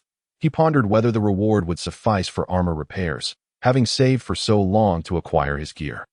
After a brief respite, they retrieved healing powder and bandages for Luke's wounds. While the priestess joined Mel and the others, the team's archer had abandoned them in flight. The atmosphere grew oddly tense. Despite having survived a harrowing ordeal, Ravi and Luke felt a lingering discomfort, while Nana silently smiled as she picked up her staff, just as she always did. Forget about him. That coward Milka, the knight said. Struggling to stand with Ravi's assistance, Mel said little more. After all, how could everyone be brave and rational? In such circumstances, prioritizing one's survival was hardly a fault. Were they to expect a 7-year-old child to slay 10 level 10 goblins? Keep your ears open. You should be able to return and report your quest now that I wish to see if there are any golden slimes at the bottom. Mel wiped the blood from his dagger with a piece of cloth. Feeling somewhat unaccustomed to it, with the priestess aiding the knight, Ravi drew his dagger to collect the left ears of the goblins. Mel was in no rush to proceed downward. He needed to allow his stamina to recover momentarily. Mel, who is your master? They are incredibly skilled. I've never seen anyone stronger than you at your age. The knight gradually approached Mel, settling directly onto the ground, his curiosity palpable. Mel initially contemplated disclosing his lack of a mentor. But such an admission would only render him more peculiar, wouldn't it? To have no guidance from a senior, yet engage in combat with goblins of double his level. Should the guild learn of this, they might very well condemn him to a fiery demise upon a pyre. Can you keep a secret? We shall keep it confidential. The priestess displayed a keen interest in such revelations, and even Ravi, who was busy collecting goblin ears, swiftly joined their circle. That my mentor is the most formidable thief on this continent, bar none. He possesses mastery over nearly all thief skills, and has even acquired knowledge of many from other professions. Mel began to boast to the trio, reasoning that without revealing names, no one would be the wiser. Not much can be said. Well then, I shall seek out whether there exists a golden slime. Rising, Mel proceeded forward, aware that the winding path simply required him to continue until he reached the depths below. Ravi hastily gathered all the goblin ears, while the knight, with the priestess's assistance, made his way downwards as well. Having endured so much already, why not take a look at the fabled golden slime? Yet, its very existence remained uncertain. He had merely caught wind of some rumors. Mel slowed his pace, arriving at the very bottom of the ruins alongside the three companions. At the center lay a vast pool, seemingly connected to some hidden river, with remnants of goblin habitation scattered about. Sunlight streamed down from above, leading to a verdant growth of grass around the pond, and even frogs could be seen. What the? There's no golden slime at all. Ravi cast a disappointed glance around, finding nothing but a plethora of useless items. Should they dismantle the goblin nest to uncover any hidden treasures? Mel's gaze fell upon the dark river linked to the pond. It appeared that due to the receding water level, a portion of the upper section had become exposed. An impulse to explore surged within him, yet this would necessitate descending, likely exposing him to the risk of suffocation. The water quality seemed poor, resembling stagnant water, and could very well harbor hidden currents. Should he be swept into some narrow cavern, it would spell certain doom. Ravi, do you have any rope? We do have some, but it feels rather perilous. No worries. If I tug on the rope, you can pull me back with all your might. Mel felt uncertain. Even with the rope secured, he might struggle to pull it once submerged. Nevertheless, This was perhaps the only location where a golden slime might appear in months. This highly acidic slime thrived in the damp environment and ecology surrounding it. The river's water level would barely allow him to keep his head above water. Fortunately, it hadn't rained recently, or he might not have seen the dark river at all. In a short time, Mel had tied the rope around his waist, ensuring he could be pulled back in case of any mishap, but a slipknot secured the top, allowing him to release it should the distance prove insufficient. After shedding his clothing, Mel descended into the water, while Luke approached the pond's edge. If any trouble arose, as a knight, he could still muster the strength to rescue Mel. Even with his injuries, Mel swam toward the dark river, slowly allowing only his head to surface. The rope gradually unwound, while the other two watched anxiously. Even in summer, the temperature of the deep pool felt chilling, in stark contrast to the heat outside, compelling Mel to swim faster until he vanished from their sight. The rope seemed to have reached its limit. Now he faced a choice. Either untie the rope and proceed onward, for faint glimmers of light could be discerned not far ahead, or risk returning, should he find himself mistaken. Enough of this. I want to learn magic. Mel untied the rope's loop and submerged himself, swimming toward the light. Emerging once more, Mel found himself in another cavern, where light filtered down from an opening above, straight and narrow like a well, surrounded by wild, untamed grass. Yet amidst the foliage, he spotted scorched marks on the ground, not from normal flames, but rather a spreading charred residue, accompanied by numerous oval-shaped impressions. Meanwhile, Luke, gripping the rope, sensed something amiss. The tension had dissipated. Had Mel untied the rope? This is far too dangerous. How could he do such a thing? Ravi felt a twinge of anxiety, fearing that Mel might meet his end within. I'll go in and investigate. You two keep an eye on the rope. Ravi began to shed his garments, preparing to plunge into the water. His physique the smallest among the trio, Luke, severely injured and larger in stature, risked getting stuck in the underground passage, while Nana could not swim. Ravi dove into the water, propelling himself forward along the river-esque course. Upon reaching the end of the rope, he spotted the glimmer of light not far away, a distance that would be invisible from the outside. Summoning his courage, he swam toward the brilliance, breaking the surface once again. He found himself in a vast chamber reminiscent of the previous ruins. However, there was no path above, only an empty void, with surrounding vegetation that, while not towering, remained lush and vibrant. Mel crouched behind a thicket of grass. Relief washed over Ravi. "What are you doing? This is incredibly dangerous," he exclaimed as he joined Mel's side. Yet Mel raised a finger to his lips, signaling for silence. Not far away lay a slime, its golden hue illuminated by sunlight filtering in from above. Golden. No. It ought to be called a highly acidic slime. Mel gazed at the rare creature before him with intrigue. In the realm of games, such monsters were classified as rare among the lower-tier creatures and could damage weapon durability upon attack. Mel retrieved a dagger strapped to his leg and activated the skill Flying Blade. However, as the dagger made contact with the highly acidic slime, it emitted a fierce cloud of white smoke, the metal blade dissolving before his very eyes. Thankfully, it was merely an old dagger. Otherwise, he would have wasted a silver coin. Conventional physical attacks proved utterly ineffective. Although the flying blade penetrated the highly acidic slime, the dagger was instantaneously reduced to nothingness. Moreover, the highly acidic slime had detected their presence. Highly acidic slime, level 10. Despite sharing the same level as the goblin archer, it felt remarkably more formidable. The slime launched itself toward them, and the two could only leap back in unison, their reactions eerily synchronized. Nonetheless, some acidic liquid splashed onto Ravi's hand.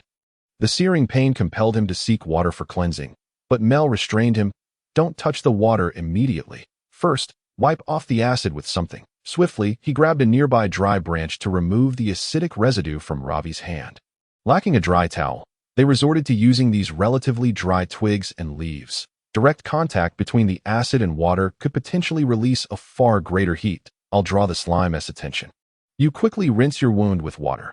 Here, use this ash from the plants to wipe your hand." Ravi accepted the ash, immersing his arm in the water before withdrawing it and applying the ash to the affected area. At this moment, he had no time to ponder where Mel had acquired the ash, his focus solely on the peril posed by the golden slime. Merely a touch had inflicted a burn-like sting. Despite being a liquid, Mel clutched a large handful of ash, which was somewhat alkaline, hoping it might neutralize the acid. If that failed, he would bury the slime beneath the ash. After all, he had slain 1,000 slimes to capture this singular golden slime. Once the ash was scattered, the slime came into contact with it, clearly halting its movements, beginning to flail wildly. Mel would not permit it to approach the water source, immediately accessing the system to pour the ash onto the ground, covering all areas near the water. This indicated that the ash was effective, as the slime's health began to decline. Though the slime initially reacted violently upon contact with the ash, its vitality waned noticeably thereafter.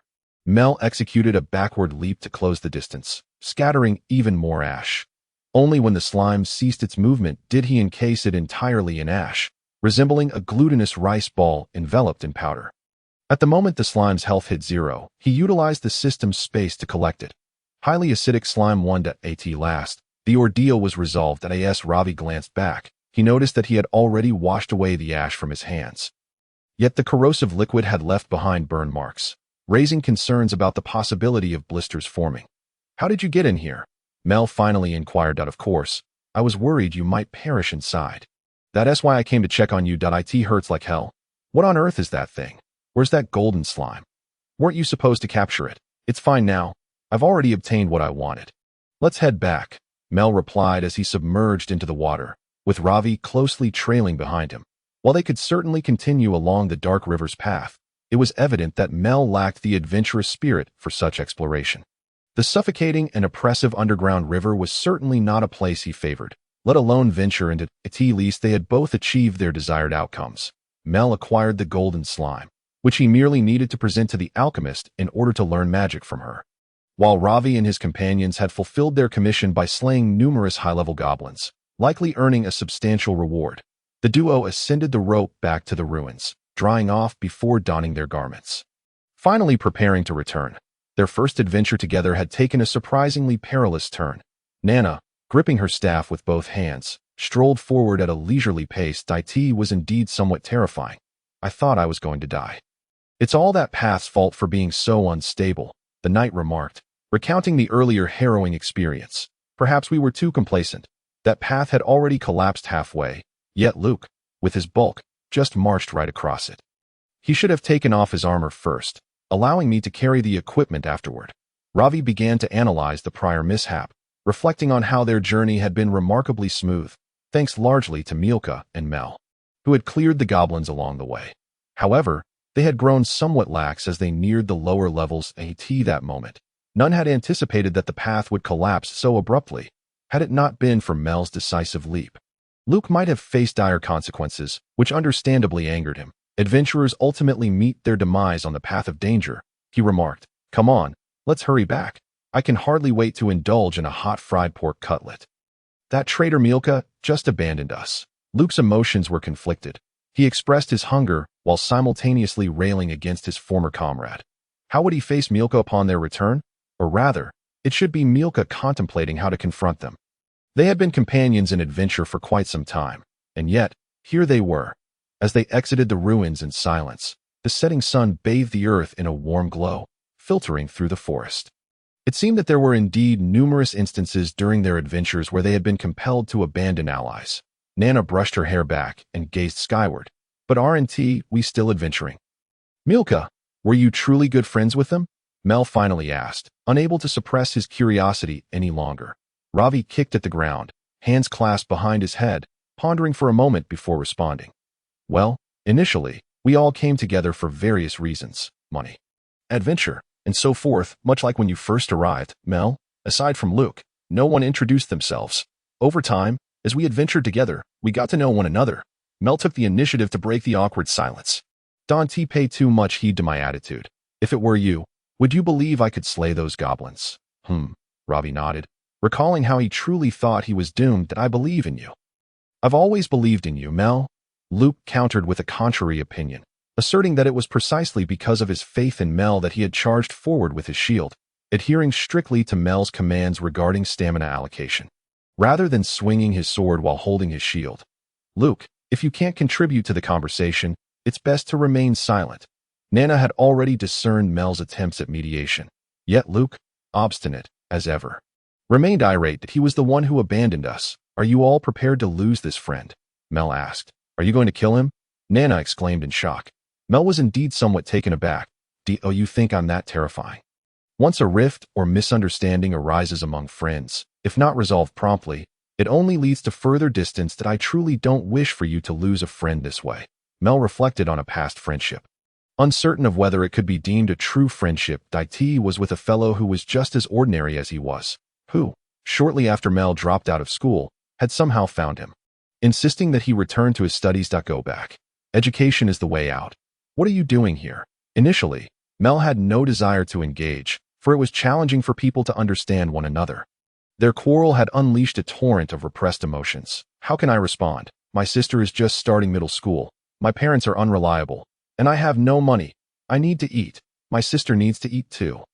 Tuition, living expenses, it's not just about me. Juggling work and study. Do you think I can manage? I'm no genius. I can't secure any scholarships. He had vented a barrage of his pressures, while the other person merely observed.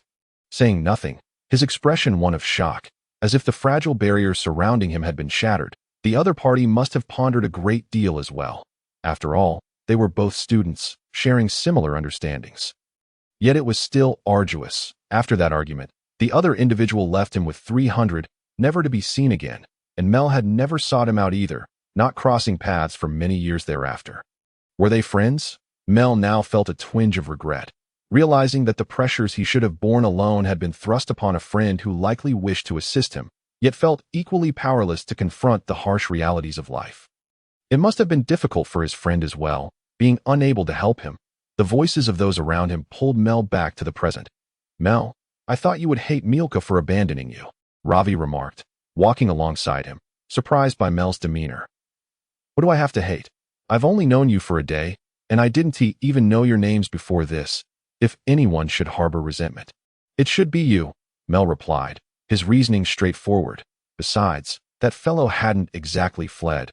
He had been struck by an arrow, making it impossible for him to draw his bow and provide any assistance. The group continued towards Oak City under the setting sun.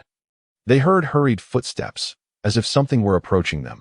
Mel quickly became alert, scanning the surrounding forest, unable to discern whether it was a person or a monster. It wasn't until Milka reappeared before them, followed by another group of adventurers, each averaging a level above 10, that the tension eased. Nana, Ravi, I'm glad to see you safe, Milka said, blood streaming from his arm, the arrowhead still lodged within.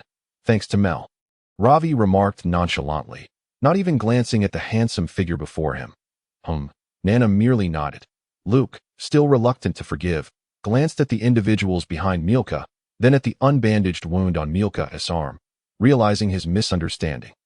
Milka had simply chosen to seek reinforcements. Had Mel not dealt with those goblins, they all could have been in grave danger.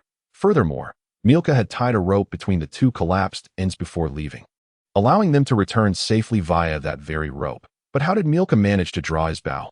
All right, let us head back. I thought you had abandoned us. Luke's inner turmoil finally dissipated, restoring the camaraderie among the group. Mel observed their rekindled friendship with a hint of envy. How could I abandon you? It's just that at that moment, I couldn't provide any other assistance. While they conversed, the other group of adventurers grew impatient. If you're all fine, we'll be on our way. Consider the 2 silver coins for our drinks. After all, we've followed you this far. Be more cautious next time. Don't lose your life, rookie. Tend to your wounds properly. Thank you, that's very kind. Milka expressed his gratitude, feeling indebted to those who had accompanied him in his time of need. Offering 2 silver coins was the least he could do, given that he had taken up their time. Initially, he had intended to reward them with 3 silver coins after rescuing him, but the fact that Nana and the others were unharmed was the best outcome. First, bandage your wound. Extract the arrowhead. Mel, do you still have the previous powder?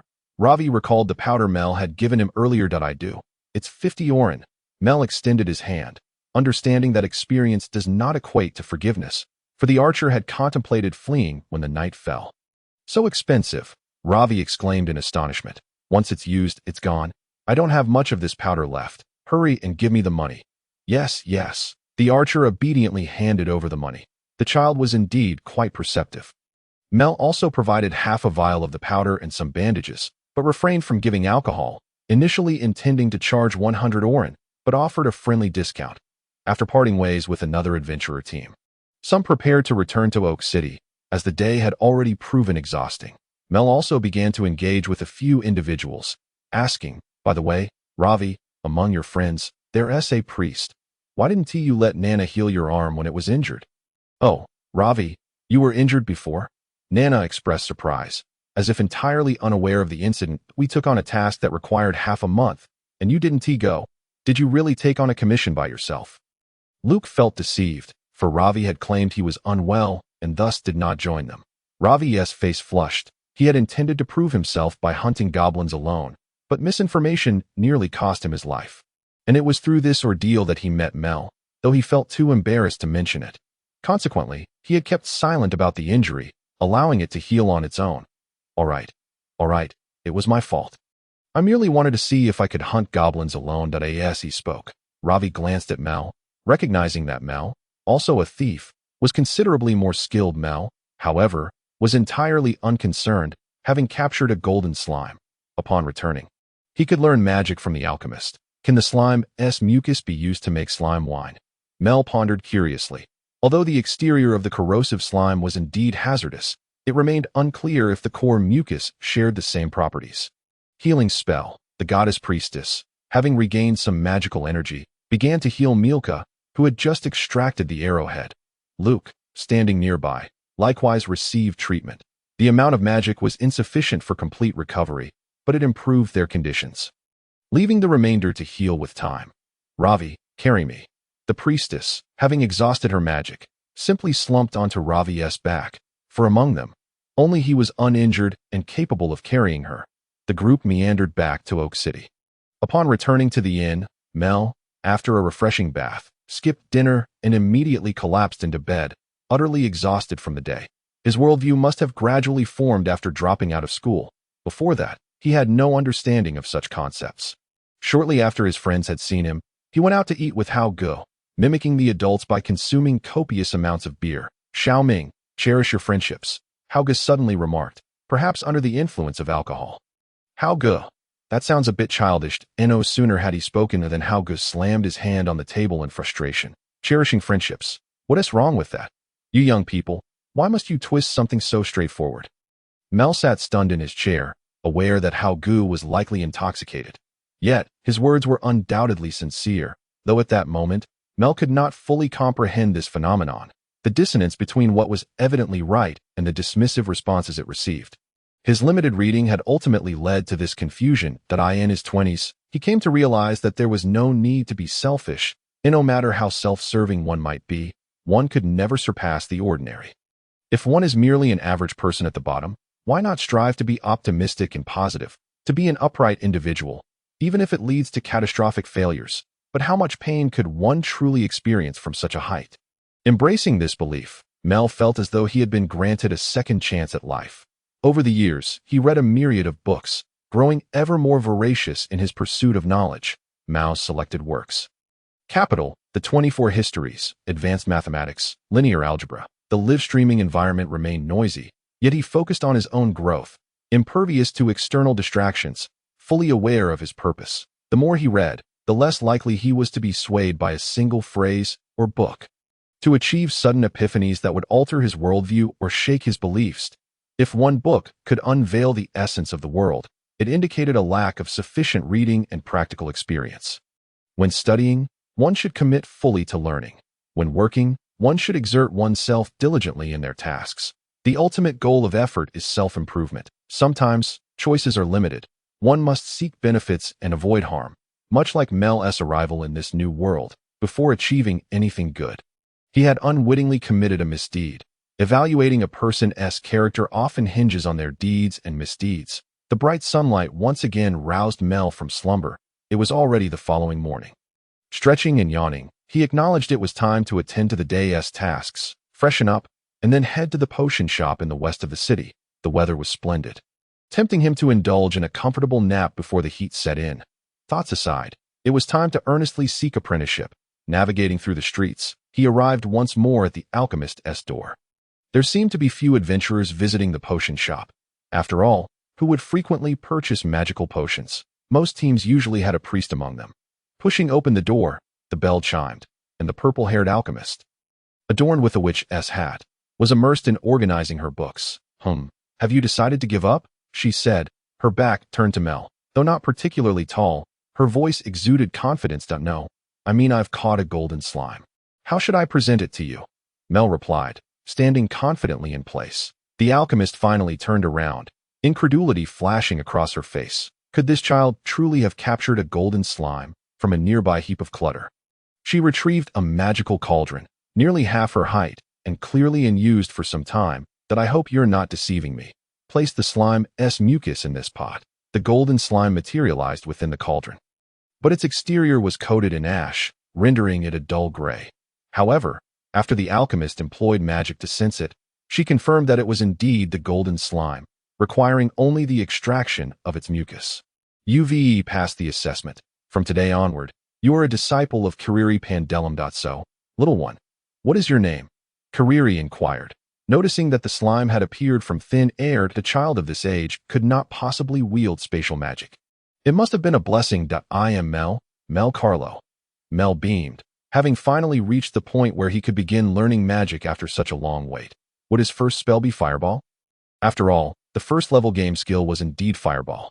Mel, what a rather ordinary name, she remarked. That's because your name is quite peculiar, Mel retorted playfully, then asked, how should I address you? I can't just call you by your name. Can I? Teacher or master? Whatever you prefer, Kariri replied, her demeanor reverting to her usual apathetic state, the excitement she had shown over the golden slime dissipating in an instant. What can I learn today? Take a look at these 2 books. If you encounter anything unclear, come back and ask me. 2 books floated before Mel that he accepted them, noting they were unfamiliar. They were not texts for learning writing, but rather on the fundamental principles of magical energy and the history of magic. Can I directly learn Fireball or something? Or perhaps I could teach you a flying spell. That works, Mel nodded in agreement, for flying magic had never appeared as a skill even in games. The only similar ability was a reinforced jump. I'm sorry, but no one on this continent has developed true flying magic yet. Given your magical capacity, you likely wouldn't even be able to lift your own weight. Is that so? Get out. Krayley utilized a wind spell to send Mel flying. It seemed he had once again acted foolishly, resembling a mediocre disciple with lofty aspirations. Perhaps it would be wise to first peruse these 2 tomes, at least to familiarize himself with the magic of this world. Mel returned to the Adventurers Inn with the books in hand, only to find that his newly appointed mentor was not particularly welcoming. He leafed through both volumes, though having only recently begun to grasp the written word, he read with a haphazard understanding. The variety of magical disciplines, elemental magic, elven magic, nature magic, ancient magic, dragon magic, artificial magic, origin magic, was astonishing. Merely gazing upon them left him feeling overwhelmed, especially since the text provided no thorough explanations of the magic itself. It reminded him of certain textbooks from his previous life, which were utterly incomprehensible without a comprehensive guide. The self-study mechanism had skipped crucial steps, leaving Mel with a vague impression of magic. He learned that magical energy flowed within the body like blood, and a critical caution was to avoid overexerting this energy, as it could inflict severe damage upon the body. Fortunately, he always made it a point to retain some magical energy. When he was able to practice 6 times before, he had only done 5 sessions, opting for rest. Now he had increased his frequency, but still maintained the intensity of 5 practice sessions. By some twist of fate, he had inadvertently made the right choice. Had he overexerted daily, his body would likely be in tatters by now. Every natural substance in this world contained magical energy, existing within the very fabric of nature. It resembled energy in a way. Energy neither materializes from nothing nor vanishes into thin air. It merely transforms from one form to another. Might magic operate under similar principles? After a moment of contemplation, Mel scratched his head. Forget it. If he could not decipher it now, he would pose the question to Krayley during their next meeting.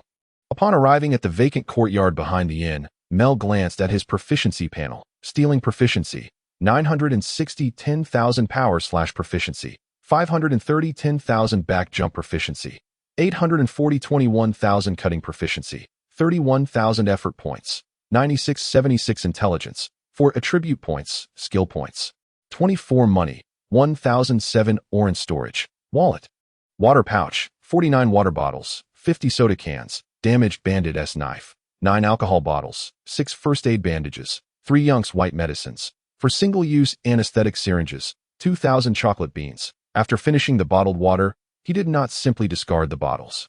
Perhaps he could sell them gradually at another location in the future. During this period of adventuring, he had hardly touched the alcohol, while the bandages and medicines had been utilized by Luke and Milka. He had consumed all the food previously, and while he had grown somewhat weary of chocolate beans, an occasional nibble was still acceptable. That it seemed prudent to pause his adventures for a while, to consolidate his skills and ponder his future development. If he truly wished to learn magic, he would have to approach it earnestly. In the short term, mastering magic seemed rather unrealistic. During this hiatus from adventuring, he could increase his stealing practice to 2 times a day. Attempting 3 might be too ambitious. Yet, it did not seem entirely impossible. His only concern was that overexertion of magical energy could harm his developing body. After all, he was still but a child, undergoing growth. Well then, let us begin with 200 back jumps. Mel commenced his practice, accustomed to the exertion. Even with a sudden quadrupling of his practice volume, it would not pose an issue. He could simply rest well afterward. Back jump proficiency increased by 200 effort points, increased by 200 after a vigorous session. Mel felt the fatigue set in, panting heavily. The weariness from physical exertion felt akin to that from utilizing magical energy. Magical energy flowed within the body, much like blood. From the book on the fundamentals of magical energy, he learned that humans had a less acute sensitivity to magical energy compared to races such as goblins or forest spirits, making the learning process somewhat challenging. Mel understood that he could not yet perceive the flow of magical energy. He merely sensed it, akin to a monkey that can use tools. The journey from using tools to creating them was still a long one. Taking a brief respite to alleviate the strain on his leg muscles, Mel stood once more, ready to tackle 1,000 instances of power slash. Once this skill reached proficiency, he could shift his focus to cutting. Grasping a nearby wooden stick, he resumed his practice, knowing that proficiency could be gained with any weapon of this type. Thus, he chose a lighter implement. He swung the stick repeatedly, gradually entering a rhythm. The only sound in the courtyard being the whoosh of the stick slicing through the air. The heat of the day caused Mel to sweat profusely. Seeking refuge in the shade, he continued to practice. Even in the coolness, the hot breeze was bothersome. The thought of venturing out to hunt magical beasts in such sweltering conditions was truly tormenting. After completing 1,000 slashes, Mel finally halted and returned to the inn, immediately gulping down water. Unsure about the quality of the inn's water, he begrudgingly accepted it as long as it had no foul taste. He made a mental note to observe where the townsfolk fetched their water, as there was no well in the inn's courtyard. Power slash proficiency, 6,300 back jump proficiency, 8602 effort points, 10876. His body was sufficiently weary, and he lacked the motivation to engage in any further activities. He planned to take a bath, wash his clothes, read until evening, have a meal, practice stealing, and then retire for the night. Mel had meticulously arranged his day, requiring only to follow through with his plans. After bathing and washing his clothes, he found the summer heat oppressive. Even as evening approached, the scorching air rapidly evaporated the moisture from his garments. Once more, he retrieved the books on the fundamentals of magical energy and the history of magic. Sharply noticing a trend, the older the magic, the more succinct the explanations. Perhaps the ancient magic had been lost, or perhaps it had simply been supplanted by more modern forms. Casting spells in a game was exceedingly simple, thanks to the auxiliary system that allowed one to cast with but a thought. However, reality was starkly different. That it was indeed straightforward, for magical energy was the very foundation of this world. That a lapse in magical continuity would indicate a significant upheaval in that era, resulting in the loss of many ancient magics. The history of magic began with the premise that magic stemmed from human necessity and was closely tied to human imagination. The fundamentals of magical energy asserted that magical energy was the cornerstone of the world. Omnipresent. Previously, Crayley had mentioned that flying magic seemed non-existent in this world, yet surely humans desired to soar. It was inconceivable that they did not wish to ascend to the skies, even in his previous world. Devoid of magical energy, humanity had found ways to conquer the heavens. Mel, magical energy was a truly surplus element, an entity capable of revolutionizing the structure of productivity, akin to air, yet more closely resembling sunlight. A pervasive source of energy. He patiently perused the text, reminiscent of his attempts to self-study advanced mathematics in his former life. ultimately purchasing a comprehensive guide to grasp the concepts, without a coherent framework. The material appeared as inscrutable as ancient texts. In his past life, he at least had access to online resources brimming with educational material. In this world, however, such resources were far from readily available. Tomorrow, he would inquire with Crayleigh, despite the likelihood that she would find him bothersome, but he was no genius. Mastery was not easily attained. After a long afternoon of wrestling with the texts, Mel began to feel drowsy. Dinner cost him 5 oren. Upon returning to his room on the second floor, he pushed open the door and the window. The heat remained oppressive, making sleep elusive. Yet, leaving the door open felt unsafe. Had no one in this world invented air conditioning? Or perhaps a type of mineral with an inherent icy property, akin to the street lampstones outside? Frustrated, Mel descended once more to the courtyard, where the innkeeper's wife sat in a chair, enjoying the cool air. "Mel, why are you still awake?" "Well, it's just too hot. I can't seem to fall asleep." Beside him, there was a chair. He could sit down and rest for a while, waiting for the heat to subside before returning to sleep. The proprietress reclined in her armchair, gently fanning herself with a handheld fan. Mel also settled down beside her. Reclining in the chair, finding it significantly more comfortable than the room itself, with his eyes closed, he felt no inclination to speak. Yet, in this refreshing atmosphere, a sense of drowsiness began to envelop him. After a long day of fatigue, he realized it was time to rest. With this thought, Mel succumbed to slumber in the chair, neglecting even to practice his stealth techniques. When he awoke the following day, he found himself back in his own room, and he didn't dwell on it. Assuming the proprietress must have carried him back while he slept. At his age, he truly was a heavy sleeper. Completely unaware of it all, after washing up, he spent 10 oren on a sumptuous breakfast that included meat, rendering lunch unnecessary. "Mel, are you off on another adventure today?" the proprietress inquired. "No, I want to be venturing out for a while. I've taken on a mentor in the western part of the city, and I need to learn from her. Oh, the apothecary, is it? How did you know?" Mel was well aware he had never mentioned this to the proprietress. Could she have seen him while he was reading? Just as his mind began to wander, the proprietress spoke again. "I overheard a woman from the laundry discussing it. She mentioned a child who was constantly inquiring about where to learn magic. I assumed it must be you. There was no constant inquiry. I asked just once, and the rest of the time, I was drying clothes," Mel quickly countered, insisting he had only asked that one time. "And it had been directed at a dwarf. Older women do have a penchant for gossip, don't they? Very well. Go ahead. Children as eager to learn as you are a rarity that I noticed you were diligently practicing in the backyard yesterday." The proprietress smiled, offering Mel encouragement.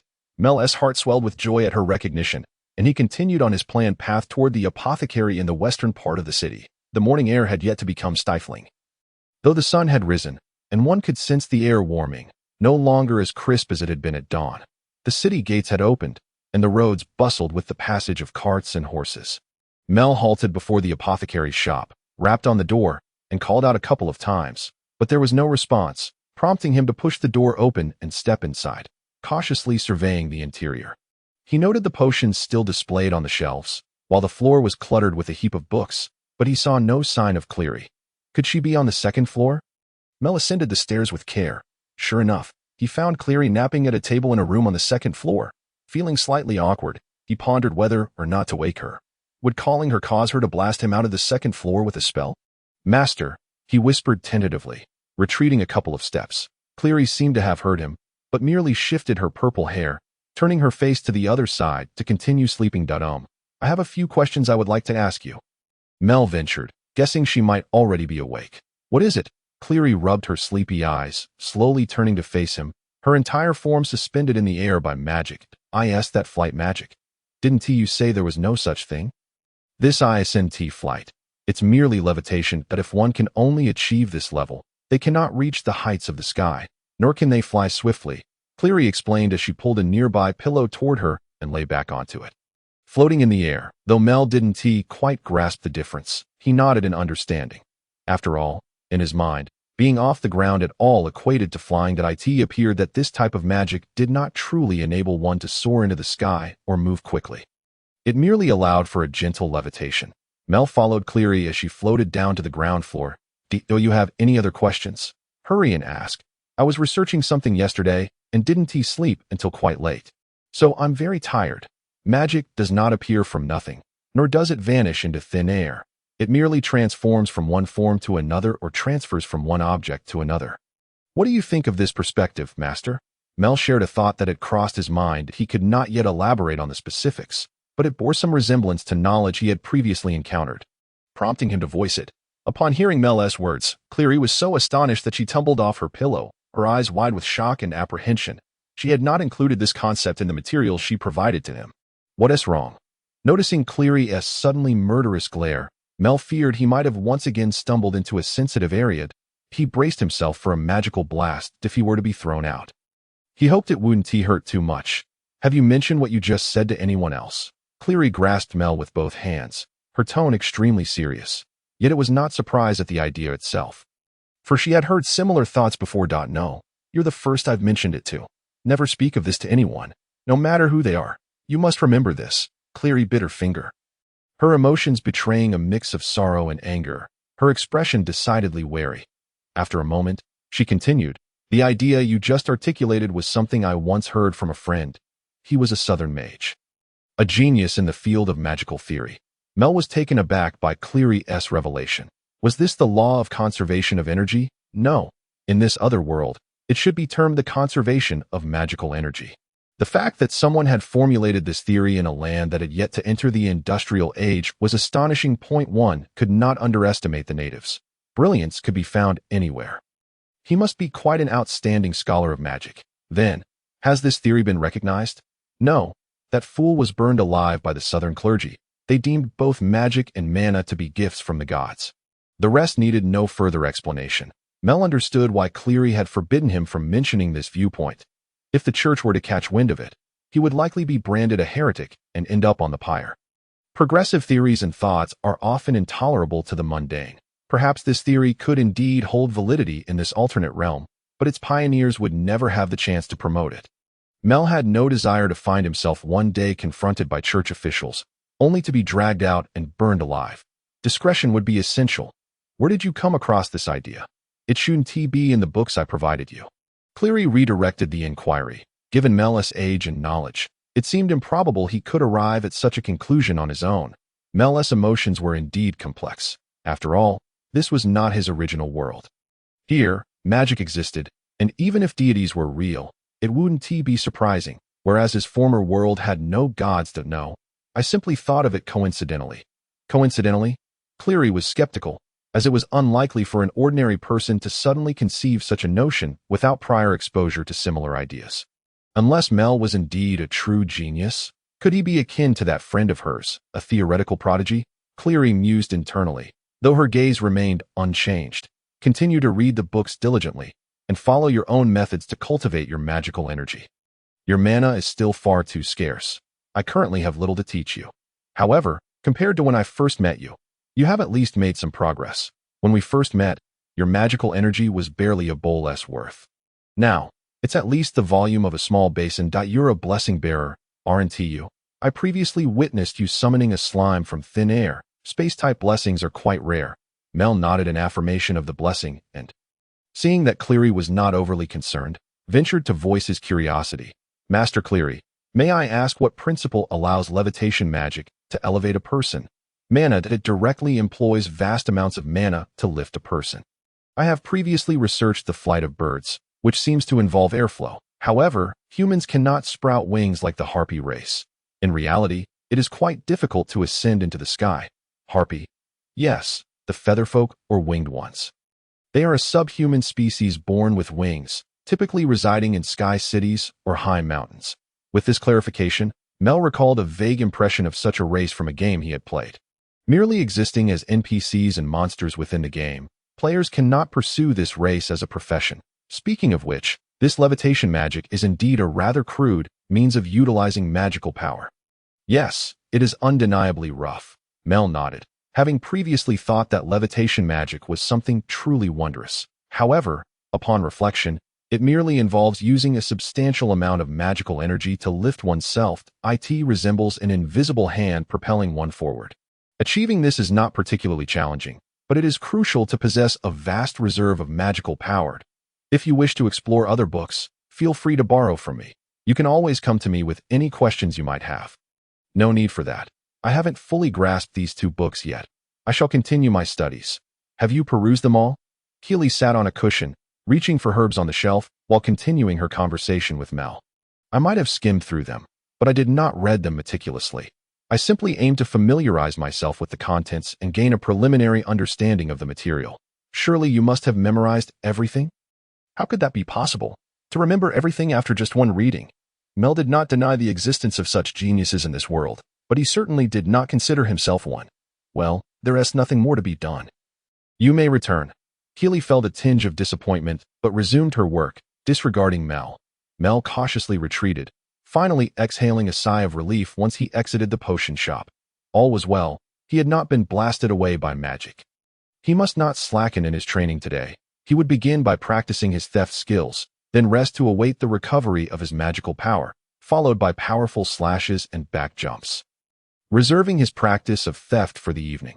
With his current magical capacity, accomplishing 15 thefts in a day was feasible, albeit pushing the limits. Completing 5 thefts would leave him with 13 units of magical energy, which would be far more comfortable, considering the physical strain involved. After 4 days of training, Mel Carlo had mastered the powerful slash skill, with his theft proficiency reaching 1,000 and back jump proficiency at 9402. The theft skill was practiced in the morning and evening, with each session limited to 5 attempts, allowing time to read about magic during the recovery periods for both magical and physical stamina. Powerful Slash, Elite, doubles weapon damage and grants armor-piercing effects. Effort value, 15416, that while effort value is not of paramount importance, this recent mastery introduced a new trait, armor-piercing, which resembles piercing but is not entirely the same. It is likely a special attack against armor. The piercing trait does not apply universally, only targeting flesh and blood. Given Mel's current level, he could indeed begin to explore higher-tier skills, but since he had not yet mastered all his existing skills, there was no need to prolong the process. If a skill reaches maximum proficiency, would allocating all skill points yield additional benefits? If so, it would be particularly effective for damage-dealing skills. Powerful Slash, Elite, doubles damage and pierces armor. Flying Blade, Elite, offers precision and piercing. Assassin's Breath Mastery enables movement release. Dagger Attack, Elite, doubles damage and increases critical strike chances. Apprentice White, Proficient Green, Elite Purple, Master Gold, Legendary Red. Currently, he possessed 3 purple and 1 gold. Yet regrettably, he lacked the ability to identify equipment and potions. Even the potions sold in Keely's shop were beyond his discernment unless he acquired the identification skill. With 3 days remaining, his back jump proficiency would also reach its peak, after which he would focus on slicing, stabbing, and upward thrusting. The final remaining rogue skill and 2 spearman skills would naturally prioritize mastering the previously practiced slicing skill, especially with the passive boost from dagger attacks. Upper body skills conflict with one another. They cannot be trained simultaneously, only one at a time. Otherwise, the physical toll would be too great. Of course, one could choose to reduce the training volume for each skill, but that would slow down the attainment of maximum proficiency, yielding minimal short-term benefits. After confirming his training plan, Mel resumed his practice. The weather was scorching summer heat, making it far more advantageous to hone his skills than to venture outside. Skills at maximum proficiency nearly eliminate cooldown periods for release. Following another 3 days of training, Mel's back jump skill reached full proficiency. Back jump, Elite, allows seamless connections without cooldowns, conserving stamina. Theft proficiency, 1030. Slicing proficiency, 3030. Upward thrust proficiency, 1. Stabbing proficiency, 1. Effort value, 19044. Although he had accumulated a significant amount of effort value, Mel had no intention of using it just yet. He was not in danger of starvation nor in urgent need of potions. Thus, he resolved to preserve the effort value, for if the skills that could gain proficiency were merely those found in the game, there would inevitably come a day when his effort value would be exhausted. After 7 days, slicing proficiency reached Elite, enhancing bleeding effects, with theft proficiency at 1100 in effort value. 26084. The mastery acquired from slicing was bleeding. This skill naturally inflicted blood loss on the target, with the distinction lying in whether it struck an artery or the neck. Hitting a vital area nearly guarantees a critical strike, and the sustained blood loss could enable many targets to be defeated with ease. This trait is nearly applicable to all humans and demi-humans, as human arteries function in such a manner and it can also apply to goblinoid creatures. Utilizing magical power is akin to physical exercise. The more one exerts, the more pronounced the results. His magical reserves were gradually increasing, albeit at an imperceptibly slow rate. Over time, this accumulation would inevitably lead to qualitative change. Another 20 days passed, and the remaining 2 spearman skills also achieved full proficiency. Upward Thrust Elite allows one to lift targets significantly heavier than oneself. Stabbing Elite offers short-range piercing, armor piercing, and speed bonuses. Theft Proficiency 1300, Effort Value 10,000. Over a month had elapsed, during which Mel continuously improved himself. Yet his magical growth remained sluggish. It was time to plan for level 5 skill acquisition and to see if Keeley could teach him something new. If that proved unfeasible, he should consider exploring other books. Naturally, mastering 2 books in a month was unrealistic. However, he had absorbed the knowledge contained within, and what remained was contingent upon his talent, making deeper understanding elusive in the short term. Now, summer was in full swing.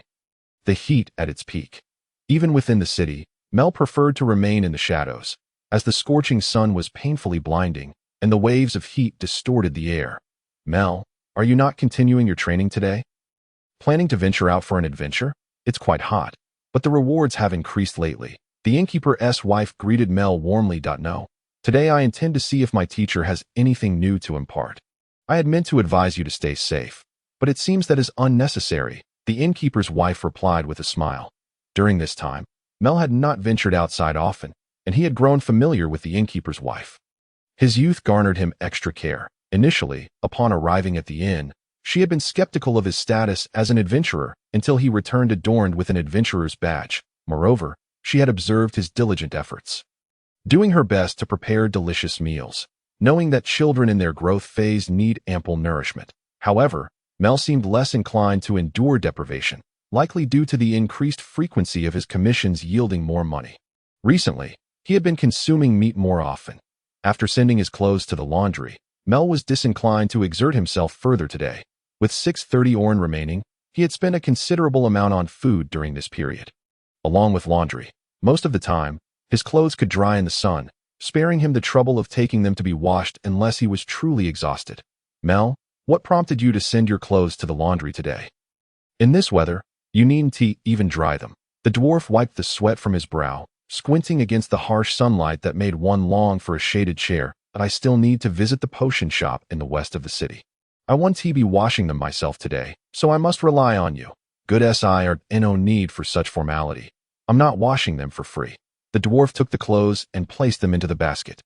During the cold weather, drying was the main business of his shop, but now, with the heat of summer, the number of patrons seeking laundry services had dwindled. His primary clientele consisted mostly of the middle class. True nobility employed dedicated servants and would never deign to send their garments to his establishment, while the common citizens had little to spare, and every oren had to be meticulously accounted for. Mel, this young fellow, appeared to be of modest means, yet he consistently visited his laundry. Could it be that he harbored a desire for his drying magic? Even if he were the apprentice of an apothecary, it was inconceivable that he would grant him such a boon. After all, even the esteemed Clee could not master this magic from him. Turning once more, he ventured westward under the sweltering sun. Soon arriving at Clee's apothecary, he knocked on the door, as was his custom, but when no response came, he pushed it open. The tinkling of a bell signaled his arrival, and surely Clee was aware someone had entered. How refreshing, Mel exclaimed upon stepping inside, immediately sensing a stark contrast in temperature. A delightful coolness enveloped him, as a massive block of ice melted within the magical cauldron. Clee was dozing peacefully on a nearby cushion. Already aware that it was Mel who had arrived, and thus she made no effort to open her eyes in acknowledgement. Master, is this ice conjured by your magic, or is it synthesized from some herbal concoction? Mel inquired, marveling at the sizable, irregular chunk of ice. It was no easy feat to create such a large piece, even if one merely wished to produce ice, and it was far from the uniform blocks typically sold. Clee, with a hint of annoyance, rolled over, seemingly disinterested. Clee, may I stay here for a while? The heat is unbearable. After my daily practice, I often find myself unable to sleep until midnight, only to be awakened by the heat in the morning. Mel earnestly made his request. Once one becomes accustomed to the comfort of an air-conditioned space, enduring the sweltering air becomes quite the challenge. Cleely rubbed her eyes, yawned, and glanced wearily at Mel. What scheme are you concocting this time? You've already memorized those 2 books. After a month, I've absorbed nearly everything comprehensible within them. The remainder, however, eludes my understanding, and these 2 items have little to do with learning to cast magic. Do they? Ah, so you wish to learn magic? Cleely scrutinized Mel once more. His magical energy was still woefully lacking, but it was evident he was practicing diligently. After more than a month, he had finally crossed the threshold into low-tier magic. If she refrained from teaching him, this young rascal would likely struggle to focus on his studies. By guiding him, she could help him recognize his own shortcomings, which might, in turn, bring him some much-needed composure. Cleely sighed. Before we proceed, I must ask, why do you wish to learn magic? Most people abandon the pursuit when told they lack the talent to become a mage, yet this young brat persists. Surely, you must have your reasons. That I wish to better myself. That all? What else should it be? Then why do you seek to improve, Mel? Do you have a specific goal you must achieve? No, I simply desire to possess enough capability and resources to face any potential risks that may arise in the future. So I strive diligently, Mel replied earnestly. Cleely rubbed her forehead, her expression resembling that of a lifeless fish. Your words hardly seem fitting for a child, yet they carry a certain wisdom. It appears that for you, learning magic is akin to acquiring literacy. So, am I now capable of learning magic? Mel discerned Cleely's thoughts. Some matters need not be expressed through gestures or glances. Language serves as the finest bridge of communication among humans. Indeed, your magical energy is just right. I can teach you a beginner spell. What would you like to learn? Fireball, Mel declared without hesitation, for it was the most fundamental skill of a mage. A commendable choice. It seems you haven't become overly arrogant. Now, let me teach you the incantation for the fireball spell. An incantation. Mel recalled the priestess named Nana, who had chanted while casting healing spells, her words flowing swiftly and softly, as if in a solemn lament. Reflecting on that moment, he realized how precarious it had been. Had Nana's chanting technique been less than proficient, the speed of her healing magic would have faltered. Have you witnessed it? Yes, during an adventure, there was a cleric in our party. The knowledge of the church is monopolized, and it's a pity one cannot fully appreciate it. I've heard their incantations have undergone constant refinement and are now quite succinct. Cleely's tone bore a hint of disdain. She was not particularly fond of the church. Once the topic shifted, Cleely began her incantation. The blazing heart burns in my palm, coalescing eternal flames. Arise, O power of destruction. Fireball. As she recited the words, a searing fireball formed in her hand, raising the ambient temperature, and Mel's pupils became engulfed by the blaze. How delightfully dramatic. Mel remarked, I like it, though it feels a tad lengthy. Do you have any questions? Perhaps you should give it a try? Cleely interrupted her magic, the fireball vanishing in an instant. I find the incantation a bit long. Mel scratched his head, realizing he had not retained the words from earlier. Is it lengthy? For low-tier magic, that is considered quite short. It has been optimized through generations, employing the briefest lexicon to resonate with magical energy, yielding the most effective magical response. Casting requires preparation, Mel mused. Recalling a term, in games, a mage's skills were not instantaneously unleashed but required a certain wind-up. If every skill were executed without delay, the arena would be rather unbalanced. Give it a shot, young one, Cleely urged, rousing Mel from his stupor. Mel once again requested the incantation, and though Cleely was somewhat impatient, she reiterated it for him. He diligently noted it down. The blazing heart burns in my palm, coalescing eternal flames. Arise, O power of destruction. Fireball. Mel recited the incantation faithfully, yet there was no reaction, leaving him seemingly frozen. Unsuccessful, I presume. Beneath Cleely's calm facade, a glimmer of amusement could be detected, as if she had anticipated this outcome. Indeed, that is because you have not properly guided the magical energy. The incantation is merely a means to evoke resonance with it. Teach me. Mel was eager to learn and wished to grasp the art of magic without delay. Cleely extended her hand, grasping Mel's palm. Now, I will guide the flow of magical energy for you. Just remember this sensation. Coupled with the incantation, it can evoke magical resonance. Humans were ultimately not like those highly sensitive subhuman beings capable of mastering magic without instruction. true geniuses were exceedingly rare. The flow of magical energy manifested upon Mel's arm in a pale blue hue, and he could distinctly feel the energy within him converging towards his palm. That it was an extraordinarily clear sensation. Yet it felt entirely foreign. It was the first time he had truly sensed magical energy. Was it akin to flowing water? No. Magical energy was lighter, more ethereal. Mel began to actively attempt to guide the magical energy. It was a skill he would find challenging to master without guidance. Now, before him stood an experienced grand mage to direct his magic. I will now release my hand. You must try on your own. All right. As clearly released her grip, Mel felt the gathered magical energy rapidly dissipate, and no matter how hard he concentrated his will and focus, he could not redirect the energy along the correct path. And the manifestation of magical flow vanished in an instant. Why can't I do it? I cannot control my magic. Just as Mel was about to continue his attempts, Klee Lee's voice interrupted him. Are you a fool? Chanting while guiding the magical energy is essential. The incantation is the best tool for evoking magical resonance. Understood. As Mayer finally regained his composure, he felt the heart of flame resonating within him. With each incantation, he sensed the magical energy swirling inside his body, converging towards his palms, where pure magic began to coalesce and swiftly transform into fire. The magic, akin to fuel, gathered and ignited, distinct from any conventional substance.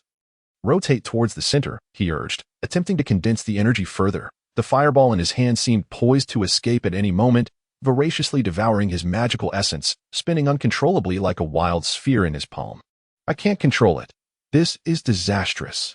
Yet, with Kelly Lee present, he reassured himself that everything would be all right. Kelly Lee, meanwhile, was exasperatedly observing Mayer, realizing he had not instructed him on controlling the fireball's rotation.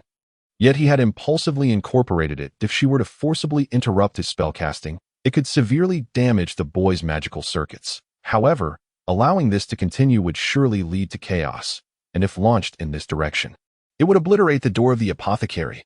What a vexing day it had become. Kelly Lee removed her witch's hat and began preparing an incantation, at the very least conjuring a protective spell to shield Mayer from the explosion that would ensue when the fireball struck the door. While she could indeed use a defensive spell to block the fireball, the proximity was too great. It was highly likely that the explosion would devastate the interior of the shop, where she had invested considerable time crafting potions.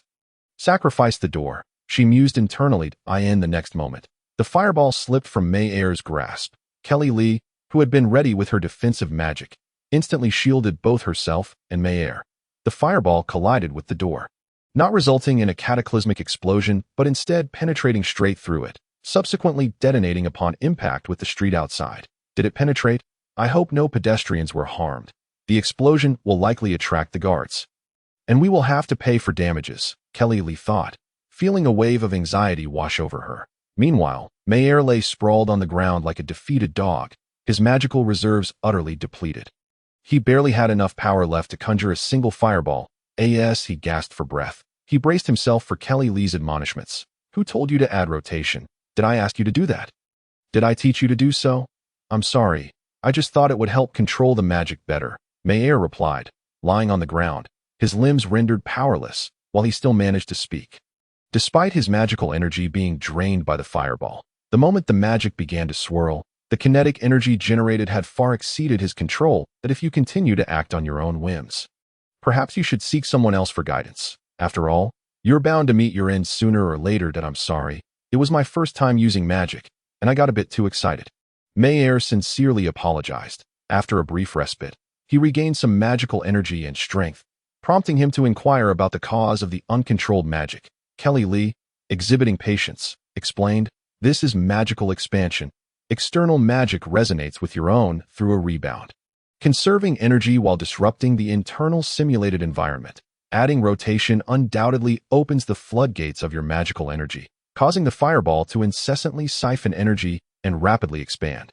Does this mean the fireball spell can infinitely absorb magical energy? Not just the fireball spell.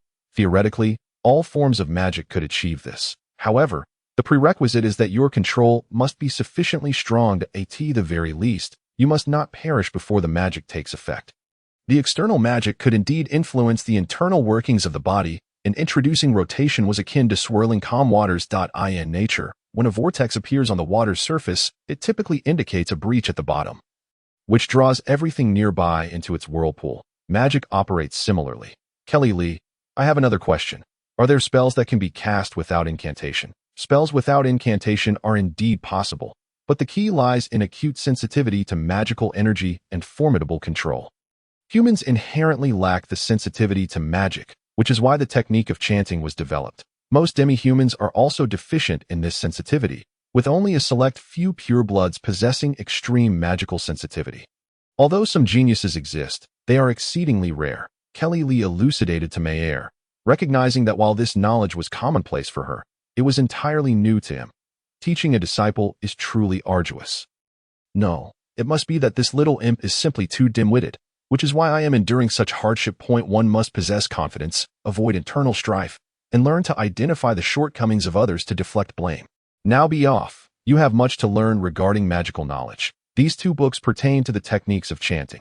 Kelly Lee handed him Ballad of the Bards, along with foundational magical guidance. With Mayer's current level of magical capacity, he could not delve into more complex spells. His primary task was to solidify his foundational skills. As expected, it wasn't long before the city guards arrived, accustomed to the routine of investigating the apothecary's explosion.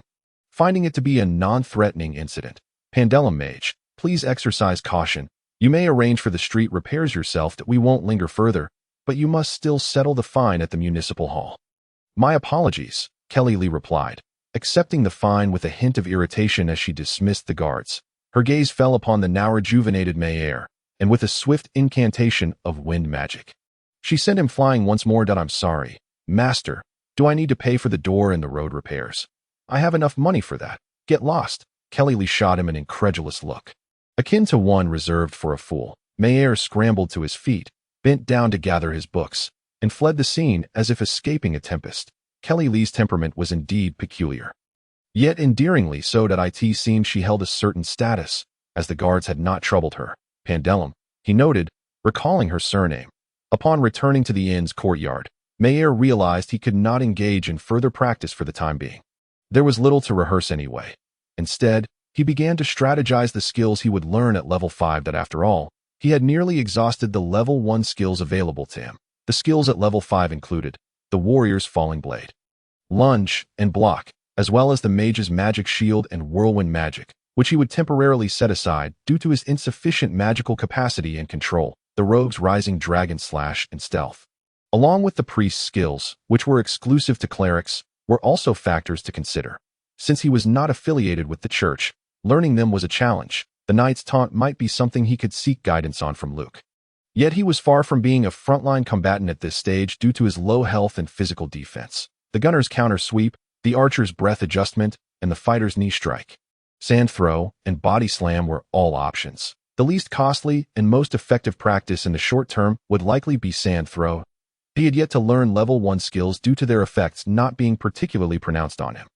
His attempts had proven fruitless, as he could not gain fighter skills through practice. The hidden class, Gunslinger, offered only a slide skill, which he could not acquire through practice either. Gathering his thoughts, he ultimately determined the skills he would pursue: falling blade, lunge, block, rising dragon slash, stealth, counter sweep, and breath adjustment.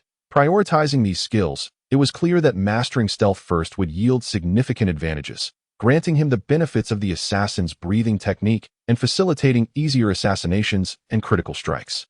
Next, he would select from the warrior skills, having already acquired the gunner's lunge. Thus, the warrior's lunge would be postponed. Even though it was a swift initiating skill with mobility, falling blade, which struck from a height to deal greater damage and had a knockdown effect, was not particularly suitable for his current state. What he craved most was the ability to block. Mastering this skill to its fullest extent would yield unimaginable strength at his level, representing a transformative capability. The gunner's counter sweep would also need to be scheduled after he had learned the other skills, as it was an upper body skill. As for breath adjustment, it conflicted with the assassin's breathing technique, making simultaneous use impossible.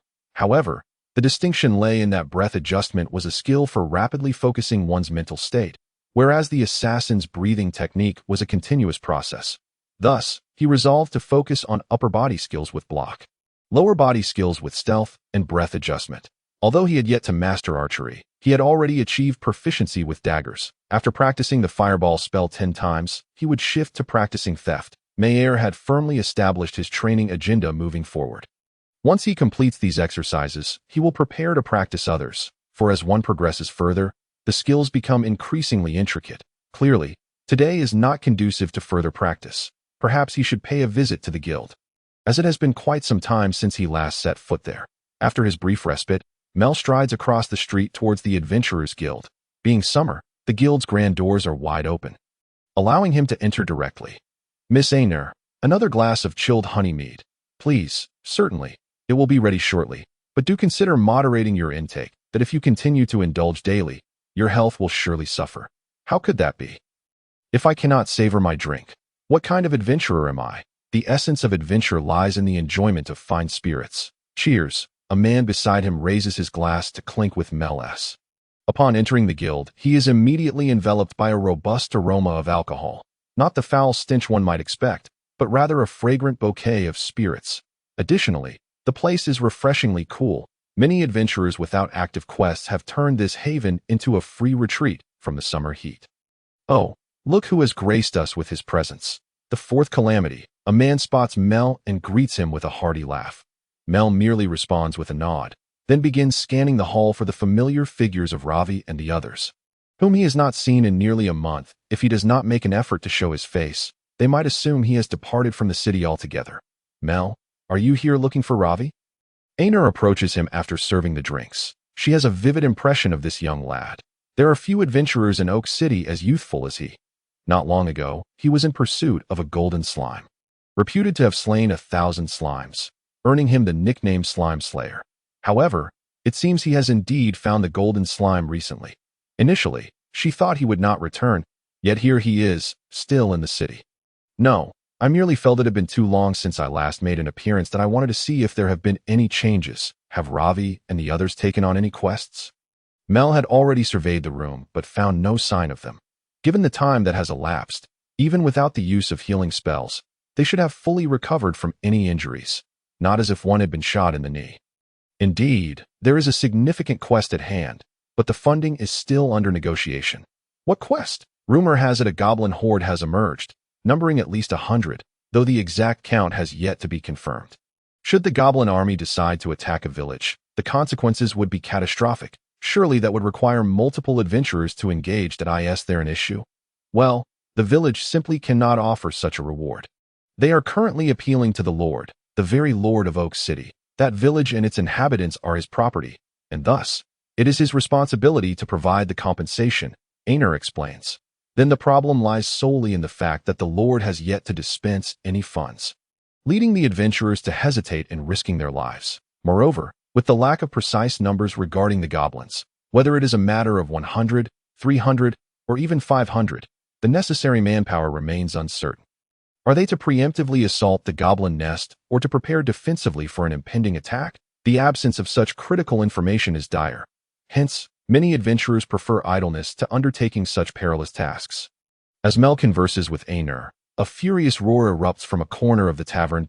An irate woman rises, slamming her hands on the table, her face contorted with rage. What nonsense is this? The female swordsman appears to have lost her temper. Her cropped hair looks somewhat unkempt, suggesting she has not tended to it in quite some time. The patrons of the Adventurers Guild are drawn to her outburst. Mel glances in the direction of the commotion and recognizes her. It is Kate Green, the swordswoman who escorted him to Oak City. Yet, how could such a noble warrior appear so haggard? Her light armor is damaged and in dire need of repair. Feeling the weight of the onlookers' stares, Kate gradually lowers her head, her fists clenched, tears welling in her eyes. I'm sorry. I have overreacted. Excuse me, you are Kate, correct? Mel approaches, seeking confirmation. The contrast between her current state and the radiant persona he once knew is stark. She now resembles a cat that has fallen into the gutter, the former luster replaced by a palpable sense of turmoil and gloom. How could such a transformation occur in so short a time? Perhaps she had been captured by goblins and was only just rescued. A myriad of odd thoughts flits through his mind, yet Mel's intentions remain rooted in concern. Kate rubs her forehead, turning around, and upon recognizing Mel, she visibly relaxes. Is something troubling you? You seem quite distressed. Mel, you would believe me, wouldn't you? Of course, go on, Mel assures her, aware that her agitation stems from a lack of belief in her words from others. She has undoubtedly experienced something significant and possesses crucial information that my team and I accepted a lengthy quest to explore an uncharted dungeon alongside numerous adventurers, but we encountered goblins, a veritable army of them, numbering at least 1,000 or so. I was the sole survivor. Those goblins are preparing to emerge from the dungeon, and within lie trolls and goblin high priests that I am no match for them. Yet the people at the guild refuse to believe me. They treat my warnings as a jest. Kate's fingers tremble slightly. Fear not. I believe you. Mel takes Kate's hand, soothing her frayed nerves. Finally feeling believed, she takes comfort in his words that I will find a way to assist you. How long have you been at the guild? This marks the first time Mel has encountered Kate since arriving in the same city, engaged in the same line of work that I returned just 2 days ago. Upon hearing this, Mel furrows his brow. This could spell trouble. He had previously heard rumors of a burgeoning goblin presence surrounding the village, and coincidentally, Ravi and the others had just taken on that same quest. This is bad. I have a few friends who have accepted the quest that I hope they do not encounter the goblins too soon. Einar is well aware of the goblin situation, yet without thorough investigation or funding in place. Merely speaking will not galvanize the adventurers into action. That a cruel reality is that such a significant monster infestation often leads to severe repercussions before any measures are taken. What are the city guards doing? Naturally, they are tasked with protecting the noble lords' castles. Why would they concern themselves with the plight of the rural folk? The extermination of monsters falls solely upon the shoulders of adventurers. We have yet to reach the stage of war. Mel approaches the counter, where a group of adventurers are enjoying their chilled honey mead. May I ask why you are unwilling to hunt the goblins, considering their numbers could be quite substantial? Surely, even collecting their ears for a bounty would yield some reward. You are but a child, unaware of the realities. That meager reward hardly suffices. It's a matter of survival. The nobles must part with some coin. How much can the country folk possibly offer?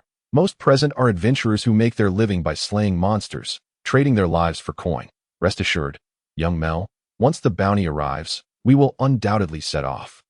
One man pats Mel on the shoulder. Mel cannot demand much from these individuals. Feeling the weight of his coin pouch, he realizes he has but a paltry sum of orin, insufficient to hire any of these adventurers. If the Greens are indeed nobility, might it be possible to leverage noble connections? Mel looks to Kate again. Kate appears to grasp his intention, but shakes her head in resignation. This is not my family's domain.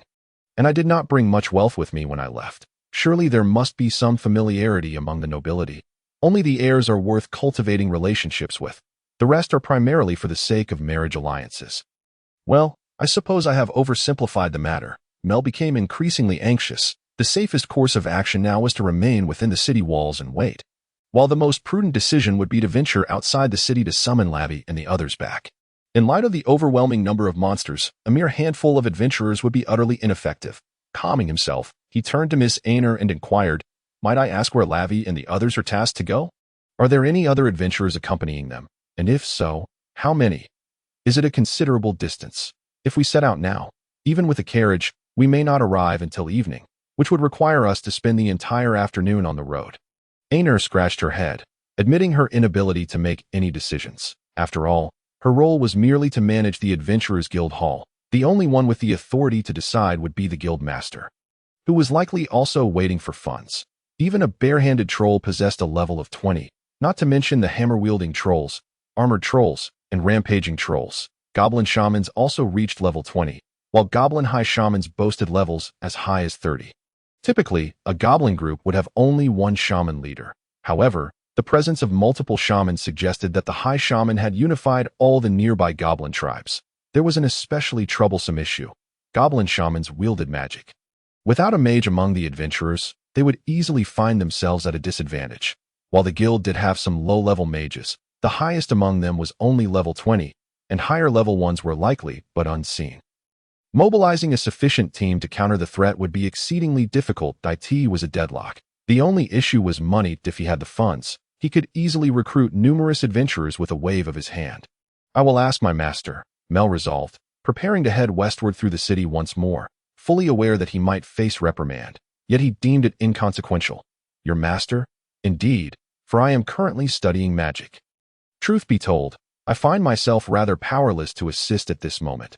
Mel candidly expressed his situation, refusing to burden himself with unattainable hopes that at present, he was merely at level 5, a rank that rendered him ill-equipped to confront the goblin horde.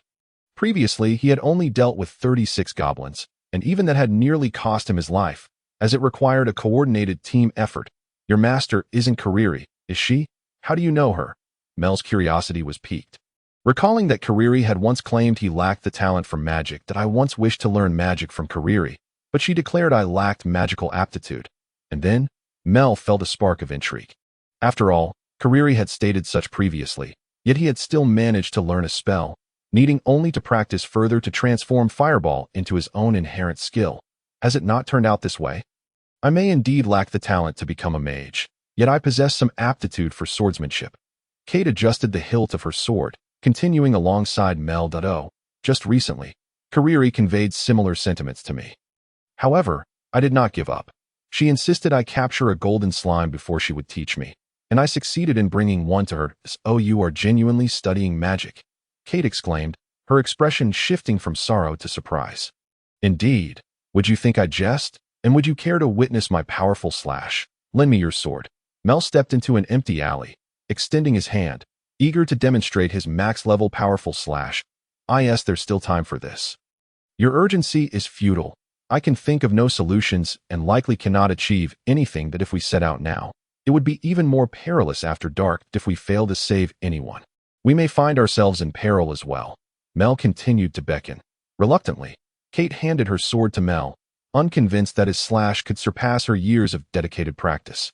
Mel drew the sword, steadied his legs, and executed a powerful downward slash. The elite skill, powerful slash, doubled damage and penetrated armor. Mel sought to gauge the proficiency of the elite skill through the eyes of a professional. Kate remained still, observing the execution of the skill in its entirety. That it was a flawlessly executed powerful slash, nearly on par with her own, yet she had attained her level through years of practice. How could Mel, being so young, achieve such prowess? Despite her inner astonishment, she maintained an outward composure. On average, I have witnessed even stronger slashes. Those belong to true masters, where the blade descends like moonlight. That's so. Perhaps easily acquired abilities are not as commendable.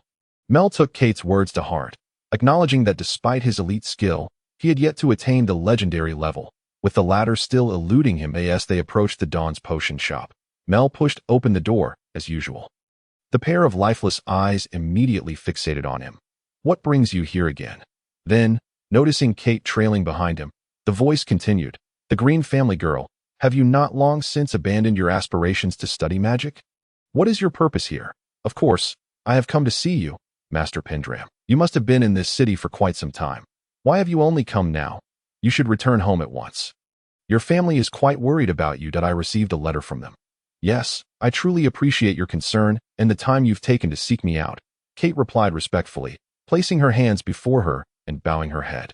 Mel stood aside, slightly taken aback by Kate's demeanor. It appeared his master held a rather esteemed status, as even noble women treated her with such reverence, suggesting they were previously acquainted. Yet, considering the youth of his master, she must have been merely a child many years ago.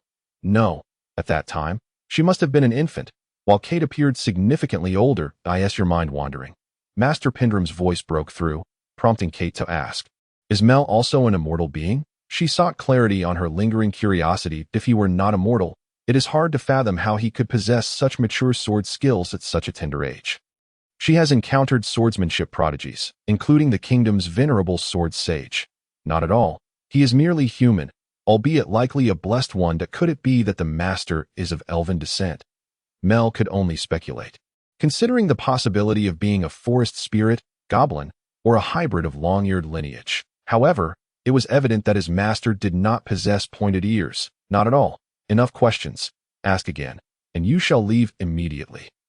Kariri's patience wore thin, vexed by the arrival of two bothersome individuals. Let us conclude the matter swiftly, then be gone.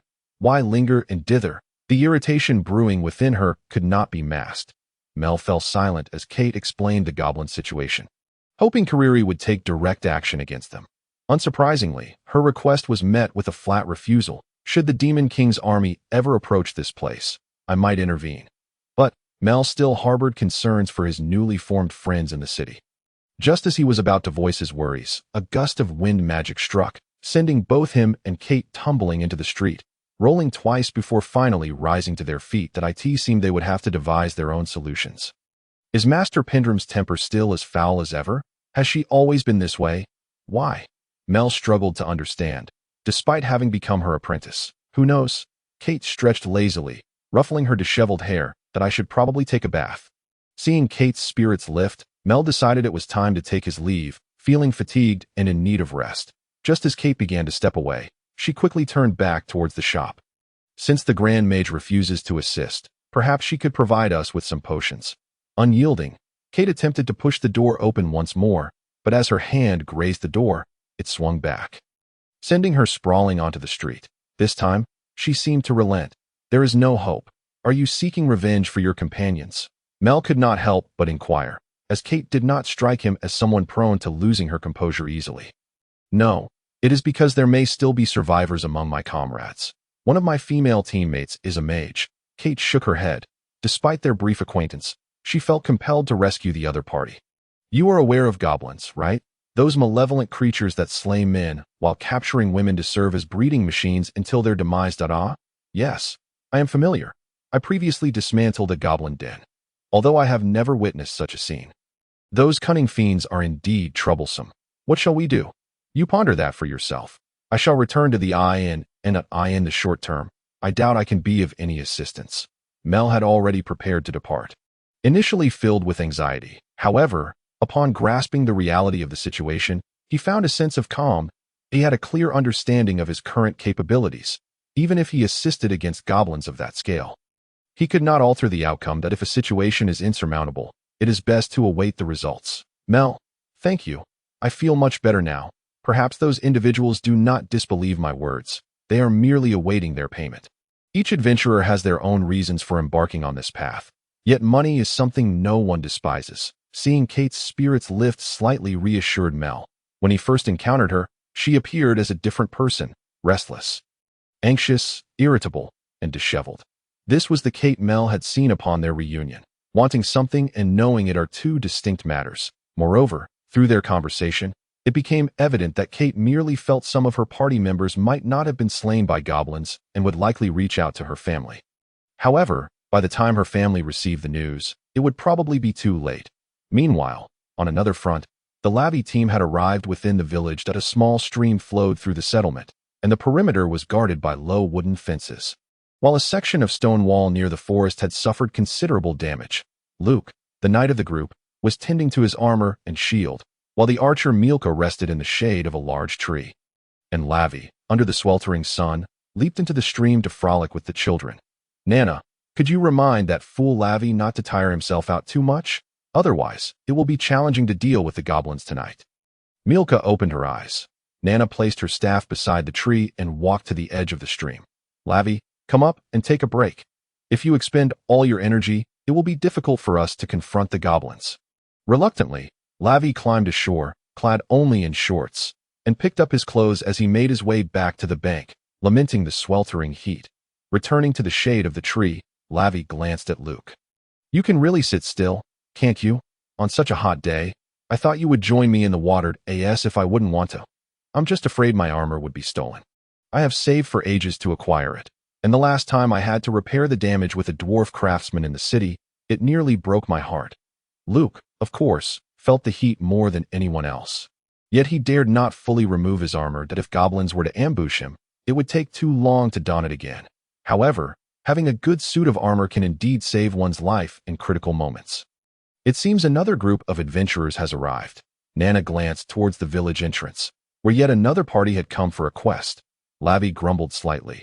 He had hoped to secure a larger reward to enjoy a hearty feast of chilled honey mead upon returning. Were others here to claim the bounty? Why were there so many? Were there truly that many goblins? They wouldn't let them go without compensation, would they? Lavi seated himself on a bench beneath the tree's shade. Though it was called a bench, it was merely a plank of wood propped up by stones. Wait, something feels off. There are too many newcomers. I should go ask what's happening. Milka had begun to harbor doubts about the quest. The village had only mentioned that goblins were appearing in the vicinity, and the specifics had yet to be verified. Coupled with the madwoman's words from the Adventurers Guild, he felt it wise to remain vigilant. At the time, he had merely assumed the female adventurer was frightened by goblins and had not paid it much mind. Since she appeared to be in an unstable state, he had refrained from probing further. Milka approached the newly arrived group. "Excuse me, what quest have you taken on here?" "We've accepted a goblin quest, and I'm just visiting home. I'm from this village," replied the leader of the men. Hearing such a response, Milka finally felt reassured and returned to his shaded spot.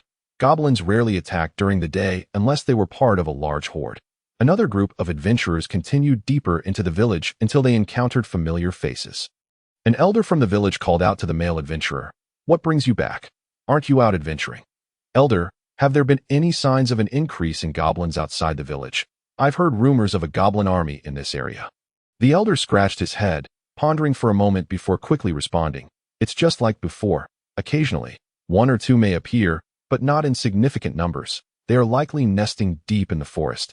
How could there be a goblin army? This isn't the front line of a war with the Demon King that I see that I plan to stay in the village for the night. These are my companions from my adventures. Could you arrange accommodations for them?" "That can be arranged. Just discuss it with the villagers that a previous group of adventurers has already taken a commission from our village. I just met them outside the village." After concluding his conversation with the elder, the male adventurer began to guide his teammates in search of a place to rest. Though he could not yet fully relax, if there truly was a goblin army, he knew what fate awaited the village. For it had happened before. When times were peaceful, the nobles above paid little heed to these matters. Only when a village was destroyed would they feel their wealth threatened. Naturally, he harbored his own motives. When the other adventurer inquired earlier, he had not divulged all he knew. If the goblins were indeed numerous, their small party could not hold the line alone. The more adventurers, the greater the hope. If these rumors turned out to be mere fabrications, they would hunt a few goblins and then return to Oak City to continue their exploits. Let's check if the nearby water sources have been contaminated. If there are indeed a large number of goblins, the vicinity of the water source would be the most likely spot to find tracks. The scorching sun made it unbearable to open one's eyes. Even in the shade, the waves of hot wind stirred feelings of unease as evening approached and the group prepared for dinner. Children playing outside the village rushed in. "Goblins! Goblins are coming!" "How many?" "So many. The mountains are full of them, and there might be some in the woods too," the village boy replied in a panic, having never witnessed such a sight and now wishing to hide. Before the group could inquire further, the male adventurer had already fled, looking somewhat disheveled. While investigating the water source, he had discovered a multitude of goblins and numerous tracks, and the long-standing waterhole had been drained. Before he could relay this information back to the village, the goblins were already on the move. Those who had just returned from gathering firewood looked bewilderedly towards the distant, ominous mountain. "Village elder, get the villagers to escape. Everyone must flee. Go around and head for Oak City. We cannot hold them," the male adventurer shouted with a booming voice to the villagers. "But what about my cattle? Some villagers want to take a few things with them. Forget those things. Take only what is valuable and useful, and don't forget food. That if we fail to reach Oak City, we will need sustenance." After speaking, the male adventurer bowed to his companions. "I ask you all to assist in buying time for the village's evacuation. Why are you being so polite? If we didn't want to help you, we wouldn't have come here." Meanwhile, Lavi and the others, who had just reached the village's outskirts, stood in shock. The sheer number of goblins before them was incalculable. The hills were teeming with them, alongside trolls and shamans. This was beyond their capacity to handle and should be dealt with by an army. "Lavi, should we run?" Nana's hand trembled around her staff.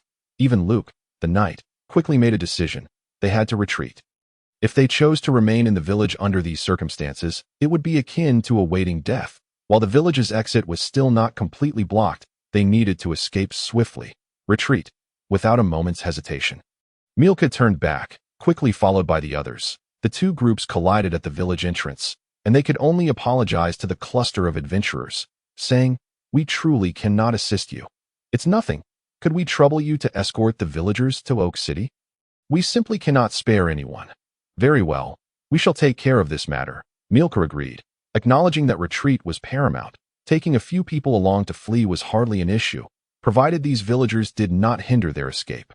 If they acted like certain fools who insisted on leading their own cattle, they could hardly blame anyone but themselves. Some villagers, with meager savings, hastily gathered a few belongings, clutching their cooking pots and knives as they prepared to flee. Meanwhile, certain women clutched chickens and ducks, hastily retreating towards the back of the village, as the path ahead had become utterly impassable. Let's go. Drop anything that slows you down. You cannot escape while burdened. The village chief shouted at the villagers struggling with their cattle beneath the great tree. It's fine. My cow runs very fast. I'll just ride it, one villager insisted, unwilling to part with such valuable property. Swiftly climbing onto his cow's back and heading towards the village's rear, we are counting on you. Adventurers, no need for such formality. If that fool slows us down, we will not save him, Milka remarked bluntly. In such dire circumstances, those burdened with cumbersome possessions were clearly disregarding their own lives, since they cared so little for their own safety. Why should the others be overly concerned?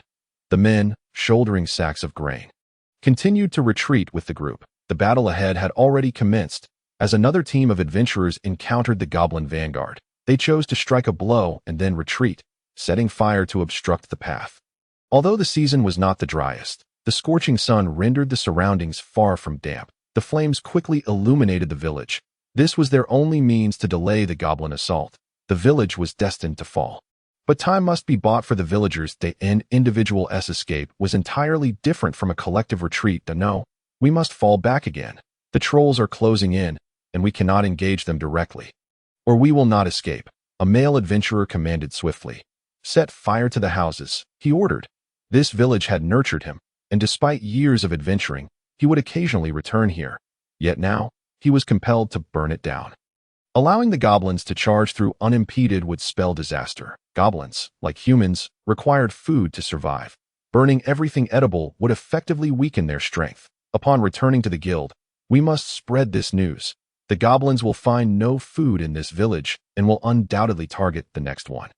Perhaps even laying siege, he declared, expressing disbelief that the nobles would remain passive. A trailing team also pursued the villagers. With more people, the speed of their escape was notably hindered. The path was narrow, and the crowd forced them to maintain order as they advanced slowly, with everyone eager to move faster. Yet the country lane was of limited width. A careless misstep could lead one tumbling into the adjacent ravine. The main road was indeed broader, but they could only traverse the narrow path behind the village for now. Luke, you and Ravi clear the way up ahead. Watch for goblin ambushes on this narrow path. Due to years of neglect, the surrounding branches had grown thick, impeding their progress. When they encountered particularly troublesome obstacles, they resorted to cutting them down with their short swords, naturally placing the adventurers at the forefront of the group. Milka maintained the overall order. Regardless of how frantic those behind were, he would not let them rush forward recklessly. He selected 2 robust young men from the village to help him uphold the order. In such a narrow passage, chaos and congestion could easily result in even adventurers being pushed aside. Although the nearby ravine still displayed some flowing water, one could not guarantee they would not fall directly onto the rocks below. Do not push. Everyone, form an orderly line. The way ahead is being cleared, Milka shouted. Luke and Ravi acted decisively, swiftly cutting through the small branches that littered the lengthy path, easily severing them, while others that did not impede progress were simply stepped over. Just as they were about to cross the ravine and reach the grassy area above, a horn blared, a distinctive goblin horn. The sound echoed through the ravine, sending everyone into a panic as they rushed forward heedlessly. Stop! Everyone halt! We will handle the goblins, Milka shouted, striving to maintain order, but the crowd surged like a disordered flock of sheep. He was even knocked aside in the chaos, recognizing the breakdown of order. He knew they must focus on eliminating the goblins. From the direction of the horn, he readied his bow, quickly discerning the goblins' hiding spots. There were certainly not many goblins here. Had there been more, they would not have sounded the horn but rather launched a direct assault.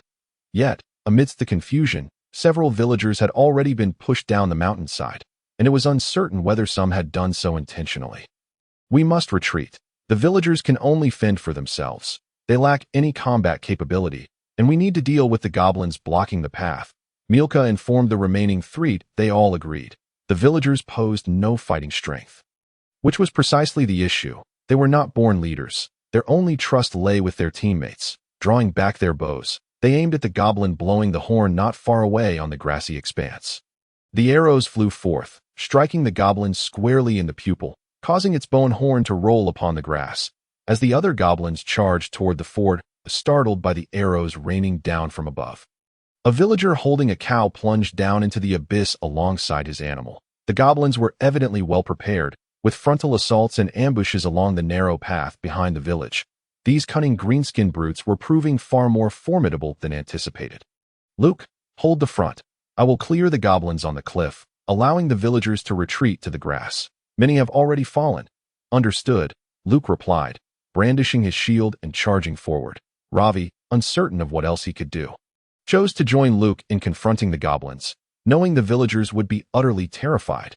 Many lives would be lost in this chaos. They were, after all, not warriors or adventurers, merely ordinary folk. Luke drew his short sword, using his shield to block the attacks of two approaching goblins. The front line of villagers had already surged past the grassy area.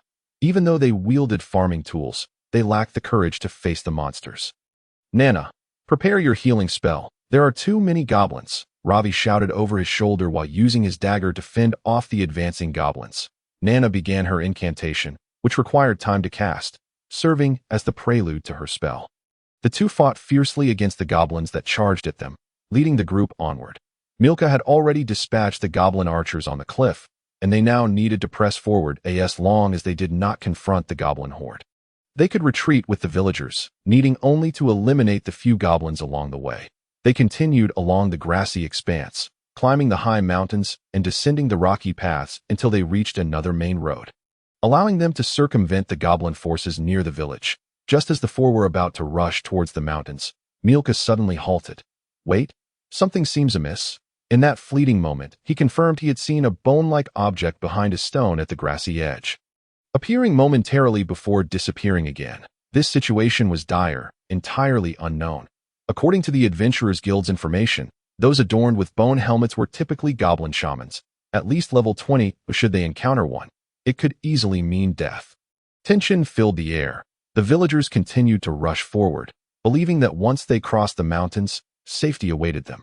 Not long ago, Melka had once again found his dead fish-eyed teacher in Oak City, and predictably, he was sent flying onto the street by a magical bolt, still hearing the reprimands in his ears. Why are you not at home resting? Just recovered a bit of magic, and you come to bother me again. No, rather, the information regarding the goblins has been verified. An army of over 1,000 goblins. Surely that is sufficient for you, master, to take action? Why are you so impatient, little one? What does it concern you? Because I have friends who accepted that commission, and I do not wish for them to perish so easily. With lifeless eyes fixed on Mel, a long silence ensued before she finally clutched her head in exasperation. Those fools cannot even comprehend the information regarding the commission they accepted. It is only a matter of time before they meet their demise. Why waste time attempting to save them? Thus, Mel rose from the ground, awaiting Cleely's response. Having intended to rest, a visit to the guild brought news of the goblin army's confirmation. Even nobles, upon receiving funds immediately, would find it a challenge to reach there swiftly. What makes you think those adventurers cannot make it? Yet I can, Cleely retorted, almost in complaint, because I believe in you, master. You are a formidable sorcerer and surely possess a solution. That moment, a bald old man approached from the side. Pendram, the mage, may I commission you in the name of the Adventurers Guild? I assure you I will prepare a reward that meets your satisfaction. The lack of clarity in the information is our guild's fault. Big bald head, I hope you do not deceive me. Otherwise, your fate will be dire. Cleely's words implied an agreement. He walked over to Mel and effortlessly lifted her with his magical power. Little one, since you are the one bothering me, you must accompany me. The resentment was palpable. Yes, Mel dared not refuse, contemplating how he might traverse the distance. If flight magic were non-existent, could it be a more direct teleportation spell? No sooner had he spoken than a magical shield formed a sphere enveloping Mel and Cleely. A massive orb of magical energy gathering behind the shield. Then, the magic erupted, propelling them into the sky like a baseball struck hard by a bat, soaring towards the outskirts of the city. We are flying. Master, did you not say that there is no flight magic? This is not flight magic. It is merely a crude application of explosive magic, launching us in a specific direction that we must continue to reinforce the shield and maintain the explosions for acceleration. Yet, According to the theory in the books, an ordinary person's magical power cannot support their own body in flight, yet you maintain the shield while continuously detonating magic. My magical power is slightly greater than that of an average person. Cleely replied dismissively. For her, magic that requires vast amounts of magical energy to operate is not considered sufficiently effective. The conditions are too stringent, making true flight far more agile than her method. The magical shield isolated them from all external sounds. Mel could see but felt no impact, indicating that Cleely's mastery of magic and her magical power had reached an exceptionally high level. Truly, he had latched onto a powerful ally. Above the mountains, the Ravi squad had drawn near to the massive boulder at the edge of the grassland when Luke's body suddenly became ensnared. Not good. It's a binding spell. He had suspected a goblin shaman long ago, but had not anticipated falling victim to Mielka's arrows could not even breach the opponent's magical shield. No wonder there were so few goblins in this direction. A level 20 shaman had been left here to ambush them. Just as Nana began to chant, she found herself bound by magic, unable to utter a sound. The goblin shaman possessed intelligence and knew to interrupt her incantation. Meanwhile, another group of adventurers, tasked with burning the village, stood anxiously at the cliff's edge, aware of the chaos ahead, yet unable to circumvent the narrow path, forced to remain at the back and follow closely. Ravi attempted to mimic Mel's backward jump to close the distance, but his skills were not fluid enough, and he soon found himself ensnared. They had lost their ability to resist. The goblin shaman began to slowly gather magical energy. A blue energy sphere coalescing in its hands. Once launched, this magical orb would pierce flesh as effortlessly as a hot knife through butter. Cold sweat drenched their backs. They could make no counterattack. Mielka's arrows were disregarded entirely. The disparity in levels was insurmountable. Why is luck always so cruel? Mielka cast aside her bow, brandishing a dagger as she charged at the goblin shaman. Yet, in the moment of her ascent, she was struck back by a staff made of wood and bone, crowned with a hardened skull, resembling a wolf's mace. Mielka rolled on the ground several times, ultimately unable to resist, seizing the opportunity while the goblin shaman dealt with the adventurers. The crowd began to flee towards the mountains. The goblin shaman sensed their intent to escape and redirected the already gathered magical sphere towards them. As it was unleashed, the grass beneath was severed, and the energy sphere arced swiftly through the air. After piercing one or two individuals, it exploded, disintegrating those near the blast's epicenter. Some were so frightened they collapsed, yet others recklessly charged forward. Luke struggled desperately against his bonds. But the level gap was insurmountable. Even as his nails embedded in his flesh, gritting his teeth, he could not budge. Damn it, move. As the crowd scattered, the goblin shaman turned its gaze back to Ravi and the others, once more beginning to gather magical energy. The words spoken were in a language unique to goblins, incomprehensible to humans. Nana stood numb, watching the azure magical sphere aim at her, her mind blank. Was this it? The ultimate fate of adventurers is death. The magical sphere was launched, expanding in Nana's pupils. Fear compelled her to shut her eyes, yet the anticipated explosion never came, and she felt no pain. The magical shield had deflected the orb, diverting it skyward until it completely dissipated. The two individuals before her were recognizable. Mel and the eccentric owner of the apothecary in the west of the city. Mel? Nana could not contain her exclamation. She was alive. If you wish to express gratitude, direct it towards my master, the great Pendram the mage. Mel spoke without a hint of insincerity. He held complete respect for his mentor. I did not come here at your request. It was because the guild offered a sufficient reward. Do not misunderstand. I know. Mel stood aside, not daring to breathe deeply, aware of the dangerous creature still present. If his master were to throw a tantrum and leave, all would face doom. The goblin shaman, lacking a bone necklace, was likely a level 20 minor shaman. Yet, even for him, dealing with a level 20 minor shaman proved daunting. Even if he could predict all the attack patterns, it would still be a slow process. However, seeing his master exhibit no signs of pressure, it seemed assured, though was it wise to be so complacent? As Cleely turned her gaze toward the burning village, the goblin shaman suddenly launched a surprise attack, directing the newly gathered magical sphere at her. Mel intended to warn her, yet the seemingly formidable magical orb was effortlessly swatted away by Cleely. What a blind beast, Cleely remarked, turning her head, slowly raising a hand. Fireball. No need for excessive incantation. A bright red, blazing fireball coalesced instantaneously, shooting forth, shattering the goblin's magical shield, and turning the goblin shaman to ashes while scorching a vast expanse of grassland. Mel stood drenched in sweat, questioning if this was the intensity expected from a level 1 fireball spell. It felt akin to being struck by a small meteor. Indeed, games are games, and other worlds are other worlds. Should he underestimate anything in this realm, it would likely lead to his demise. Well, I have done what I needed to do. The rest is no longer my concern. Speak with your good friends properly. I shan't be taking you back. Good luck. Kelly Lee condensed her magical shield once more and propelled herself forward, leaving the remaining monsters behind, as her sole concern was ensuring the villagers and adventurers could retreat safely. Observing Kelly Lee's departure, Mayer chose not to voice any further remarks, recognizing that her master had already extended considerable grace this time. That it was not long before Kelly Lee, commanding the magical shield, crashed down within the city of Oak, her demeanor visibly displeased as she made her way toward the Adventurers Guild. With a resounding thud, the guild's door was kicked open, startling the adventurers who had yet to set out. What is wrong with this person? The door was hardly closed. The purple-haired girl, donning a witch's hat, stormed angrily towards the president's office on the second floor of the guild, before the petite figure forcefully kicked open the office door. Hand over what you have. What can you offer me this time? If it does not satisfy me, prepare to face dire consequences. I assure you, this will meet your expectations. This is high-quality spirit sand obtained from the northern snowfields. A treasure worth 10,000 oren in the market, and even if one could afford it, it is not easily procured. Surely, it would be of use to a mage of your caliber. I sincerely hope this will not occur again. Had it not been for my disciple, even if you were to kneel and plead, I would not have assisted you. The Adventurers Guild shows no concern for the lives of adventurers.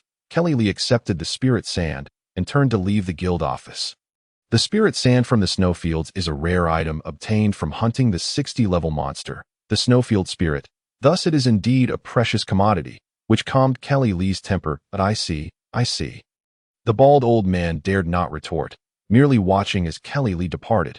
After her exit, he resignedly rubbed his bald head, muttering to himself, I, Mage Pendram, am indeed attempting to reform the guild, yet it appears insufficient. Is it my failing, or that of the noble lords? Meanwhile, Mayer, left behind on the grass, witnessed the overwhelming power of magic for the first time, further solidifying her resolve to master it, regardless of the circumstances. She was determined to learn magic. At the very least, she had concluded that through relentless practice, one's magical prowess could indeed grow. Even though her current magical power was still quite limited, it was undeniably true that without taking small steps, one could not traverse great distances. Mayer, I am truly grateful to you. I genuinely believed my life was at stake. Luke clapped Mayer on the shoulder with a hearty laugh. Ravi and Mayer Ka also expressed their gratitude, stating that they would look after the potion shop's business in the future. Although the potions were expensive, they would still purchase some. Nana quietly followed behind the group. Mayer ascended to a vantage point in the mountains. Taking a serious glance at the burning village, it seemed the village had indeed been lost, but at least many lives had been spared. The densely packed goblins and trolls were truly terrifying. Why did her master refuse to intervene in eradicating the goblins? Was this not the scale of a demon king's army? Let us return. We must proceed with caution in the future, Mayer sighed. We have been cautious enough. This is clearly a failure of the guild's intelligence, Ravi retorted. Mayer pondered deeply and realized that it indeed was a problem stemming from the guild. Miss Kate had already conveyed information about the goblins to the guild.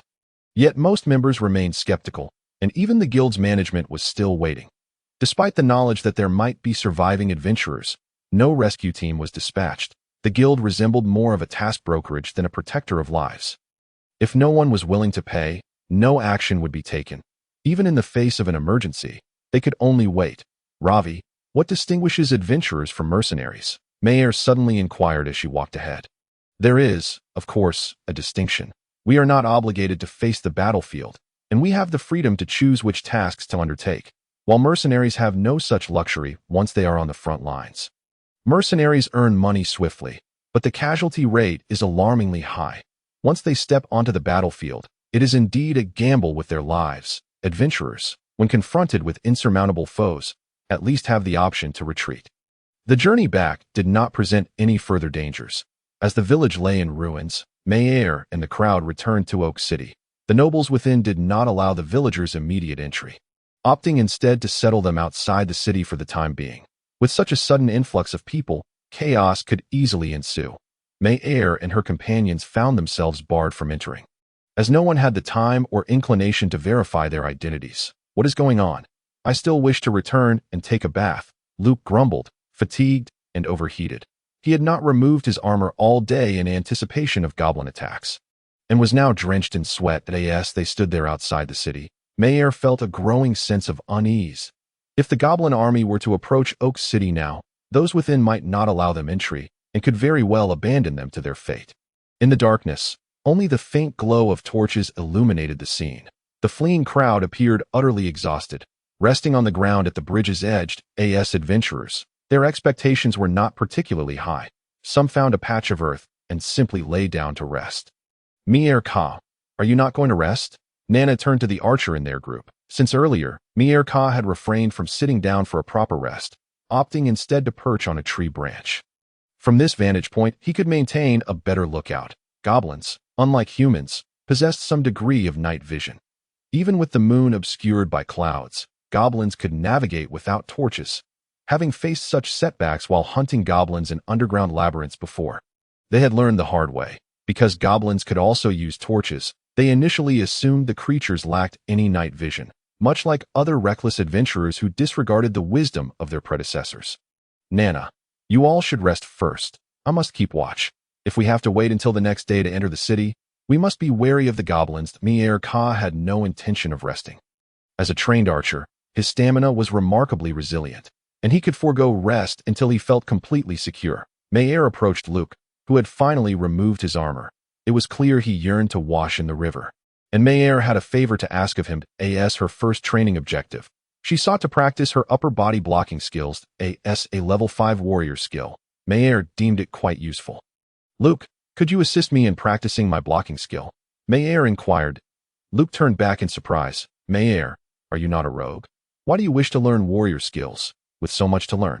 Can you truly practice at all? My master taught me that one should excel in a singular discipline throughout their life. If one attempts to learn too much, they will end up mastering nothing. I understand, but I still ask for your guidance. Please allow me to practice my blocking. One cannot achieve blocking alone. Unless one can fashion an automated wooden figure to swing at them, it proves quite challenging.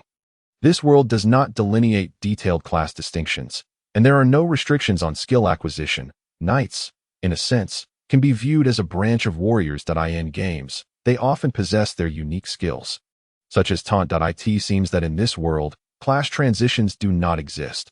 One learns skills corresponding to their profession and may even cross-learn different professions. Most individuals are constrained by their innate talents from the outset. Those like me, with lacking magical aptitude yet determined to pursue magic, are undoubtedly rare specimens. Seeing Mayer so earnest, Luke readily agreed. Sure, once I finish my bath, I will accompany you for practice. But won't you end up sweating again? It matters not. I have felt uncomfortable all day, and I must cleanse myself now. With that, Luke headed toward the river, leaving his precious armor behind as he had a companion to watch over it. He felt secure. Taking it to the river would only invite theft. Nana, exhausted from the day's events, had already fallen asleep, while Ravi continued to polish his dagger. At this moment, Mayer could not practice her thievery, as she found herself in an unsafe environment. She held no illusions that the nobles within the city possessed any sense of morality. In the pitch darkness, for safety reasons, the inhabitants of the city were reluctant to allow them entry. They would undoubtedly have to wait until dawn. Once Luke finished his bath, the two picked up a nearby stick and began their blocking practice. The campfire illuminated the surrounding area, allowing the two to at least see one another clearly. I'm coming in, Mayer. Luke gripped the stick firmly, readying himself for an attack. After all, Mayer was still a child, and he had to temper his strength to avoid injuring her, as blocking an attack was no simple feat. All right, Mel nodded. Luke swiftly drew his sword, unencumbered by the constraints of armor, his movements more agile than usual, showcasing the defined muscles of his arms. The wooden sticks clashed together, and Mel could feel the force behind it. Luke must have controlled his strength, otherwise, it would have been challenging to withstand the warrior's assault. Given his current foundational attributes and physical capabilities, the profession most befitting him was that of a rogue. Yet he was not one to be content with merely acquiring a handful of skills. After successfully blocking 10 strikes, Mel attained the blocking skill. Blocking proficiency, 010000, current effort value, for 6282.in that fleeting moment. Mel blocked once more. Effort value increased by 1. So quick. It seems you hardly need my explanations, Mel. You've already grasped certain nuances. Luke continued his offensive. Mel persisted in his blocking. Effort value increased by 1. Then another. After completing 100 blocks, Mel decided to halt. Today's training was nearly sufficient. Blocking proficiency, 1001000, current effort value, for 6382. The two lay down on the ground to rest, the earth still retaining the warmth of the day. Even in the late hours of the night, it was not cold at all. Upon waking the next day, the gates of Oak City had swung open, allowing them entry. The goblin horde had not yet launched an assault on the city, likely directing their efforts towards other villages.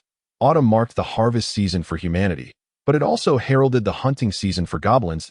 As various fruits withered in autumn, goblin attacks on humans would grow increasingly frequent. Though it was still summer for now, thus, their desire for aggression was relatively subdued. Evidently, they had encountered some exceptional circumstances. Since the revival of the Demon King, the monsters on the continent had begun to proliferate and become more active, corresponding with a resurgence of magical energy at this moment. Mel had yet to fully comprehend the intricacies of this world. Consequently, he appeared to be hurriedly striving without making significant progress. That I shall return now. I have other matters to attend to. Now that he had finally found some leisure, he still possessed 610 orens, having spent a bit on meals. Next, he intended to diligently study the bard's craft.